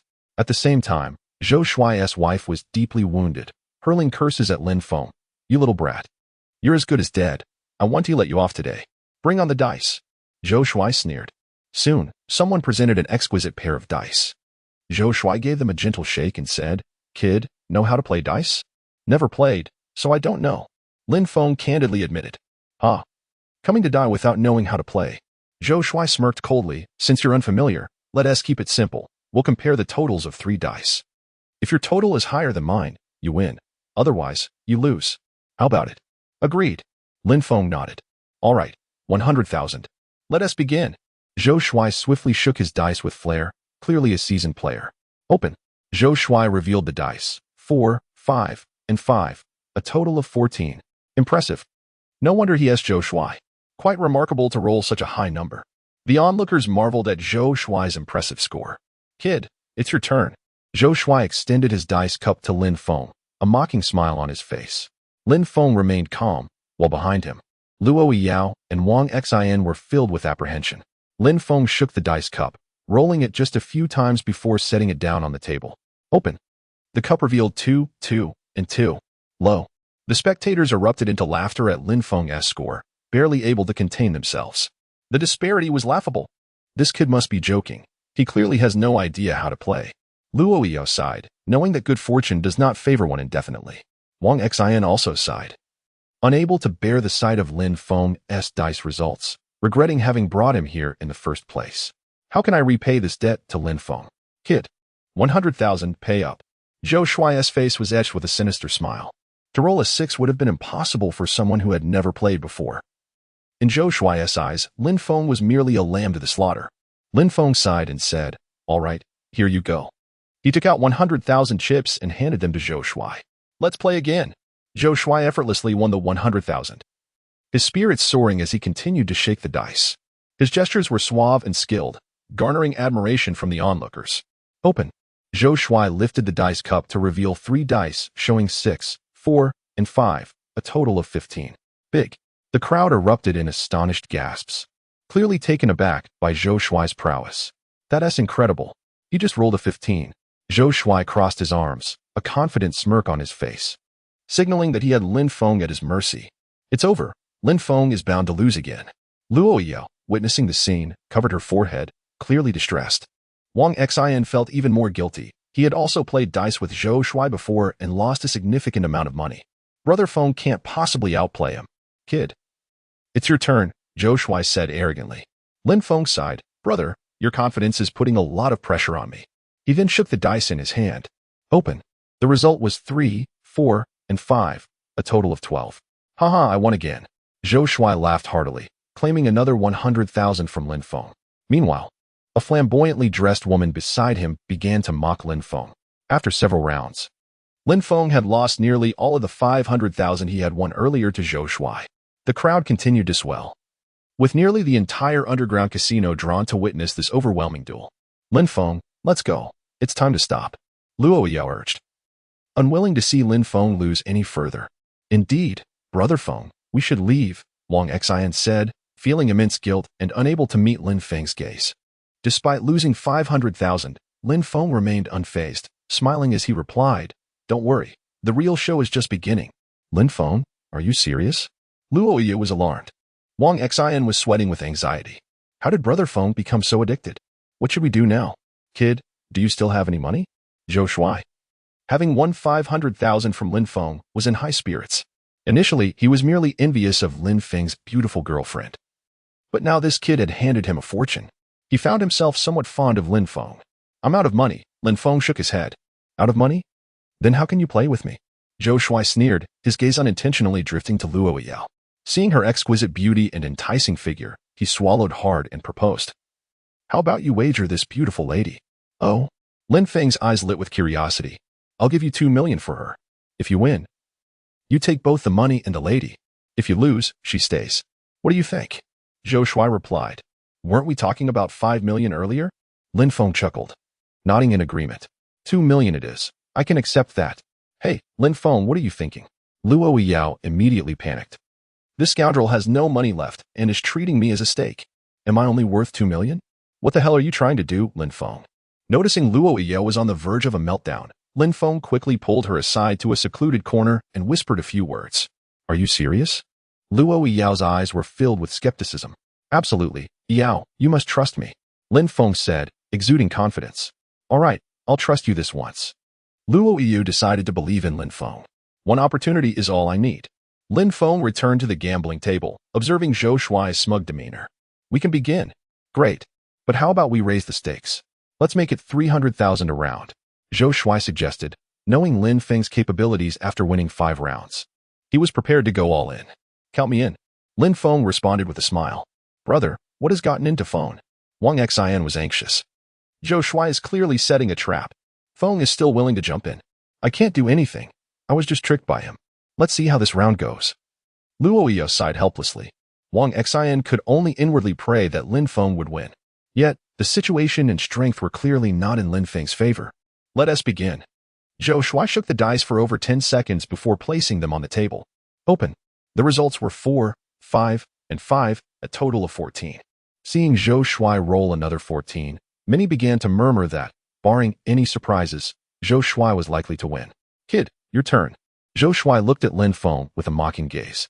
Lin Feng picked up the dice cup, closing his eyes but not shaking it. What is this kid up to? Acting like a master after losing 50,000? He must be out of his mind. I'll bet 100 he loses. 100? Seriously? You all trust this kid's skills too much. I'll bet 1,000. The entire room's attention was fixated on Lin Feng. Suddenly, he moved. In a flash, he shook the dice cup with lightning speed, creating a stir among the crowd. Wow, that's incredibly swift. Even more graceful than Zhou Shuai's technique. Many were taken aback. Meanwhile, Zhou Shuai coldly thought, Kid, what are you pretending for? I don't believe your roll can beat mine. Open. Lin Feng placed the dice cup on the table, revealing 3 dice showing 5, 5, and 5, a total of 15. Big. A collective gasp echoed through the room, with everyone wide-eyed in disbelief. Wow, this kid's luck is unbelievable. Impressive. Luo Iyo beamed at Lin Feng's roll, her eyes sparkling with amazement and her face lit up with joy. Brother Feng is incredible. Wang Xian felt a surge of excitement as well, wondering if Lin Feng truly had some skill. But why had he lost so much before? It had to be luck, he concluded inwardly. Brother, hand over the money. Lin Feng extended his hand. Zhou Shuai, visibly irritated, begrudgingly gave Lin Feng 300,000 chips. Zhou Shuai, don't hold back. Zhou Shuai's girlfriend urged. I know. Zhou Shuai continued shaking the dice. 16. The crowd erupted with astonished gasps. With 16, he is nearly invincible. Kid, it's your turn. Zhou Shuai confidently eyed Lin Feng, while his woman wore a disdainful smile. Tension mounted for Luo Yao and Wang Xian as they watched. Lin Feng smiled silently, beginning to shake the dice with lightning speed. When he lifted the cup, the result was astonishing 17 points. The crowd was left speechless. Wow, this kid is definitely on a roll. Zhou Shuai's expression turned sour, akin to someone who had just tasted something foul, while his girlfriend was left dumbfounded. Cash up, Lin Feng demanded. Here. Zhou Shuai, clearly displeased, handed Lin Feng another 300,000 chips. After 2 consecutive rounds of victory, Lin Feng had not only avoided loss but had profited by 100,000. Kid. I and Oppos. I'm getting serious now, 50,000 a round. Are you up for it? Zhou Shuai gritted his teeth, raising the stakes once more. Absolutely. Lin Feng replied with unwavering confidence. Prepare to meet your end. Zhou Shuai thought, shaking the dice with remarkable speed. Open. Zhou Shuai rolled a 17, just shy of a perfect set. The crowd gasped in awe. The young man, do you really think you can win my money? What a dream. Zhou Shuai was exceedingly confident in his own abilities, convinced that Lin Feng was destined for defeat. The thought of 50,000 in his grasp stirred excitement within him. Luo Yao and Wang Xian exchanged uneasy glances, especially Luo Yao, whose anxiety was palpable. Everyone knew that Zhou Shuai's chances of winning this round were 99%. It was a surefire victory, unless Lin Feng managed to roll a 666. Lin Feng lit a cigarette and placed it between his lips, staring intently at the dice cup before him. With a sudden force, he slammed his hand down on the gambling table. The cup trembled under the impact, and Lin Feng swiftly seized it with lightning speed. The entire room was taken aback by this spectacle. Such skill was astounding, Zhou Shuai remarked, though a flicker of unease crept into his heart. Lin Feng's performance in the previous rounds was now a distant memory. He seemed like a different person altogether, exuding an extraordinary aura. Roll, Lin Feng announced, lifting the cup to reveal 3 dice, all showing 6. A 666. The room fell into a hushed silence, as if time had momentarily frozen and the air thickened with tension. Damn, someone gasped, unable to contain their shock, and the atmosphere erupted into chaos. The casino descended into a frenzy. A 666. It was a guaranteed win. Calmly smoking his cigarette, Lin Feng faced the astonished expressions of those around him with an air of tranquility. Luo Yao cheered with exuberance, and Wang Xian clenched his fists, his eyes alight with excitement. This was unbelievable. Zhou Shuai stared blankly at the scene before him, utterly taken aback that Lin Feng could actually roll a 666. This kid must be incredibly lucky. Zhou Shuai's woman wore a face twisted with jealousy. Bring me the money. Lin Feng extended his hand. Zhou Shuai's expression darkened, yet he reluctantly handed over 50,000 in chips. Undeterred, Zhou Shuai continued to gamble with Lin Feng. The outcome was disastrous in mere moments. He lost nearly 2 million to Lin Feng. The atmosphere reached a fever pitch as onlookers marveled at Lin Feng's almost supernatural skill, utterly captivated by his prowess. I refuse to believe this. After losing 2 million, Zhou Shuai slammed his fist onto the table in frustration. You seem quite upset after your losses, huh? Perhaps you should just leave. Lin Feng chuckled, gesturing toward Wang Xian. Wang Xian, this money is all yours. Wang Xian was taken aback, unable to fathom Lin Feng's generosity. Zhou Shuai was equally stunned upon hearing Lin Feng address the masked man by name. It sounded so familiar. As Zhou Shuai scrutinized him, Wang Xian smirked and removed his mask, revealing his true identity. Surprised to see me, Zhou Shuai? He said coldly. You, how did you end up here? Zhou Shuai was incredulous, finally realizing that they were allies. I see now you two are in cahoots, he exclaimed, his face contorting with rage as Wang Xian began to collect the chips. Wait, what do you think you're doing? Zhou Shuai demanded, glaring at Wang Xian. Wang Xian, you still owe me 2 million. You should leave that money here for now, Zhou Shuai sneered. The woman beside him, her sharp features twisted in disdain, added. So it's you, Wang Xian, the penniless fool. What, do you plan to skip out on your debts? Wang Yin, you wretched creature. If it weren't for you, I wouldn't be in this position. Wang Xian's hatred for the couple reached a boiling point. Wang Xian, the only one you can blame is yourself for being foolish. Wang Yin retorted mockingly.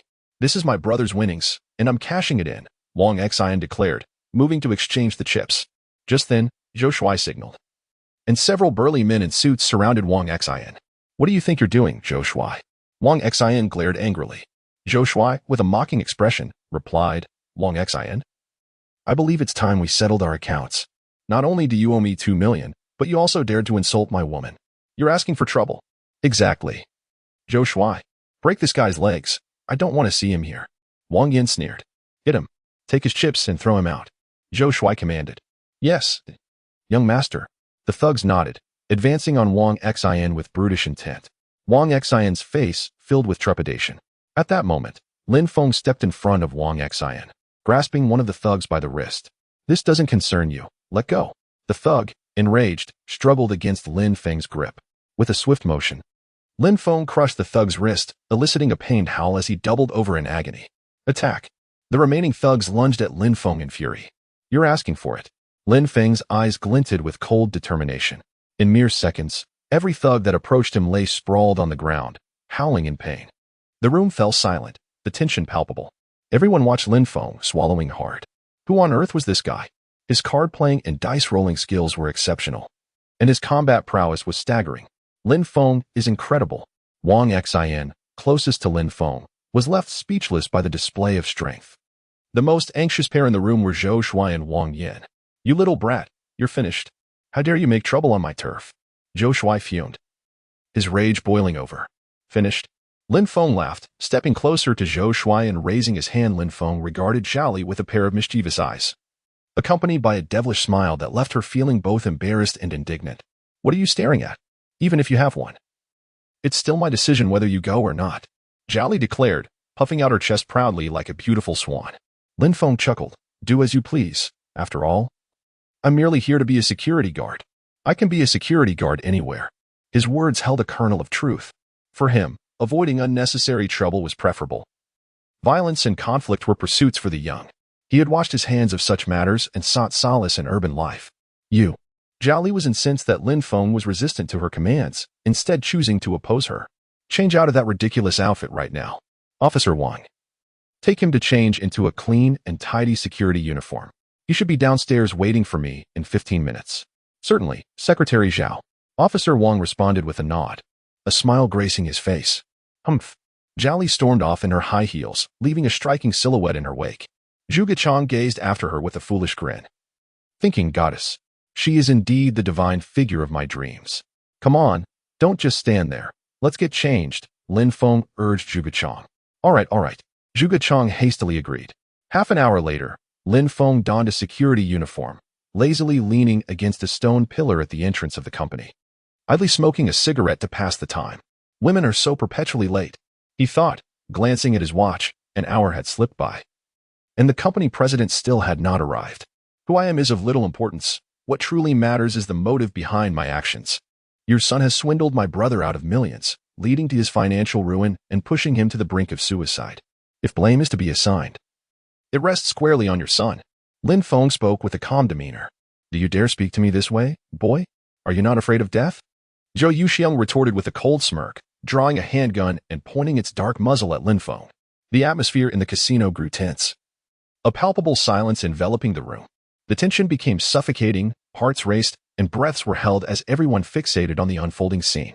Zhou Yuxiang, the casino owner, aimed the gun at the young man, his eyes reflecting malice and a murderous intent. I've been in this world for over 20 years, and this is the first time I've encountered such an arrogant youth. I must admit, your strength is quite surprising. But tell me, can you match the power of this weapon in my hand?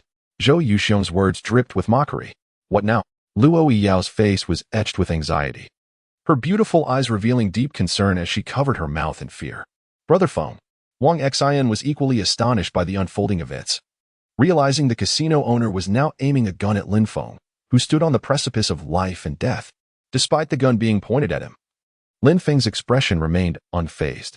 Instead, he casually retrieved a pack of cigarettes, igniting one with a spark from his lighter. As he inhaled, his star-like eyes glimmered with a hint of derision.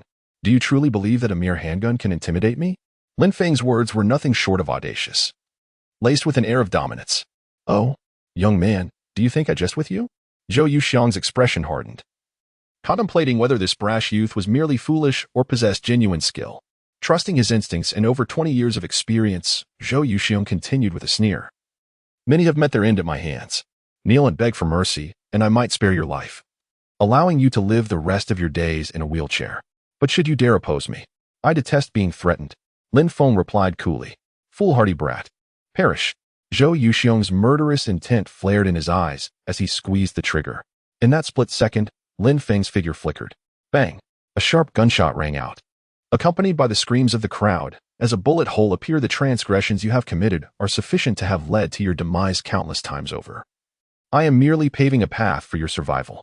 Lin Feng let out a cold laugh as he regarded Zhou Yuxiang, who lay on the ground in a pitiful state, akin to a stray dog. Zhou Yuxiang's body trembled suddenly, and he respectfully replied, Yes, brother. Wang Xian, go exchange the money. Lin Feng instructed the astonished Wang Xian beside him. Initially taken aback, Wang Xian, upon receiving Lin Feng's affirmative gaze, nodded with excitement.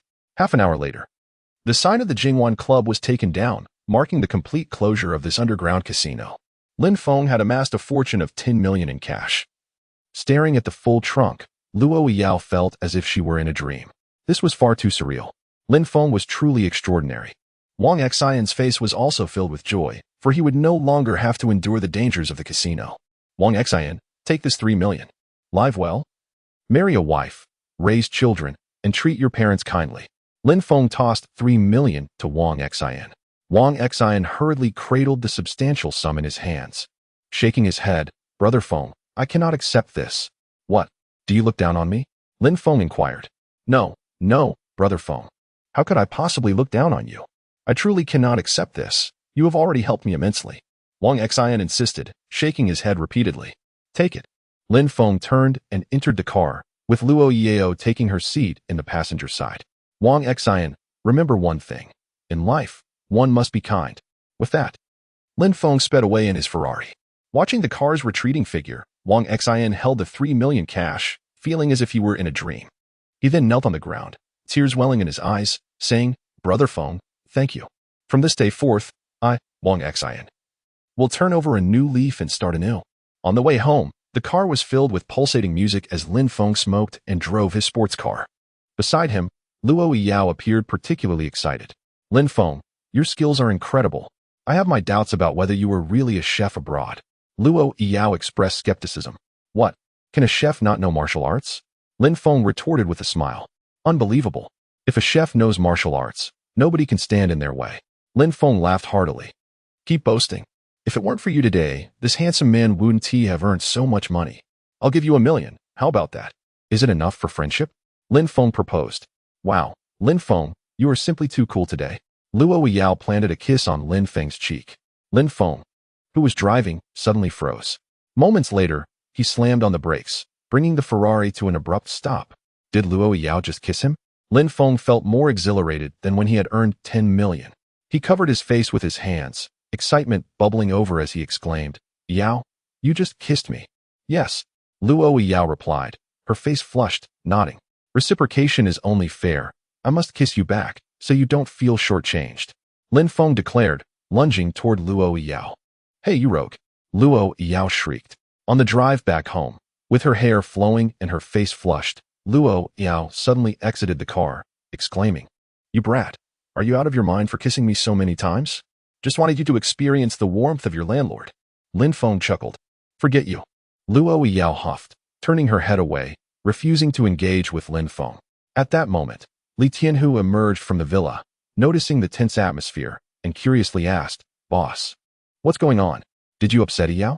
Lin Feng tossed a cigarette to Li Tianhu, lighting one for himself, and replied, "Hey, the thoughts of women are unfathomable." After Li Tianhu lit his cigarette, he said, "Boss, I've been feeling much better lately. My legs are more nimble." "So, I think you say, I want to continue selling meat," Li Tianhu said with a goofy grin. Lin Feng felt a pang of embarrassment. "Brother, could you aim a little higher?" Sensing that his statement might draw ridicule, Li Tianhu earnestly continued, "Boss, I always find it hard to stay idle. I've been here for quite a while, eating and drinking your provisions, and I feel quite guilty. Now that my legs are agile and I have strength, although my meridians are not yet healed, I am stronger than an average person. Besides, working at the market and chopping meat is good for my health." Lin Feng nodded in agreement, allowing Li Tianhu to pursue his own aspirations. "Rest assured, I will gather the necessary herbs and heal your meridians," Lin Feng promised. "I believe you." Li Tianhu nodded earnestly. Just then, Lin Feng's phone rang. He answered, placing it to his ear. "Hello, who is it?" "Lin Feng, you rascal, where have you run off to?" The voice of the beautiful CEO, Mo Xintong, resonated through the phone. "Oh, it's my wife. Did you miss me after just one day?" Lin Feng chuckled. "Stop joking. Hurry to the company. I need to discuss something with you." Mo Xintong concluded before hanging up. "How dare she blame me for the call? I'll deal with that vixen when I get to the company." Lin Feng grumbled internally, glancing at Li Tianhu with a smile. "I have something to attend to." "Sure. Boss, you go ahead." Li Tianhu nodded with a grin. Lin Feng drove his sports car at high speed, swiftly arriving at Duophilia. At the company entrance, Zhuge Chang and several security guards were chatting. Upon seeing a Ferrari pull up, they were momentarily taken aback. "Hey, that car looks familiar. ISNT at the CEO's?" One guard wondered aloud. "I wonder who's driving the CEO's car." Another chimed in. "Could it be the boss?" One suggested. "Impossible. How could the CEO's Ferrari be driven by our boss?" Another scoffed. "Yeah, it's just unrealistic. The boss is merely a security guard, albeit quite capable. He could never drive the CEO's car." Many guards echoed. Zhuge Chang, however, chuckled, saying, "Wanna bet? I dare say the one in that car is Brother Feng. Come on. Stop joking. Let us bet." "How much?" One guard asked excitedly. 100 each. Zhuge Chang's eyes gleamed mischievously. "Deal." Shortly after, Lin Feng emerged from the Ferrari. When the security guards realized it was indeed Lin Feng stepping out of the car, their eyes widened in shock, expressions frozen in disbelief. "No way. It truly is the boss. What on earth is his relationship with the CEO?" The guards were utterly dumbfounded. "Haha, I told you it was the boss. A bunch of fools, daring to bet against me." Zhuge Chang thought to himself, chuckling internally. Had he not witnessed Lin Feng racing the Ferrari with the goddess CEO, Mo Xintong, the previous night, he wouldn't have dared to be so certain. Pay up. Pay up." Zhuge Chang grinned. The guards, resigned, pulled out their money for Zhuge Chang. At that moment, Lin Feng arrived. "Good afternoon, Brother Feng." Zhuge Chang stood tall, shouting, "Good afternoon, boss." The guards behind Zhuge Chang respectfully greeted. Lin Feng waved his hand, nodding as he smiled at Zhuge Chang. "I saw you all chatting happily just now. What was the topic?" "Brother Feng, what else could we be discussing?" "Naturally, it's your impressive demeanor, unparalleled charm, and striking handsomeness." Zhuge Chang quickly flattered. Lin Feng, pleased, patted Zhuge Chang on the shoulder, saying, "Xiao Chang, I have high hopes for you. Keep up the good work." "Yes, Brother Feng," Zhuge Chang exclaimed. As Lin Feng entered the company, all the security guards were left dumbfounded. The disparity was as vast as the heavens and the earth. While they were merely tasked with guarding the premises, this gentleman could come and go as he pleased, driving the luxurious sports car of the president. They were envious to the core. "What are you all envious about? Look at your dismal faces. I tell you, hanging around Brother Feng is the way to secure food, drink, and companionship." Zhuge Chang chastised. "Yes, Brother Chang, we will remember your words." The guards, who often mingled with Zhuge Chang, had become adept at flattering him. Inside the president's office, Mo Xintong was engrossed in reviewing documents when the office door swung open. She was about to scold the intruder for their rudeness when she noticed Lin Feng's arrival, and a headache immediately followed. This fellow had never developed the habit of knocking. Wife, what do you need me for? Lin Feng swaggered over to the leather sofa, propping his legs up. Do not call me wife. Mo Xintong's face was as cold as frost. This scoundrel seemed to be addicted to such titles. Hey, how about calling you my lady? No. How about dear? No. Old companion? Absolutely not. You are in your 20s, blooming like a flower. That would be too old. Get lost. Mo Xintong, furious, grabbed a document from the desk and hurled it at Lin Feng. He caught it effortlessly with one hand, feigning distress.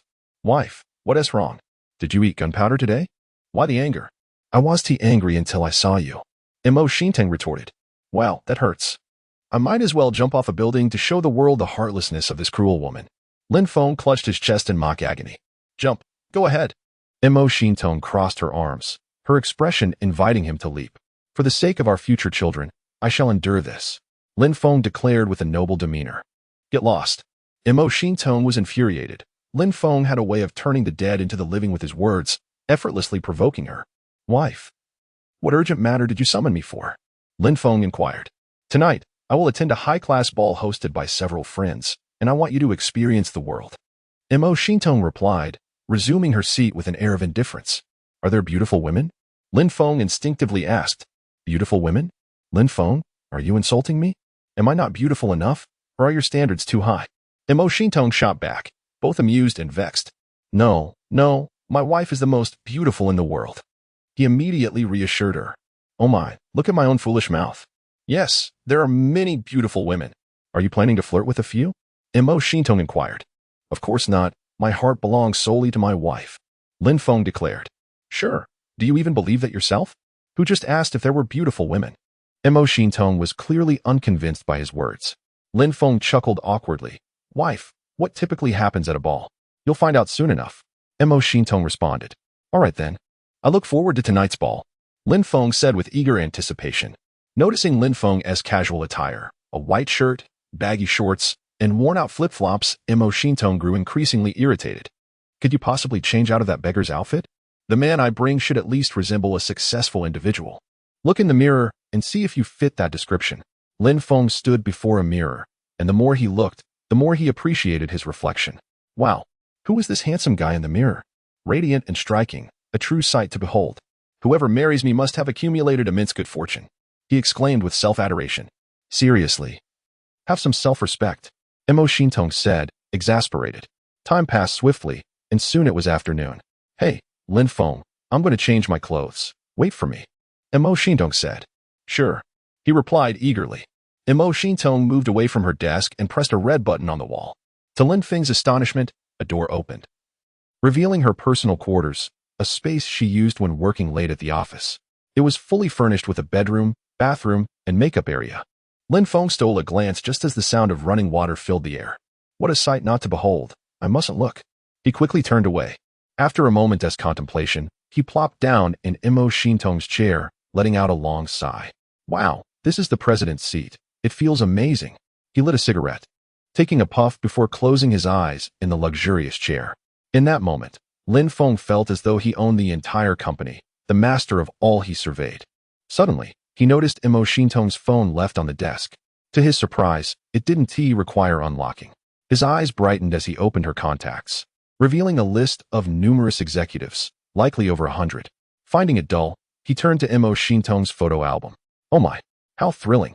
He was taken aback to discover many provocative images within her private collection. The photos featured Mo Xintong in a bikini by the seaside, her perfect figure on full display, causing Lin Feng's eyes to bulge in astonishment, wearing a look of unabashed admiration. Indeed, it resembles the excrement of a monkey. Upon hearing Lin Feng mention the term fate, Mo Xintong felt an inexplicable discomfort within her heart. Noticing Lin Feng's gaze fixed upon her, she coldly remarked, Brother, could you please let go? Lin Feng sheepishly withdrew his hand, chuckling awkwardly. What brings you here? Mo Xintong inquired with curiosity. I came specifically to protect you, Lin Feng replied. Mo Xintong, with a hint of gratitude, responded, Thank you for your kind intentions, but I have some matters to attend to, so I cannot converse further. She wished to avoid extensive dialogue with Lin Feng in such a crowded place, despite her undeniable interest in him. As a prominent figure in society, any slight stir would attract the attention of countless onlookers.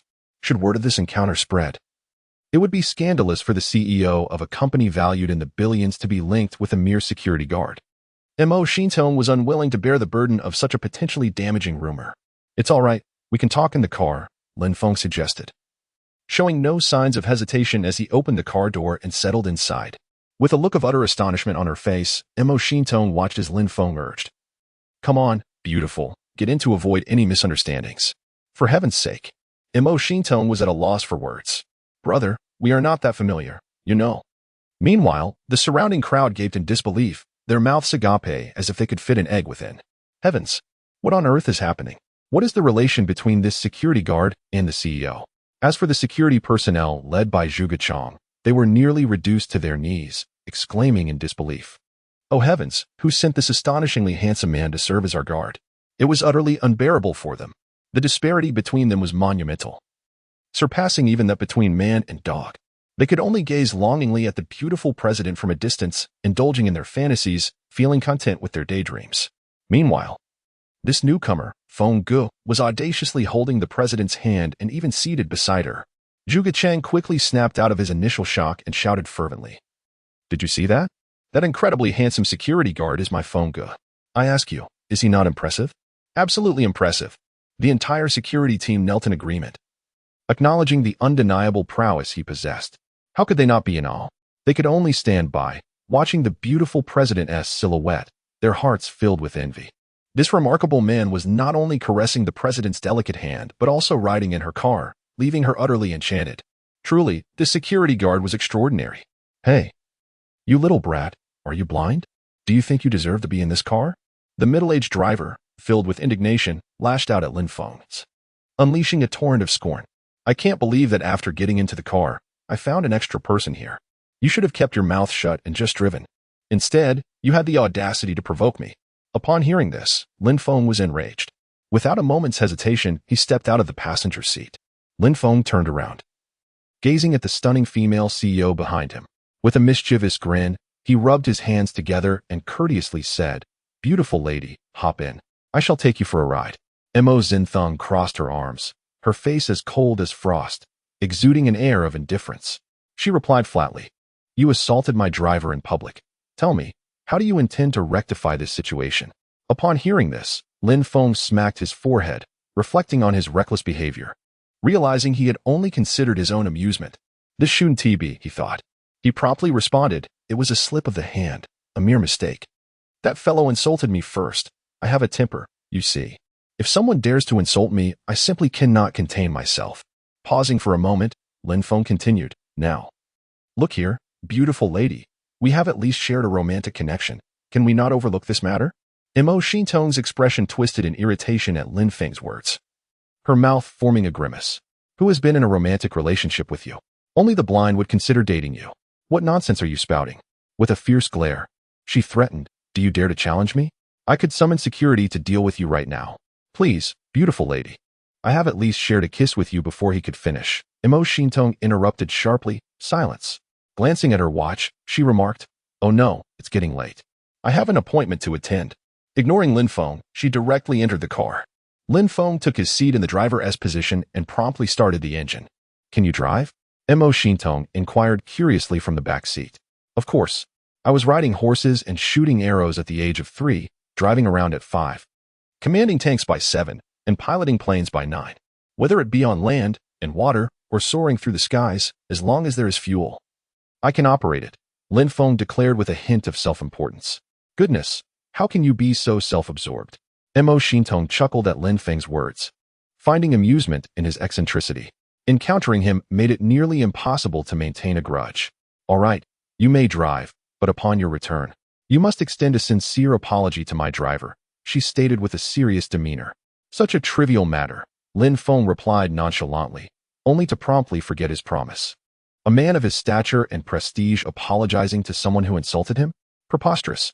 With a sigh, Mo Shintong realized that he harbored no intention of making amends. She would have to intervene herself, perhaps spinning a bit to placate the situation.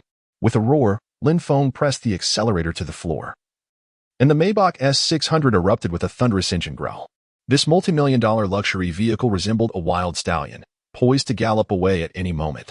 "What are you doing?" Mo Shintong exclaimed, startled by the immense noise. Wow, this magnificent machine is simply extraordinary. I usually drive a van and think that's exhilarating, he exclaimed. Hold on tight. The seasoned driver will take you for a spin. Lin Feng excitedly lit a cigarette, gazing at the opulent dashboard, his mouth watering in anticipation. With a thunderous roar, the luxury car surged forward. Slow down, Mo Shintong cried, her head nearly colliding with the seat in front due to the force of acceleration, her hair slightly disheveled, and her frustration mounting. Meanwhile, at the entrance of the company, upon witnessing this scene, hundreds of employees stood agape, their expressions reflecting sheer astonishment. Zhuge Chang collapsed to his knees, and soon after, more than 20 security guards followed suit. Brother, you are the pillar of the security community in Jiangbei City. I, Zhuge Chang, will follow you for the rest of my life, he proclaimed from his kneeling position. Long live Brother Feng. Long live Brother Feng. The company's security personnel chanted, fervently raising their fists in excitement. Beautiful lady, where are we headed? Lin Feng asked, a cigarette dangling from his lips, curiosity piqued. With a sidelong glance at Lin Feng, Mo Shintong replied tersely, we're going to the Dingley International Hotel. Hurry, we're running out of time. All right, Lin Feng responded. 5 minutes later, Mo Shintong questioned, where are you driving us? She sensed that the route seemed incorrect. I forgot to ask you, where's Dingley? Lin Feng admitted, slightly embarrassed. Oh my, I think I'm losing my mind. Are you really that clueless? You are driving as if you know the destination, Mo Shintong exclaimed. Exasperated. You silly pig, just use the navigation. I can't operate the navigation in such a fancy car, Lin Feng replied. You're hopeless. I'll use my phone to guide you. Mo Shintong pulled out her phone, activated the GPS navigation, and handed it to Lin Feng. As he accepted her red phone, Lin Feng discreetly entered his own phone number and added a special note for himself. The label husband brought him a sense of delightful satisfaction. A mischievous smile crept across his lips as he promptly declared, all right, no need for navigation. I remember where it is. 10 minutes later, they arrived at their destination, the Dingley International Hotel. This establishment is among the finest in Jiangbei City, renowned and favored by the elite. Beyond its opulent decor, the hotel boasts chefs of unparalleled skill. It serves as a frequent haunt for the city's affluent and powerful, symbolizing a high-status venue. One must understand that a single visit here typically costs several thousand yuan, sufficient to deplete the savings of an ordinary office worker for months. As the car halted before the hotel entrance, Mo Shintong immediately grasped her limited edition Hermes handbag and, without waiting for Lin Feng, strode towards the hotel. Hey, wait for me. I'm hungry too, Lin Feng exclaimed, feeling anxious about the sudden departure of the stunning beauty. You can go eat by yourself, Mo Shintong thought with a tinge of glee, finally managing to rid herself of him. After parking the car, Lin Feng planned to grab some soup dumplings and soybean milk to satisfy his hunger. At the grand entrance of the hotel, a row of stunningly beautiful receptionists, all in their 20s, exuded an air of comfort and elegance. The grace of Dingley and Apos' receptionist is unmatched among the hotels in Jiangbei City, showcasing extraordinary beauty. However, when these attractive receptionists beheld the approach of an exquisite beauty, they were momentarily taken aback. Heavens, what a stunning woman! In contrast, they felt a profound sense of defeat, realizing their own shortcomings. It is indeed difficult for fireflies to compete with the brilliance of the full moon. Good day, are you Ms. Mo? Behind the elegant hostess, the distinguished lobby manager respectfully inquired, May I assist you? I am Mo Shintong, she replied with a slight nod. Mr. Chen has been awaiting your arrival in VIP room number 1 for quite some time. Please follow me. The lobby manager, well-versed in the ways of high society, appeared almost bashful in the presence of Mo Shintong. This extraordinarily beautiful young woman, rumored to be merely 23, had already ascended to the helm of a multi-billion-dollar enterprise, instilling in him a sense of immense pressure and awe. VIP room number 1 was the epitome of luxury at Dingley International, a space so exclusive that entry was virtually unattainable for those lacking affluence or status. Reservations required a month's notice, making it a symbol of power and prestige. Those fortunate enough to dine in VIP room number 1 wielded considerable influence in Jiangbei City. Naturally, the cost for such opulence was staggering, easily reaching hundreds of thousands for a single meal, with dining experiences exceeding $1 million not being uncommon. As they approached the lavish suite, the lobby manager announced, Ms. Mo, please enter. He opened the door with deference. Mo Shintong nodded and entered the room with composed grace. The suite was expansive, spanning over 100 square meters, adorned in exquisite luxury. It featured not only a sophisticated lounge for relaxation and entertainment, but also a bedroom, resembling a presidential suite. Mo Shintong moved further inside. At the far end of the room, a magnificent dining table was laden with a variety of delectable dishes, occupied by two gentlemen. The man on the left, dressed impeccably in a tailored white suit, exuded sophistication. He appeared to be in his late 20s, tall and slender, with a pronounced nose that emanated the demeanor of a distinguished businessman. Only a pair of eyes, occasionally squinting into two narrow slits, revealed the cold and ruthless essence within. Beside him sat a man who appeared remarkably youthful and debonair, likely in his mid-20s, clad in an expensive black casual ensemble and adorned with a luxurious watch. He casually held a cigar, exhaling clouds of smoke intermittently. Behind the young man stood two formidable bodyguards in black suits and sunglasses, their statuesque forms remaining utterly still, reminiscent of sculptures. "Mr. Chen, why has Tishi arrived yet? This is the first time I've had to wait so long," complained the man in black, irritation evident in his demeanor. "Third young master, please be patient a little longer. After all, it is the goddess of Jianbei City gracing us with her presence." "It is no small feat for her to come," replied the man in the white suit with a smile. "Indeed. But I can't help but wonder what this legendary beauty CEO looks like," the third young master mused, releasing a puff of cigar smoke, a flicker of anticipation stirring within him. At that moment, the sound of high heels echoed in the air. "She is here." Both men lifted their heads, while Mo Shintong also raised her gaze towards them. "Ah, Ms. Mo, you finally decided to honor us with your presence. Please, take a seat." The man in the white suit stood, extending a warm welcome. The man in black, meanwhile, remained seated, his eyes appraising Mo Shintong from a distance, astonishment evident in his gaze. What a stunning beauty! A fleeting glimmer of desire flickered in the depths of his eyes as he too rose to his feet. "Mr. Chen, I apologize for the delay. I was caught in traffic," Mo Shintong said with a smile upon seeing the man in white. "Mr. Mo, your words are indeed flattering. I would gladly wait as long as necessary for your esteemed presence," Mr. Chun remarked with a smile. As Mo Shintong took her seat, her gaze fell upon the gentleman clad in black across from her, her beautiful eyes reflecting a hint of curiosity. "Who is this?" she inquired. "Oh, I haven't had the chance to introduce you yet. Mr. Mo, this young gentleman hails from a prominent lineage.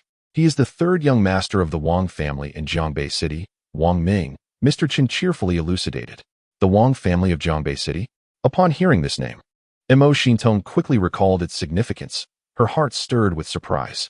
The Wang family indeed held considerable influence in Jianbei City. To speak of the Wang family is to mention the 10 illustrious families of Jianbei. These families stand at the pinnacle, wielding immense power in both the business and political realms, with the Wang family being undeniably one of them, although they rank at the lower end. The Wang family has operated in Jianbei for over half a century, their influence permeating all sectors of the city. Many seek to curry favor with them. For being among the 10 prominent families is no small feat. The direct descendants of the Wang family are coveted connections, even for the ambitious young tycoons like Qin Fan. "Ah, so you are young Master Wang. It is a pleasure to finally meet you," Mo Shintong said. "Ha, the pleasure is mine. I must say, Mr. Mo, you are even more stunning than the tales suggest."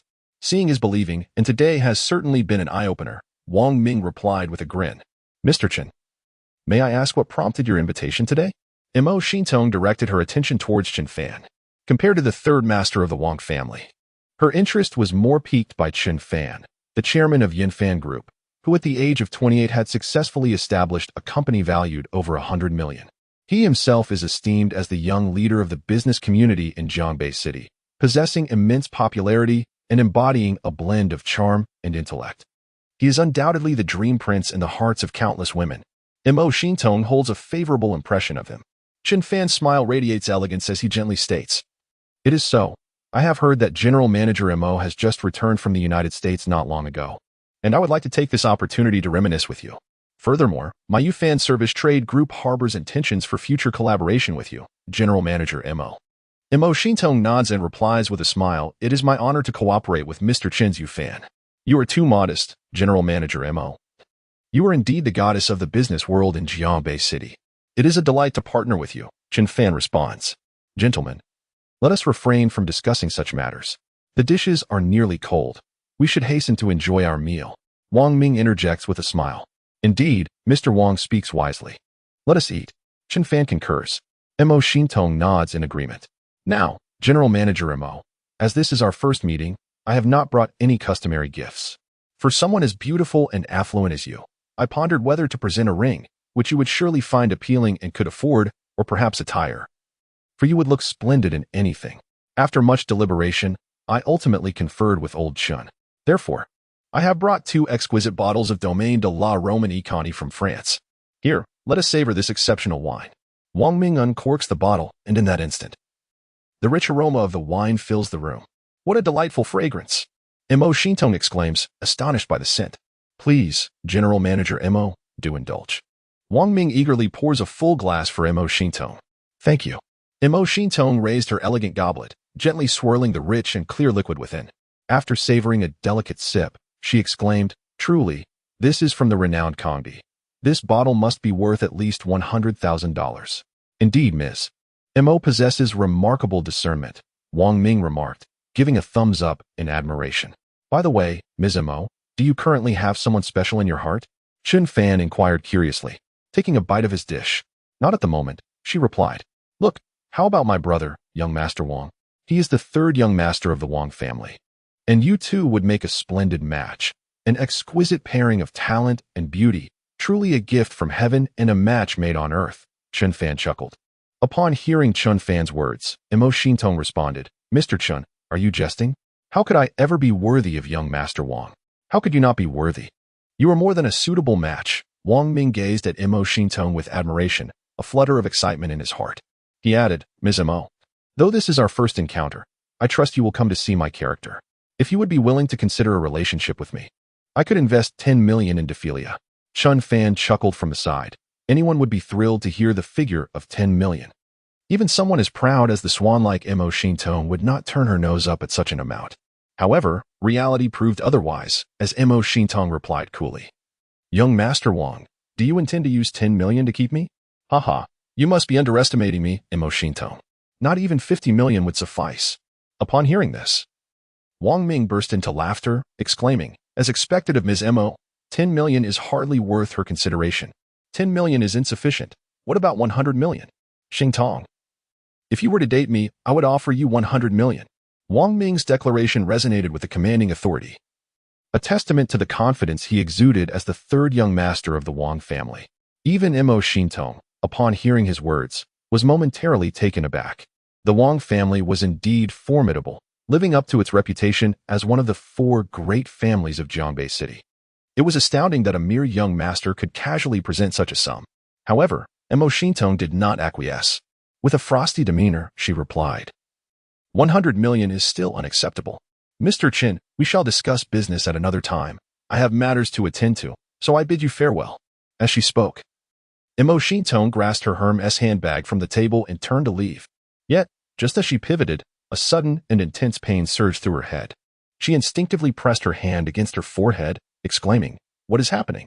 My head hurts terribly. The pain intensified, and she felt the world around her spin. Soon, she found herself slumped in a chair, succumbing to unconsciousness. Witnessing this scene, Wang Ming took a puff from his cigar, a sardonic smile playing on his lips as he remarked, Do you believe you have the right to leave if I do not consent? Meanwhile, Chun Fan chuckled and added, 3rd young master, this matter will be settled. Before he could finish his thought, Wang Ming raised his hand to interrupt, asserting, Rest assured, the benefits will certainly be substantial. Those women you previously provided me were fair enough, but compared to Mo Shintong before me, they seem akin to rustic peasants.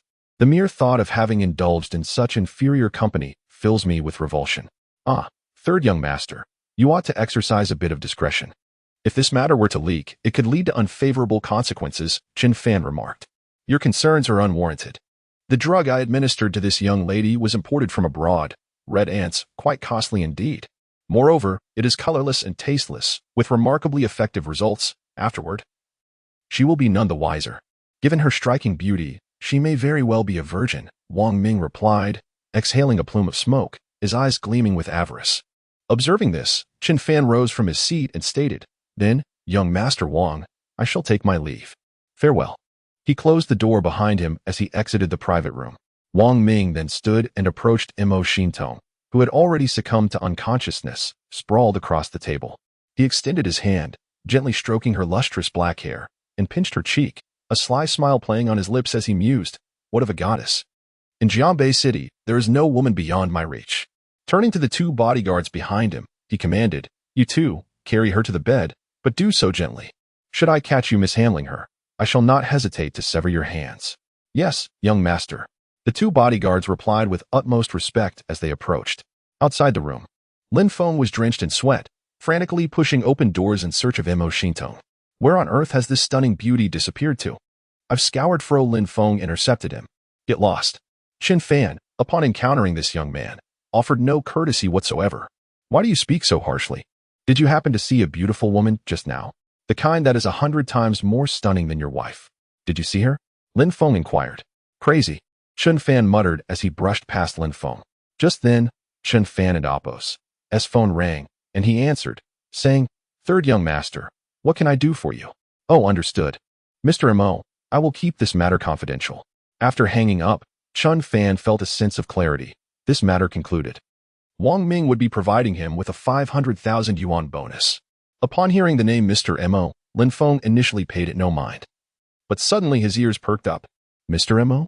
Could it be referring to Imo Shintong? Lin Feng quickly regained his focus and called out to the swiftly retreating Wang Ming.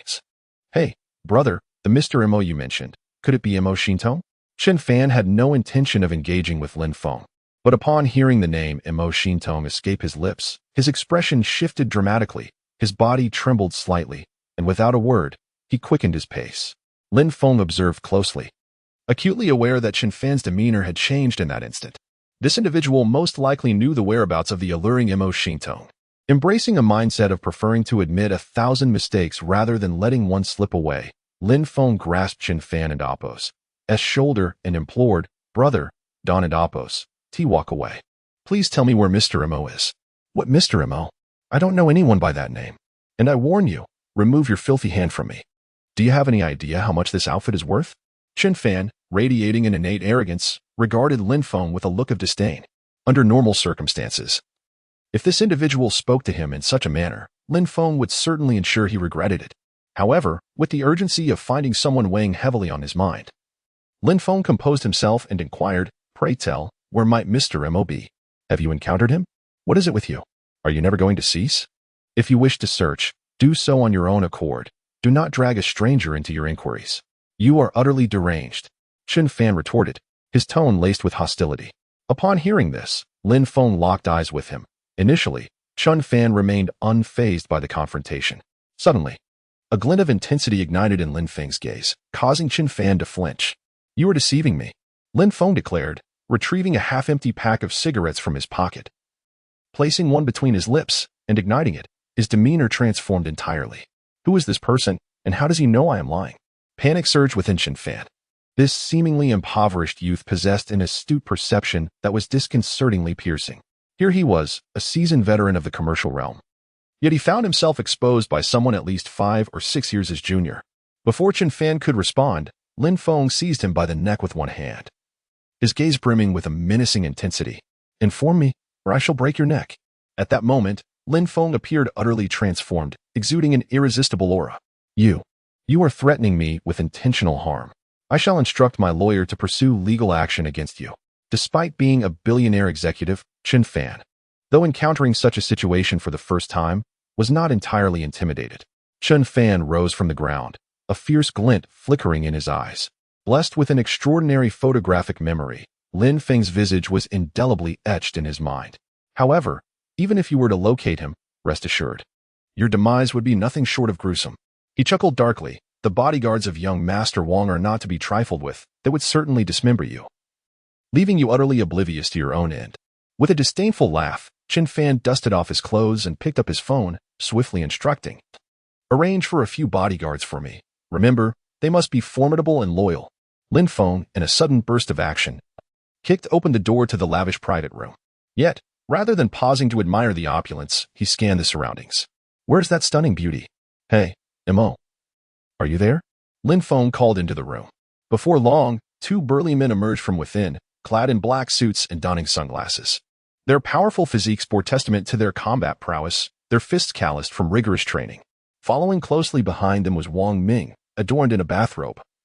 His face a mask of fury as he exclaimed, "Who dares to disturb me, the young master?" Lin Feng's gaze fixated on the trio before him, poised to interrogate them. When his attention was drawn to a table laden with delectable dishes, atop which rested a striking Hermes handbag. In that instant, Lin Feng realized that Mo Xintong was indeed present. The implication of her presence hinted at potential trouble. His eyes then fell upon the young man before him, similarly aged and clad in a bathrobe, who regarded him with evident disdain. Lin Feng's fingers involuntarily clenched, producing a sharp crack as they tightened. The young man, with an air of arrogance, spoke with disdain, questioning the identity of Lin Feng as if he were merely a stray dog. In his eyes, Lin Feng was nothing more than an insignificant obstacle, easily crushed beneath his foot. However, Lin Feng chose to disregard the taunts and instead approached the dining table. Picking up a handbag resting before him, and coldly inquired, "Whose is this?" "It belongs to my woman. What business do you have asking about it?" Wang Ming retorted, continuing to insult Lin Feng by referring to him as a wild dog, completely dismissing him as a threat. Upon hearing this, a glimmer of menace flashed in Lin Feng's eyes, and with a powerful punch, he struck the table. The impact resonated through the air, causing the table to splinter. Witnessing this scene, Wang Ming's expression shifted, and the two imposing bodyguards behind him were taken aback. This young man possessed formidable strength. "You think you can just insult my woman and walk away unscathed?" Lin Feng's eyes blazed with fury as he advanced toward the inner chambers. "Stop him. Do not let him discover what I have done. Break his legs."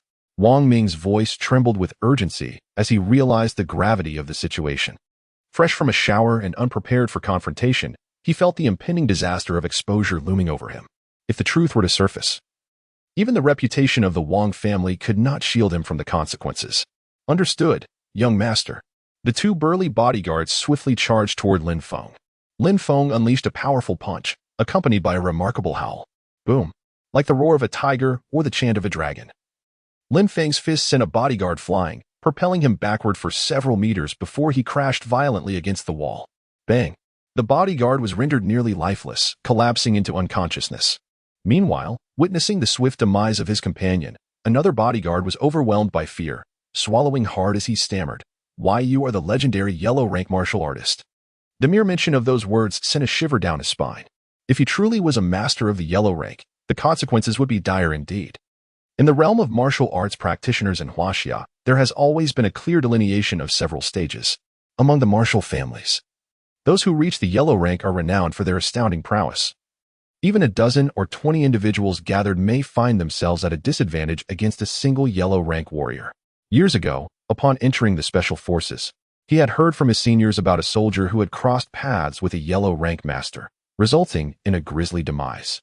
Ultimately, their team dispatched an elite squad of dozens, only to suffer complete annihilation.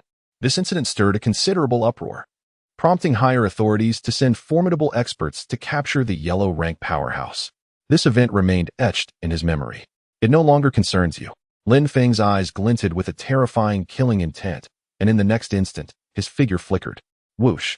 In the blink of an eye, he appeared before the trembling bodyguard, delivering a decisive kick to his abdomen. Bang! The bodyguard emitted not a single cry as he was propelled backward like a bullet, subsequently crashing against the wall, instantly losing consciousness alongside his companion. At this moment, within the expansive luxury suite, only Lin Feng and Wang Ming remained. Clad in a bathrobe, Wang Ming's heart quaked with an overwhelming fear upon encountering the young man who had stormed in from outside. He swallowed hard, his eyes betraying profound trepidation as he instinctively retreated. Coming from a prestigious background, he had encountered such situations before. Yet the young man before him was beyond his capacity to handle. "You spoke of wild dogs. Today, I shall demonstrate who the true wild dog is." Lin Feng advanced with a chilling demeanor, prompting Wang Ming to continuously back away. With each step he took, the panic within him intensified. "Don't come any closer. Stay back." Lin Feng remained unfazed. "Do you know who I am? I am a member of the Wang family from Jiabei. If you dare to lay a hand on me, you will suffer a most dreadful fate." Wang Ming invoked the name of his illustrious lineage, the Wang family being one of the 10 great families in Jiabei. A force to be reckoned with, deterring most from taking action against him. Even though this young man exhibited formidable strength, capable of swiftly dispatching his bodyguard, Wang Ming felt compelled to weigh his own power against that of his influential family. The Wang family of Jiabei? A mere second-rate clan, one I have never heard of. But tell me, do you comprehend whom you are provoking? Lin Feng's eyes glinted with murderous intent, his tone icy cold. "Brother, I was wrong. I was wrong." Please spare me this time. I shall never dare to repeat my mistakes. As Mo Shintong suddenly opened her eyes from slumber, a wave of fatigue washed over her mind. Rubbing her temples, she realized with astonishment that she was in a car, and upon closer inspection, she discovered that Lin Feng was the one behind the wheel. Lin Feng? How could it be you? She exclaimed in surprise. Ah, the beautiful lady has awakened. Lin Feng teased, exhaling a puff of smoke as he glanced back at her with a playful smile. What on earth happened? I can't recall anything, Mo Shintong murmured, her mind echoing with confusion about the preceding events. Lin Feng promptly recounted the entire sequence of occurrences to her. Upon hearing the full account, Mo Shintong's expression darkened considerably, revealing her distress. That damn Chen Fan actually set me up, and Wang Ming is nothing short of a beast. She seethed internally, her anger boiling over. Don't worry, Shintong. I've dealt with those treacherous scoundrels, rendering them powerless, Lin Feng assured her with a grin. Initially, Mo Shintong nodded in satisfaction, but her expression quickly shifted as she inquired. What? You actually incapacitated him? What else was I supposed to do? Trouble looms. Lin Feng responded with curiosity. Wang Ming belongs to the Wang family in Jiangbei City. They will undoubtedly seek retribution against you, Mo Shintong cautioned. Lin Feng, you shouldn't come to work for a while. You need to lay low. Lay low? Why should I hide? Lin Feng chuckled. The Wang family is formidable. Even I must admit that I wouldn't dare provoke them, Mo Shintong replied solemnly. Fear not. I am unafraid, Lin Feng retorted with a smile. No, you must heed my advice. Mo Shintong was anxious. He had been saved by Lin Feng twice. The first time was on the plane when he suffered a severe cold, teetering on the brink of death. The second time was today when Lin Feng restored his reputation. On both occasions, it was this man who extricated him from his predicaments. To be frank, Mo Shintong felt a deep sense of gratitude towards Lin Feng and found him remarkably dependable. At the very least, he embodied the qualities of a true man. Lin Feng reassured him, It's all right, Shintong. Suddenly, Mo Shintong called out Lin Feng's name. What is it? Lin Feng replied with a smile, teasing. Are you feeling grateful and considering offering yourself to me? I'll think about it. You wish. Who would want to marry you? Mo Shintong shot him an exasperated glance. Thinking he was rather full of himself, Lin Feng chuckled at her response. Taking a deep breath, she said, Thank you. What is that for? If you want to thank me, just take me out for a meal, Lin Feng suggested with a grin. All right, dining is no problem. You can choose the venue. Tonight works. Initially, Mo Shintong thought Lin Feng would make some extravagant request, but to her surprise, he merely mentioned a simple meal. Tonight, then. Lin Feng agreed with a nod. After escorting Mo Shintong to her company to rest, Lin Feng spent the afternoon idly wandering, passing the time. In the afternoon, at the VIP ward of Jiangbei City Hospital, 4 or 5 men stood within the private room. 3 individuals lay on the hospital beds, 2 of whom were wrapped in bandages like Zongzi. The attending physician respectfully addressed a middle-aged man in a gray suit, stating, Mr. Wang, your son's 2 bodyguards have suffered 17 broken ribs. Does this not imply that you and the president have taken that step? When Lin Feng uttered these words, all the security personnel were left dumbfounded, their astonishment beyond mere description. Brother, you must be joking, stammered an elderly security guard, swallowing hard. This is nothing short of a miracle. I find it hard to believe. Upon hearing the remarks from several guards, Lin Feng feigned an air of mystery, remaining silent. It was Zhuge Chang who struck the back of the doubting young guard's head with a resounding slap, his expression filled with indignation. Do you have any idea who my brother Feng is? The leader of the security realm in Jiangbei City. Can you even compare? Our boss is truly impressive, echoed the other guards in unison. Just then, a striking figure approached, causing several guards to quickly rise, dispersing from their huddle. I and Oppos am not boasting. The president is treating me to dinner tonight, and I'm still pondering whether to attend, Lin Feng remarked as he took a drag of his cigarette. Brother, please stop. Zhuge Chang whispered discreetly upon noticing Zhao Li and Oppos' arrival. I and Oppos am speaking the truth, Lin Feng replied, crouched on the ground, smoking. Zhao Li, arms crossed and exuding an air of aloofness, looked at Xia Luo and teased, Oh, the president inviting a mere security guard to dinner is indeed an unprecedented occurrence. Who speaks so harshly? Lin Feng lifted his head, a grin spreading across his face upon seeing Zhao Li. I could smell the scent of jealousy from afar. It turns out it's you, dear secretary. Jealous? You can dine with whoever you wish. Upon hearing Lin Feng's words, Zhao Li's face turned pale with anger as she replied. Lin Feng, the president has summoned you to her office. Very well, Lin Feng said, rising from the ground, hands behind his back, a cigarette dangling from his lips. He sauntered out with Zhao Li. The security guards, led by Zhuge Chang, stood in stunned silence, utterly bewildered. Goodness, the man truly possesses remarkable prowess, the president's assistant. Secretary Zhao personally came to inform him. At this point, the guards felt as if they were blessed by the ancestors. I am truly impressed. Inside the elevator, Lin Feng turned to the stern-faced Zhao Li and chuckled. Dear Secretary, do share with me. Are you feeling a tinge of jealousy? How conceited you are. Jealousy? Who's jealous?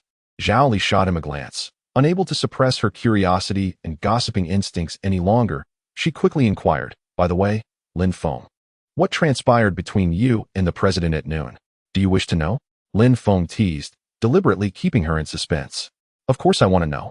Zhao Li nodded eagerly. I won't tell you. Lin Feng grinned mischievously. You are infuriating me. Frustrated by Lin Feng's antics, Zhao Li decided to ignore him. Lin Feng continued, in truth, it is nothing significant. The president harbors feelings for me and intends to invite me to dinner tonight. Stop joking. The president would never invite you to dinner, Zhao Li scoffed. Lin Feng, do rein in your thoughts. The president has never invited a man to dinner in her life. That is only because she is yet to encounter someone like me. Otherwise, do you think the president would summon me to her office for no reason? Lin Feng smiled and posed a question in return. Upon hearing Lin Feng's inquiry, Zhao Li suddenly found herself in a state of bewilderment. Indeed, the president, a figure of considerable stature within the company, commanded such high regard that even a mere security guard would feel trepidation in his presence, not to mention, an ordinary manager would be equally apprehensive. How could the president possibly recall summoning Lin Feng, a lowly security guard, to his office just before the end of the workday? Could it be that something truly transpired between them? A love story between a beautiful president and a humble security guard? Good heavens! The mere thought of such a possibility sent Zhao Li into a frenzy. If word of this were to leak, it would undoubtedly cause a sensational uproar throughout Jianbei City, perhaps even making the headlines the very next day. Before long, the elevator reached the top floor. The president's office lay just ahead. Zhao Li pointed towards the office and addressed Lin Feng. Secretary, should the opportunity arise, I shall treat you to some spicy hot pot, Lin Feng remarked with a grin. Get lost. Zhao Li retorted, fully aware of the underlying joke about the hot pot invitation. Her cheeks flushed with a mix of anger and embarrassment as she shot him a glare. As Lin Feng stood before the door of the president's office, a cigarette dangling from his lips, he did not bother to knock but confidently strode inside. Upon entering the office, he was immediately taken aback by the grandeur of the decor. What an expansive office! Lin Feng was struck by the sheer opulence of the space, which spanned approximately 180 square meters. The lavish furnishings, adorned with precious mahogany, exuded an artistic ambience, revealing a simplicity that belied its sophistication. In the most prominent corner of the office, a colossal glass bathtub is displayed, so spacious that Lin Feng felt he could easily take a bath within it. It is home to numerous exquisite and rare flower-patterned red fish, swimming gracefully and brimming with vitality. Behind a grand desk crafted from precious rosewood, there lies an enormous oval floor-to-ceiling window that stretches for several meters. Standing by the window, hands clasped behind his back, one can behold the breathtaking scenery of Jianbei City, evoking a sense of boundless freedom and tranquility. How refined! A noble and striking woman, donned in a silver uniform, is engrossed in her design work, her pen gliding continuously over the paper. Lin Feng stands behind Imo Shintong, observing the proposal she is crafting, and cannot help but chuckle. Dear Imo, the lingerie you design leans towards the conservative side. A touch of sensuality would enhance it. Who? Imo Shintong's hand continues its rhythmic movement with the pen. But upon hearing his voice, she immediately looks up, startled to find Lin Feng beside her, and shoots him an irritated glance. Couldn't you knock before entering? Hee. I have no habit of knocking, Lin Feng chuckles, casually picking up a cup of tea from in front of Imo Shintong and taking a sip. Why are you drinking from my cup? There are disposable cups, you know.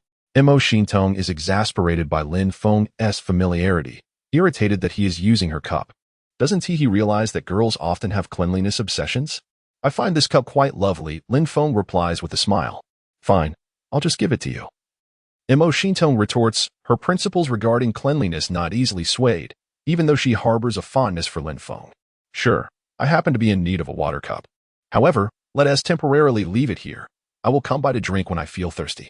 Lin Feng casually settled onto the sofa, crossing his legs comfortably, completely disregarding the formality of the setting. Imo Shintong, upon hearing this, was taken aback. Brother, this is my office, the most enigmatic place in the entire company. Are you here just to sip tea? I called you up to discuss something, but tonight I may be unable to join you for dinner. Imo Shintong's beautiful eyes turned to Xiao Luo. Why not? I was hoping to tag along for a meal. Lin Feng expressed his discontent, puzzled by the beauty's abrupt refusal. I need to return home for a bit, Imo Shintong replied. All right, take me with you. Lin Feng's eyes lit up at the prospect, interpreting it as a sign that she might take him home. You. Imo Shintong was at a loss for words. Although Lin Feng could be reliable at times, he was predominantly unpredictable.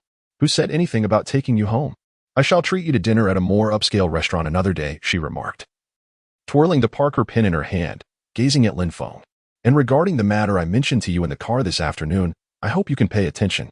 Neither Qin Fan nor Wang Ming will let you off easily. Indeed, I am quite apprehensive, Lin Feng replied, adopting a mock fearful expression, though the glimmer of amusement in his eyes betrayed his true feelings. To Lin Feng, this was hardly a matter of concern. I sincerely apologize for dragging you into this turmoil. How about this? You should go home and take a break. I will grant you paid leave at 10 times your salary. Imo Shintong could not conceive of a better solution. After all, from her vantage point, she comprehended the formidable enemies Lin Feng had provoked. No way. Lin Feng resolutely shook his head. Is 10 times too low? Then let me offer you $1 million. Please refrain from coming to the company for now. I do not wish to. Imo Shintong felt a tinge of shyness. Reluctant to voice her concern, I do not want to see you in danger. Yet, Lin Feng's response was utterly unexpected. No matter how much you offer me, I merely wish to see you each day. Lin Feng took a sip of water from Imo Shintong's cup, his gaze imbued with sincerity. You. Imo Shintong found herself momentarily dazed by Lin Feng's words. His sweetness was disarming. Even the proud and goddess-like Imo Shintong could not help but feel a ripple of emotion within her. However, she was acutely aware that her fate with someone like Lin Feng was destined to remain as friends, unable to progress further. She shook her head and said, Lin Feng, you may leave now. Very well, I shall take my leave then. Lin Feng, with his hands tucked into his pockets, swaggered out of the office. Imo Shintong sat in the boss's chair, her delicate hands crossed, her beautiful eyes fixed on Lin Feng's retreating figure. A mixture of concern for his well-being and an inexplicable smile gracing her lips. Perhaps it is not so bad to know you. Take care. Boss. As Lin Feng mounted his dilapidated bicycle, all the security guards stood in unison, respectfully bidding farewell. See you tomorrow, brothers. Lin Feng waved. Brother Feng, allow me to give you a ride. Just then, a flashy red BMW came to a halt before Lin Feng, and the window rolled down to reveal the lecherous face of Zhuge Chang. What the hell? Lin Feng exclaimed, utterly astonished that Zhuge Chang was driving a red BMW to work. His eyes nearly popped out of their sockets, and the more than 20 security guards behind him gaped with their mouths agape, equally dumbfounded. Goodness, this Filia company truly harbors hidden talents. First, there's Brother Feng, a legendary figure and a titan among security, and now there's Zhuge Chang, a wealthy second generation posing as a security guard. Lin Feng remarked, incredulous. Zhuge Chang, you must have a bit of money, showing up to work in a BMW. Hee, this was a gift from my wife for her 50th birthday last year. Zhuge Chang replied, unabashed. Pfft, ha ha. Lin Feng nearly spat blood from laughing. This fellow was indeed a character. And to think there were people willing to support him despite his appearance. Brother Feng, get in the car. I'll drive you home, Zhuge Chang offered. No need. I'm accustomed to riding my bike to and from work, Lin Feng declined. Oh, very well then. By the way, Brother Feng's, I'll be waiting for you at Crown Bar at 8 tonight for a drink. I'll bring along a couple of lovely ladies to keep you company. Zhuge Chang said with a sly grin. Sure, if I have the time, I'll swing by, Lin Feng nodded. Take care on your way, Zhuge Chang added. Lin Feng leisurely pedaled his bicycle, traversing half the city. As the sun sets in the west, its golden rays cascade over the land of Jiabei. Lin Feng, with a cigarette dangling from his lips, observes the throngs of children returning home from school, their laughter and playful banter evoking a nostalgic sense of youth within him. Ah! The comfort of home is truly unparalleled. With several hundred meters still to traverse before reaching home, he navigates through a somewhat lengthy alleyway. His sharp eyes catch sight of a small group of local delinquents surrounding a strikingly beautiful young woman not far down the alley. Louis Fataday finds herself in a state of utter discontent, a mood that could only be described as profoundly bleak. After a long day at school, she had been coerced into dining with several teachers, significantly her senior. finally extricating herself with polite refusals. She had hoped to unwind with a leisurely stroll to alleviate her frustrations. Little did she anticipate encountering a band of local ruffians. The leader, a scruffy-haired young thug, smirked lewdly and turned to his few lackeys, saying, "What are you all waiting for? Drag her away. Boss, tonight we are in for some fun." Several of the dark-skinned thugs exclaimed excitedly. "Indeed, just thinking about it is exhilarating. Once I'm done, you all can have your turn later in the night." The scruffy-haired thug replied, "Thank you, boss. Thank you, boss. Following you truly holds promise," his lackeys said, their faces alight with excitement. "Please, don't do this. If you continue, I will call the police," Louis Fay said, her expression tense, her beautiful eyes filled with fear. Just as she took out her phone, it was forcibly snatched away by the keen-eyed thug. "Still thinking of calling for help? You can report it when you get back to the hotel." The scruffy-haired thug cackled maliciously. "It's over." Louis Fay felt herself on the brink of collapse as she cried out, "Help! Someone please!" At the thug's command, his lackeys immediately began to drag Liu Yifei away. Just then, Lin Feng, riding swiftly on his bicycle, burst onto the scene before the group of thugs. "Stop right there!" His voice thundered like a clap of thunder in the ears of the thugs. They turned to face Lin Feng, a shabby-looking young man on a dilapidated bike. Daring to obstruct them, they exchanged glances and erupted into laughter. "Haha, look at this. In the past 2 years, anyone thinks they can play the hero and rescue a damsel in distress. Truly, they are blissfully unaware of their own foolishness. You little brat. Have you watched too many dramas? Thinking you can be a hero? You're merely courting disaster." The scruffy-haired thug jeered. "Save me, save me." Upon seeing someone approaching, Liu Yifei grasped the opportunity like a lifeline, her beautiful eyes filled with longing. Lin Feng nodded, then turned his cold gaze towards the group of thugs before him.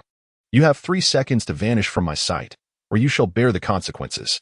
"Hey, you little brat, how audacious you are," sneered the blonde thug, waving his hand dismissively. "You lot, go teach him a harsh lesson. Let him understand the cost of trying to be a hero." "Yes, boss." Several henchmen charged at Lin Feng. "Be careful," Louis Fay exclaimed anxiously from the side. Lin Feng, seeing the thugs rush towards him, scoffed derisively, "Ignorant fools." The first thug lunged forward, preparing to throw a punch, but with a resounding slap, Lin Feng struck him squarely on the face. The thug spun around, disoriented, and collapsed to the ground, unconscious. The remaining thugs, their eyes bloodshot with rage, growled, "This brat dares to hit us. Let's finish him." In mere moments, Lin Feng, using just one hand, dispatched the remaining thugs with effortless precision, leaving them sprawled on the ground, unconscious. This was merely Lin Feng holding back. Had he unleashed his true power, they would not have merely fainted but met a far graver fate. Impressive. Louis Fay marveled at the extraordinary prowess of this young man, her heart swelling with admiration for him. "Yellow-haired one, were you not intending to teach me a lesson?" Lin Feng approached with a smile. "You, don't come any closer." The yellow-haired man was taken aback. He had just wanted to light a cigarette and watch Lin Feng's embarrassment, the smoke still lingering in his mouth, when all his subordinates were swiftly taken down. Who on earth is this formidable being, so incredibly fierce? Lin Feng continued to advance towards him. "If you come any closer, do not force my hand." The yellow-haired man, in a state of panic, drew a dagger, gripping it tightly with both hands, his gaze frantic as he glared at Lin Feng. "Do you know what this is? Beware, for a white blade goes in, and a red blade comes out." He resembled a beaten wild dog, ready to snap at any moment. "Huh, a dagger? I ceased playing with such toys at the age of 3, Lin Feng scoffed dismissively. "Die." In a moment of reckless determination, the yellow-haired man shut his eyes and lunged at Lin Feng. "It's over. I've killed someone." Sensing the silence before him, the yellow-haired man hurriedly opened his eyes, only to find Lin Feng smiling at him. "What is happening? Did I not stab him? Huh? Why does my hand feel so light?" The yellow-haired man looked down in astonishment, his mind blank. "Where has the dagger in my hand gone? Yellow-haired one, are you searching for this?" Lin Feng twirled the dagger in his hand, observing him with a playful demeanor. "What the hell? My dagger? How did it end up in his possessio?" Upon witnessing this scene, the man with yellow hair was utterly astonished, his eyes nearly popping out of their sockets. A look of sheer disbelief etched across his face. "Good heavens, this is simply too intense." Meanwhile, the woman named Louis Fay, who was hiding behind, exhibited a similar expression of shock on her beautiful oval face. "Who on earth is this man? His skills are astonishing." Brother, I was wrong, brother." The man with yellow hair, known as Heisey, was incapacitated with laughter, his legs giving way beneath him, collapsing to the ground in a humbled kneel. Lin Feng advanced towards him without hesitation. "Brother, don't come any closer. I truly repent." "Sir, grandfather, I understand my mistakes." The man with yellow hair trembled with anxiety, his body quaking. Lin Feng removed his shoes, holding them in hand. "Allow me to demonstrate the ancestral techniques of the Lin family, should you fall at my hands. You shall have no grounds for complaint." As he spoke, the slipper in his hand struck the face of the man with yellow hair with the ferocity of a tempest. With each resounding slap, the anguished cries of the man echoed. "Ah, ah." After enduring this for a full half-minute, Louis Fei could no longer bear to watch. Initially, she had felt immense anger towards these ruffians, as their beating was indeed self-inflicted. However, witnessing the man with yellow hair being reduced to a pitiable state, almost unrecognizable, she found herself feeling the name seemed vaguely familiar to him, yet at that moment, he could not quite recall where he had heard it. Louis Fei. What a lovely name, he mused. "I am Lin Feng. It is a pleasure to meet you," he said with a smile. "Thank you, likewise," Louis Fei replied, extending her hand with a proactive grace. Lin Feng smiled as he took her hand, feeling the delicate touch of her skin, as smooth and exquisite as white jade. He found himself reluctant to let go, and Louis Fei, observing his prolonged grip, felt a hint of embarrassment as he held her hand for an awkward 10 seconds without any sign of release. Realizing his folly, Lin Feng lowered his gaze and noticed that he was still holding her hand. He quickly withdrew, a bit flustered, and said, "I apologize, miss. I have a flaw that makes me lose focus in the presence of beauty." "No worries at all," Louis Fei chuckled lightly, then inquired, "So, sir, do you reside here?" "Indeed," Lin Feng nodded, gesturing toward his bicycle and pointing down the alley. "If you turn left at the end, the villa at the street corner is my home." "What? That villa is yours?" Louis Fei exclaimed, astonished. She shook her head with a smile, saying, "Sir, please do not jest. I have been living in that very villa for nearly 6 months and have yet to see you." Suddenly, a realization struck Lin Feng. "Ah, I remember now. You are the university professor that Luo Yiyao spoke of, Miss Louis Fei?" "Really? You know Luo Yiyao? Wait, what is going on here?" Louis Fei appeared somewhat dazed, her mind a whirlwind of confusion. How could it be that this man was acquainted with her closest friend, Luo Yiyao? In fact, Luo Yiyao had even mentioned her in his presence. The recollection of his earlier words, that he resided in the villa just ahead, struck her with astonishment. Could he possibly be the enigmatic owner of that villa? The very thought filled Louis Fei with both shock and delight. "You are the owner of the villa?" Her eyes sparkled with curiosity. "Indeed, I just returned to the country a couple of days ago. I had heard about you from Luo Yiyao. It's true that seeing is believing. You truly are a stunning beauty," Lin Feng remarked with a smile. Upon hearing Lin Feng's words, Louis Fei found herself at a loss for words. Their first encounter, under such circumstances, felt surreal. "You are quite impressive, the owner," she complimented. "Oh, please. Don't call me that. It feels too formal. Just call me Lin Feng," he replied with a grin. Louis Fei nodded in agreement as they walked together towards the villa. Inside the villa, Louis Fei retrieved a bottle of chilled vegetable juice from the refrigerator, poured a glass for Lin Feng, and inquired, "Lin Feng, what did you do abroad? You seem quite accomplished." Accepting the glass of refreshing vegetable juice, Lin Feng drank it down without hesitation and responded with a smile, "Honestly, I didn't do much. I just picked up some odd jobs to get by." Noticing Lin Feng's vague response, Louis Fei understood that he preferred to keep his experiences abroad private. The conversation swiftly shifted as she remarked, "I never expected you, Lin Feng, to possess such a grand villa at such a young age. It truly is enviable." Lin Feng chuckled modestly, "Oh, Miss Lu, you flatter me. This is all a gift from my parents. I lack any remarkable abilities. Look at me, in my 20s and still riding a bicycle." With a sigh, he continued, "At this point, not only do I lack a wife, but I can't even find a girlfriend. The pressure is quite overwhelming." Following this, Lin Feng discreetly cast a glance at Louis Fei. She promptly replied, "Lin Feng, you are being overly modest. You are quite handsome, possess exceptional skills, and reside in a villa worth tens of millions. A man like you should have no trouble finding a wife." Lin Feng sighed again. If only other girls possessed the discerning eye of Miss Lu. Louis Fei covered her mouth and laughed, feeling quite pleased to know this charming and witty young landlord. Rising to her feet with a smile, she said, "Lin Feng, it is nearly 6 o'clock. Yao will be returning soon. How about this? I will personally prepare a few dishes for you to taste." "Sounds great," Lin Feng exclaimed, thinking how fortunate he was that such a beautiful teacher would cook for him. "All right, Just give me a moment, Lu Yifei replied with a smile. I'll wait as long as it takes, as long as I get to savor your cooking. Oh, with such sweet words, and yet you claim to have no girlfriend? I find that hard to believe, Lu Yifei said with a playful glance at Lin Feng before heading into the kitchen to busy herself. Lin Feng moved the rattan rocking chair down from the upstairs and placed it at the entrance, leisurely sipping tea while basking in the evening sun. Before long, a blue Mini Cooper approached. Lin Feng fixed his gaze on the vehicle as the door swung open, and Luo Yao stepped out. Lin Feng, what are you doing? Seeing Lin Feng lounging in the rattan chair, lazily drinking tea, Luo Yao looked at him with curiosity, then pouted and asked, Are you enjoying yourself? Have you eaten yet? Hee, does a handsome man like me need to cook? Lin Feng replied with a relaxed sip of tea, a smile playing on his lips. Upon hearing Lin Feng's words, Luo Yu regarded him with disdain and retorted, Oh, the audacity of your words. It seems you've hired a maid to cook for you. Hee. A stunning beauty is indeed preparing meals for me, Lin Feng replied, his expression one of smug satisfaction. Luo Yao shot him a look of disbelief, saying, You're pulling my leg, right? A miser like you, affording a maid, especially a beautiful one. I simply cannot believe it. Believe it or not, it's your choice. Lin Feng said nonchalantly. At this, Luo Yao huffed lightly. Step aside. I'm going to take a shower. As she walked past Lin Feng, a delightful aroma wafted from the villa. Catching a whiff of the enticing scent, Luo Yao exclaimed, Wow, that smells incredible. Is someone really cooking? Without waiting for Lin Feng to respond, she dashed inside. Moments later, she returned, inquiring, Lin Feng, what have you done to have Yifei cooking for you? Luo Yu was utterly astonished. How is it possible? You claimed a beautiful woman personally cooked for you, and I still didn't believe it.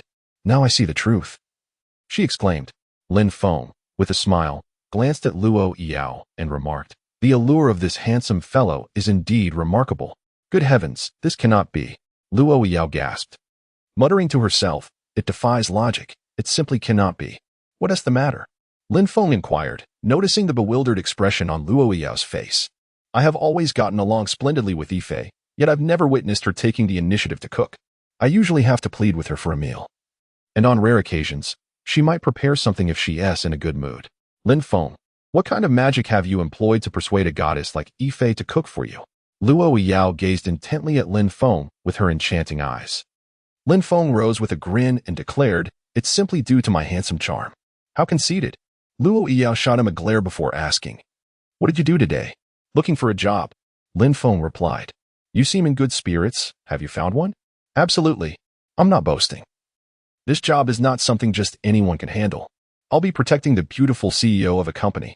Lin Feng said. Oh my, so you're going to be a bodyguard for a beautiful woman? Impressive, Lin Feng. Luo Yao exclaimed in surprise. Close enough, but I must clarify. I'm not a bodyguard. I'm a security guard, Lin Feng corrected her. Pfft, ha ha ha ha. A security guard? Isn't that just standing at the door? Luo Yu laughed until her stomach hurt. During a playful exchange of banter between the two, a melodious and magnetic voice echoed from behind them, belonging to Lu Yifei, who remarked, Ladies, enough chatter, and oppos, as time to eat. Coming, Sister Yifei. I adore your cooking. Luo Yao exclaimed, immediately embracing Lu Yifei from behind in a playful demeanor. Yo, had it not been for Lin Feng's presence today, I would not have prepared a meal for you, Lu Yifei replied. Humph. Luo Yao shot Lu Yifei an indignant glance and retorted, Sister Yifei, I never imagined you to be a woman who forgets her friends in the presence of beauty. You are no longer the goddess in my heart, untouchable and exalted. You have changed. Lin Feng chuckled at this, while Lu Yifei responded, If you continue this way, Yao, you may never enjoy my cooking again. Oh, Sister Yifei, I was wrong. Luo Yao pleaded, her tone dripping with charm. Lin Feng, I haven't tea cooked in quite some time, so I may be a bit rusty. Please bear with me, Lu Yifei said, taking a seat beside Luo Yao, a smile gracing her lips. A confident woman, when modest, exudes an even more captivating charm. As Lin Feng surveyed the table laden with exquisite dishes, he couldn't help but admire Lu Yifei even more. Her culinary skills were as impressive as her beauty. Miss Lu, I did not expect such elegance in both your appearance and your cooking, Lin Feng complimented. Lu Yifei responded with a humble smile, while Luo Yao, rolling her eyes, interjected, Lin Feng, stop buttering her up. I'm starving. Let us eat. With that, the trio, 2 women and a man, began their meal, filled with laughter and conversation.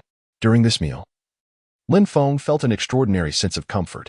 He had never imagined that within just 2 or 3 days of returning to his homeland, a goddess-like figure would prepare a meal for him. The satisfaction he derived from this dining experience was truly unparalleled. After finishing the meal, Louis Fei voluntarily offered to wash the dishes, but Lin Feng gently stopped her, saying, "Miss Liu, you should take a rest. I will take care of the dishes." No. Louis Fei gracefully declined his offer, smiling as she added, "Lin Feng, I should be a few years older than you, so if you don't mind, you can call me Yifei Jie." Yifei Jie. Lin Feng immediately responded with enthusiasm. With a smile, Louis Fei headed into the kitchen to wash the dishes. Lin Feng stood there, enchanted by Louis Fei's captivating figure, grinning foolishly.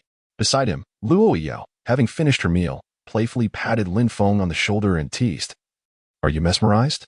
Have you never seen such a beautiful woman like my Yifei Jie?" "Never." Lin Feng nodded vigorously, then turned to Luo Yao with a mischievous grin and said, "Yao, you are quite beautiful as well." "Humph, at least you know how to flatter," Luo Yao huffed lightly. "Yifei Jie, do you have any plans for tonight?"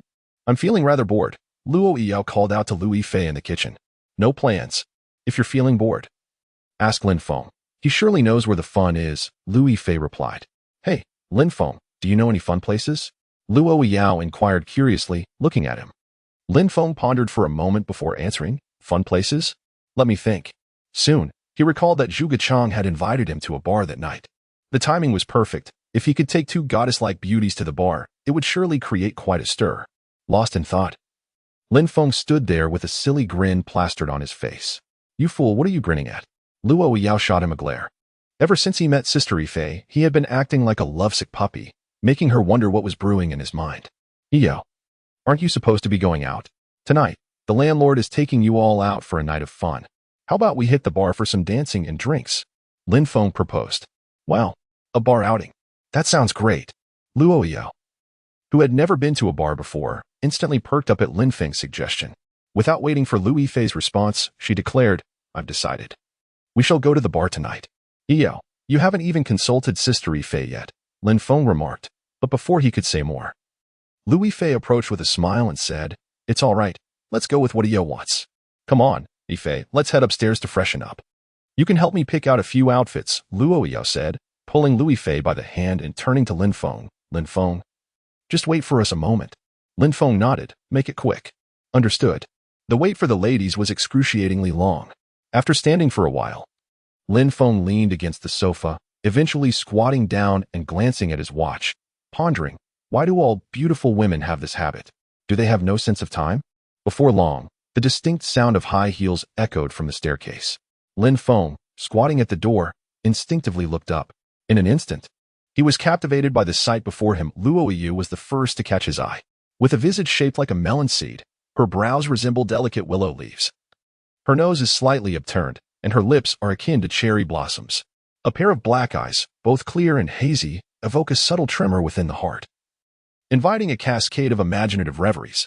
Luo Yao dons a white shirt that complements her upper body, while her cloud-like hair dances in the breeze. Her neck, pale and slender, leads to a proud bosom and a flat abdomen, accentuated by a petite waist. The lower half is encased in form-fitting elastic jeans, showcasing a perfect curve of her waist and hips that transitions into enchanting legs.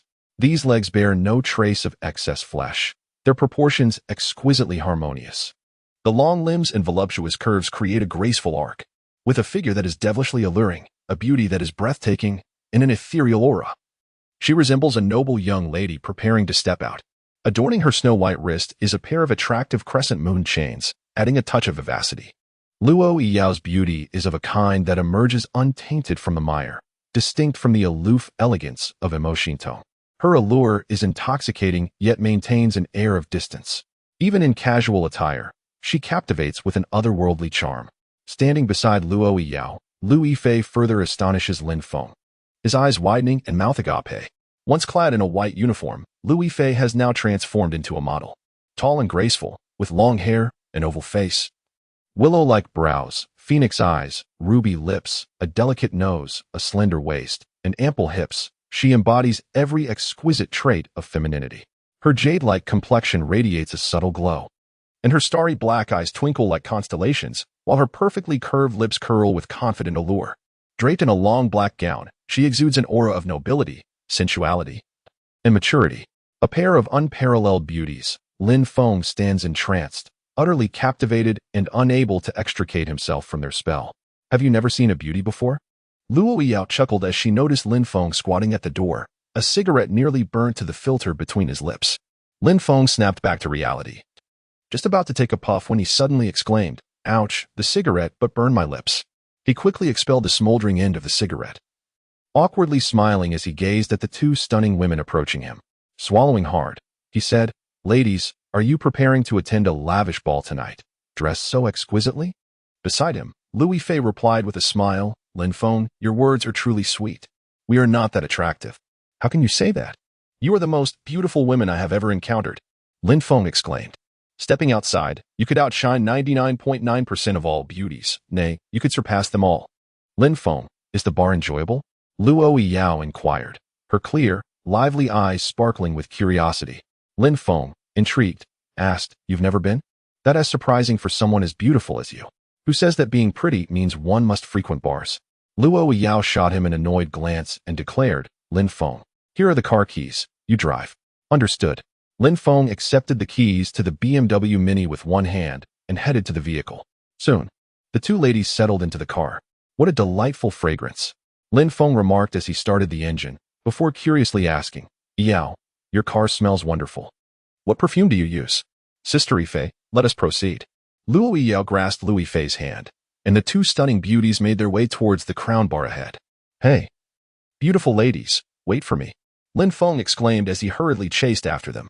The Crown Bar, the epitome of luxury in the northern district of Jianbei City, was teeming with enchanting women and dashing men, while an array of extravagant cars lined the entrance. This establishment was adored by both beautiful women and affluent young men. The art of flirting and charming was perpetually on display within its walls.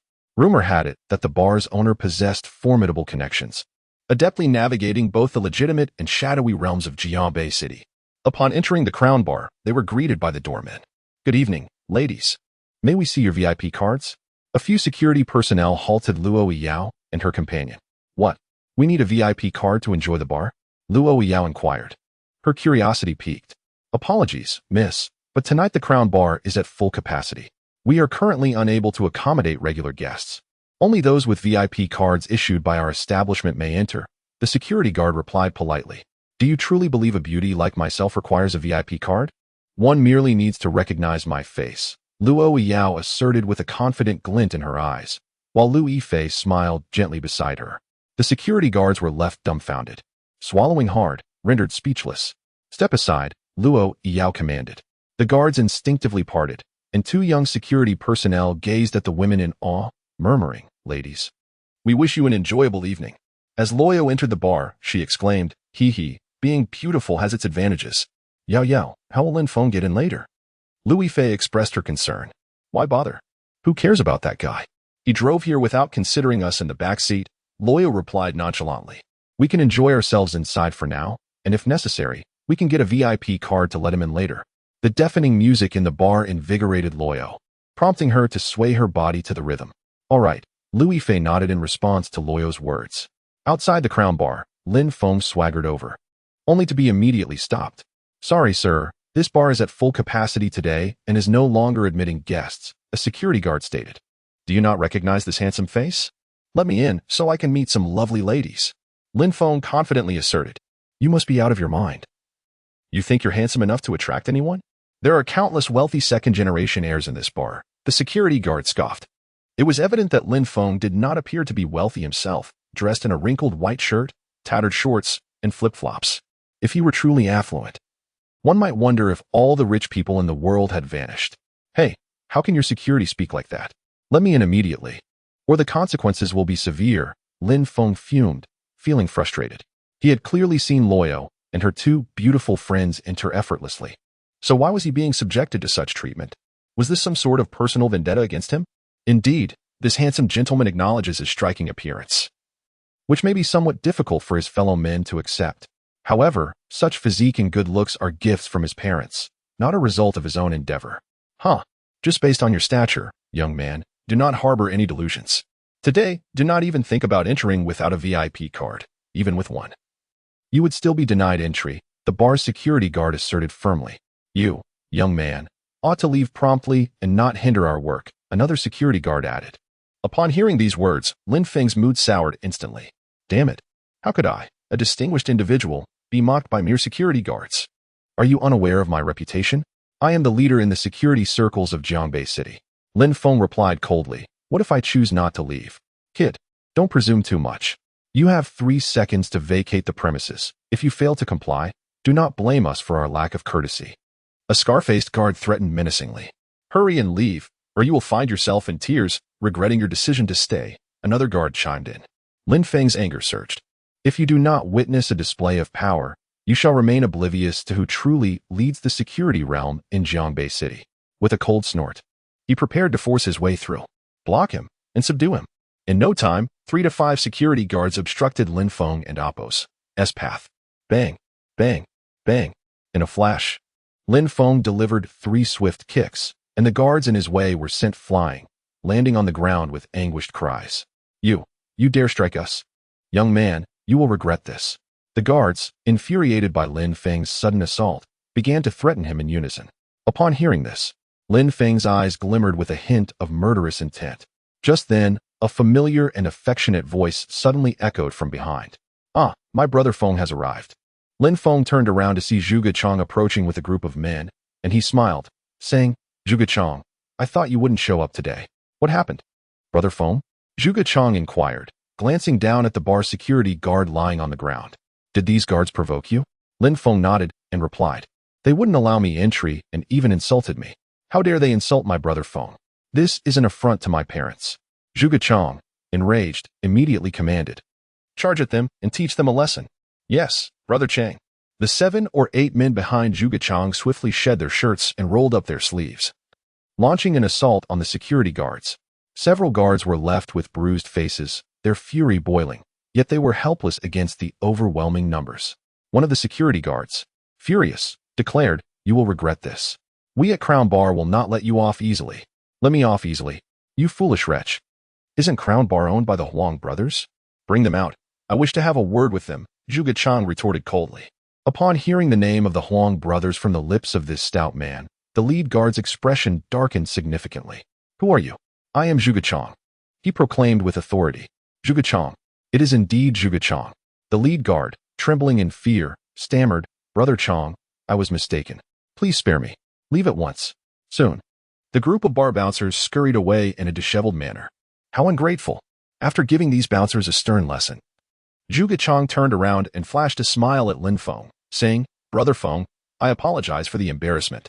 All right, Zhuge Chang, you certainly have a knack for handling things. Lin Feng remarked, surprised by Zhuge Chang's unexpected prowess in frightening off the bouncers with just a few words. Curiosity stirred within him. Who exactly was this rotund fellow? He seemed far from ordinary. Compared to Brother Feng, he was indeed a considerable distance away. Address him as Brother Feng. Zhuge Chang instructed his subordinates. Greetings, Brother Feng. They collectively bowed and exclaimed in unison. Hello to all of you. Lin Feng responded with a smile. Brother Feng, here, have a smoke. Zhuge Chang promptly lit a cigarette and respectfully offered it to Lin Feng. The subordinates behind Zhuge Chang were astonished to see their leader showing such deference to a young man called Brother Feng. Who exactly was this Brother Feng to command such respect? As the group entered the bar, Zhuge Chang instructed his subordinate, arrange a private room for us, and while you're at it, bring in 10 attractive young ladies for Brother Feng to choose from. Upon hearing this, the subordinate nodded, but Lin Feng interrupted, saying, No need for that, Zhuge Chang. I'll just find a seat by the window. As for drinks, just bring over a bit more. Brother Feng, a person of your stature cannot possibly sit anywhere but a private room. I insist on arranging one for you, Zhuge Chang insisted earnestly. Zhuge Chang, one must maintain a low profile in life. Lin Feng patted Zhuge Chang on the shoulder, embodying the wisdom of experience.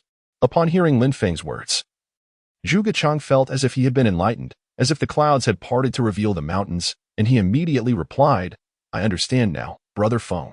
I shall certainly keep a low profile from now on. Indeed, I have great expectations for you. Not long after, Zhuge Chang secured the finest window-side seat for Lin Feng, and they sat together while a group of younger companions brought over several cases of liquor.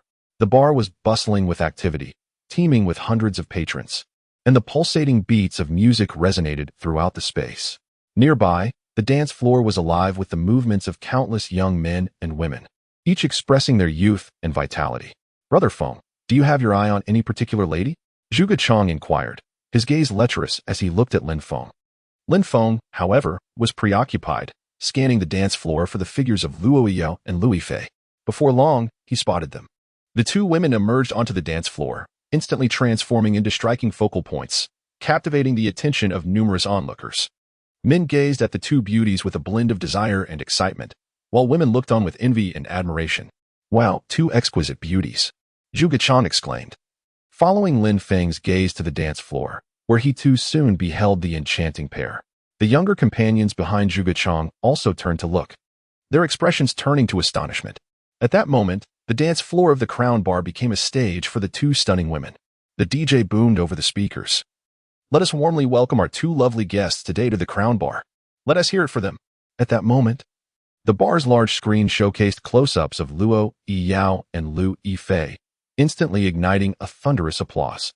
The two women, caught up in their dance, were taken aback by the overwhelming attention they commanded.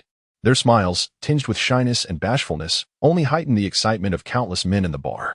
Meanwhile, lurking in the shadows, some lecherous individuals gazed at them with glimmering eyes. Before long, a few schemers attempted to strike up conversations, only to be met with swift rejections. The rejected men, undeterred, remained hopeful, for these two stunning beauties were nothing short of celestial, a stark contrast to the other alluring figures in the bar. They patiently awaited their moment.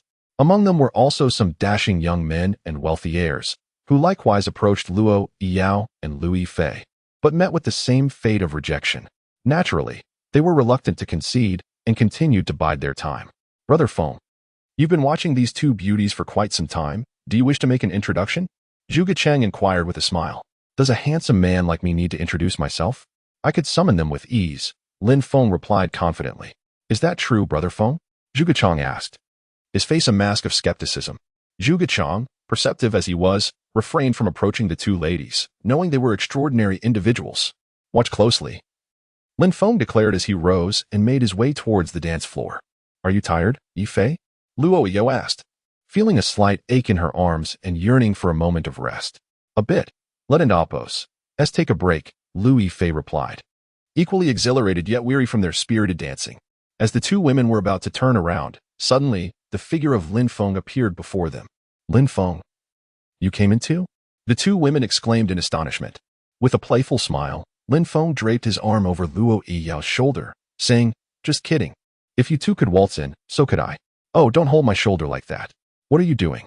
Luo Yao felt a bit annoyed, wondering why he casually draped his arm over her shoulder as if they were close friends. "Yao, let me take you out for a drink," Lin Feng boldly continued, keeping his arm around her. At the mention of drinking, Luo Yao's eyes sparkled with intrigue, as it was a rather novel experience for her. Meanwhile, in the bar, all the men were left dumbfounded upon witnessing a young man casually embrace one of the stunning beauties while engaging in light-hearted banter with the other. "What the hell is going on?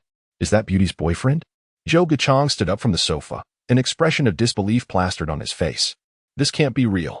His subordinates were left in a state of shock. "Damn, my big brother Zhuge Chang is amazing.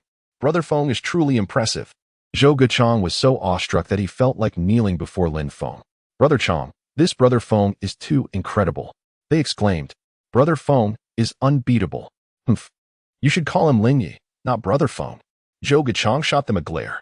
Before long, Lin Feng, still with his arm around Luo Yao's shoulder, approached Zhuge Chang and his group.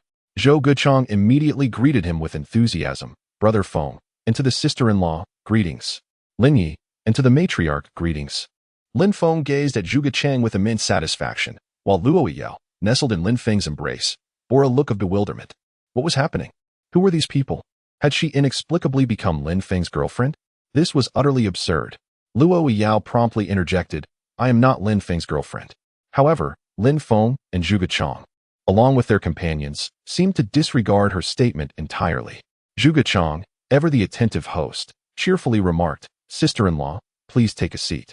If you wish to drink something, just let your little brother know." Friend, I truly am not." Before she could finish her sentence, Zhuge Chang cast a fierce glare at his subordinates and commanded, "You lot, are your eyes merely for show?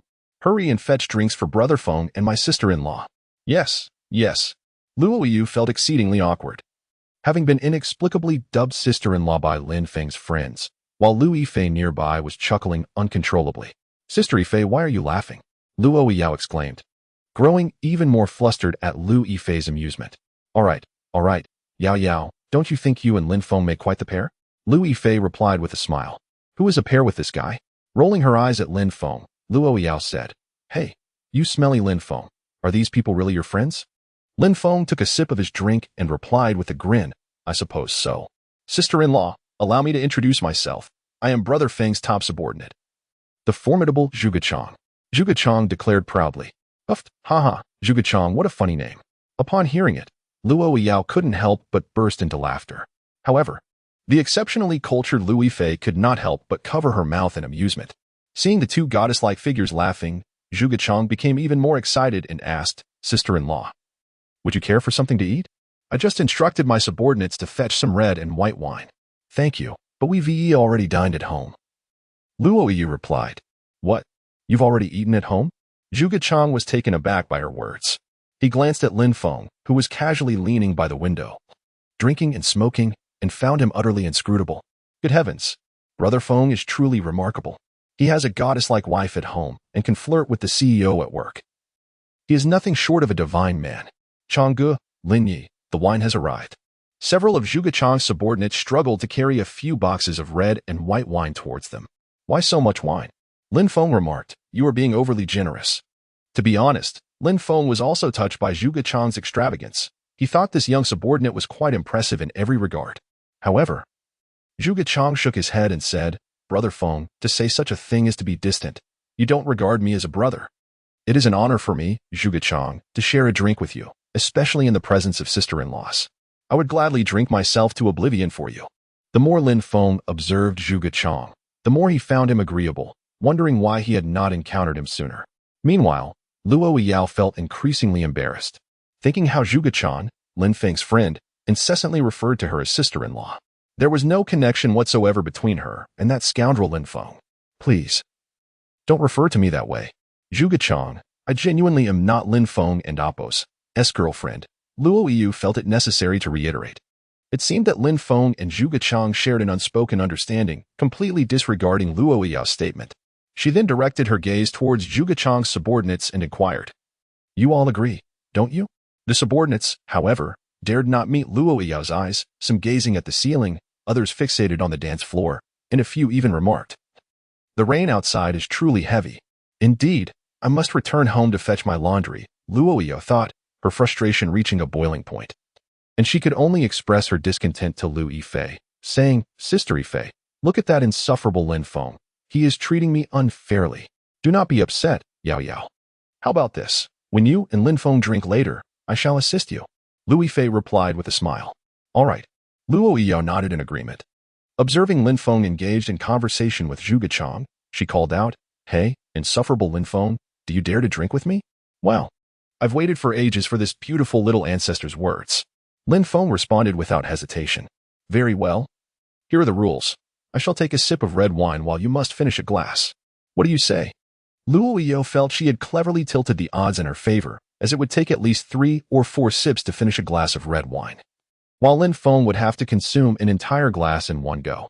Lu Yifei merely smiled in silence. Women possess an inherent advantage in such matters. It is a well-known fact that females generally cannot drink as much as men, thus making this arrangement utterly reasonable. Meanwhile, Zhuge Chang and his companions merely observed, recognizing this as a private affair between Feng Ge and his associates, and dared not interject. Lin Feng twirled the beer in his hand, chuckling as he remarked, Red wine? That essay drink for women. I shan't indulge in such frivolities. How about this? I won't take advantage of you. You sip on the red wine, while I shall have a glass of white. What say you? Upon hearing Lin Feng's words, everyone around him was left utterly speechless. Such audacity and bravado. Agreed. Luo Yao felt her competitive spirit ignited by Lin Feng's words, sensing his disdain for her. Humph. Who says a girl cannot enjoy her drink? Meanwhile, Lu Yifei interjected. That Lin Feng, consuming white liquor is detrimental to one's health. Perhaps you should stick to beer. It's quite all right, Yifei, Lin Feng replied with a gentle smile. His gaze fixed on Luo Yao. He added, Yao, since we are to compete in drinking, shall we place a wager? A wager? Why, I cannot possibly lose to you. Luo Yao, confident and haughty like a regal swan, was unperturbed by the prospect of defeat. Lin Feng pondered for a moment before grinning. Very well, should I lose? You may dictate any condition you desire. But if you lose, don't even think about it. I shall not lose, Luo Yao interrupted him. I propose that if you lose, you shall kiss me before everyone here. Laughter erupted throughout the venue at her bold suggestion. With a light huff, Luo Yu declared. It's settled then. No objections, Lin Feng nodded, then snapped his fingers, commanding, Zhuge Chang, summon the waiter for me. Right away, boss. Soon. A bar manager hurried over and inquired, Sir, did you call for me? Lin Feng asked. Does your bar serve strong spirits like erguo?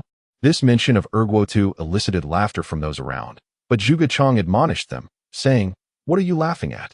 Erguo is indeed a strong liquor, and this only proves my brother Feng's impressive tolerance. Immediately, the laughter from Zhuge Chang's subordinate ceased. The bar manager awkwardly chuckled. I apologize, sir. But we do not serve erguo at this establishment. We only offer whiskey, vodka, and some imported rum. Upon hearing this, Lin Feng furrowed his brow and asked, Which of these has the highest alcohol content? The bar manager, with a proud expression, replied, That would be our vodka, which is pure import and exceeds 60 degrees. However, Lin Feng frowned again, seemingly dissatisfied, and remarked, 60 degrees is a bit low. Nevertheless, I suppose it will suffice. The bar manager smiled silently, thinking to himself, What a show-off, 60-degree vodka is low. Just how much can you drink? Lin Feng then raised his gaze to the bar manager and stated, In that case, please bring me 2 cases of vodka. The bar manager, taken aback by this request, felt his legs weaken, nearly collapsing in disbelief. Never in his years of working at a bar had he encountered someone asking for 2 cases of vodka. Stealing a glance at the group, he noted there were about a dozen individuals. However, 2 cases of vodka was still quite substantial. He estimated that this group would surely be intoxicated. Sir, perhaps I should start with 2 bottles of vodka for you. Such strong spirits are not for the average drinker, the bar manager suggested. Beside him, Zhuge Chang, upon hearing this, slapped the bar manager across the face and exclaimed, Are your ears deaf? Do you possess the audacity to alter a customer's decision? My brother Feng has the finest drinking capacity in the world. He alone will consume those 2 cases of vodka. The bar manager, stung by the slap, was furious. However, upon hearing the rotund man's proclamation that a single man would drink 2 cases of vodka, he was rendered utterly dumbfounded. Impossible, he stammered. Zhuge Chang, now incensed, retorted. Are you going or not? Yes, yes, yes, came the hurried response. You lot, keep an eye out and ensure that he doesn't bring any counterfeit liquor. Zhuge Chang commanded his followers. Understood, Brother Chang, they replied, hastily following his orders. Before long, several cases of vodka were brought in. Meanwhile, the drinking contest between Lin Feng and Luo Yao began to circulate throughout the bar, and soon everyone was aware of it. On this evening, a man was set to engage in a contest of endurance against a beautiful woman, armed with an impressive 2 cases of vodka.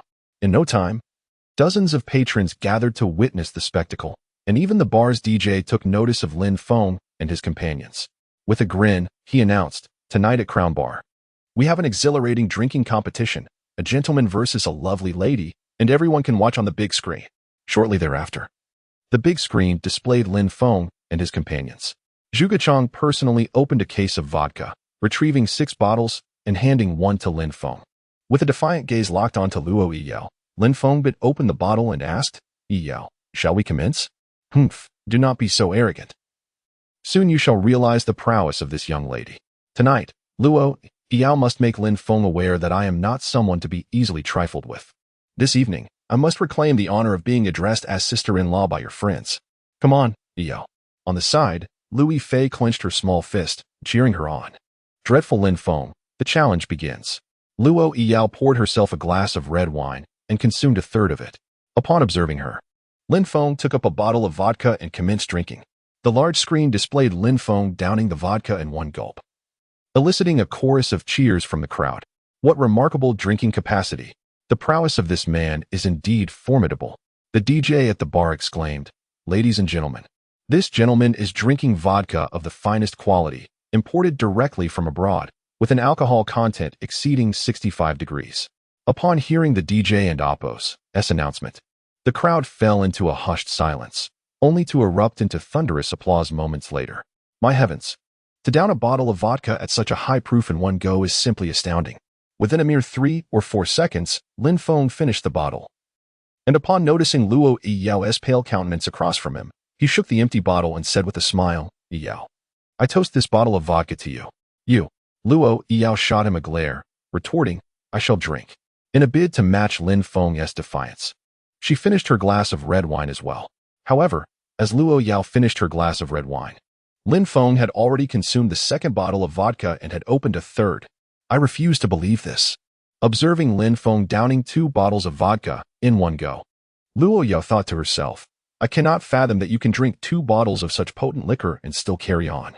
Yet, Lin Feng's pace of drinking vodka was akin to that of sipping water. In no time, an entire case of alcohol was drained by him, prompting gasps of astonishment from the crowd.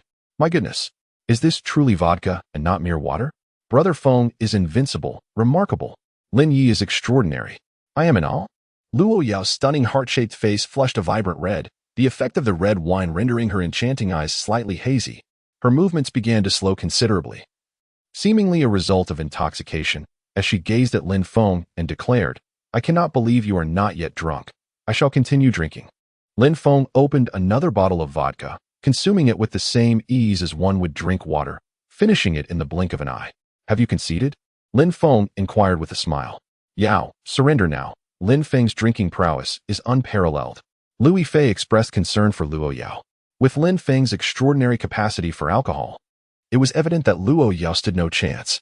Luo Yao gazed at Lin Feng and admitted, I shall not drink anymore. I concede. Then concede. And let us share a kiss. Lin Feng discarded the empty bottle he held, sending it gracefully through the air, where it landed perfectly in the trash bin. The crowd erupted in cheers, exclaiming, incredible. In the bar, numerous women gazed at Lin Feng with adoration. This man was simply too handsome. Humph. A kiss is merely a kiss. What is there to fear? Luo Yu rose on her toes and leaned in to plant a kiss on Lin Feng's lips. Lin Feng deliberately tilted his body, aligning his mouth with Luo Yu's crimson lips. Mouth to mouth, lip to lip. A chorus of gasps erupted throughout the venue. Wow. They kissed. Lin Feng's enchanting gaze met Luo Yiao's dreamy, slightly willful eyes, and they shared a kiss that lasted for a good 10 seconds before parting. The applause and cheers in the bar continued to swell, as the male DJ boisterously urged, let's get wild and applaud for the couple. After the kiss, Luo Yiao's cheeks flushed even more, as if realizing her misstep. She immediately lowered her head and said to the grinning Lu Yifei beside her, Sister Yifei, please accompany me to the restroom. All right, Lu Yifei nodded. Lin Feng watched the 2 women depart, a smile gracing his lips as he touched the corner of his mouth, still lingering with the innocent fragrance of Luo Yao. Bro Feng, you are incredible. I am in awe, exclaimed Zhuge Chang, utterly captivated. Master Lin is unbeatable. Master Lin is invincible. Lin Feng smugly nodded, boasting, when it comes to drinking, I have never feared anyone since I emerged from the womb. Laughter erupted all around. Yet no one dared to refute him. After all, who would challenge a man who could down an entire case of vodka? Meanwhile, in the smoke-filled private room on the 2nd floor, Chun Fan glared down at Lin Feng on the 1st floor, his face darkened with fury, his hatred palpable, almost gnashing his teeth in anger. The man encountered at noon was seen again in the evening. This afternoon, Chun Fan received some news, the heir of the Wang family, Wang Ming, had been rendered impotent, allegedly at the hands of a young man named Lin Feng. Although Chun Fan was unaware of the man's name, he could not shake the feeling that it was indeed he who was responsible. The thought of this individual, who had just been drinking with his excessively beautiful girlfriend, only intensified his discontent. Chun, have you taken a liking to that young man's woman?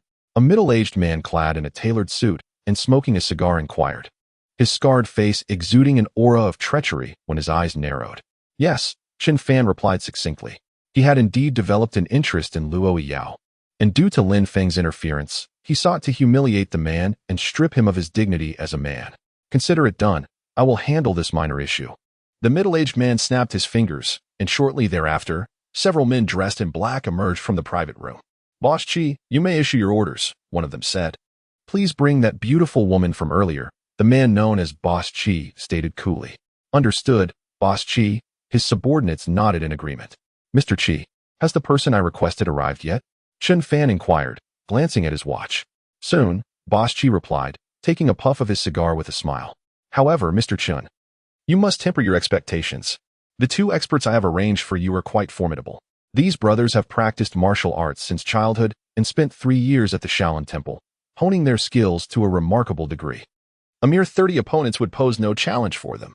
Naturally, the appearance fees of these two brothers are exorbitantly high, and numerous prominent figures wish to procure their services from me. Pausing momentarily, Boss Chi took a puff from his cigarette and remarked, were it not for your esteemed connections, Mr. Chun, you might not have had the privilege of meeting these two individuals. Chun Fan responded with a smile, monetary concerns are of no significance. I solely value their capabilities. Their prowess is indeed unquestionable, far surpassing that of any retired Special Forces soldier. Boss Chi exhaled a cloud of smoke. In the bar's restroom, Yao, are you all right? Lu Yifei inquired with concern as she observed Luo Yao expelling some alcohol. I'm fine, Sister Yao. I feel much better after throwing up, Luo Yao replied. After ridding herself of the drink, she felt considerably more alert. Raising her head, she gazed at her reflection in the mirror, her delicate face tinged with a faint blush, exuding captivating beauty. Do you recall what you just did? Lu Yifei asked. No. What did I do? Luo Yao questioned curiously. You and Lin Feng engaged in a mouth-to-mouth kiss for nearly half a minute, Lu Yifei disclosed. What? I kissed that insufferable Lin Feng in front of so many people for half a minute. This is madness. I'm going to lose my mind. Luo Yao felt as though her world was collapsing. How could she have committed such an act? That was her first kiss. My first kiss should be reserved for someone I truly cherish. How infuriating. That detestable Lin Feng stole it from me. She exclaimed. All right, don't be too upset. One must accept the consequences of their wagers, Lu Yifei said with a smile. Besides, Lin Feng drank copiously as well. He downed an entire case of vodka. Even if he drank 10 cases, he still couldn't kiss me. As Luo Yao's anger intensified, Lu Yifei, observing her distress, suggested, why don't you take a moment to calm down in the restroom? I'll come find you shortly. All right, Luo Yao nodded. After Lu Yifei left, Luo Yao turned on the faucet, repeatedly splashing water on her face. How infuriating. That wretched Lin Feng, how dare he kiss me? I feel like I'm going to explode. Luo Yao was overwhelmed with frustration. At that moment, several men clad in black appeared behind the sink. They exchanged glances, and the leader of the group sneered. This girl is truly stunning, even more so than the stars on television. What does her beauty matter to us? She and Appos, S merely a plaything for the wealthy. One of them remarked. Indeed, the rich indulge in women. For us, even a glance is a luxury. Enough of the complaints. The leader shot them a glare and waved his hand, commanding move. In an instant, the men hastily approached. One of them seizing Luo Yao's wrist and forcefully dragging her away. What are you doing? Let go of my hand. Don't touch me. Luo Yao exclaimed in anger upon realizing she was being held. Miss, please accompany us. President Chin and Boss Chi request your presence for a drink. The leader said with a disarming smile as he stepped closer. I don't know any President Chun or Boss Chi. Let me go? Luo Yao retorted angrily. No need to worry about that. You will get to know them shortly. The man in black, leading the group, scrutinized Luo Yao, his lips curling in admiration as he exclaimed, truly stunning. Such a face, such a figure, an absolute gem. I dare say, she must be worth $1 million for the night. Upon hearing his words, Luo Yao sensed the imminent peril. What are you scoundrels planning? I warned you, my friends are nearby. If you dare to lay a finger on me, they will not let you off easily. Her delicate features paled as she hurriedly spoke. Take her away. The man commanded with a wave of his hand. Do not touch me. If you do, I will call the police. Fear gripped Luo Yao, tears streaming down her cheeks. What should I do? Who will save me? Lin Feng, where are you? In that moment of desperation, she instinctively thought of Lin Feng. Luo Yao was forcefully escorted to the VIP room on the second floor. As the door swung open, she struggled fiercely, indignantly shouting, You ruffians! Do not lay a hand on me. Oh my, what a beautiful lady! Upon her arrival, Boss Chi's face broke into a grin. Several men willingly exited the room. Closing the door behind them, Luo Yao turned to flee, only to discover that the door was firmly shut. Do not leave, my dear. Come, let us share a drink. Chen Fan said, his heart fluttering at the sight of such beauty, as if he had finally found the woman he had long sought. What do you want? I must warn you, my friends are downstairs. Luo Yao, realizing her escape was futile, steeled herself to speak. Your friend downstairs is of no consequence. Even if he were here, he would not dare to make a sound in my presence. Boss Chi exuded arrogance as he took a puff from his cigar and then smiled at Chen Fan, saying, "Mr. Chen, I shall not disturb you any longer. I will wait in the lounge next door." "All right," Chen Fan responded, rising from his seat. The VIP room was vast, spanning 100 or 200 square meters, with several chambers. After seeing Boss Chi off, Chen Fan approached Luo Yao, smiling as he inquired, "Beautiful lady, what is your name? Why do you care?" Luo Yu replied with a frosty tone, "Quite the ice queen. I see. How delightful." Chen Fan chuckled as he lit a cigarette, holding it between his fingers while locking eyes with Luo Yao. "I am Chen Fan, the president of a company. I find you intriguing. Become my woman. And I assure you, you will lack for nothing. A monthly allowance of 100,000. Upon hearing this, Luo Yao scoffed, retorting, "I would never be your mistress. Let me leave. My friends are downstairs, and they will be worried if they cannot find me." Pausing for a moment, she added, "My friends are quite formidable. You would do well to be cautious." "Are you threatening me?" Chen Fan laughed scornfully, reaching out to grasp Luo Yao's hand. "Do not touch me, you scoundrel." Luo Yao immediately withdrew her hand. "Join me for a drink," Chen Fan suggested as he settled onto the sofa, pouring a glass of red wine and gesturing towards it while gazing at Luo Yao. "I refuse." "Refuse? Ha! If you do not drink, you shall never escape my grasp," Chen Fan declared with a chilling smile. Lin Feng engaged in lively banter with Lu Yifei, who laughed and remarked, "Lin Feng, you just kissed Luo Yao. She's probably quite upset in the bathroom." With a playful chuckle, Lin Feng raised his glass and replied, "Come on, Sister Yifei." Lu Yifei took a small sip of red wine and suddenly exclaimed, "Oh dear, Yao has been in the bathroom for quite a while. She wouldn't he still be throwing up, would she? I'll go check." A few minutes later, Lu Yifei hurried back, her face etched with concern. "Lin Feng, something's wrong." "Something's wrong. What is it, Sister Yifei?" he inquired. "Yao is missing," Lu Yifei declared. "What? Luo Yao is missing? That can't be."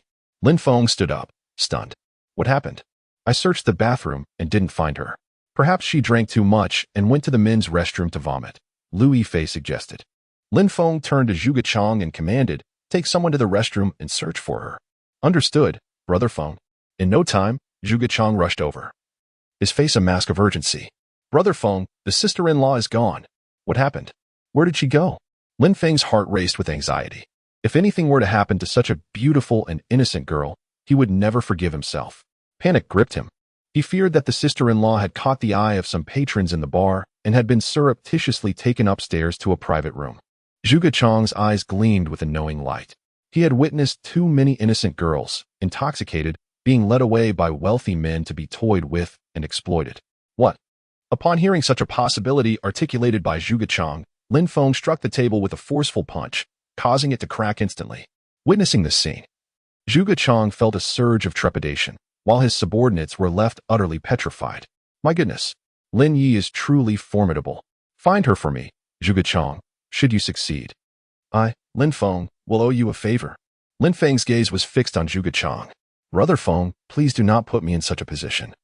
I could never dare to let you owe me a debt of gratitude," Zhuge Chang replied, turning to deliver a fierce kick to one of his subordinates, exclaiming, "Are you all a bunch of incompetent fools?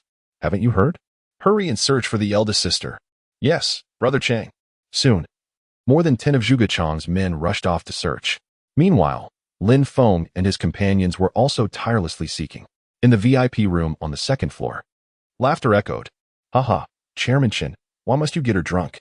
Boss Chi remarked, glancing at the inebriated Luo Yao sprawled on the sofa as he entered. "Well, I have this habit. Drunken women are the easiest to seduce," Chen Fan replied, toying with his wine glass while chuckling. "Allow me to introduce you, Chairman Chen. These are the Ma brothers, Ma Fei and Ma Wei." Boss Chi gestured towards the two towering men behind him. Chen Fan's gaze fell upon them. The Ma brothers, both impressively tall at 6 feet, presented a striking appearance. The man on the left wore a black jacket that showcased his chiseled 8-pack abs, his face marred by several scars, rendering him particularly menacing. Another man, with a cigarette dangling from his lips and dressed in ordinary attire, possessed a remarkably striking gaze, especially when one noted his arms, as robust as a baby's calves. "Greetings, I am Chen Fan." He extended his hand towards the Ma brothers. Ma Fei, clad in a black jacket, spoke first. "Mr. Chen, what brings you to seek us?" Chen Fan replied with a smile, "I am in need of 2 brothers for protection. I've heard from Boss Chi that the 2 of you possess exceptional abilities, hence my desire to meet you in person." "Oh, so that is the matter at hand." Ma Fei chuckled, But be aware, our services come at a steep price. The price is not a concern. What truly matters is your capability, Chen Fan said, taking a contemplative drag from his cigarette. Mr. Chen, capability is best demonstrated through experience, Ma Wei interjected, glancing at Boss Qi, summon your men so that Mr. Chen may witness our prowess. Boss Qi laughed heartily. Ma Wei, are you attempting to embarrass your elder brother? My subordinates would hardly be a match for you. He then turned to Chen Fan, nodding in agreement. Very well. Before long, over a dozen of Boss Qi's men entered the private room. You lot. Engage in a friendly spar with Ma Wei, Boss Qi instructed his subordinates. Understood, Boss Qi, they responded, standing before Ma Wei, who regarded them with disdain, cigarette in mouth. He took a puff and scoffed. Is it just you lot? Let's make this interesting and have you all join in. Your words are excessively arrogant. One of Boss Qi's subordinates remarked coldly. I am merely looking out for your interests, Ma Wei retorted. Very well, all of you, come forth, Boss Qi commanded, gesturing to his entire entourage. In no time, more than 10 individuals stood before Ma Wei, while Chen Fan and Boss Qi observed from behind. Please enlighten us. One of Boss Qi's most formidable subordinates spoke up. You may proceed first. After a single blow from me, you shall find yourselves on the ground. Ma Wei declared with an air of confidence. Such audacity. Instantly, several men charged at Ma Wei, with a cigarette clenched between his teeth. He emanated a piercing gaze as one of the men approached. In a sudden burst of motion, he struck. Bang! Ma Wei's fist landed squarely in the abdomen of one man. Bang! The man collapsed to the ground, emitting a pained cry, unable to rise again. Truly feeble. Ma Wei scoffed, showcasing his prowess. Bang! Bang! In a brief span, 7 or 8 of the 10 men before him lay defeated, leaving the remaining 2 of Boss Qi and Appo's subordinates paralyzed with fear. Boss Qi, we are no match for this esteemed individual, I concede. One subordinate stammered, his legs trembling. Pathetic. Ma Wei exhaled the smoke from his cigarette, hands tucked in his pockets. Applauding, Chen Fan approached with a smile, saying, as expected of the Ma brothers, your reputation for strength is well-deserved. Today, I have borne witness to it. I am but a humble contender. My elder brother possesses even greater strength, Ma Wei humbly replied. Ma Wei gazed at Ma Fei, who remained silent beside him. Chen Fan turned his attention to Ma Fei, who approached the wall of the private room and, in an instant, struck it with his fist. Bang! A dent appeared in the wall, leaving the entire room in astonishment. It was the first time Chen Fan witnessed such formidable strength in a person, and he couldn't help but be amazed, breaking into a smile as he exclaimed, Excellent, excellent. Mr. Chen, let us speak candidly. Since we are entrusted by Boss Qi, we will offer you a minimum of 1 million per year. Ma Wei interjected. Agreed. 1 million per year poses no issue. Chen Fan nodded without hesitation. I meant 1 million per person. Ma Wei reminded him. What? 1 million per person? That means we'll have to spend 2 million a year for the 2 of them. Chen Fan felt a pang at the price. Yet considering the protection these 2 experts could provide, he nodded and smiled, saying, Very well, 2 million it is. I consent. Boss. The Ma brothers, ever so professional, promptly adjusted their stance. Nearby, Boss Qi applauded, grinning as he proclaimed, Congratulations, Mr. Chen, on acquiring 2 formidable generals. Your career will surely ascend to new heights. Raising his glass, Chen Fan prepared to toast. The 2 men joined him in the gesture. At that moment, downstairs, Zhuge Chang remarked, Boss, I went to the surveillance room and reviewed the footage. Your sister-in-law has been taken upstairs by several men in black. Let us go. We must head upstairs at once. Lin Feng decided without a second thought. Soon, the group charged to the 2nd floor. Boss, the surveillance shows that it is this private room. Zhuge Chang pointed towards the depths of a VIP room. Upon witnessing the scene, Lin Feng's eyes betrayed a flicker of fury. Without uttering a word, he delivered a powerful kick to the sturdy iron door of the private room. Bang! The robust door was forcefully flung open by Lin Feng's strike, leaving Zhuge Chang and the others utterly astonished. Brother Feng's dominance was truly astounding. Inside the room, Chen Fan, engaged in casual conversation with Boss Qi, was startled by the resounding noise from outside. He turned abruptly, only to find a young man standing at the entrance. It's you. Chen Fan recognized this young man as the one who had posed a threat to him earlier at the Dingley International Hotel, and also the boyfriend of the beautiful girl in his private room that very night. Who are you? Who allowed you to barge in here? Are you seeking death? One of Boss Qi's subordinates coldly reprimanded. In response, Zhuge Chang swiftly slapped the man across the face. Bah, What do you think you are? How dare you threaten Brother Feng? Hand over the big sister immediately, or I will ensure your demise. Zhuge Chang declared, seething with rage. Fuck, you fat bastard. How dare you slap me? Do you believe I won't kill you? The man, incensed by Zhuge Chang's attack, swung a punch at him. Zhuge Chang, lacking in martial prowess, felt a surge of anxiety as the man's fist approached him. Just as the punch was about to connect, it suddenly halted midair. Zhuge Chang opened his eyes to see Lin Feng firmly grasping the man and Appo's fist. Overjoyed, he then derisively remarked, "You wretched fool. Do you have any idea who Brother Feng is? Let me go, or you will regret it." The young man threatened. The man found himself ensnared by Lin Feng's grip. As if caught in the jaws of a tiger, utterly immobile. Are you threatening me? Lin Feng's gaze suddenly radiated a fierce intensity. He exerted a subtle pressure with his fingers. A sharp crack echoed, and the cloaked figure let out a harrowing scream, his body contorting in agony. It hurts, it hurts, it hurts. Tears welled in his eyes, and eventually, he succumbed to unconsciousness. Lin Feng released his hold. All eyes were fixed on the man's fist, which had been brutally crushed by Lin Feng's grip. An expert, Boss Chi and the Ma brothers, seasoned in their experiences, recognized the formidable strength immediately. Brother Feng, I've spotted sister-in-law. She's right on the sofa, Zhuge Chang exclaimed, his keen eyes catching sight of Luo Yao's figure. Lin Feng looked up to see Luo Yao lying unconscious on the sofa, a surge of murderous intent flashing in his eyes. Yao Yao, are you all right? Running up from downstairs, Lu Yifei saw Luo Yao sprawled on the sofa and rushed over, her worry spilling forth in tears. None of you will leave today, Lin Feng declared, casting a frigid glare at Chun Fan and the others. Kid, I haven't yet settled the score with you for what happened at the Dingli Hotel this noon. I didn't expect you to come knocking at my door. Truly. You've chosen the path to hell when there was a route to heaven. Chun Fan sneered. You will meet a grim fate, I swear. Your end will be no better than that of Wang Ming from earlier today, Lin Feng replied coldly. Upon hearing Lin Feng's words, Chun Fan immediately exclaimed, What? You have rendered young Master Wang impotent? His face was a mask of shock, utterly unprepared for the revelation that this young man had incapacitated Wang's most vital asset. It was I, Lin Feng stated with unyielding clarity. You insolent brat, your fate is sealed. The Wang family will not let you escape. Prepare to meet your demise. Chun Fan sneered continuously. But you should be more concerned for your own safety. Lin Feng retorted coldly. Seize him. Eliminate him, commanded Boss Chi, waving his hand. Instantly, 7 or 8 subordinates charged toward Lin Feng. Brat, prepare to die. Brother Feng, be careful.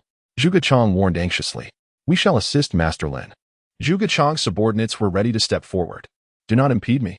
Lin Feng abruptly gestured, causing Zhuge Chang's men to halt in their tracks.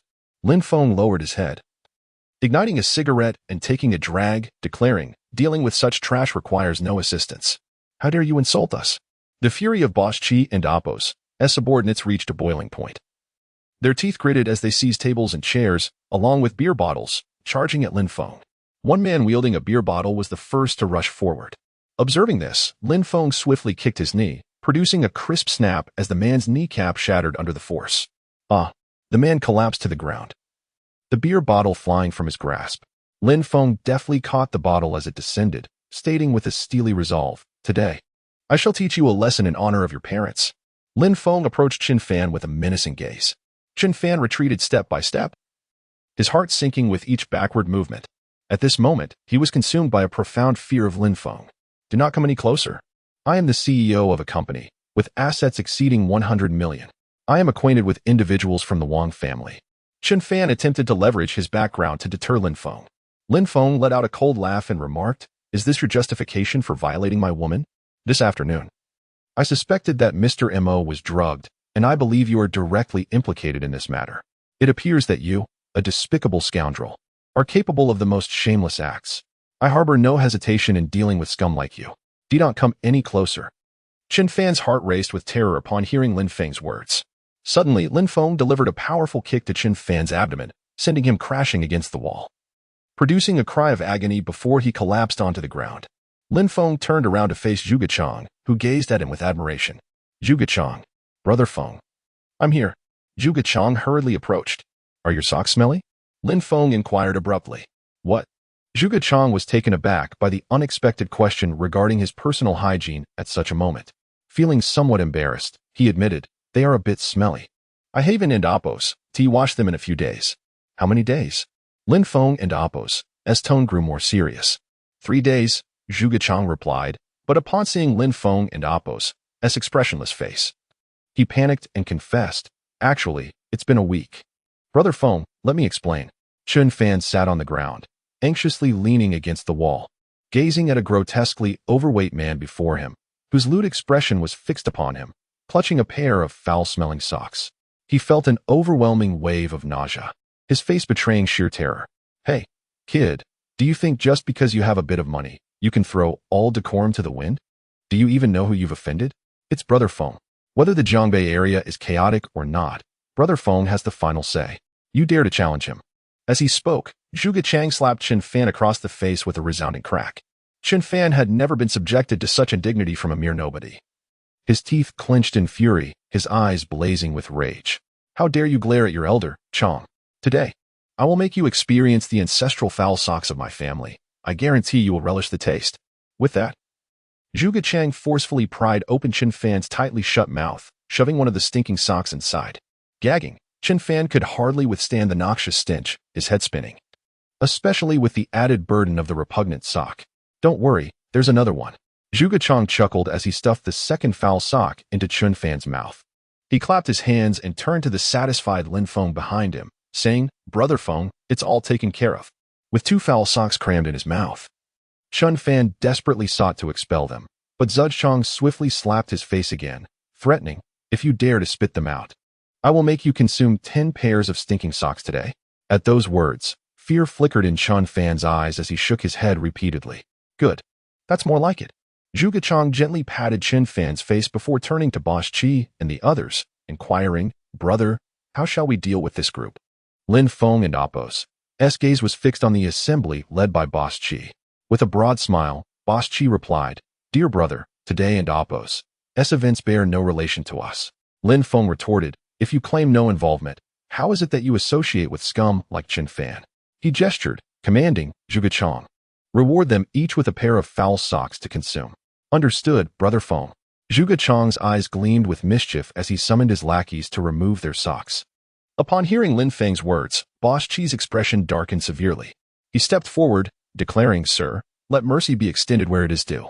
Should you choose to humiliate me in this manner, you shall find yourself at odds with the Qi family. When Boss Qi invoked the name of the Qi family, he did so with considerable confidence. Though not one of the 10 prominent families of Jiangbei, the Qi family wielded significant influence in the region, having cultivated their power over many years and excelled in the art of networking. It can be said that the Qi family's connections in Jiangbei could rival those of the top 10 families. However, Lin Feng paid no heed to Boss Qi's words and stepped forward, delivering a resounding slap across his face. The crack of the slap echoed sharply. Lin Feng casually cleared his ears and remarked, What nonsense are you spouting? I care not who you are affiliated with. Today, everyone has a share. Anyone who refuses to partake shall not be permitted to leave. You insolent brat, you seek your own demise. Boss Qi seethed, unleashing a torrent of curses. Lin Feng sat inside a blue BMW Mini, while Lu Yifei, seated behind him, was attending to Luo Yiyao. She lifted her head and gazed at the smoking Lin Feng, saying, Lin Feng, I owe you a great deal today. I thank you on behalf of Yiyao. Lin Feng, pinching the cigarette between his fingers, smiled and replied, Sister Yifei, you flatter me. You are all my friends. My principle in life is simple. Anyone who dares to harm my friends is inviting trouble upon themselves. Hearing Lin Feng's words, Lu Yifei felt deeply moved, recognizing his reliability. Shortly thereafter, Zhuge Chang rushed over, exclaiming to Lin Feng, Bro Feng, those 2 kids have already consumed several pounds in the restroom. Haha, it's utterly hilarious. Upon hearing this, Lin Feng chuckled. Indeed, Zhuge Chang, today I owe you a favor. Bro Feng, you flatter me. It is my duty to assist you. Zhuge Chang quickly responded. Lin Feng tossed a cigarette to Zhuge Chang, saying, All right, it's getting late. I'll take my leave now. You all enjoy yourselves. Of course. Bro Feng, safe travels, and to both ladies as well, Zhuge Chang replied, bowing and waving. Upon hearing this, Lu Yifei's face instantly flushed with embarrassment. While Lin Feng found Zhuge Chang increasingly likable, this fellow was quite adept at his tasks. That night, a significant incident transpired in Jiangbei City. The young president of Yinfan Group, Chun Fan, was brutally beaten at the Crown Bar. This was not the end. It was rumored that it can be said that Qin Fan has suffered a tremendous loss in this matter, his reputation severely tarnished, becoming the subject of ridicule for countless individuals. Meanwhile, the instigator of this incident, Lin Feng, remains utterly unrepentant, sprawled on a large bed, blissfully asleep. The following morning, a radiant beam of sunlight filtered through the transparent window, casting a warm glow upon Lin Feng's face. Reluctantly, he reached up to touch his cheek and opened his eyes. As he sat up in bed, his stomach growled audibly, prompting him to slip on his slippers and exit the room, only to collide with Luo Yao. "Ah!" Luo Yao exclaimed, dropping a breakfast she was holding. Just as the meal was about to hit the floor, a steady hand caught it, and Lin Feng, with a curious expression, inquired, "Yao, what brings you to my door so early? Could it be?" A mischievous grin spread across his face as he teased. "Are you hoping to share my bed? Dream on. What are you thinking?" she replied, rolling her eyes at him. "That was close. Fortunately, your reflexes saved it from falling." With a hint of embarrassment, Luo Yao lowered her gaze and said, "Lin Feng, I owe you a great deal for yesterday." "Thank you." "Oh? What transpired yesterday?" Lin Feng asked, his curiosity piqued as he examined the breakfast in his hand. Upon opening it, he discovered a somewhat unappetizing serving of fried rice. He chuckled. "Did you make this?" I didn't know how else to express my gratitude, so I prepared this fried rice early this morning," she explained. "Well, having this fried rice is certainly a pleasant surprise," he replied. Lin Feng began to eat, exclaiming, "The flavor is delightful." "Really?" Luo Yao responded with palpable excitement. "I sought guidance from Sister Ife this morning, but I must admit, my attempt pales in comparison to hers." "Indeed, it is quite lacking," Lin Feng remarked. But upon noticing the disheartened expression on Luo Yao and Appo's face, he quickly added, "However, I truly enjoy what you've prepared." Instantly, her spirits brightened as she suggested, "Well, I have a day off. Do you have any plans? How about we take a stroll through the shops?" "Shopping?" Lin Feng hesitated, thinking it might be a tad mundane, yet the opportunity to accompany such a stunning beauty was undeniably appealing. After a moment of contemplation, he nodded. "All right, that sounds good. Hiki, then do get ready, and we shall set off." Luo Yao appeared exceptionally lovely, seemingly well prepared for their outing. "Are you this confident, not fearing my refusal?" Lin Feng inquired with a smile. "I have unwavering faith in my allure," she replied, a paragon of self-assurance. As they departed the villa, Luo Yao initially intended to drive, but shortly after entering the vehicle, she emerged looking quite vexed, slamming the door behind her and even giving it a kick. "What is the matter? Why the sudden outburst?" Lin Feng approached with curiosity. "The car is out of fuel," Luo Yao pouted, clearly frustrated. Lin Feng chuckled at her predicament, saying, "Then why not take my luxurious, high-end ancestral bicycle?" "Ah, let us just take a taxi instead," she replied with a resigned sigh. Upon hearing that she would be riding Lin Feng's bicycle, Luo Yao immediately shook her head.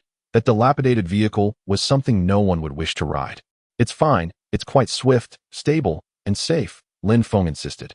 As he cheerfully wheeled his bicycle out, he swung one leg over the seat and grasped the handlebars, saying, "Let's go, Miss Luo." "You." Faced with Lin Feng's firm resolve to have her ride his grandfather's bicycle, Luo Yao felt both exasperated and resigned. "Just ride slowly, all right?" she remarked. "Rest assured, as an experienced rider, I never intentionally speed unless some fool, dazzled by my charm, decides to provoke me." Lin Feng replied. "Uft. What kind of fool would dare provoke a penniless cyclist?" Luo Yao couldn't and Appo's help but laugh. Once Luo Yao was seated, Lin Feng leisurely began to pedal. Along the way, many neighbors noticed Lin Feng riding the bicycle with a stunningly beautiful girl, and they couldn't help but give him a thumbs up. "Xiao Feng, is this your girlfriend?"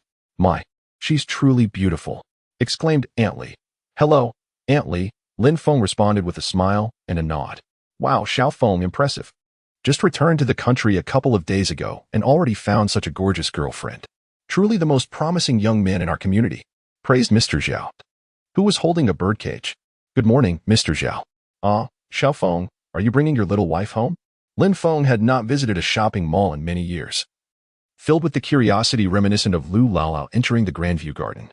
Beside him, Luo Yu looked on with evident disdain. "Lin Feng, what do you wish to purchase?" "Today, this young lady shall cover the expenses," she declared with an air of affluence. "The items I desire are not sold here." Lin Feng lamented with a look of regret. "Impossible. The Jiabei Mall is the largest in the region, offering luxury goods from both domestic and international brands. What could you possibly want that is unavailable? Luo Yao questioned with skepticism. I wish to acquire your heart. Lin Feng's gaze locked onto Luo Yao. In that instant, her petite, flawless face flushed with embarrassment and shyness. That mischievous Lin Feng, who typically remained silent, had struck a remarkable chord, leaving her utterly speechless. Well, that is certainly unattainable, Luo Yu declared, striving to maintain her haughty composure. Alas, perhaps a cigarette would help to quell my inner sorrow, Lin Feng mused. Attempting to light a cigarette, only to be swiftly halted by Luo Yao. Smoking is prohibited in the mall, are you not aware? She shot him a glare. Reluctantly, Lin Feng set down the cigarette and inquired, then how might one indulge in smoking? Unless you are the owner of this mall, Luo Yao replied casually. Very well. If I cannot obtain your heart, then perhaps you could purchase this Jiangbei mall for me, Lin Feng grinned mischievously. You wish. Rolling her eyes at Lin Feng. Luo Yu felt exasperated, thinking him insufferable for constantly presenting her with challenges. She proceeded to walk ahead alone, prompting Lin Feng to quicken his pace to catch up. Naturally, a girl's shopping expedition would not lack visits to various clothing and cosmetic stores. It was said to be for Lin Feng, yet after a leisurely stroll, both Luo Yao and I found ourselves empty-handed, while Lin Feng was burdened with several bags. I remarked, Miss, must we continue purchasing? You've already exhausted your summer wardrobe.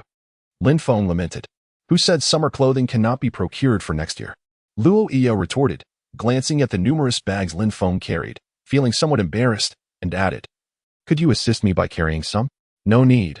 I can manage, Lin Feng replied, not yet so indolent as to let a girl bear the burden while shopping. The two eventually found a tea shop in the mall and settled down. Sir, I'll have an iced cappuccino, Luo Yao ordered. Certainly, miss. And for you, sir. What would you like? The waiter inquired politely of Lin Feng. Just a glass of plain water, please, with a touch of sugar, Lin Feng responded. The waiter stifled a laugh upon hearing Lin Feng's request, while Luo Yao interjected, Ignore him. Plain water with sugar is merely a beverage. Bring him an iced cola instead. Of course, miss. Hey, Lin Feng, why are you staring at me? Luo Yao inquired curiously, noticing his gaze fixed upon her. Because you're quite beautiful, he replied. Flattery will get you nowhere. Just as Luo Yao finished her sentence, the waiter presented Lin Feng with the cappuccino. Suddenly, a piercing scream echoed from a distance. Oh, there's a thief. Someone's bag has been snatched. Help. Upon hearing the commotion, Lin Feng immediately sprang to his feet, his gaze directed out the window. At a distance of several meters, a beautifully adorned and elegantly sensual noblewoman was shouting incessantly. She appeared to be in her 30s, with a porcelain-like oval face, gracefully arched brows, and sorrowful phoenix eyes. The woman was strikingly beautiful, her tall figure clad in a black lace gown that subtly revealed her snow-white décolletage, while the hem of the dress barely concealed her knees. A slender purple belt accentuated her waist, further enhancing her ample bosom. In that moment, the exquisite lady, her delicate face tinged with concern, continued to call out, I will be right back. Lin Feng immediately stood up. Be careful, Lin Feng. Luo Yao anxiously urged as she observed him hastily leaving the tea restaurant. Lin Feng approached the noblewoman and inquired, Beautiful lady, who has stolen your belongings? The thief in the white shirt and baseball cap. Sir, I implore you to help me retrieve it. My bag contains something of great importance. The striking noblewoman grasped Lin Feng's hand, her eyes pleading. Rest assured, I shall return promptly. Without hesitation, Lin Feng lifted his gaze and spotted the thief. Already 100 meters away, poised to descend in the elevator. Huh, you think you can escape? With a speed akin to the wind, Lin Feng vanished from sight, only to reappear mere meters away in the blink of an eye. My goodness, what astonishing speed! The enchanting noblewoman was taken aback by the young man's swiftness. A mixture of fear and hopeful anticipation stirring within her. Thief, halt at once! Lin Feng shouted as he pursued the bag snatcher. The thief, turning around to see the young man charging towards him, retorted angrily, What is it to you? Well, that works, Lin Feng replied with a smile. Qin Yaji seemed to be in a hurry and soon departed. Lin Feng, clad in a single sandal, entered the tea restaurant. Wow, Lin Feng. I never anticipated your strong sense of justice. I had truly underestimated you. Well done. As Lin Feng approached and took a seat opposite her, Luo Yao clapped her hands, her charming face radiating joy. Taking a sip of cola, Lin Feng chuckled. It and Appo's. Nothing special. That beautiful lady from earlier was stunning, Luo Yao commented. Indeed, Lin Feng nodded. You wouldn't have been willing to help simply because she was pretty, would you? Luo Yao inquired. What nonsense are you imagining? Lin Feng shot her a glare, prompting the lovely Luo to lower her head in compliance, silently thinking, this Lin Feng has quite a commendable character. Before long, the exquisite lady reappeared in the tea restaurant, searching for Lin Feng. With keen eyes, Lin Feng quickly spotted her. Miss Chen, over here, he called out, rising and waving. Upon seeing Lin Feng, Chen Yaji's face lit up with a smile as she approached. Just as she was about to speak, she was taken aback by the striking beauty seated opposite Lin Feng and asked, is this young lady your girlfriend? Of course, Lin Feng began, but before he could finish, Luo Yao hastily shook her head in denial. No, no.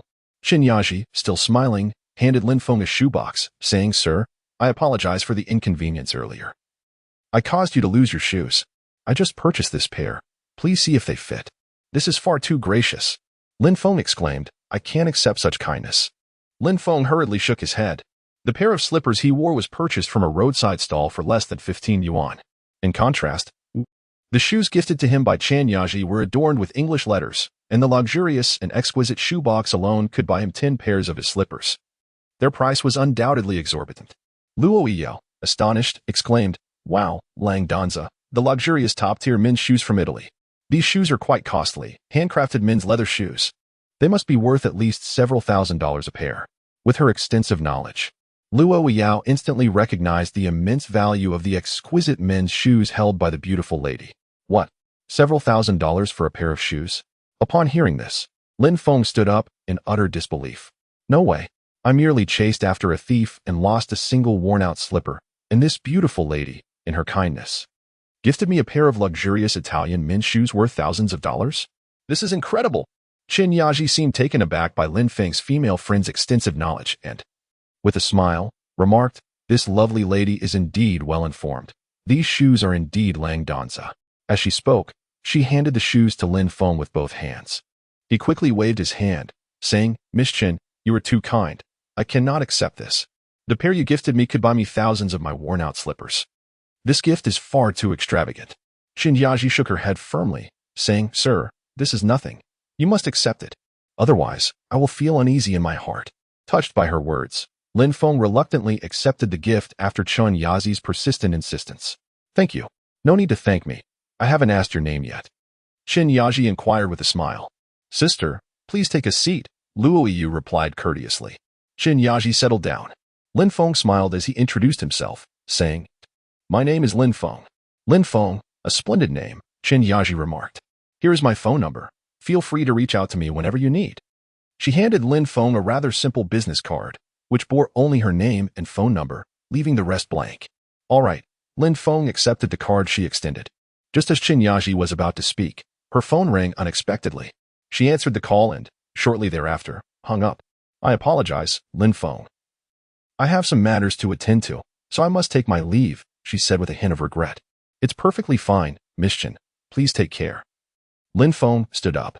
Hee, I am a few years older than you. If you don't mind, you can call me Chinjia, Chen Yaji said, lifting her bag and smiling as she addressed Lin Feng and the others. Wishing you a delightful date, she added. Take care, Chinjia. Lin Feng waved goodbye. Luo Yao, her cheeks flushed, glanced at Lin Feng, who was gazing longingly at Chen Yaji, and could not help but give him a glare, saying, Lin Feng, you really are something. Lin Feng chuckled sheepishly. After finishing their shopping at the mall, Luo Yao generously bought Lin Feng an exquisite suit worth over 10,000. Lin Feng's spirits were soaring to unprecedented heights. Later that evening, clad in a sharply tailored black suit and donning sunglasses, he gazed at his reflection in the mirror. Increasingly pleased with his appearance. I always knew I was handsome, but I never anticipated looking this dashing, he mused. How will I ever step outside again? Lin Feng gazed at his reflection in the mirror, indulging in self-praise. Enough of the vanity, can you not? Came the voice of Luo Yao. I have to practice music tonight, and will return late. Do you need me to give you a ride? Lin Feng inquired. No need. Luo Yao replied swiftly before stepping out. Left to his own devices, Lin Feng wandered aimlessly around the house. Opening the refrigerator, he found it utterly barren. Coincidentally feeling quite hungry. In a good mood today, he decided to buy some ingredients and prepare a few dishes to accompany his drinks. Lin Feng hopped on his bicycle and headed straight for the market. The marketplace buzzed with life. the air filled with the incessant calls of various vendors. He approached a stall known as Old Lee's Meat Shop. "Hey, boss, I'd like 2 pounds of beef," Lin Feng said to the proprietor. The butcher appeared to be in his 30s, a robust figure nearing 2 meters tall, aptly described as having the build of a bear. His skin was dark, and his chiseled face bore the marks of time, including a scar the size of a pinky finger that lent him an air of ferocity. However, he walked with a noticeable limp, evoking a sense of pity. It was quite surprising that such a brawny man was a cripple. "Coming right up. You want 2 pounds of beef, right?" The butcher replied with a smile. Lin Feng nodded, his gaze fixed intently on him. Likewise, the butcher's eyes were locked onto Lin Feng's. In that moment, the air seemed to thicken, and time appeared to freeze. They maintained eye contact for a full half-minute, until both expressions transformed into shock, their mouths agape in astonishment. Especially the butcher, who stood there in sheer astonishment, having laid down the knife he wielded. In disbelief, he exclaimed, "Boss, is that really you? I can't be mistaken." Lin Feng's heart surged with tumultuous waves of disbelief, his face a canvas of shock as he uttered, "Li Tianhu, is it truly you?" "Indeed, it is I, Li Tianhu," he replied, his surprise palpable. "My goodness, how could you be here?" The butcher, Li Tianhu, was so overwhelmed with excitement that he rushed forward to stand before Lin Feng, utterly mesmerized. "My good brother." Lin Feng discarded the basket of vegetables and embraced Li Tianhu with all his might. The two men held each other tightly, pouring every ounce of strength into their embrace. They remained locked in that heartfelt hug for a full half-minute before finally parting. "My heavens, boss. When did you return to the country? I can scarcely believe I would see you here." Li Tianhu's face radiated with astonished joy. Lin Feng responded with a smile, "I just got back, my brother. I was convinced you had perished. I spent half a year searching the entire country for you, yet you vanished without a trace." Lin Feng's fist struck Li Tianhu's chest, revealing his frustration. Li Tianhu scratched his head, a sheepish grin illuminating his face as he confessed, "Ever since that last mission, I booked a ticket back home." He cast his gaze downward, unable to meet Lin Feng's eyes. "Why?" Lin Feng demanded loudly. "I didn't want to be a burden to you," Li Tianhu replied, his head still bowed. "You fool, you're my brother. 3 years have passed, a full 3 years since we last met. My brother." Lin Feng clenched his teeth in frustration, exclaiming, "I thought you had perished abroad. With the brothers, I even erected a monument for you. Do you comprehend, you scoundrel, that your grave is merely a few hundred meters from me? Whenever I have the chance, I would stroll over with a bottle of wine to converse with you." "Boss, I apologize." Li Tianhu lowered his head, his body trembling, with traces of tears glistening in his eyes. "What are you doing now? Have you turned to selling meat?" Lin Feng reprimanded him sternly. "Li Tianhu, are you striking my face?" The esteemed top mercenary of Huaxia, known as the Tiger of 100 Battles, reduced to selling meat. "Where am I to place my dignity?" "Chief, please refrain from scolding me. I am aware that this occupation I have taken up is utterly menial and degrading in your eyes. However, it is the only means of survival available to me at present," Li Tianhu replied, lowering his head in shame. "You must have amassed a considerable amount of money, right? I recall that during those 2 years, you earned at least several $1,000,000, Lin Feng said, his gaze fixed on Li Tianhu, filled with skepticism. "All that money went towards my sister's medical treatment," Li Tianhu responded. "What is Wanner's condition now?" Lin Feng inquired hastily. "Wano has recovered and is currently studying at a university abroad, excelling in her studies," Li Tianhu spoke of his sister with a proud smile, no longer exhibiting the earlier timidity. "In my life, the greatest pride I possess is having a sister like her." Lin Feng sighed, gently patting Li Tianhu, and said, "Good brother, I have misunderstood you. Boss, please refrain from saying such things. It is my inadequacy," Li Tianhu replied, shaking his head.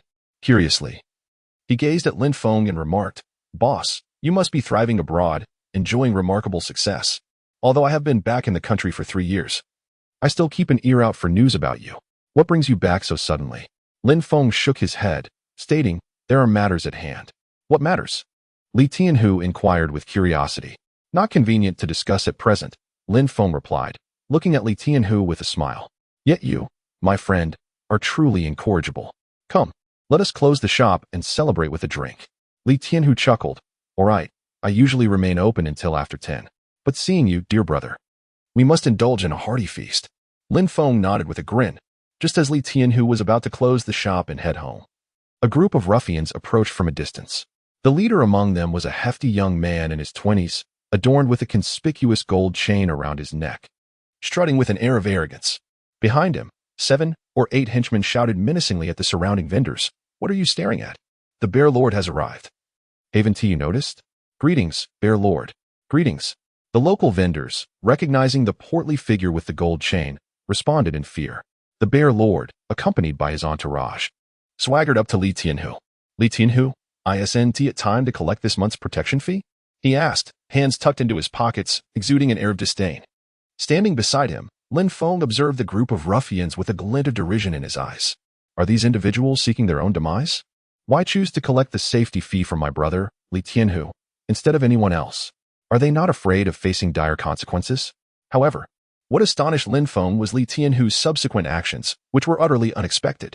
Li Tianhu approached with remarkable politeness, rubbing his hands together and bowing his head, saying, Master Xiong, what brings you here? Please, have some tea. Get lost. Don't try that nonsense with me, Xiong Yi. I am asking you a question. You failed to pay the safety fee last month, and today, I am here to collect it. Pay up for both months at once, Master Xiong declared arrogantly. Master Xiong, my business has been rather poor lately. You see, I have just received a customer. If you scare him away, how can I possibly gather your safety fee? How about this? I'll pay you by the end of the month. Li Tianhu proposed. How dare you suggest a delay? Listen here, Li. Today, Master Xiong has come specifically for you. If you don't pay this safety fee, you can forget about running your business here for the rest of your life. Enough chatter. Hand over the money. Master Xiong's underlings shouted, hurling insults and threats with harsh words. Li Tianhu, why don't you take action? Lin Feng, standing nearby, was infuriated. What had happened to Li Tianhu? After 3 years apart, he seemed to have become so spineless. Was this truly the indomitable tiger, Li Tianhu, whom he once knew? He appeared as cowardly as a dog. With a forced smile, Li Tianhu humbly replied, Brothers, I genuinely have no money today. Please grant me a little more time. Damn it, what time? Someone, come and smash this brat's shop to pieces. A young thug, brandishing a baseball bat, mockingly declared while striking his hand. Speak up, and you might scare yourself to death. Lin Feng shrugged and replied with a smile. Then why not come and try? The thug, enraged by the defiance, swung the bat towards Lin Feng. Bystanders, including timid vendors, gathered around, some even covering their eyes in anticipation of the impending violence. However, the spectacle that ensued left everyone utterly astonished. Lin Feng adeptly seized the bat with one hand and delivered a powerful kick to the thug's abdomen. With a resounding thud, the thug collapsed to the ground, wincing in pain and howling. Witnessing this, the remaining minions of the formidable bear rushed at Lin Feng, shrieking in a frenzy. Eager to exact vengeance, determined to impart a painful lesson, Lin Feng wielded the bat with precision in the blink of an eye. The assailants who approached him lay sprawled on the ground. Before long, all of the thugs were incapacitated, leaving only 2 of Bear's subordinates standing. The defeated thugs writhed on the ground, moaning in agony as the onlookers stood in disbelief. My heavens, who is this young man, exhibiting such extraordinary prowess? He dares to strike Bear's men, they murmured in astonishment. Lin Feng, bat in hand, fixed an icy gaze upon Bear. You insolent wretch, for daring to harm my people. You shall not escape this place today. Bear, infuriated, felt his temper boiling.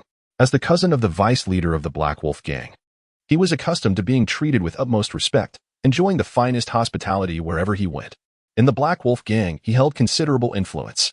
His trusted confidant, the battle-hardened warrior Li Tianhu, was subjected to the bullying of a group of local ruffians, unable to retaliate or respond to their insults. Boss, I currently lack the strength, Li Tianhu said with a bitter smile, limping over. Moreover, I have been rendered a mere shell of my former self, a disabled man. Lin Feng, taken aback by Li Tianhu's words, exclaimed, What has happened? You were clearly a mid-level practitioner of the Xian rank. How could you lose your cultivation? Lin Feng was well aware of Li Tianhu's prowess.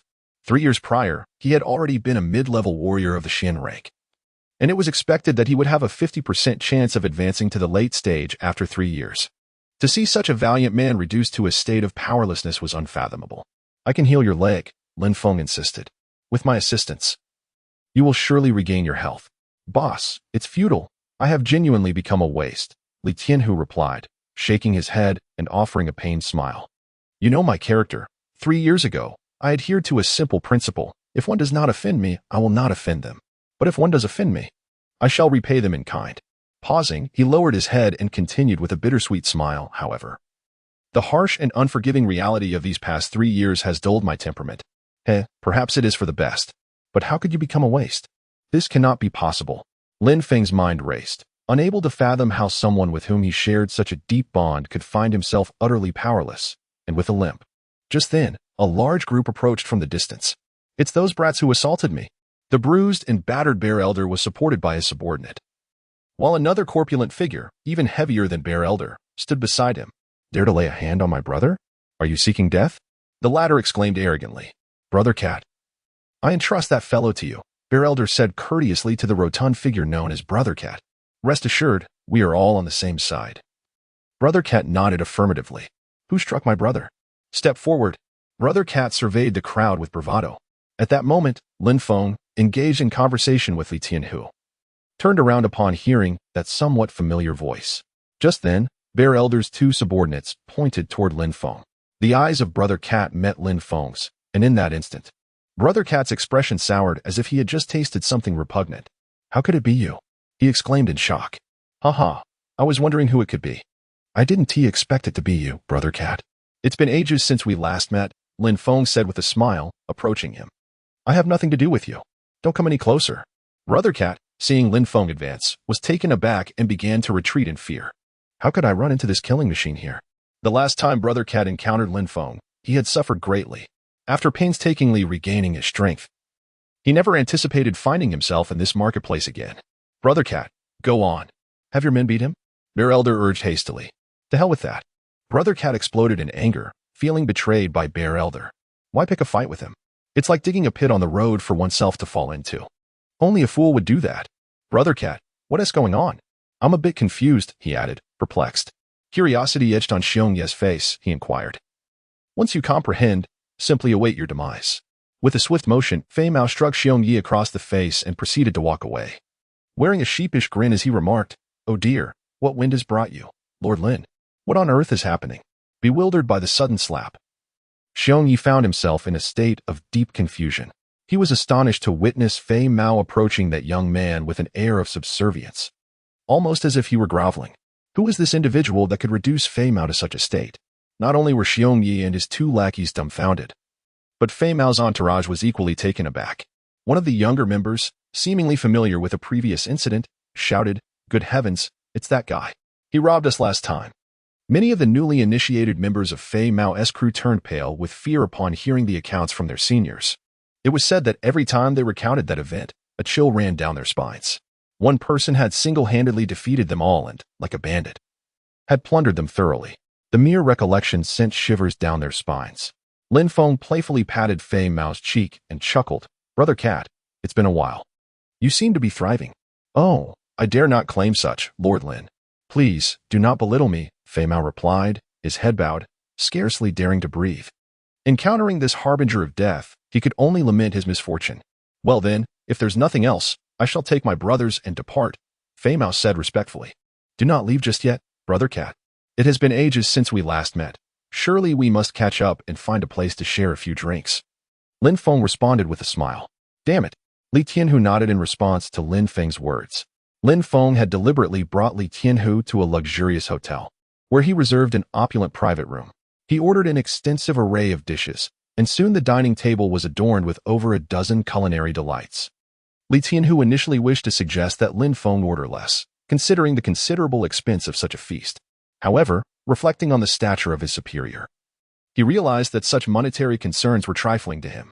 Boss, will you be able to finish an entire case of white wine? Inquired the hotel attendant. Unable to suppress his curiosity, it was quite uncommon for two people dining together to order an entire case of beer, let alone a lavish selection of dishes accompanied by a case of white wine. Lin Feng retorted. Why would I have you bring an entire case if I couldn't finish it? Certainly, sir, I shall fetch it immediately, the attendant replied before departing.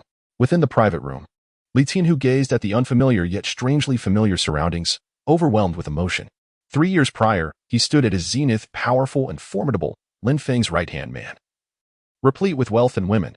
Yet, after returning to his homeland, the tumultuous waves of life had severed his ties to such affluence. In fact, the dishes Lin Feng had ordered today surpassed what he consumed in an entire month. Li Tianhu stared blankly at the multitude of dishes before him, unable to resist the urge to swallow as his stomach began to grumble. Eat up. What are you hesitating for? I know your appetite. You can easily consume the portions of 3 to 5 people, Lin Feng encouraged. Upon hearing Lin Feng's words, Li Tianhu cast aside his hesitation and began to devour the food with fervor. Lin Feng, not particularly hungry, poured himself a drink and commenced to sip leisurely. Li Tianhu appeared as though he hadn't eaten in years, devouring his food with the ferocity of a starving ghost returned to life. Do not eat too quickly.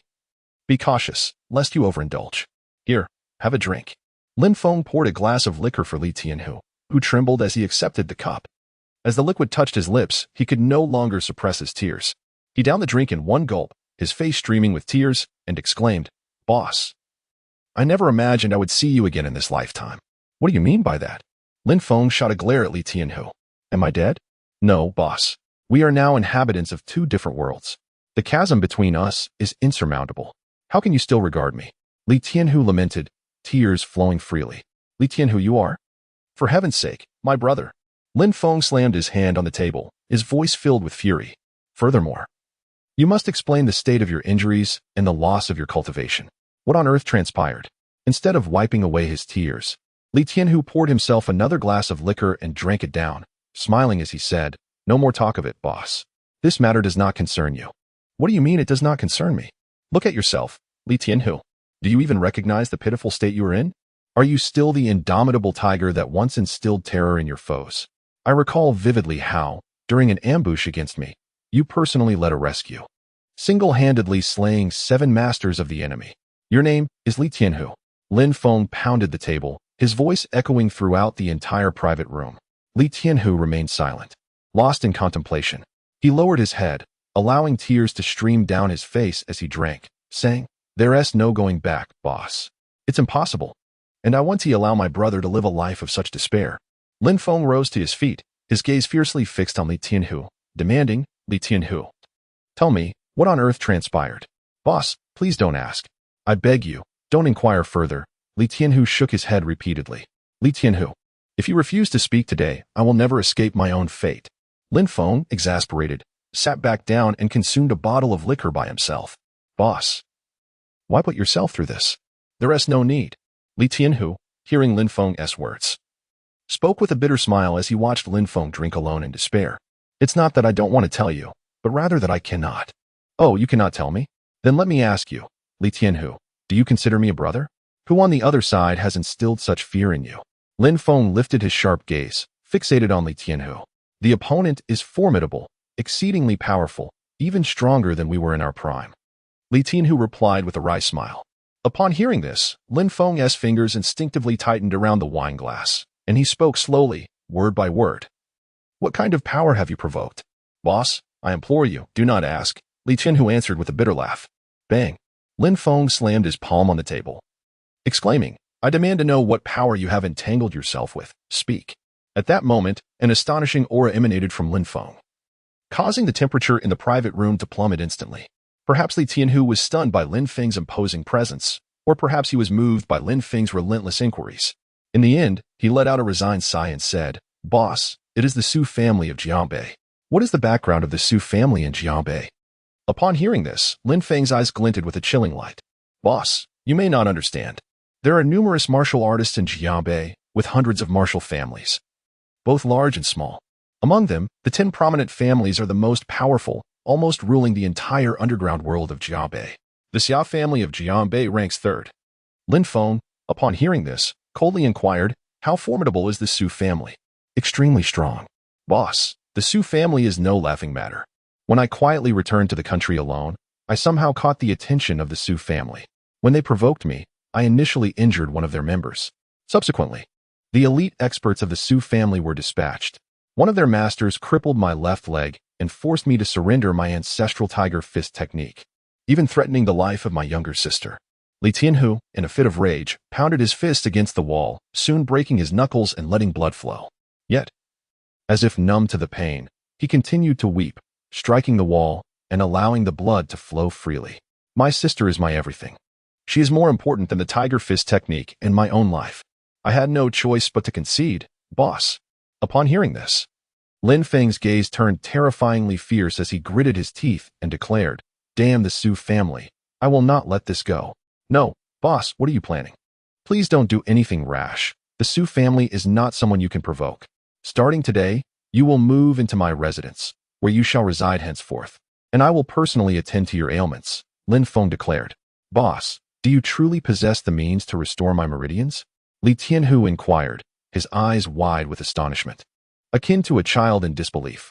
There is no absolute certainty, yet I am confident that there is a 70 to 80% chance of success, Lin Feng replied nonchalantly.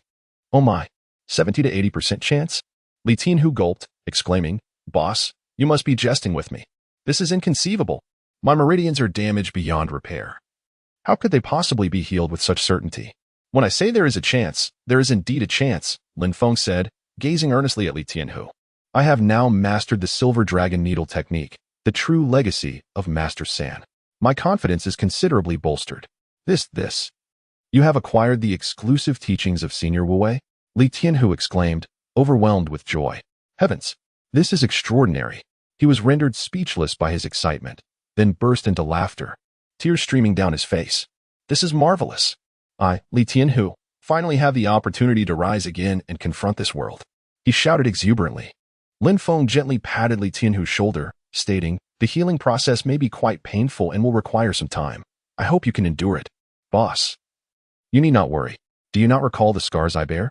Li Tianhu responded, promptly removing his shirt to reveal a torso marred with scars, each one telling a tale of resilience and valor. I have never uttered a single complaint regarding these wounds, he asserted. Lin Feng smiled and nodded, saying, now, let us sit down and continue our meal. Boss, I have a request, Li Tianhu interjected. Lin Feng immediately shook his head with a smile, noticing that Li Tianhu appeared to be inebriated. He sighed, recalling that Li Tianhu's drinking capacity was far greater in their earlier days. Over the past 3 years, he had endured considerable hardships. Now that he had returned, he was resolute in ensuring that his brother would not suffer any longer. Li Tianhu, you've had too much to drink. Allow me to escort you home, Lin Feng said. Boss, I'm not drunk. Let us keep drinking, Li Tianhu protested, supported by Lin Feng. Although his grip on the glass of wine was feeble, soon, the glass slipped from his fingers, crashing to the ground with a resounding shatter. Let this broken glass symbolize your farewell to the tribulations of the past 3 years, Lin Feng mused, gazing down at the shattered vessel before guiding Li Tianhu out of the private room. After settling the bill, Lin Feng summoned a taxi, which swiftly transported them to his residence. Inside the villa, Luo Yao and Luo Fei were engrossed in a television drama, passionately discussing the plot. Sister Fei, that second male lead is so unfortunate, Luo Yao remarked, munching on snacks. Indeed, Luo Fei replied, nodding while applying a facial mask. At that moment, the villa door swung open, and Lin Feng entered the living room, supporting the intoxicated Li Tianhu. Lin Feng, where did you go tonight? You reek of alcohol. Luo Yao exclaimed, setting aside her chips to scrutinize him. Upon noticing that Lin Feng had brought a man home, her curiosity piqued, and she stood up to inquire. Who is this? Luo Fei also turned her gaze toward them. Yao, Sister Fei, could you please bring a basin of water?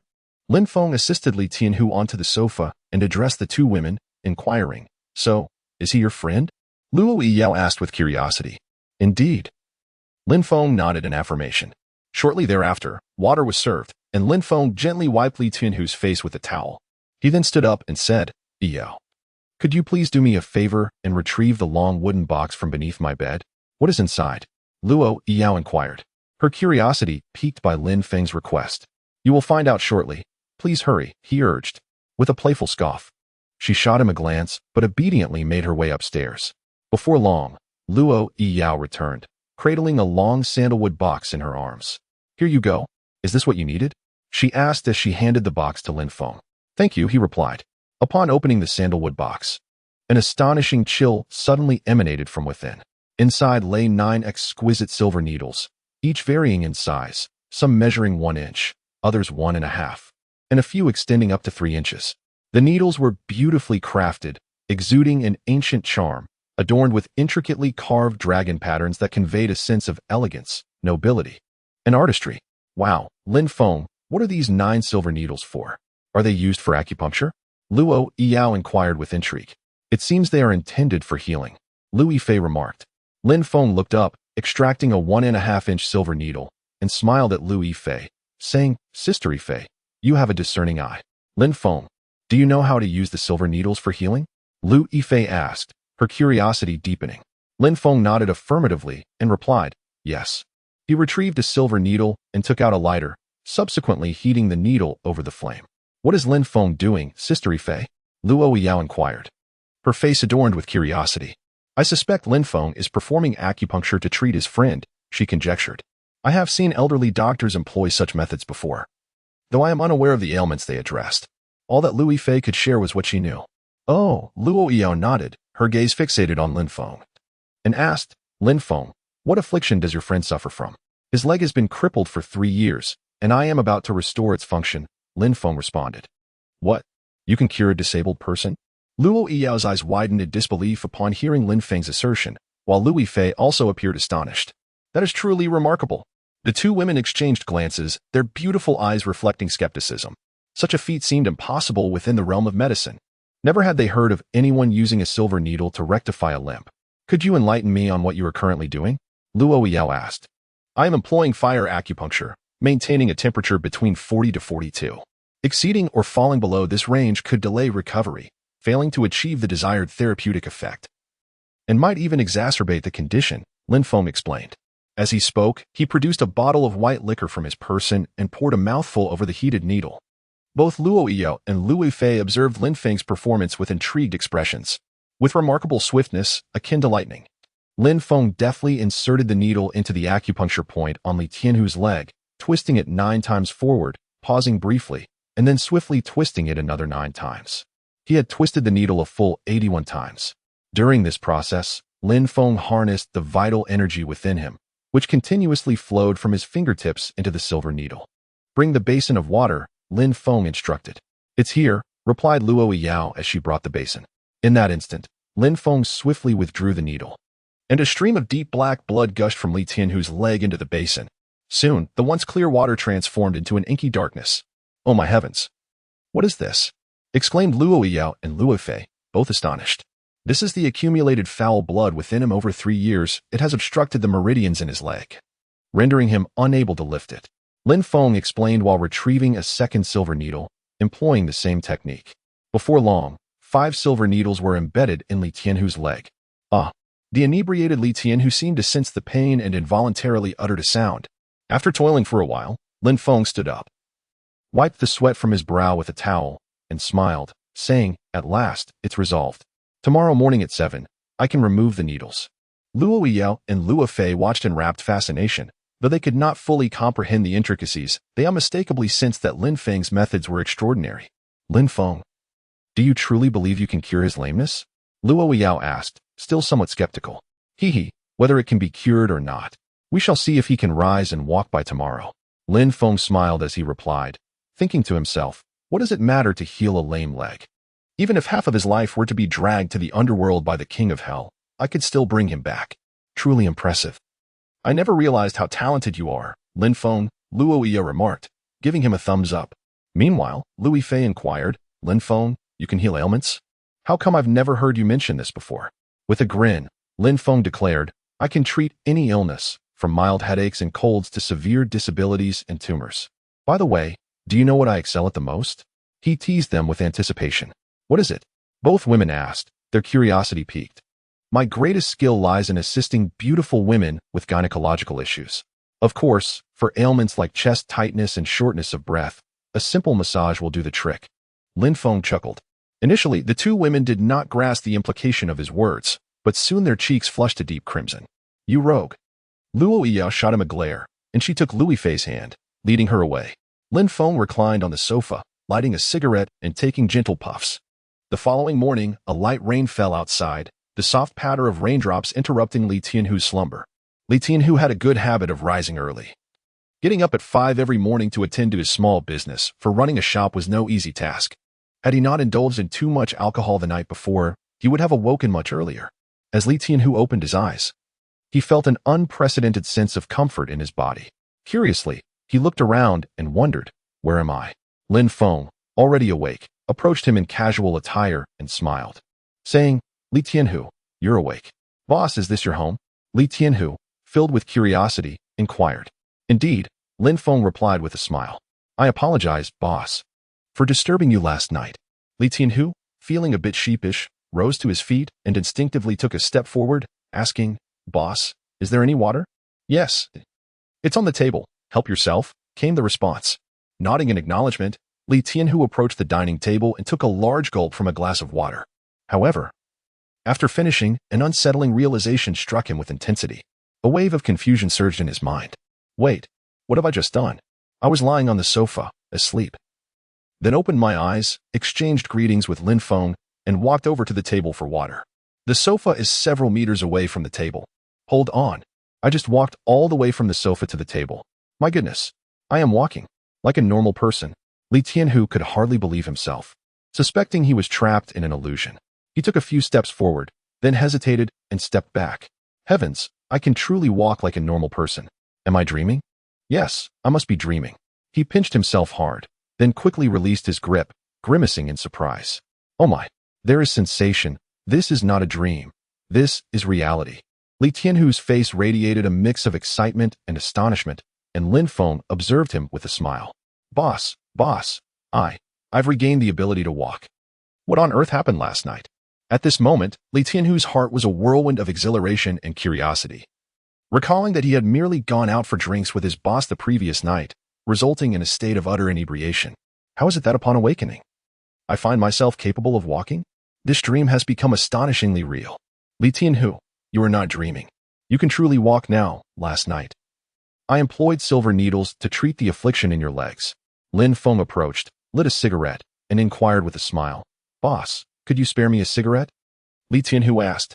Lin Feng tossed a cigarette to him, and as Li Tianhu accepted it, he immediately lit it up, exclaiming in excitement, Boss, I can hardly believe I can walk now. You are truly remarkable. Lin Feng replied with a grin, but do not rejoice too soon. There remains some time before you can walk unaided. Boss, what do you mean by that? How long must I wait? Half a year or a year? I can endure. Li Tianhu pressed for clarification. Such a lengthy wait. If you can endure, then I certainly can as well. Are you doubting my abilities? At most, it will take half a month. If all goes well, perhaps just a week, Lin Feng stated. What? In the best case scenario, just a week, and in the worst, half a month, and I will be able to walk like a normal person?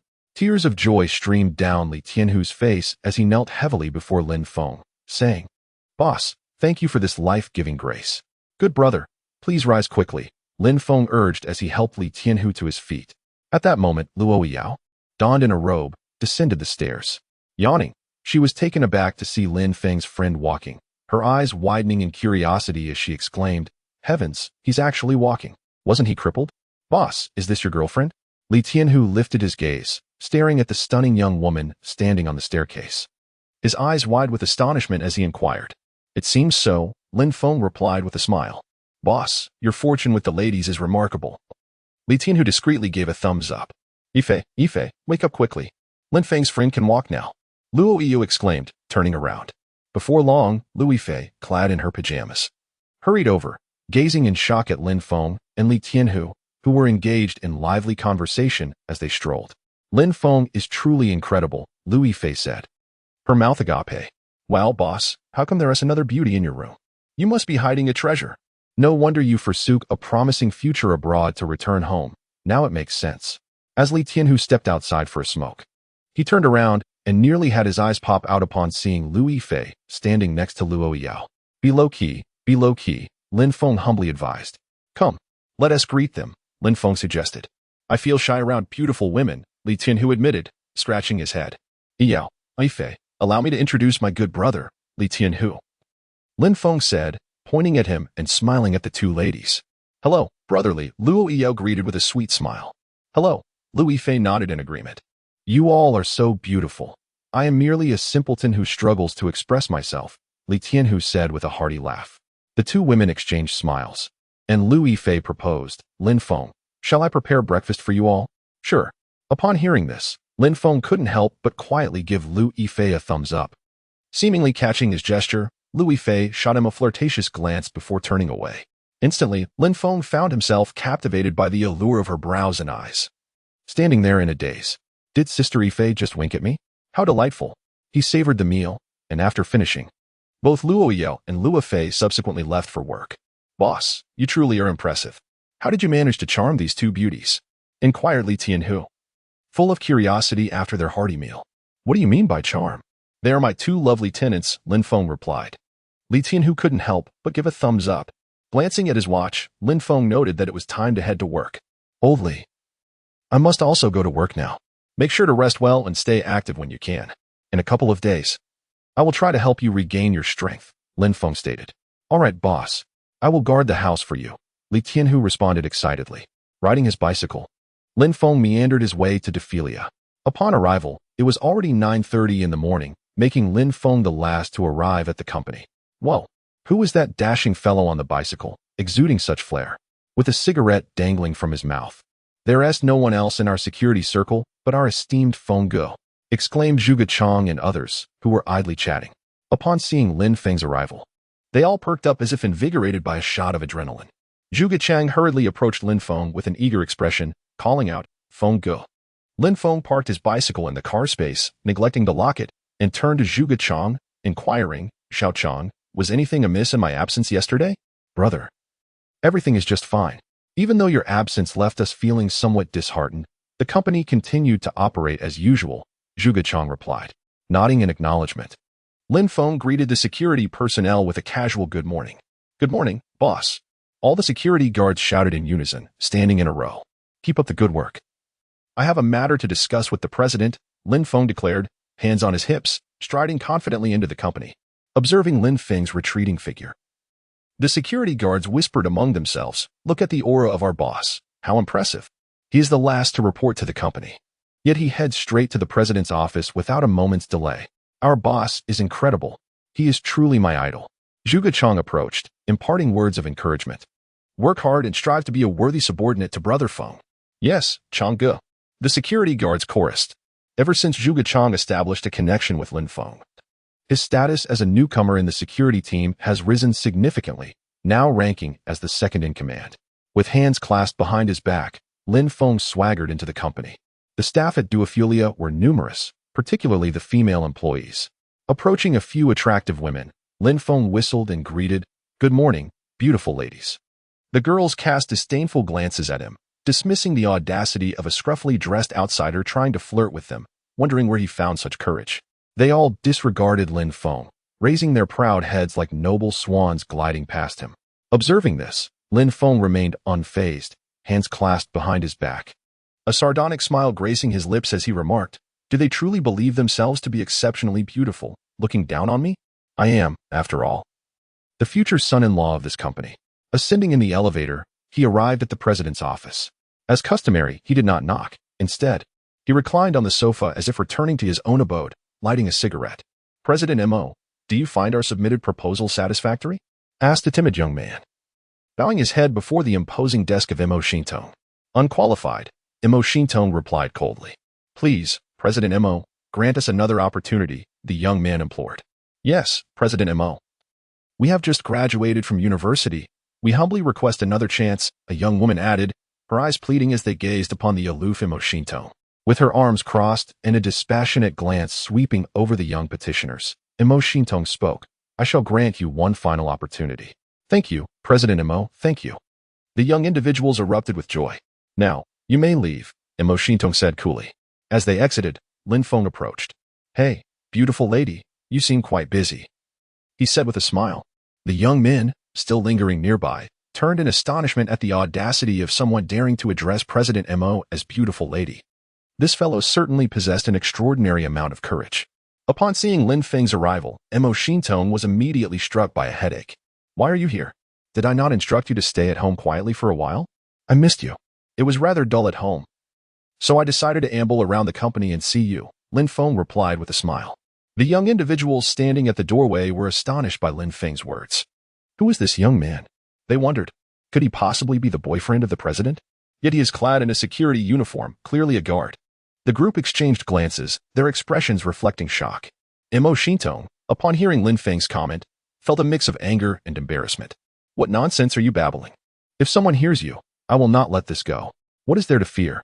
I, Lin Feng, conduct myself with utmost integrity. How brazen. I still have my pride, she retorted, shooting him a glare. What brings you here? I came to borrow some money, Lin Feng said, awkwardly rubbing his hands together. Borrow money from me? Mo Xinthong was taken aback, astonished that he would seek financial assistance from her. What on earth do you need money for? She inquired, her curiosity piqued. My brother is ill and requires treatment, which costs a substantial amount, Lin Feng admitted candidly. His request was solely to fund the treatment for Li Tianhu, aiming to restore Li Tianhu's abilities to their former glory, a feat beyond the imagination of an ordinary person. Even with Lin Feng's remarkable medical skills, procuring the necessary rare herbs would demand a considerable sum of money, far from a trivial amount. Lin Feng had no choice but to seek help from Mo Xintong. I need financial assistance to treat your brother. How much do you require? Mo Xintong inquired out of mere curiosity regarding Lin Feng's need for a loan, not out of reluctance to assist him. Although this man was somewhat unreliable, he never faltered in crucial moments. Mo Xintong had faith in Lin Feng's character. After some contemplation, Lin Feng responded, at least 1 million. 1 million? It seems your friend's condition is quite serious. I know some esteemed doctors. Would you like me to recommend one? Mo Xintong offered to cover the medical expenses. Upon hearing the amount, she deduced that Lin Feng's brother was in poor health and began to devise a plan to assist him. Lin Feng was deeply touched. He had mentioned 1 million. And yet Mo Xintong was willing to pay for the medical fees and even recommend a specialist. Lin Feng quickly waved his hand, insisting, no need, no need. I can handle the treatment myself. I just lack the funds for the medicinal materials. All right, I shall write you a note. You can collect 1 million from the finance department shortly, Mo Xintong replied. Lowering her gaze, she picked up her Parker pen and swiftly scribbled a note, signing her name at the bottom. Thank you, beautiful. Lin Feng expressed his heartfelt gratitude, moved by her generosity. Mo Xintong, embodying the characteristics of a wealthy and magnanimous woman, did not even blink at the sum of 1 million. Holding the note, she looked at Lin Feng with her captivating eyes and suddenly smiled. However, Lin Feng, in return for this loan, you must agree to one condition. All right. Lin Feng nodded in agreement, gazing at Mo Xintong. You will serve as my bodyguard. Let me think for a moment. A year is too long, so let and Appos settle on 6 months. Not a problem, I and Appos am at your service. Lin Feng replied in one breath. To serve a goddess-like figure such as Mo Xintong as her bodyguard brought him immense joy. He would gladly do it for half a year, 10 years, or even a lifetime. All right, it and Appos. A deal. Mo Xintong handed the document in her hand to Lin Feng. Thank you, Xintong, he responded with a smile. Upon hearing Lin Feng address her by that name, Mo Xintong's cheeks flushed slightly as she said, at the company. You may call me Manager Mo to avoid any misunderstandings. No problem, Xintong. Oh, I mean, Manager Mo. Lin Feng corrected himself as he took the document and swiftly departed. As she watched Lin Feng's retreating figure, Mo Xintong crossed her arms, her beautiful eyes reflecting admiration. She smiled, remarking, I didn't expect this fellow to be so loyal and principled. Meanwhile, in the finance office, the manager stared in disbelief as Lin Feng produced 1 million in cash before striding away. The finance manager, astonished, muttered to himself, is it possible? A mere security guard could borrow 1 million from the president. This is beyond comprehension. Lin Feng rode his bicycle straight to the pharmacy. The medicinal herbs needed to treat Li Tianhu required dozens of varieties, and after a full day of running around, he had gathered more than half. Although he had spent less than 200,000, the remaining 3 herbs were exceptionally expensive, likely surpassing the cost of the previous dozens. These 3 herbs were bitter luo flower, ice fairy grass, and een snake dan. These rare herbs were priceless and difficult to procure. Lin Feng spent the entire afternoon visiting numerous pharmacies, yet returned empty-handed, leaving him in a state of deep frustration. It is utterly impossible to procure the essential herbs from an ordinary pharmacy. Desperate, Lin Feng pondered where he might obtain these 3 crucial medicinal ingredients. Their presence would enable him to heal Li Tianhu, whose recovery would significantly bolster Lin Feng's own strength. Just as Lin Feng found himself in a state of despair, an elderly gentleman emerged from the pharmacy and addressed him. Young man, are you seeking isomortal grass? Sir, do you know where I might acquire this isomortal grass? Lin Feng responded with renewed hope. To be candid, I am unaware of where it can be found. However, I have heard of a place in Jiangbei called Xintang. This establishment has been in existence for several centuries and is said to be home to a renowned physician. Perhaps he possesses the herbs you seek, replied the old man. Xintang? Lin Feng murmured the name, gratitude swelling within him as he looked at the elder. Thank you, kind sir. Do you know the location of Xintang? It is at the end of the street, a pharmacy adorned with a small wooden sign. Hurry, as Xintang only opens once a month. and it will close in half an hour, the old man advised warmly. With heartfelt thanks, Lin Feng bid farewell to the benevolent elder and pedaled swiftly towards Shintang. Upon arrival, he halted his bicycle, gazing curiously at the pharmacy. The exterior appeared dilapidated, with the characters for Shintang having faded due to the ravages of time. As if they might crumble at any moment, the second master cast a disdainful glance at Lin Feng and coldly remarked, "Boy, you still have time to leave. Otherwise, don't blame me for being impolite." Lin Feng, with a keen eye, immediately discerned the man's strength mid-yellow rank. He felt a tinge of surprise, as this was his first encounter with a yellow rank warrior in Jianbei. Furthermore, this middle-aged man was indeed formidable at the mid-yellow rank, a significant force in Jianbei. Lin Feng regarded the second master with a curious gaze. Noticing the young man showed no signs of fear, the second master sneered, "Well, it seems you prefer to drink the punishment rather than the toast. It appears that I must teach you a lesson today." As soon as he finished speaking, he launched a punch towards Lin Feng. Of course, he did not exert his full strength. He merely intended to give a slight reprimand to this audacious youth. The second master was acutely aware of his own power and knew that should he unleash it, a single blow could easily end Lin Feng's life. Lin Feng, however, quickly recognized that the middle-aged man was not utilizing his full strength, treating him as an ordinary person. Without even attempting to evade, Lin Feng extended his hand and firmly grasped the second master's fist. Bang! Although the second master's punch lacked true energy, it was still astonishingly swift.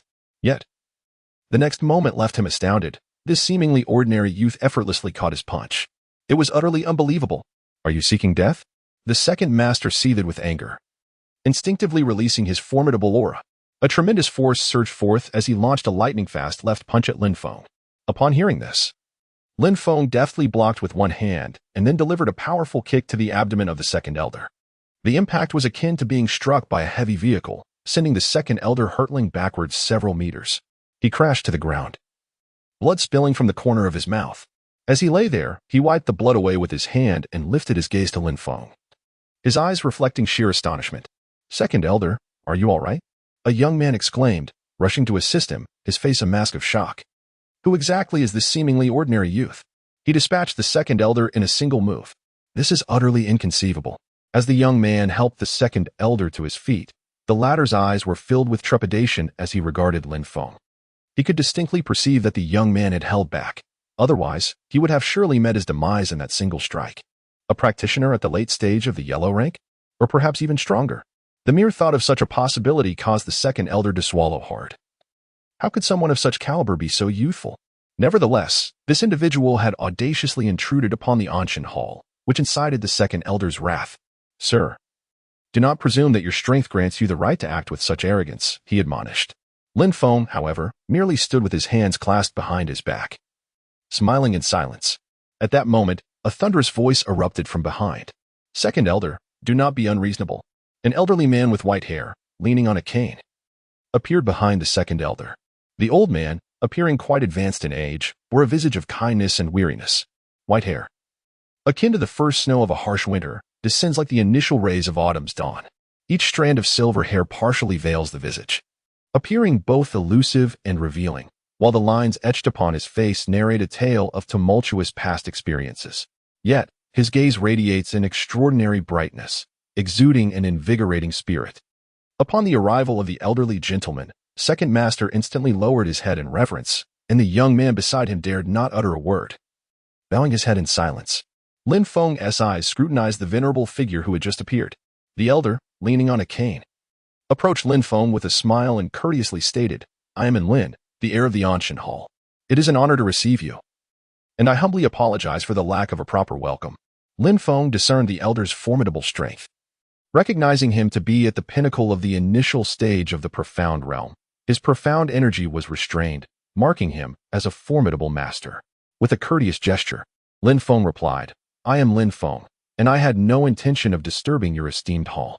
I merely came seeking medicinal herbs, having heard of your hall and Appo's illustrious history.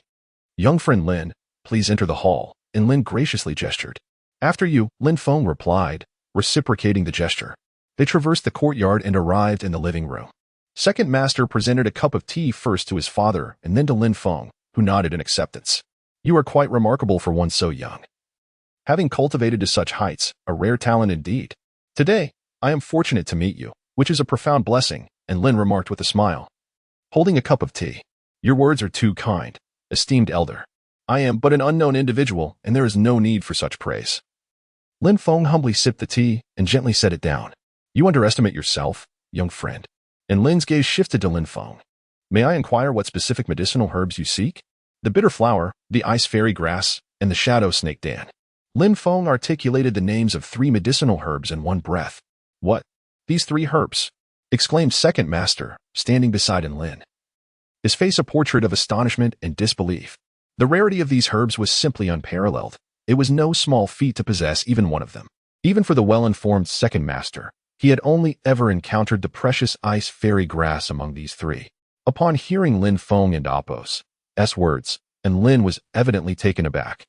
Struggling to suppress his astonishment as he inquired, might I ask, dear Lin, what purpose do these 3 herbs serve? It is important to note that even one of these herbs is among the most expensive in the world.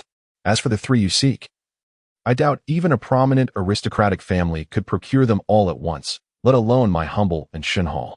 Upon hearing this, Lin Feng's expression shifted slightly, and he replied, might your esteemed hall be able to provide me with these 3 herbs? I would be willing to purchase them. I apologize, dear Lin.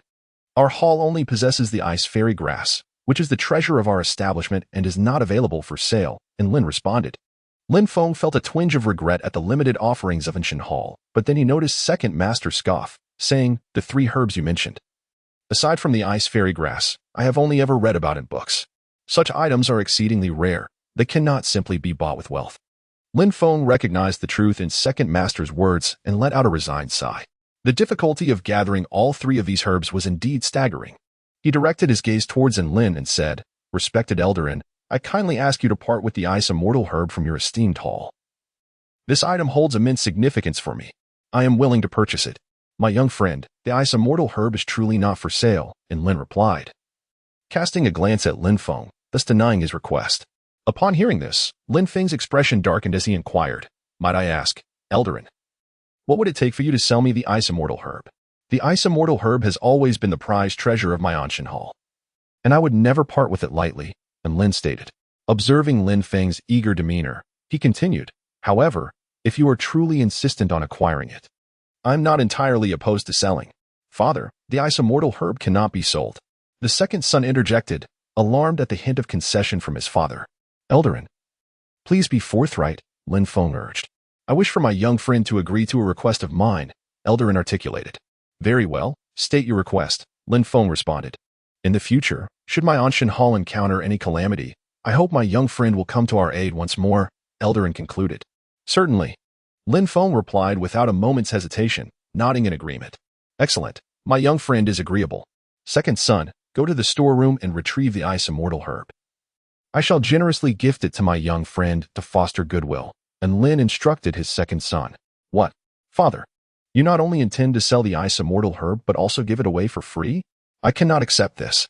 The second son of the Yin family adamantly refused without a second thought.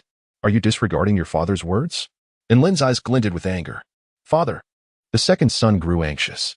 Go now, Lin commanded. Very well, father, the second son conceded. Mr. nodded helplessly and turned to leave the living room. Shortly after, he produced a sandalwood treasure box, casting a lingering glance at it before reluctantly handing it to Lin Feng. This is the ice fairy herb, the prized possession of my Anshan Hall, Mr. remarked with a hint of irritation. Lin Feng graciously accepted it and gently opened the box, instantly enveloped by an extraordinary fragrance. Upon closer inspection, he beheld a slender, snow-white herb, reminiscent of a reishi mushroom, but considerably more delicate. Indeed, it was the ice fairy herb. Lin Feng, having encountered the herb before, could not contain his joy and closed the box, expressing his gratitude. Thank you, Mr. and nodded indifferently.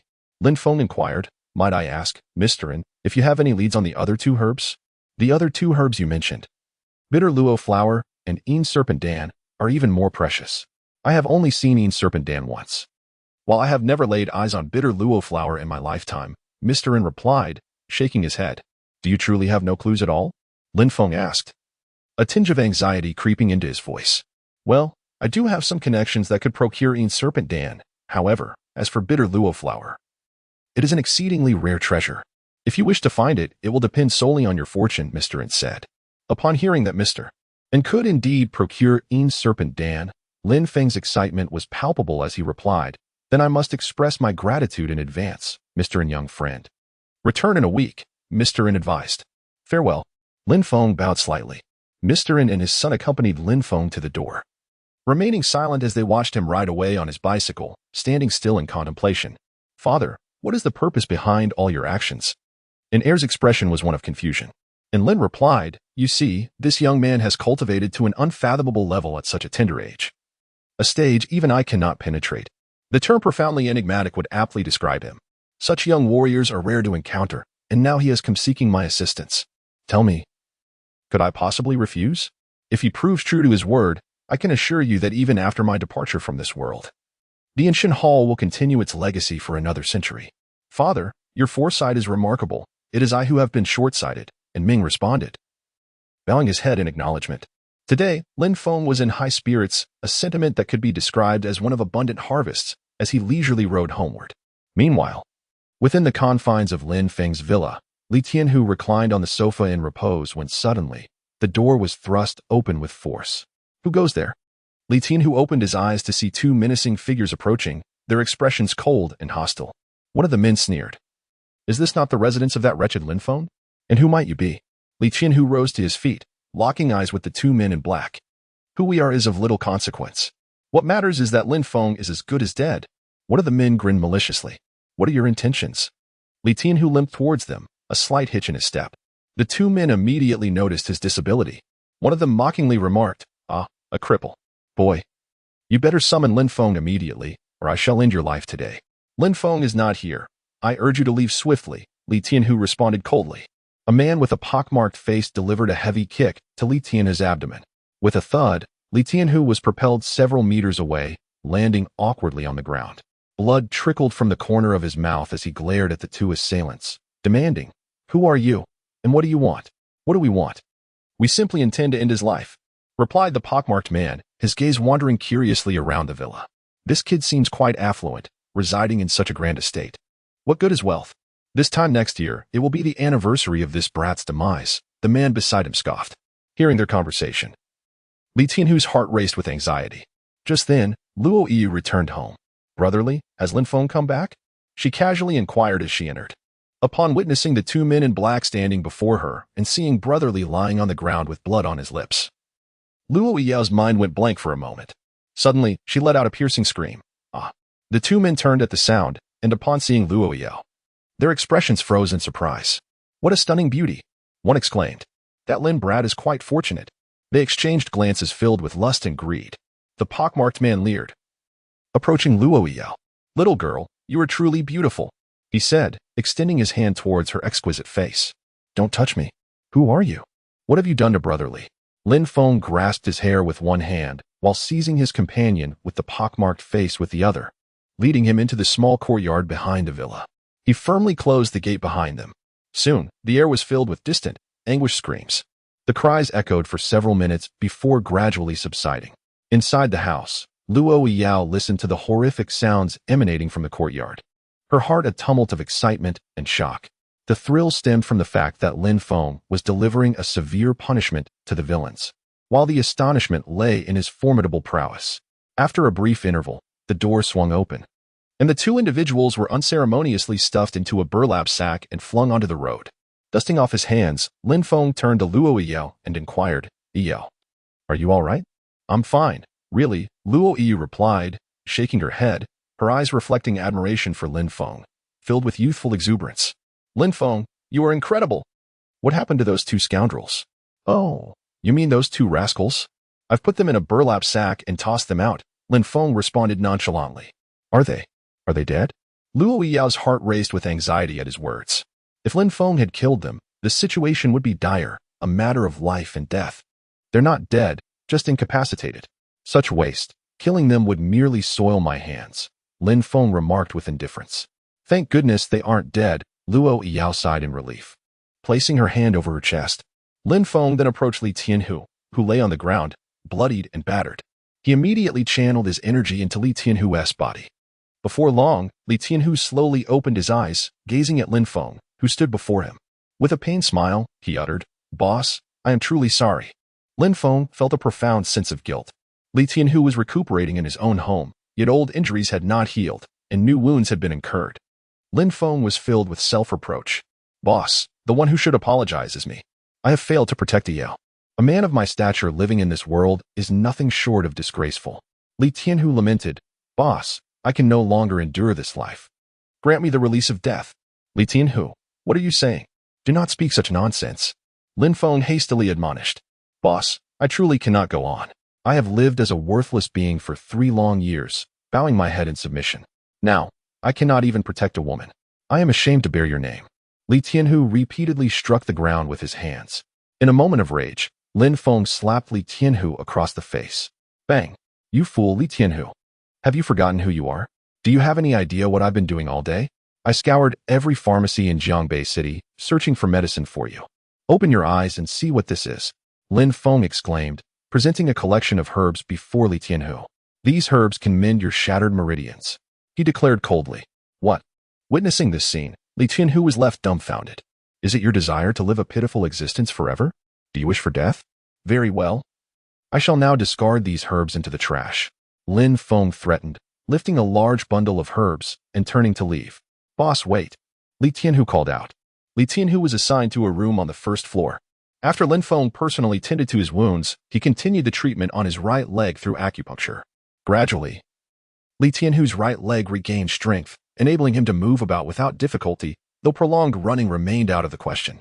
This night, the Wang family was utterly astounded.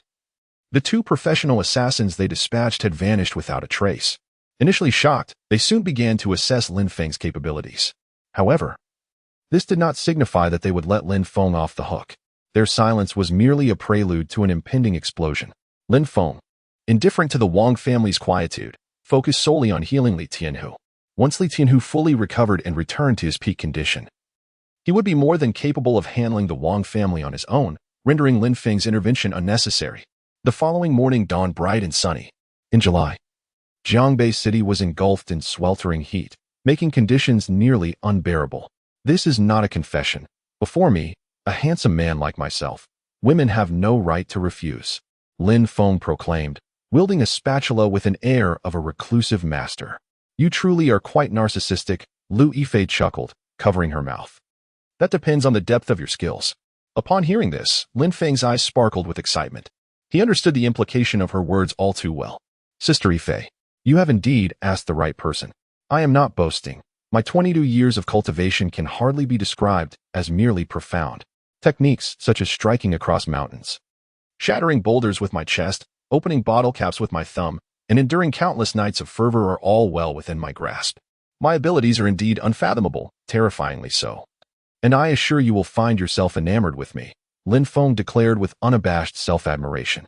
With a chuckle, Wang Pa boasts about her own produce.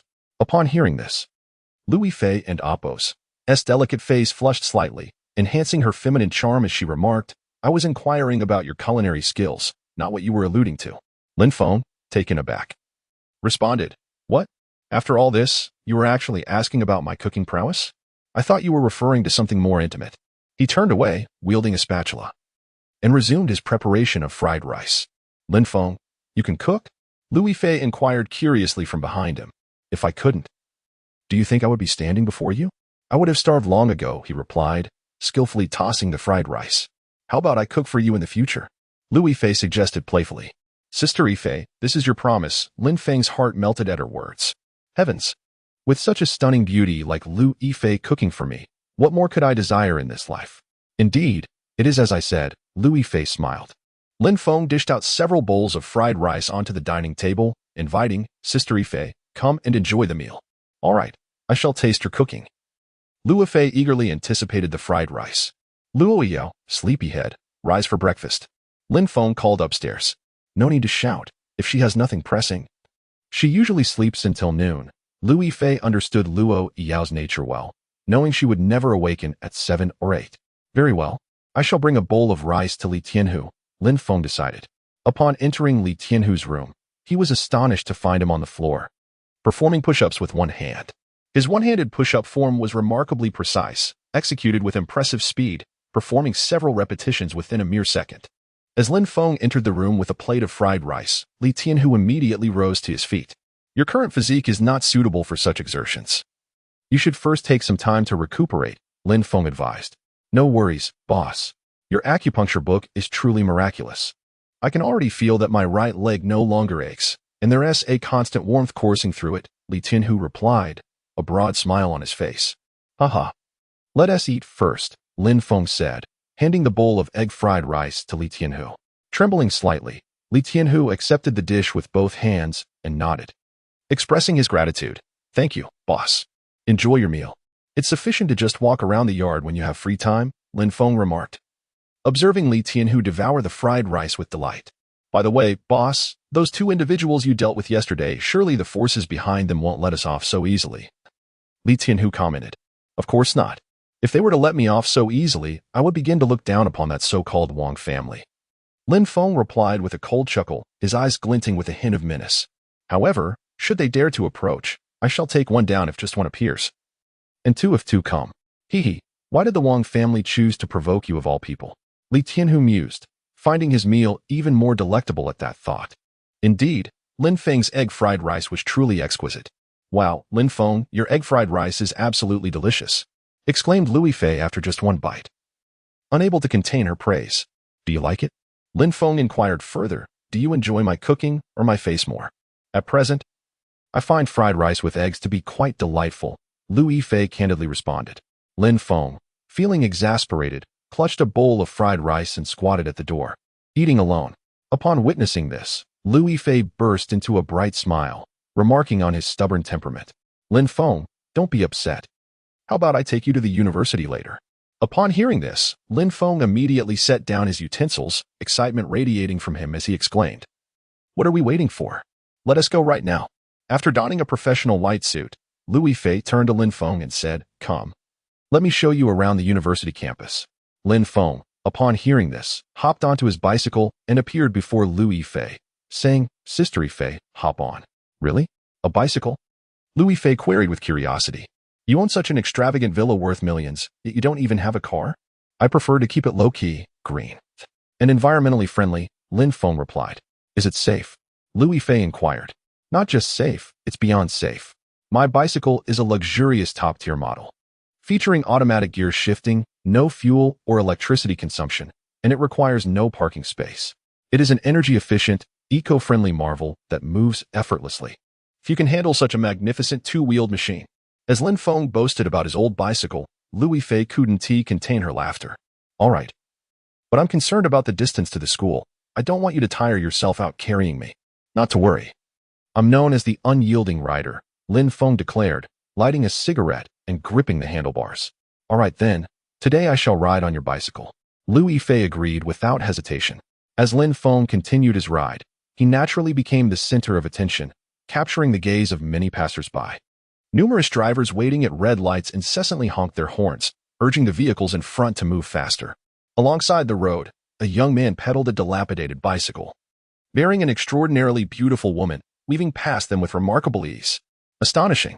A mere bicycle ride to charm a goddess-like beauty. Throughout his journey, Lin Feng astonished countless drivers, who regarded him with a mix of envy and admiration.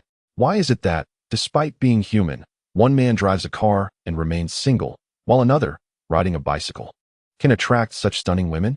From this moment on, I too shall ride a bicycle. The young man on the bicycle is impressive. Lin Feng pedaled towards Jianbei University with Lui Fei, their presence creating an astonishing stir and inadvertently elevating the reputation of the cycling community in Jianbei City, who claims that cycling is reserved for the impoverished or that only wealthy heirs and luxury cars can win over beautiful women. Along the way, Lin Feng engaged in casual conversation with Lui Fei. With her arms comfortably wrapped around his waist, they resembled a couple in love. Sister Yifei, from your accent, you don't seem to be a local, do you? Lin Feng inquired curiously. Indeed, I am not from here, Lui Fei affirmed with a nod. So, what led you to choose to work in Jianbei? He further questioned. I studied abroad for my university education and initially had the opportunity to remain there as a lecturer. However, after some contemplation, I decided that after years of acquiring knowledge, it would be best to return to my homeland. Due to certain familial circumstances, I did not opt for a prestigious university in the country, but rather chose a more modest institution. It seems fate has brought me to Jianbei, Louis Fei replied. Sister Fei is truly remarkable. I know many outstanding individuals studying abroad, who often yearn to remain overseas indefinitely. It is quite admirable for someone like you to choose to return home. Lin Feng felt a sense of admiration for Louis Fei. With a smile, Louis Fei remarked, Perhaps I simply prefer the environment here. Lin Feng nodded in agreement. By the way, Lin Feng, how long have you spent abroad? Louis Fei inquired with curiosity. Since graduating from high school, I've been away for 5 years, Lin Feng responded. That is quite a considerable time, Louis Fei noted. Refraining from asking what Lin Feng had been doing abroad. They were both adults, and their understanding was implicit. Some matters remained unspoken, either due to the nature of their relationship or because certain things were better left unvoiced. Louis Fei could discern that Lin Feng was a man with a story. Her keen perception revealed that Lin Feng possessed a unique aura, distinguishing him from the ordinary. After more than half an hour, Lin Feng arrived at Jianbei University. Standing before this institution, which had been the object of his aspirations during high school, he felt a flutter of excitement within. Had he not gone abroad? He might have taken a conventional path, attending university, securing a job, and leading a mundane life. Jianbei University, a prestigious institution in Jie Province, is renowned for its robust faculty and resources. Known colloquially as Jiangda, it boasts a legacy of over a century, with a storied history that enhances the allure of this enigmatic higher learning establishment. Jiang University is divided into 2 campuses. The old campus features elegant traditional Chinese architecture, with towering cedar and sycamore trees providing a shield against the blazing sun, creating a verdant haven for the multitude of students. In autumn, one can stroll upon a carpet of ginkgo leaves, savoring the beauty of maturity within the charming grounds. In contrast, the new campus of Jiang University boasts imposing modern structures, with teaching buildings scattered throughout, showcasing the university's formidable presence. The seamless integration of the old and new campuses has cultivated the majestic ambience that Jiang University embodies today. The destination to which Louis Fei is leading Lin Feng is the old campus of Jiang University. A main thoroughfare, extending several kilometers, is flanked by lofty cedar and sycamore trees that shield one from the glaring sunlight. Along the sides of the path, groups of students can be heard laughing joyfully. The scenery of the old campus is exceptionally beautiful, earning it a place among the top 10 most picturesque locations in Jianbei City. As Lin Feng cycles, he finds himself captivated by the surroundings, noticing the astonished gazes of many students directed at him. He muses that perhaps he, too, is experiencing the most wonderful moments of life at university. Is this your first time at university? Louis Fei inquires, sensing Lin Feng's curiosity about the campus from her seat behind him. Indeed, it is my first visit to Jiang University, and I find everything immensely fascinating. Lin Feng acknowledges with a nod. Aha. Then let me show you around the beautiful old campus of Jiang University. Louis Fei responds enthusiastically. Sounds great, Lin Feng replies. As they journey together, Lin Feng leisurely pedals his bicycle, carrying Louis Fei through the picturesque campus. The old campus of Jiang University is expansive, leisurely cycling like Lin Feng. One would need at least an hour to explore it fully. Within the campus, many young men, upon spotting a peer riding a worn bicycle while accompanied by a strikingly beautiful girl, are often overtaken by a deep sense of jealousy.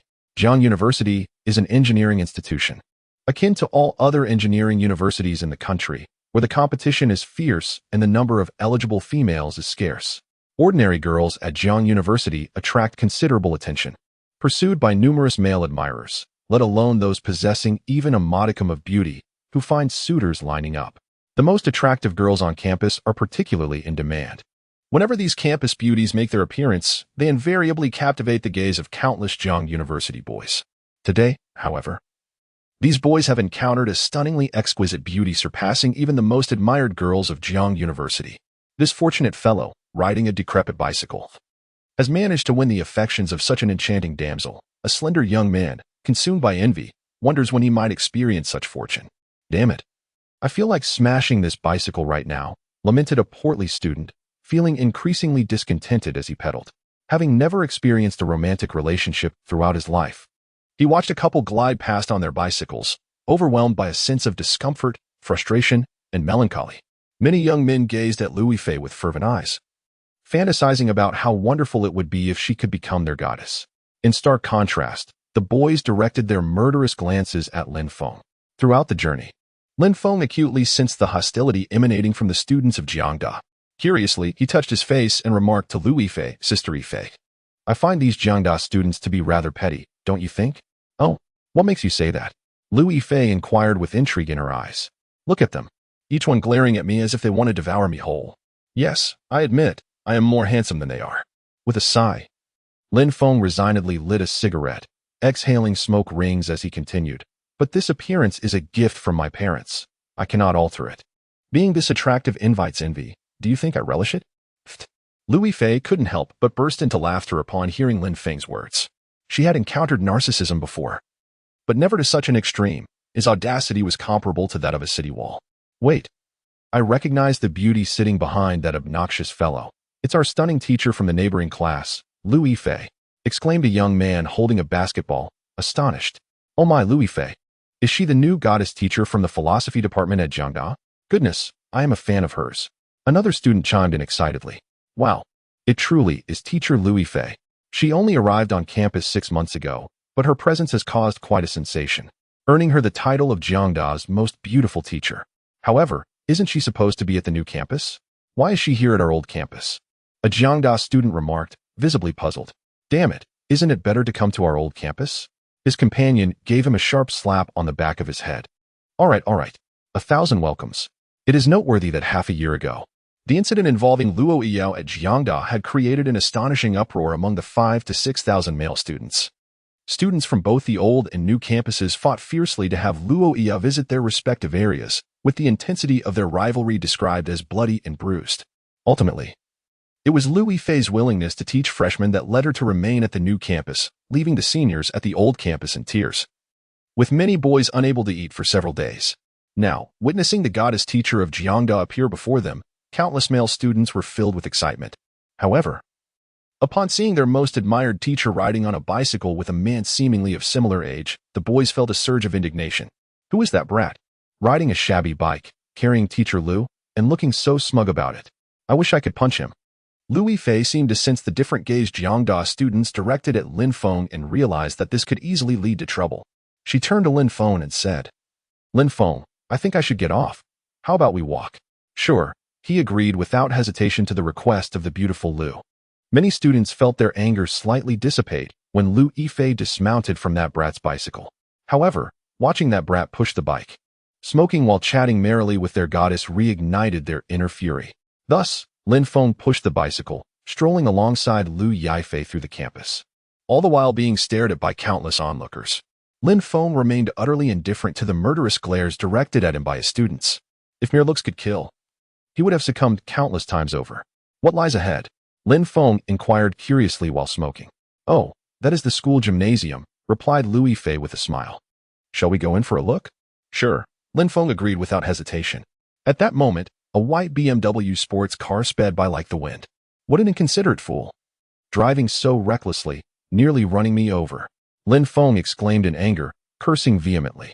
Upon realizing it was a white BMW, he scoffed. So what if you drive a BMW?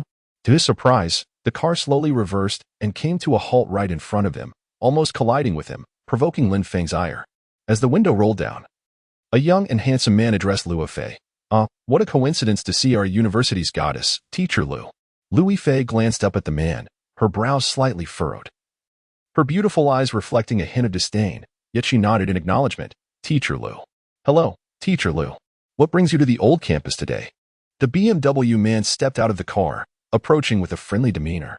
Just taking a stroll, Lu Yifei replied, wishing to limit their interaction. Is this your student?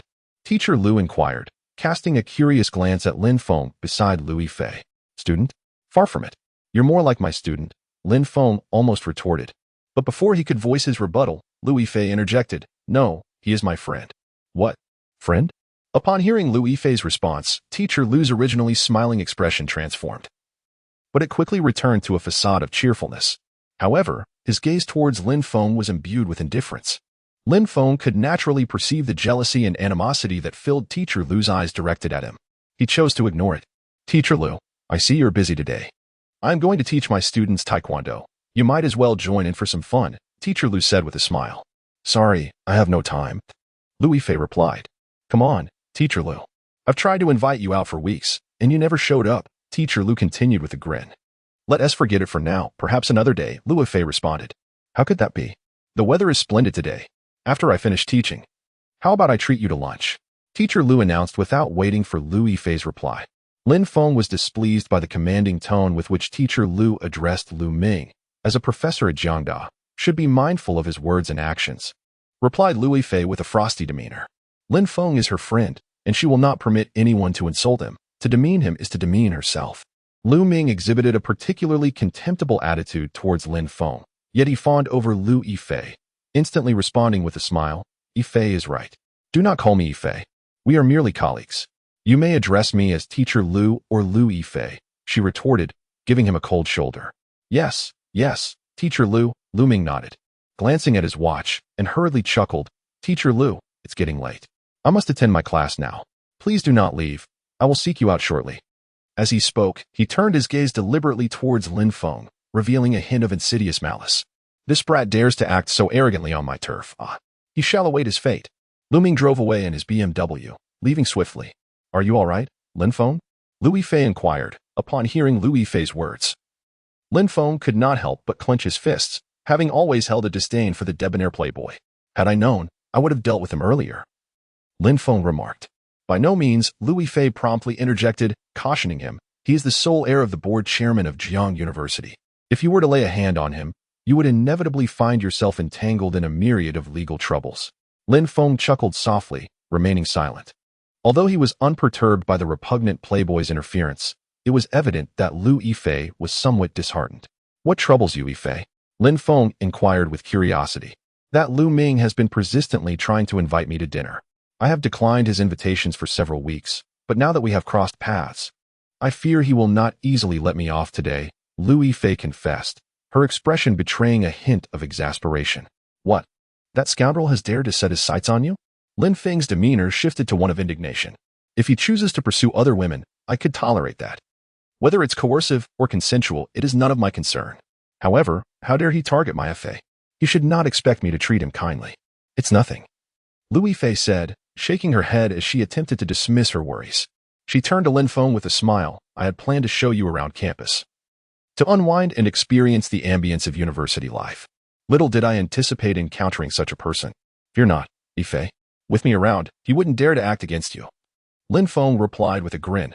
There seemed to be an enchanting quality in Lin Feng's words, which, unbeknownst to him, truly alleviated Lu Yifei's troubles.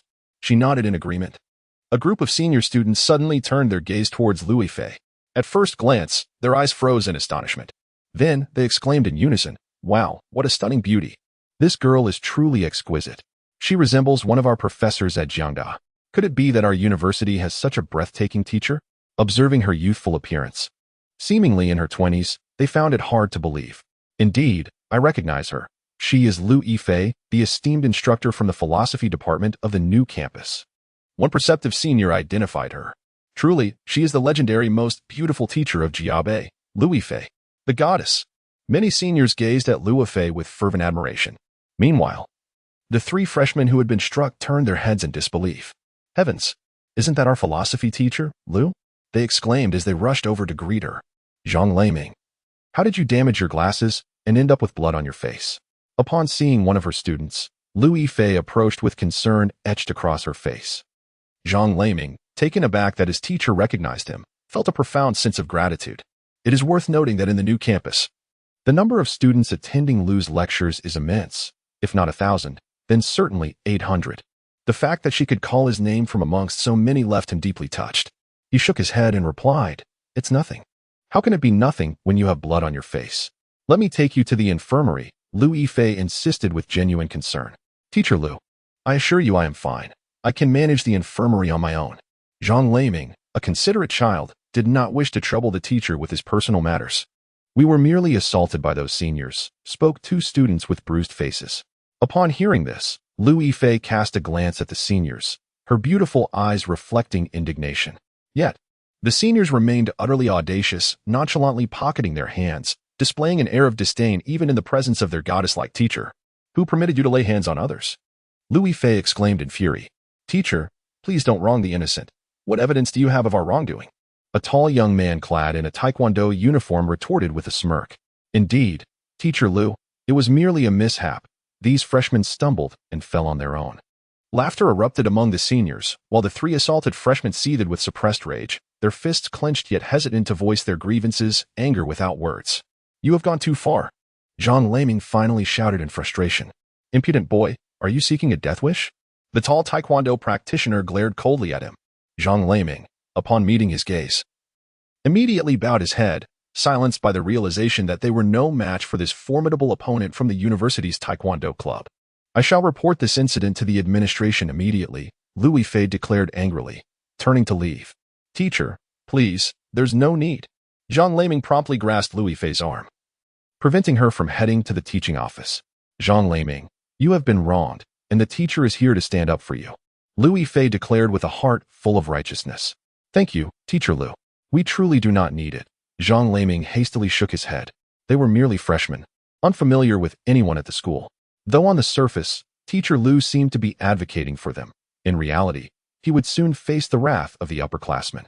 At that moment, Lin Feng parked his bicycle and approached Louis Fei. He whispered a few words into her ear. Upon hearing this, Louis Fei glanced at Lin Feng with concern, but he smiled reassuringly and replied, "It's fine. Just be cautious," Louis Fei advised. Lin Feng responded with an okay gesture. With a confident stride, Lin Feng approached a group of upperclassmen, his dark eyes reflecting disdain. He coolly remarked, "Which blind fool just laid hands on someone? I give him 3 seconds to show himself, or I shall ensure he regrets it. Who the hell do you think you are, kid? What are you trying to prove? Do you even know where you are? The further away, the better." The upperclassmen scoffed at Lin Feng, completely dismissing him. In response, Lin Feng maintained a smile and retorted, "What? Are you cowards taking advantage of your numbers? I never expected the quality at Jian University to be this poor. How embarrassing. What did you say, you little brat?" Just then, a tall man clad in a white taekwondo uniform stepped forward from the crowd, standing directly in front of Lin Feng. "So, it was you who struck first?" Lin Feng stood with his hands clasped behind his back, gazing coolly at the group of senior students. "You little rascal, how dare you ambush me? I will make you pay dearly." Su Hai, supported by several companions, fixed a frosty stare on Lin Feng, spat on the ground, and retorted, "Kid, we're coming for you. Why bother? Are you really asking for a beating?" Lin Feng replied with indifference. "Go to hell." Su Hai, now consumed by rage and humiliation after suffering such a significant setback in front of the enchanting teacher, Louis Fei, swung a powerful punch at Lin Feng. With ease, Lin Feng caught his fist and swiftly delivered a kick to his abdomen. Bang! Su Hai's body was sent flying, crashing heavily to the ground. The surrounding senior students were left astounded. "My goodness, this guy is a master. Hidden talents abound." They looked at Lin Feng with a hint of trepidation, while the freshmen, led by Zhang Laming, felt as though a long-suppressed anger had finally been released. Exchanging glances filled with delight, they cheered, "Awesome. Big brother, well done. You were truly impressive." Receiving praise from Louis Fei's students, Lin Feng smiled and nodded, casting a triumphant glance at Louis Fei. She covered her mouth, stifling a laugh, knowing well that Lin Feng craved the spotlight. Nevertheless, she was pleased to witness him defending his classmates and teaching those arrogant seniors a lesson. "Just wait, you little brat. We're going to find someone." A few seniors shouted defiantly, unwilling to back down. "Make it quick and come back." As Lin Feng seized the opportunity, he lit a cigarette and began to smoke. Meanwhile, several upperclassmen hurriedly dashed into the gymnasium. Before long, a group emerged from within, their demeanor fierce and imposing. At the forefront stood a man clad in a black taekwondo uniform, a black belt cinched at his waist, radiating an air of arrogance and audacity. The upperclassman confronting Lin Feng outside, upon witnessing this man's arrival, immediately spoke with deference. "Teacher Liu." One student, pointing at Lin Feng who was smoking on the steps, exclaimed, "Teacher Liu, that's the brat who struck Su Hai." Teacher Liu lifted his gaze, his eyes locking onto Lin Feng with unwavering intensity. In that moment, their stares ignited a palpable tension. "It's you." Lu Ming was taken aback to find himself face to face with a friend of his goddess, Louis Fei. As he contemplated ways to confront this insolent boy, intending to teach him that he was unworthy of friendship with Louis Fei, he was astonished to see the audacity of this boy approaching him directly. "Ah, the BMW man." Lin Feng responded with exaggerated bravado. "Is it you who harmed my student?" Lu Ming's eyes glinted with a chilling malice. "Your student was the one who first laid hands on Lu's student," Lin Feng replied nonchalantly, taking a drag from his cigarette. Lu Ming glanced at the 3 students standing beside Lu Yifei, noting their battered faces. One student had broken glasses and blood smeared across his visage. He pretended not to notice and instead turned the tables, accusing Lin Feng. It is perfectly normal for students to engage in fights, and naturally, we will handle it. Yet here you are, a mere idle member of society, daring to assault a student of Jiangda. It seems you are courting death. Indeed, Teacher Liu. Not only did he strike Su Hai, but he also displays an air of arrogance, completely disregarding us, remarked one student. It's one thing to disregard us, but Teacher Liu, you are the foremost expert of our Jiangda Taekwondo Club, a 5th-degree black belt. You must avenge us, shouted several students in unison. Hearing this, Lu Ming immediately raised his hand, and silence descended upon the room. In Jiangda, I can only describe a student who dares to assault me, Lu Ming, as utterly reckless. Lu Ming sneered at Lin Feng, his eyes glinting with derision. Lin Feng, smoking a cigarette, met his gaze unwaveringly, exuding no hint of fear. Boy, do you dare to enter the gym and have a match with me? Lu Ming provocatively challenged. What is there to fear? Lin Feng replied. Very well. Let us dispense with the pleasantries and see whose skills prevail. Lu Ming had been waiting for Lin Feng to utter those words. He intended to publicly humiliate Lin Feng while showcasing his prowess, demonstrating to Ruo Fei that her friend was no match for him. Only I am worthy of being your friend, no, to be your man. Lin Feng, do not accept his challenge. While Lu Ming was indeed a frivolous playboy with little academic merit, he was undeniably formidable, a teacher at the Jiangda Taekwondo Club, reputedly a 5th-degree black belt master. Lu Yifei walked forward, her expression filled with concern as she spoke to Lin Feng. As fellow instructors at Jiang University, she had certainly heard of Lu Ming, a formidable fighter. There had been instances where troublemakers descended upon the university, and rather than calling the authorities, Lu Ming single-handedly subdued over a dozen assailants. This incident catapulted Lu Ming into the status of the most revered and admired teacher at Jiang University, with countless male students idolizing him. Upon hearing this, Lin Feng chuckled and reassured Lu Yifei, saying, Sister Yifei, there is no need for worry. If you are suggesting I engage in something else, I cannot guarantee success. However, when it comes to fighting, well, even 10 of them bound together would not withstand a single kick from me. Lin Feng, your confidence is rather excessive, Lu Yifei remarked, unsure of how to respond. Where did this audacity stem from? Was it merely from the last time he rescued her and chased off a few petty thugs? Lu Ming was certainly not the sort to be trifled with. Come on, if you dare, I'll be waiting for you in the fighting arena at the gym. Lu Ming taunted, raising his middle finger at Lin Feng. His students around him erupted in laughter, mimicking his gesture, clearly brimming with provocation. You little brat. If you come over, Teacher Liu will make you unrecognizable to your own mother. You ought to consider who your opponent is. The students boasted, their bravado palpable. Brother, you are no match for Teacher Liu. We should take our leave. Zhang Laming approached, concern etched on his face as he addressed Lin Feng. Indeed, brother, we are immensely grateful for your willingness to step in and teach that senior a lesson, but perhaps it is best if we depart, another student chimed in. A few students of Lu Yifei approached Lin Feng and remarked, it has become apparent that you, as newcomers, are frequently subjected to the bullying and oppression of these seniors. Today, I shall resolve this matter for you once and for all. As Lin Feng spoke, he clasped his hands behind his back and strode confidently into the gymnasium. Teacher Liu, Zhang Laming, and several other students suddenly grew anxious. They had not anticipated that Lin Feng would genuinely consent to the confrontation. Lin Feng, wait for me, Lu Yifei exclaimed, alarmed, and hurriedly followed him. Inside the gymnasium, numerous students were engaged in various activities, some playing basketball, while others enjoyed table tennis, totaling several hundred in attendance. In a designated area of the gym, however, lay Lu Ming's territory, the Taekwondo Society of Jiang University. Is there some sort of event today? So many people have gathered, a basketball player curiously inquired. Indeed, could it be that they are hosting a Taekwondo competition? Let us go take a look. Soon, a throng of intrigued students congregated around the Taekwondo Society. On a massive fighting stage, Lu Ming stood confidently, and the audience of several hundred erupted into enthusiastic applause. Fellow students of Jiang University, I am Lu Ming, the instructor of the Taekwondo Society. Today, a group of unruly outsiders has been brazenly assaulting my students. Therefore, I have decided to personally engage in a bout with him in the ring. What do you all think? Lu Ming eloquently positioned himself on the moral high ground, leaving no room for dissent.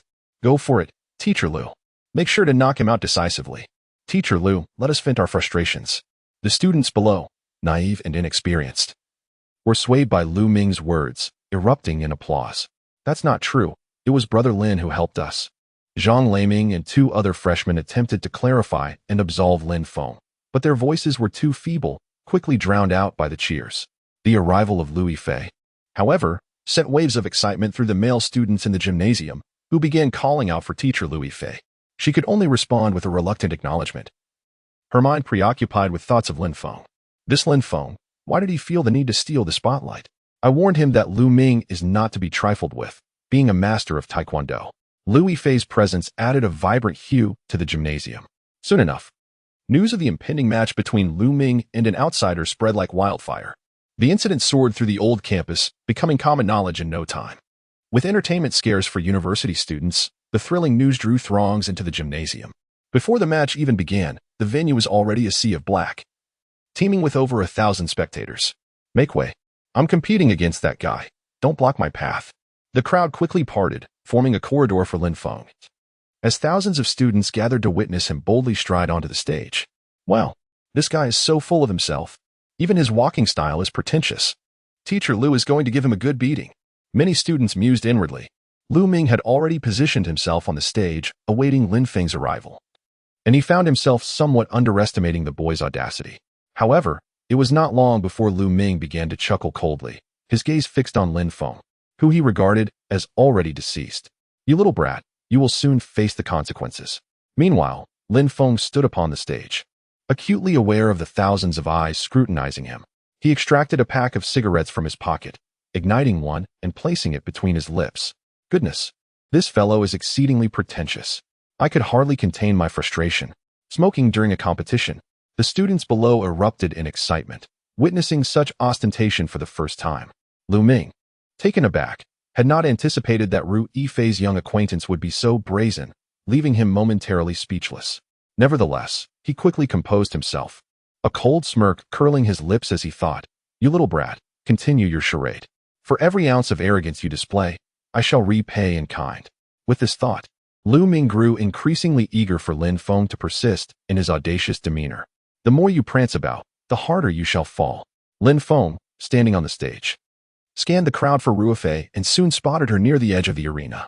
As the esteemed goddess of Jiang University, she attracted many admirers. Yet the students maintained a respectful distance, for a goddess is best admired from afar. "Sister Yifei, what shall we have for lunch today?" Lin Feng inquired of Ru Yifei. Below the stage, Ru Yifei was taken aback. The previously boisterous gymnasium fell into an immediate hush. Thousands of spectators stared in astonishment, first glancing at Ru Yifei and then shifting their gaze back to Lin Feng. Could it be that this man knows teacher Ru Yifei? Surely not. Lu Yifei, however, was anxious, thinking to herself, "Brother, you are in a dire situation, yet you still ponder what to eat. If you can return safely, you may indulge in whatever you desire." Lu Yifei remarked, "Whatever you wish to eat, I will ensure you experience it." Her words, once spoken, rendered the entire gymnasium in a profound silence, which was soon shattered by an eruption of deafening cheers. Wow, Teacher Lu has actually said such words to that man. What is the nature of their relationship? They must be a couple. Wasn't Teacher Lu supposed to be pursuing Teacher Lu? This young man is doomed. Daring to speak such words in front of Teacher Lu. The students below engaged in fervent discussions, for the audience was not solely composed of Taekwondo club members. Many were basketball players, table tennis enthusiasts, or simply students engaging in light exercise. Some were astonished, while others wept bitterly. That rascal on the stage has actually won over my favorite Teacher Lu. I cannot bear it. Teacher Lu, take him down. Eliminate him. Soon. Thousands of students shouted in unison, their ire directed at Lin Feng. Standing on the stage, Lin Feng was somewhat taken aback. Had he committed some grievous offense? Was it merely his good looks that warranted such scrutiny? After standing on the stage for several minutes without casting a glance at Lu Ming, Lin Feng finally addressed him, saying, "The students from Jiangda are rather unruly, aren't they?" "You insolent fool," Lu Ming retorted, his face contorted with rage. Countless students in the audience erupted in laughter, their scornful jeers crashing into Lin Feng's ears like a relentless tide. "All right, I shall grant you time for your calisthenics," Lu Ming mocked, convinced that Lin Feng was merely stalling. Yet, Lin Feng indeed commenced with the exercises, his earnestness eliciting further guffaws from the crowd. Meanwhile, Lu Yifei rubbed his temples in exasperation, pondering, surely, You cannot be jesting. You ascend the stage merely to perform calisthenics? After completing an entire routine, Lin Feng frolicked about on the stage and turned to the increasingly impatient Lu Ming, declaring, "All right, that will suffice. Brat, you may as well prepare for your demise." Lu Ming charged towards Lin Feng. Just as Lu Ming was about to close in, Lin Feng suddenly exclaimed, "Wait." The single utterance brought the entire arena to a standstill. "What now?" Countless students inquired, their faces adorned with smiles, while Lu Ming, visible Louis Fei, and her 3 students, however, found their expressions turning grim. Lin Feng stood still, watching as Lu Ming prepared to strike. A mocking smile danced upon his lips. To confront me with such a rudimentary maneuver is tantamount to courting disaster. Just as Lu Ming's spinning kick was about to connect with Lin Feng's face, he suddenly sprang into action with lightning speed. Bang! His fingers firmly grasped Lu Ming's foot. Alarmed, Lu Ming was taken aback, unable to comprehend how Lin Feng could catch his spinning kick with a single hand, causing his face to darken. Bang! Lin Feng delivered a swift kick to Lu Ming's abdomen, sending him hurtling backwards. The arena fell into an astonished silence. No one had anticipated that the formidable Lu Ming would falter on his very first attack. "Brother is incredible." Zhang Leiming and the other new students gazed in stunned disbelief. Meanwhile, Louis Fei looked at Lin Feng with wide eyes, utterly astonished by the strength he had demonstrated. "You reckless brat, you are courting death." Lu Ming, having been kicked away by Lin Feng, quickly regained his footing and charged towards him with raised fists. Lin Feng, shedding any pretense of modesty, chose to strike first. He bent low, his toes barely grazing the ground, and in an instant, he vanished from sight. As he crouched, he resembled a leopard poised to pounce on its prey, exuding an inexplicable aura of dominance. Lu Ming, hurtling towards Lin Feng, felt a surge of panic, instinctively sensing the impending danger. Bang! Lin Feng seized Lu Ming by the shoulder, and amidst the astonished expressions of thousands of students, the impact reverberated through the air. Bang! Lin Feng suddenly exerted force in his waist and abdomen, executing a brutal shoulder throw that sent Lu Ming spinning in a complete 360 degrees before crashing heavily to the ground. Thud! Lu Ming fell to the floor, letting out a piercing scream, and fainted on the spot. The arena fell into an eerie silence, as if the air itself had solidified. With thousands of gazes frozen in astonishment, the stillness persisted for a full half-minute, before a wave of screams erupted within the gymnasium. "Oh my, Teacher Lu has lost. Who on earth is this man? What is his identity? He is utterly terrifying." The power of that shoulder throw was overwhelmingly brutal. The gathered students, numbering in the thousands, were left in awe of Lin Feng's displayed prowess. He was astonishingly strong to an excessive degree. Standing on the platform, Lin Feng lit a cigarette, took a gentle puff, and slowly exhaled the smoke. Truly pathetic. As Lin Feng stepped down from the stage, the sight behind him was that of the unconscious Lu Ming, presenting 2 starkly contrasting scenes. Everyone had anticipated that it would be Lin Feng lying on the mat, unable to rise, yet it was, unexpectedly, Teacher Lu. As Lin Feng descended, countless students instinctively recoiled, their eyes filled with fear as they regarded him. This man is exceptionally formidable. With a cigarette in hand, Lin Feng approached Louis Fei and smiled, saying, "Sister Ifei, I hope I haven't embarrassed you." "Lin Feng, you are incredible. Truly amazing." Louis Fei could hardly find words, her face alight with astonishment at Lin Feng's unexpected display. "Big brother, I implore you to take me as your disciple." Zhang Leiming and the others knelt down directly. No, I do not accept disciples." Lin Feng hurriedly assisted the 3 individuals to their feet, pondering to himself, "It is not that I refuse to accept disciples. Rather, I have no intention of taking on male apprentices." Zhang Leiming and the others sighed, fully aware that their talents did not merit the privilege of being Lin Feng's disciples. "Let us depart, Lin Feng," suggested Louis Fei. "Very well," Lin Feng nodded in agreement. Amidst the countless gazes of admiration from students, Lin Feng and Lu Yifei walked side by side, exiting the gymnasium. Before long, the sensational incident echoed throughout the entirety of Jiangbei University. The instructor of the Taekwondo club, Lu Ming, had been thoroughly beaten by Lu Yifei's boyfriend. As the story spread, it transformed from 10 to 100, and from 100 to 1,000, soon becoming common knowledge among the students. Furthermore, someone had taken the liberty of posting about the event on the campus forum. Initially, there were merely a handful of posts, but this number quickly escalated into dozens, then hundreds, and ultimately thousands.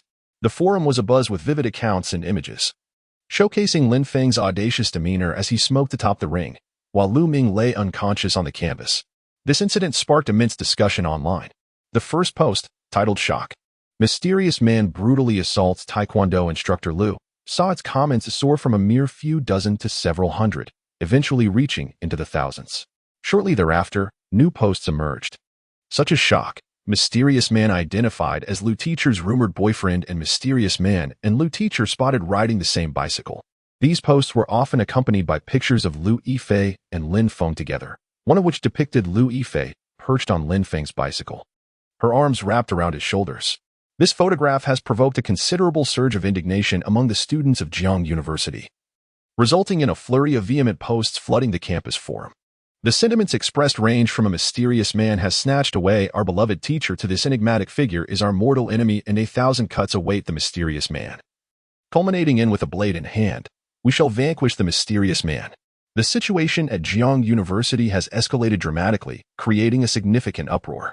Meanwhile, Lin Feng, the subject of this controversy, appears remarkably unperturbed, leisurely pedaling his bicycle with Lu Yifei toward the new campus. At the new campus, Lu Yifei enjoys even greater renown, and along their route, countless students greet her warmly. It isn't long before someone recognizes Lin Feng, whose fame has reached unprecedented heights. Posts about him proliferate across the campus forum.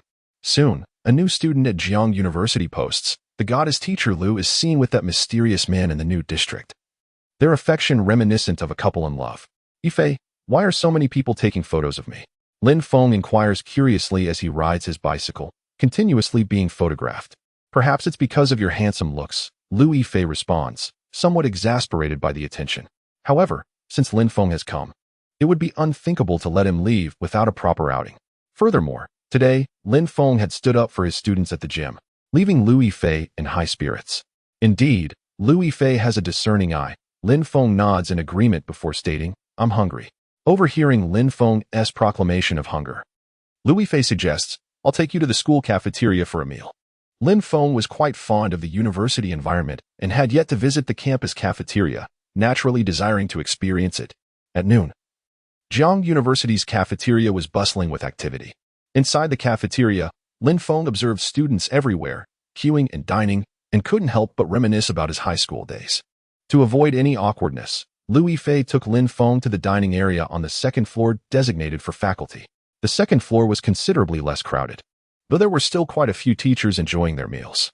Upon seeing Lu Yifei, they greeted her with warm smiles, and some teachers, noticing Lin Feng peering curiously behind her, playfully teased, Teacher Lu, is this your boyfriend? He looks quite young. Hearing the playful remarks from the teachers, Lu Yifei's cheeks flushed, and she quickly shook her head, saying, No, he is just a friend. Another female teacher chimed in with a grin, Come on, Teacher Lu, just admit it. It's the first time we've seen you dining with a man. Another added, Indeed, Teacher Lu, we wish you all the best. Lu Yifei felt a bit exasperated. Why was it that whenever she was with Lin Feng, misunderstandings arose?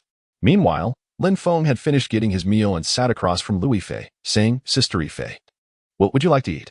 I can get it for you. No need, I can manage on my own, she replied. Lu Yifei's appetite was modest, and a couple of dishes and a soup sufficed. Just as they were about to dig into their food, a large group suddenly descended from the upper floor. Hey, you little rascal, I knew you would be here. Upon hearing the familiar voice, Lin Feng, who was preparing to enjoy his lunch, instinctively looked up. Lu Ming, with his heavily bandaged hand, glared menacingly at his adversary. Behind him stood a dozen men, who bore no resemblance to students, rather, they appeared to be individuals of dubious repute. Adorned with tattoos and exuding an air of arrogance, these men commanded attention. Numerous teachers present in the cafeteria turned their gazes toward Lu Ming, astonished. Was this not Lu Ming? What had happened to his hand? And who had inflicted such harm upon him? Lu Xiao, was it that little brat who laid a hand on you? Inquired a towering figure, his muscular arm emblazoned with a fierce tiger tattoo. Indeed, it was that brat, Lu Ming replied, pointing a finger at Lin Feng, who sat at a table dining with Lu Yifei, his voice laced with venomous ire. How dare he lay a hand on Lu Xiao? Fear not, Lu Xiao. We shall handle this matter, the man known as Tiger declared with an air of confidence. Lu Ming nodded in agreement. What is going on? Lu Yifei raised her head, her expression shifting as she noticed Lu Ming accompanied by a band of ruffians. Lu Ming, what are you planning? Lu, this does not concern you.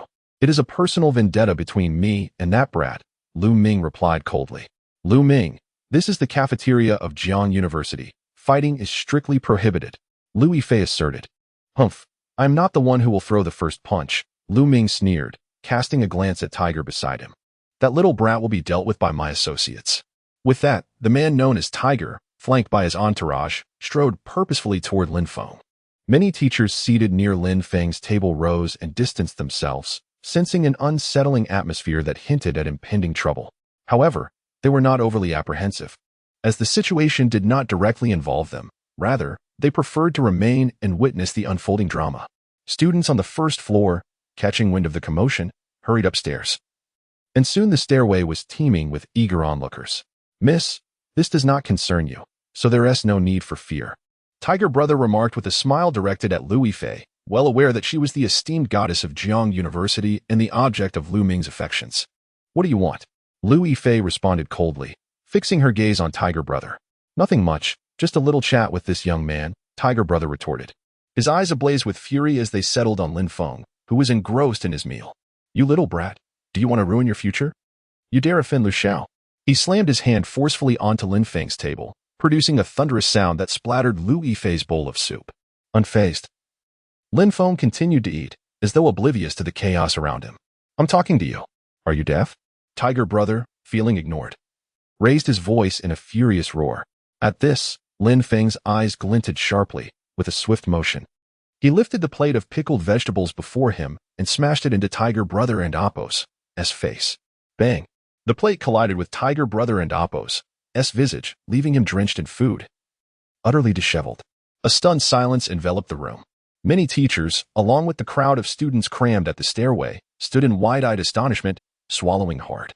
Lu Yifei's friend is truly ferocious.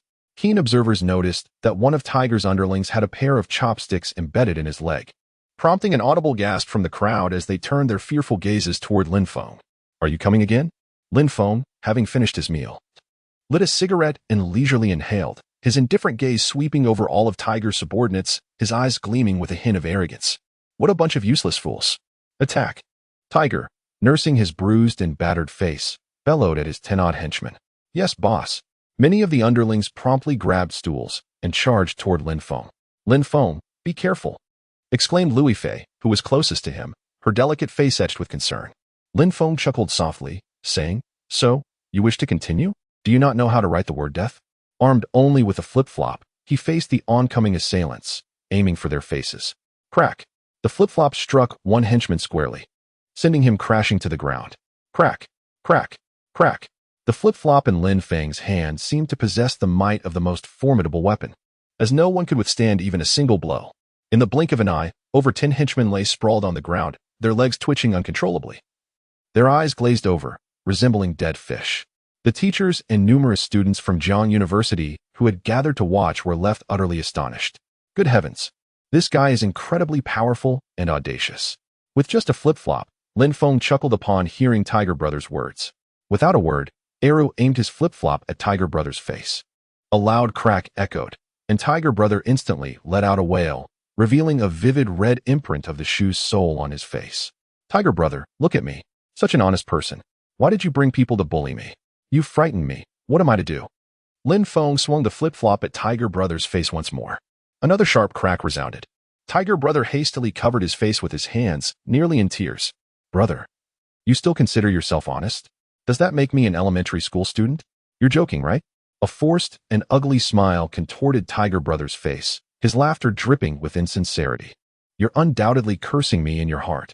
Lin Feng furiously struck Tiger Brother's face with the flip-flop. Damn, I not only want to curse you, I want to end your life. A surge of inexplicable fury ignited within Tiger Brother, yet, facing this toothy smiling adversary who exclusively struck at faces, he could only shake his head in resignation. It's all right, just admit it. The reason you want to curse me is that you don't understand me. Once you do, you'll surely strike me. Lin Feng, wielding the flip-flop, struck Tiger Brother's face once more with great force. Before you lay a hand on me, let me have my fun first. Damn, how can you be so shameless? Tiger Brother was on the verge of tears, confined to a corner, hands clasped over his head in surrender. Meanwhile, the surrounding students erupted in laughter, reveling in the sight of these typically formidable gang leaders being subdued by the boyfriend of Teacher Lu. The spectacle was utterly delightful. After a satisfying bout, Lin Feng stood over Tiger Brother, who lay on the ground, convulsing. Lin Feng fixed his gaze upon Lu Ming, the last in line. Under the scrutiny of Lin Feng's eyes, Lu Ming felt an overwhelming sense of fear. However, in front of so many students and teachers from Jiang University, he was reluctant to lose face. Reminded of his influential background, he coldly retorted, "You little brat, do you know who you are opposing? My father is a board member of Jiang University." Before he could finish his words, Lin Feng chuckled. "Your pretentious demeanor bears a striking resemblance to the youthful arrogance I once possessed. You."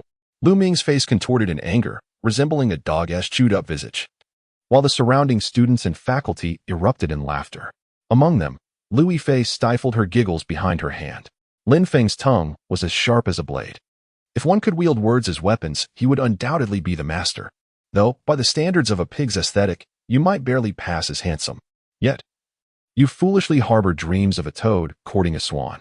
Do you honestly believe you are worthy of Lu teacher's attention? Lin Feng regarded Lu Ming with a playful glint in his eyes, a smirk gracing his lips as he continued, "Mistakes are an inherent part of life. Otherwise, the path of correctness would be overcrowded. Lu teacher, come here. I shall impart a lesson to you." With that, Lin Feng plopped down at the dining table, idly swinging a flip-flop in his hand. "You little brat, do not push your luck. I have already alerted the police. Prepare for your downfall." Lu Ming sneered, having discreetly sent an emergency text while Lin Feng was busy teaching Tiger Brother a lesson. Alerting the police? At this, Lin Feng's expression hardened, exuding an intense aura. "Indeed. You little brat, if you have the guts, go prance around at the police station. What are you trying to portray here?" Lu Ming could no longer tolerate Lin Feng and shouted, "If that's the case, then I shall first turn you into a pig's head." Lin Feng stepped forward, delivering a swift kick that sent Lu Ming crashing against the wall. Under the gaze of hundreds of onlookers, the flip-flop in Lin Feng and Appo's hand transformed into a blur, repeatedly striking Lu Ming's face. The anguished cries of Lu Ming echoed through the air. Being so unattractive, one should not be surprised at such treatment. Lin Feng continued to rain blows upon Lu Ming, feeling a sense of relief as he witnessed the transformation of Lu Ming's countenance into something resembling that of a pig. The crowd of students regarded Lin Feng with admiration, perceiving him as handsome, domineering, and undeniably masculine, someone who resolved matters with sheer strength.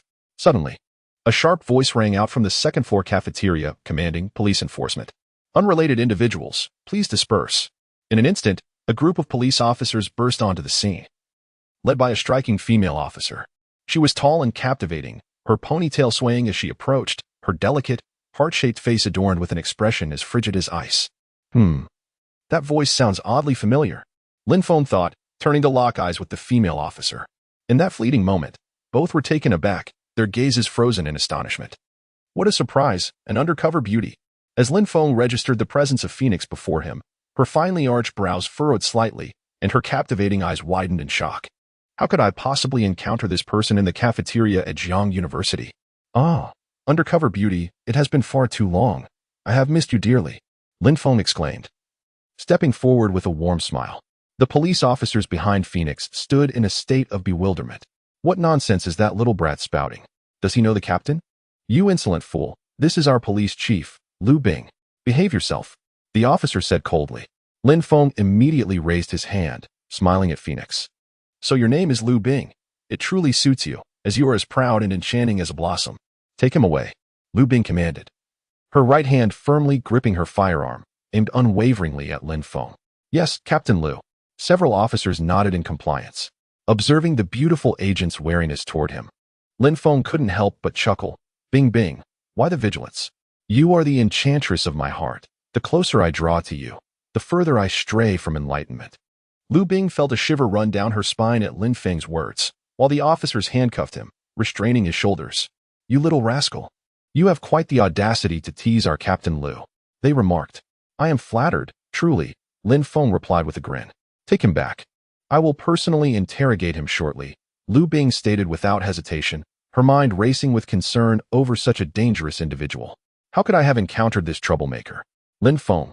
"Wait, I'm coming with you," Lu Yifei exclaimed anxiously, feeling responsible for the events that had unfolded and refusing to let Lin Feng go to the police station alone. "And who might you be?" Lu Bing inquired, her gaze fixed on Lu Yifei, her beautiful eyes revealing a hint of astonishment as she thought, "This woman is exceptionally stunning." "I am Lu Yifei, A professor at Jiang University, Louis Fei replied. Is this matter related to you? Before Lu Bing could finish her words, Lin Feng interjected, saying, Bing Bing. None of this concerns Sister Fei. If you must apprehend someone, let it be me. You scoundrel, if you continue to speak nonsense, I swear I shall tear your mouth apart. Lu Bing shot Lin Feng an angry glare. My heart is yours. Just take me away. With a pained expression, Lu Bing gestured for her subordinates to escort Lin Feng away, while she engaged in conversation with Louis Fei for a while. After a few minutes, Lu Bing nodded and bid farewell to Louis Fei. Louis Fei could only watch Lin Feng's retreating figure, her face etched with anxiety, though the female officer assured her that a thorough investigation would be conducted. However, Lin Feng had indeed harmed someone today, and trouble was unavoidable. Outside the cafeteria of Jiang University, Lin Feng looked around and asked the police officer beside him, Brother, where is your captain? Why isn't Bing Bing back yet? You brat. Who do you think you are to call her Bing Bing? A young officer retorted angrily, his eyes blazing. This insolent boy casually referring to Lu Bing as Bing Bing infuriated them. Lu Bing was a renowned figure in the Jiangbei police force, attracting a throng of admirers. They interacted with her daily, yet dared not utter the term Bing Bing. This boy, however, seemed all too pleased to be taken away, and while that might be seen as a sign of awareness, his incessant use of the endearing Bing Bing pushed their irritation to the brink. What's wrong? Do you also fancy Bing Bing? Lin Feng laughed upon hearing this and remarked. But you might as well give up. Bing Bing could never like any of you.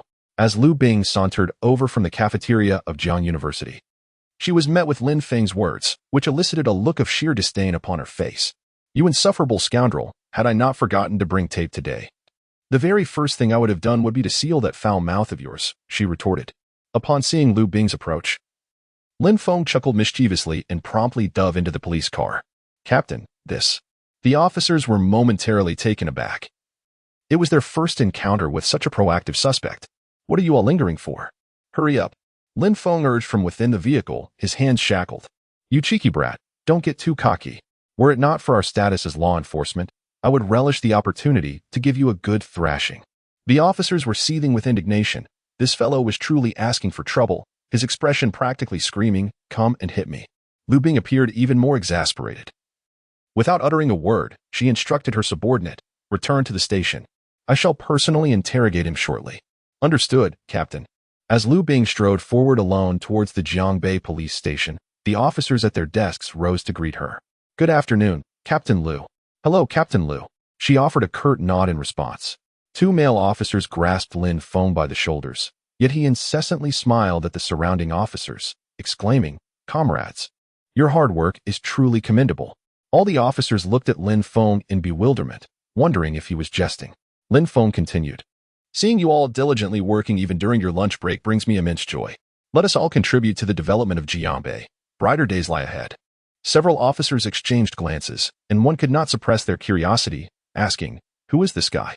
A police officer grasping Lin Feng's shoulder sighed helplessly and remarked, Who else could it be but the suspect? This lad assaulted someone in the cafeteria at Jiang University during lunchtime, and he appears quite unrepentant. Upon hearing their colleagues' words, several officers exchanged bemused glances, for such a peculiar suspect was indeed a rarity for them. Open the highest-level interrogation room.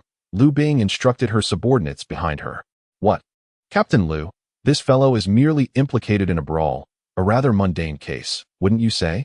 The highest-level interrogation room is reserved for serious criminals. The officer behind her questioned in confusion. Do as I say, Lu Bing replied coldly. Understood. An officer promptly dashed off to retrieve the key. Shortly thereafter, Lu Bing escorted Lin Feng into the police station's most prestigious interrogation room. Inside the high-security interrogation chamber, cameras were installed everywhere, and a massive floor-to-ceiling window made of tempered glass separated the suspect from the interrogators. This tempered glass possessed an extraordinary hardness, capable of withstanding gunfire. Lin Feng was seated in the interrogation chair, his hands shackled with iron cuffs, leaving him utterly immobile. A throng of curious officers soon flocked to the interrogation room. As the high-security chamber was seldom opened, only those involved in serious cases were permitted entry. Naturally, those who could enter were formidable individuals deserving of attention. Captain Lu. Who is this young man? He doesn't appear to be a villain, one officer inquired. What did he do? Just a fight, Lu Bing replied. Was anyone killed? Not at all. It said he merely fought with some local thugs. Numerous police officers whispered among themselves, their faces etched with curiosity. They were evidently intrigued by Lin Feng, who appeared to be in his early 20s, and his unexpected privilege to be in the advanced interrogation room. All unauthorized personnel leave, Lu Bing announced as she entered the room. Yes, team leader Lu. In an instant, many officers exited, leaving only 2 individuals in the imposing interrogation chamber. Lu Bing took out her notebook and pen, settling into a chair, her icy gaze fixed on Lin Feng. Lin Feng, why did you resort to violence? She merely mimicked the act of taking notes, refraining from actually recording anything, although this was their first encounter. Lu Bing had spent 2 years scrutinizing Lin Feng from the shadows. However, her team had failed to uncover any comprehensive details about him, particularly Lu Bing, whose authority was limited, possessed only fragmented information regarding Lin Feng. She was aware of one fact. This man had once stained his hands with blood abroad and was notoriously known as the Evil Dragon. I adhere to a principle. Should anyone threaten my friends, I shall not hesitate to act against them, Lin Feng said, casually crossing his legs as he enjoyed the company of the beautiful officer. Given your stature, I presume you would disdain to engage with mere commoners, Lu Bing remarked, her gaze penetrating as she sought to seize this opportunity. After all, the figure seated before her was the infamous evil dragon Lin Feng, a person whom even her superiors regarded with caution. I am uncertain of what you speak. I am simply Lin Feng, an ordinary overseas returnee, he replied. Lin Feng smiled, his gaze fixed on Lu Bing, and remarked, it seems, Bing, that you are quite curious about me, are you not? Indeed. It would be odd if I were not interested in you. I have been studying you from the shadows for years. When you planned to return to the country, it was I who requested my superiors to dispatch me to monitor you discreetly. This was something Lu Bing could not voice openly. Instead, she coldly retorted, you should be mindful of your identity. You are currently a perpetrator of intentional harm. Enough of that. Your eyes betray you, he replied. And you, who are clearly an agent, possess a dual identity as a captain in the police department.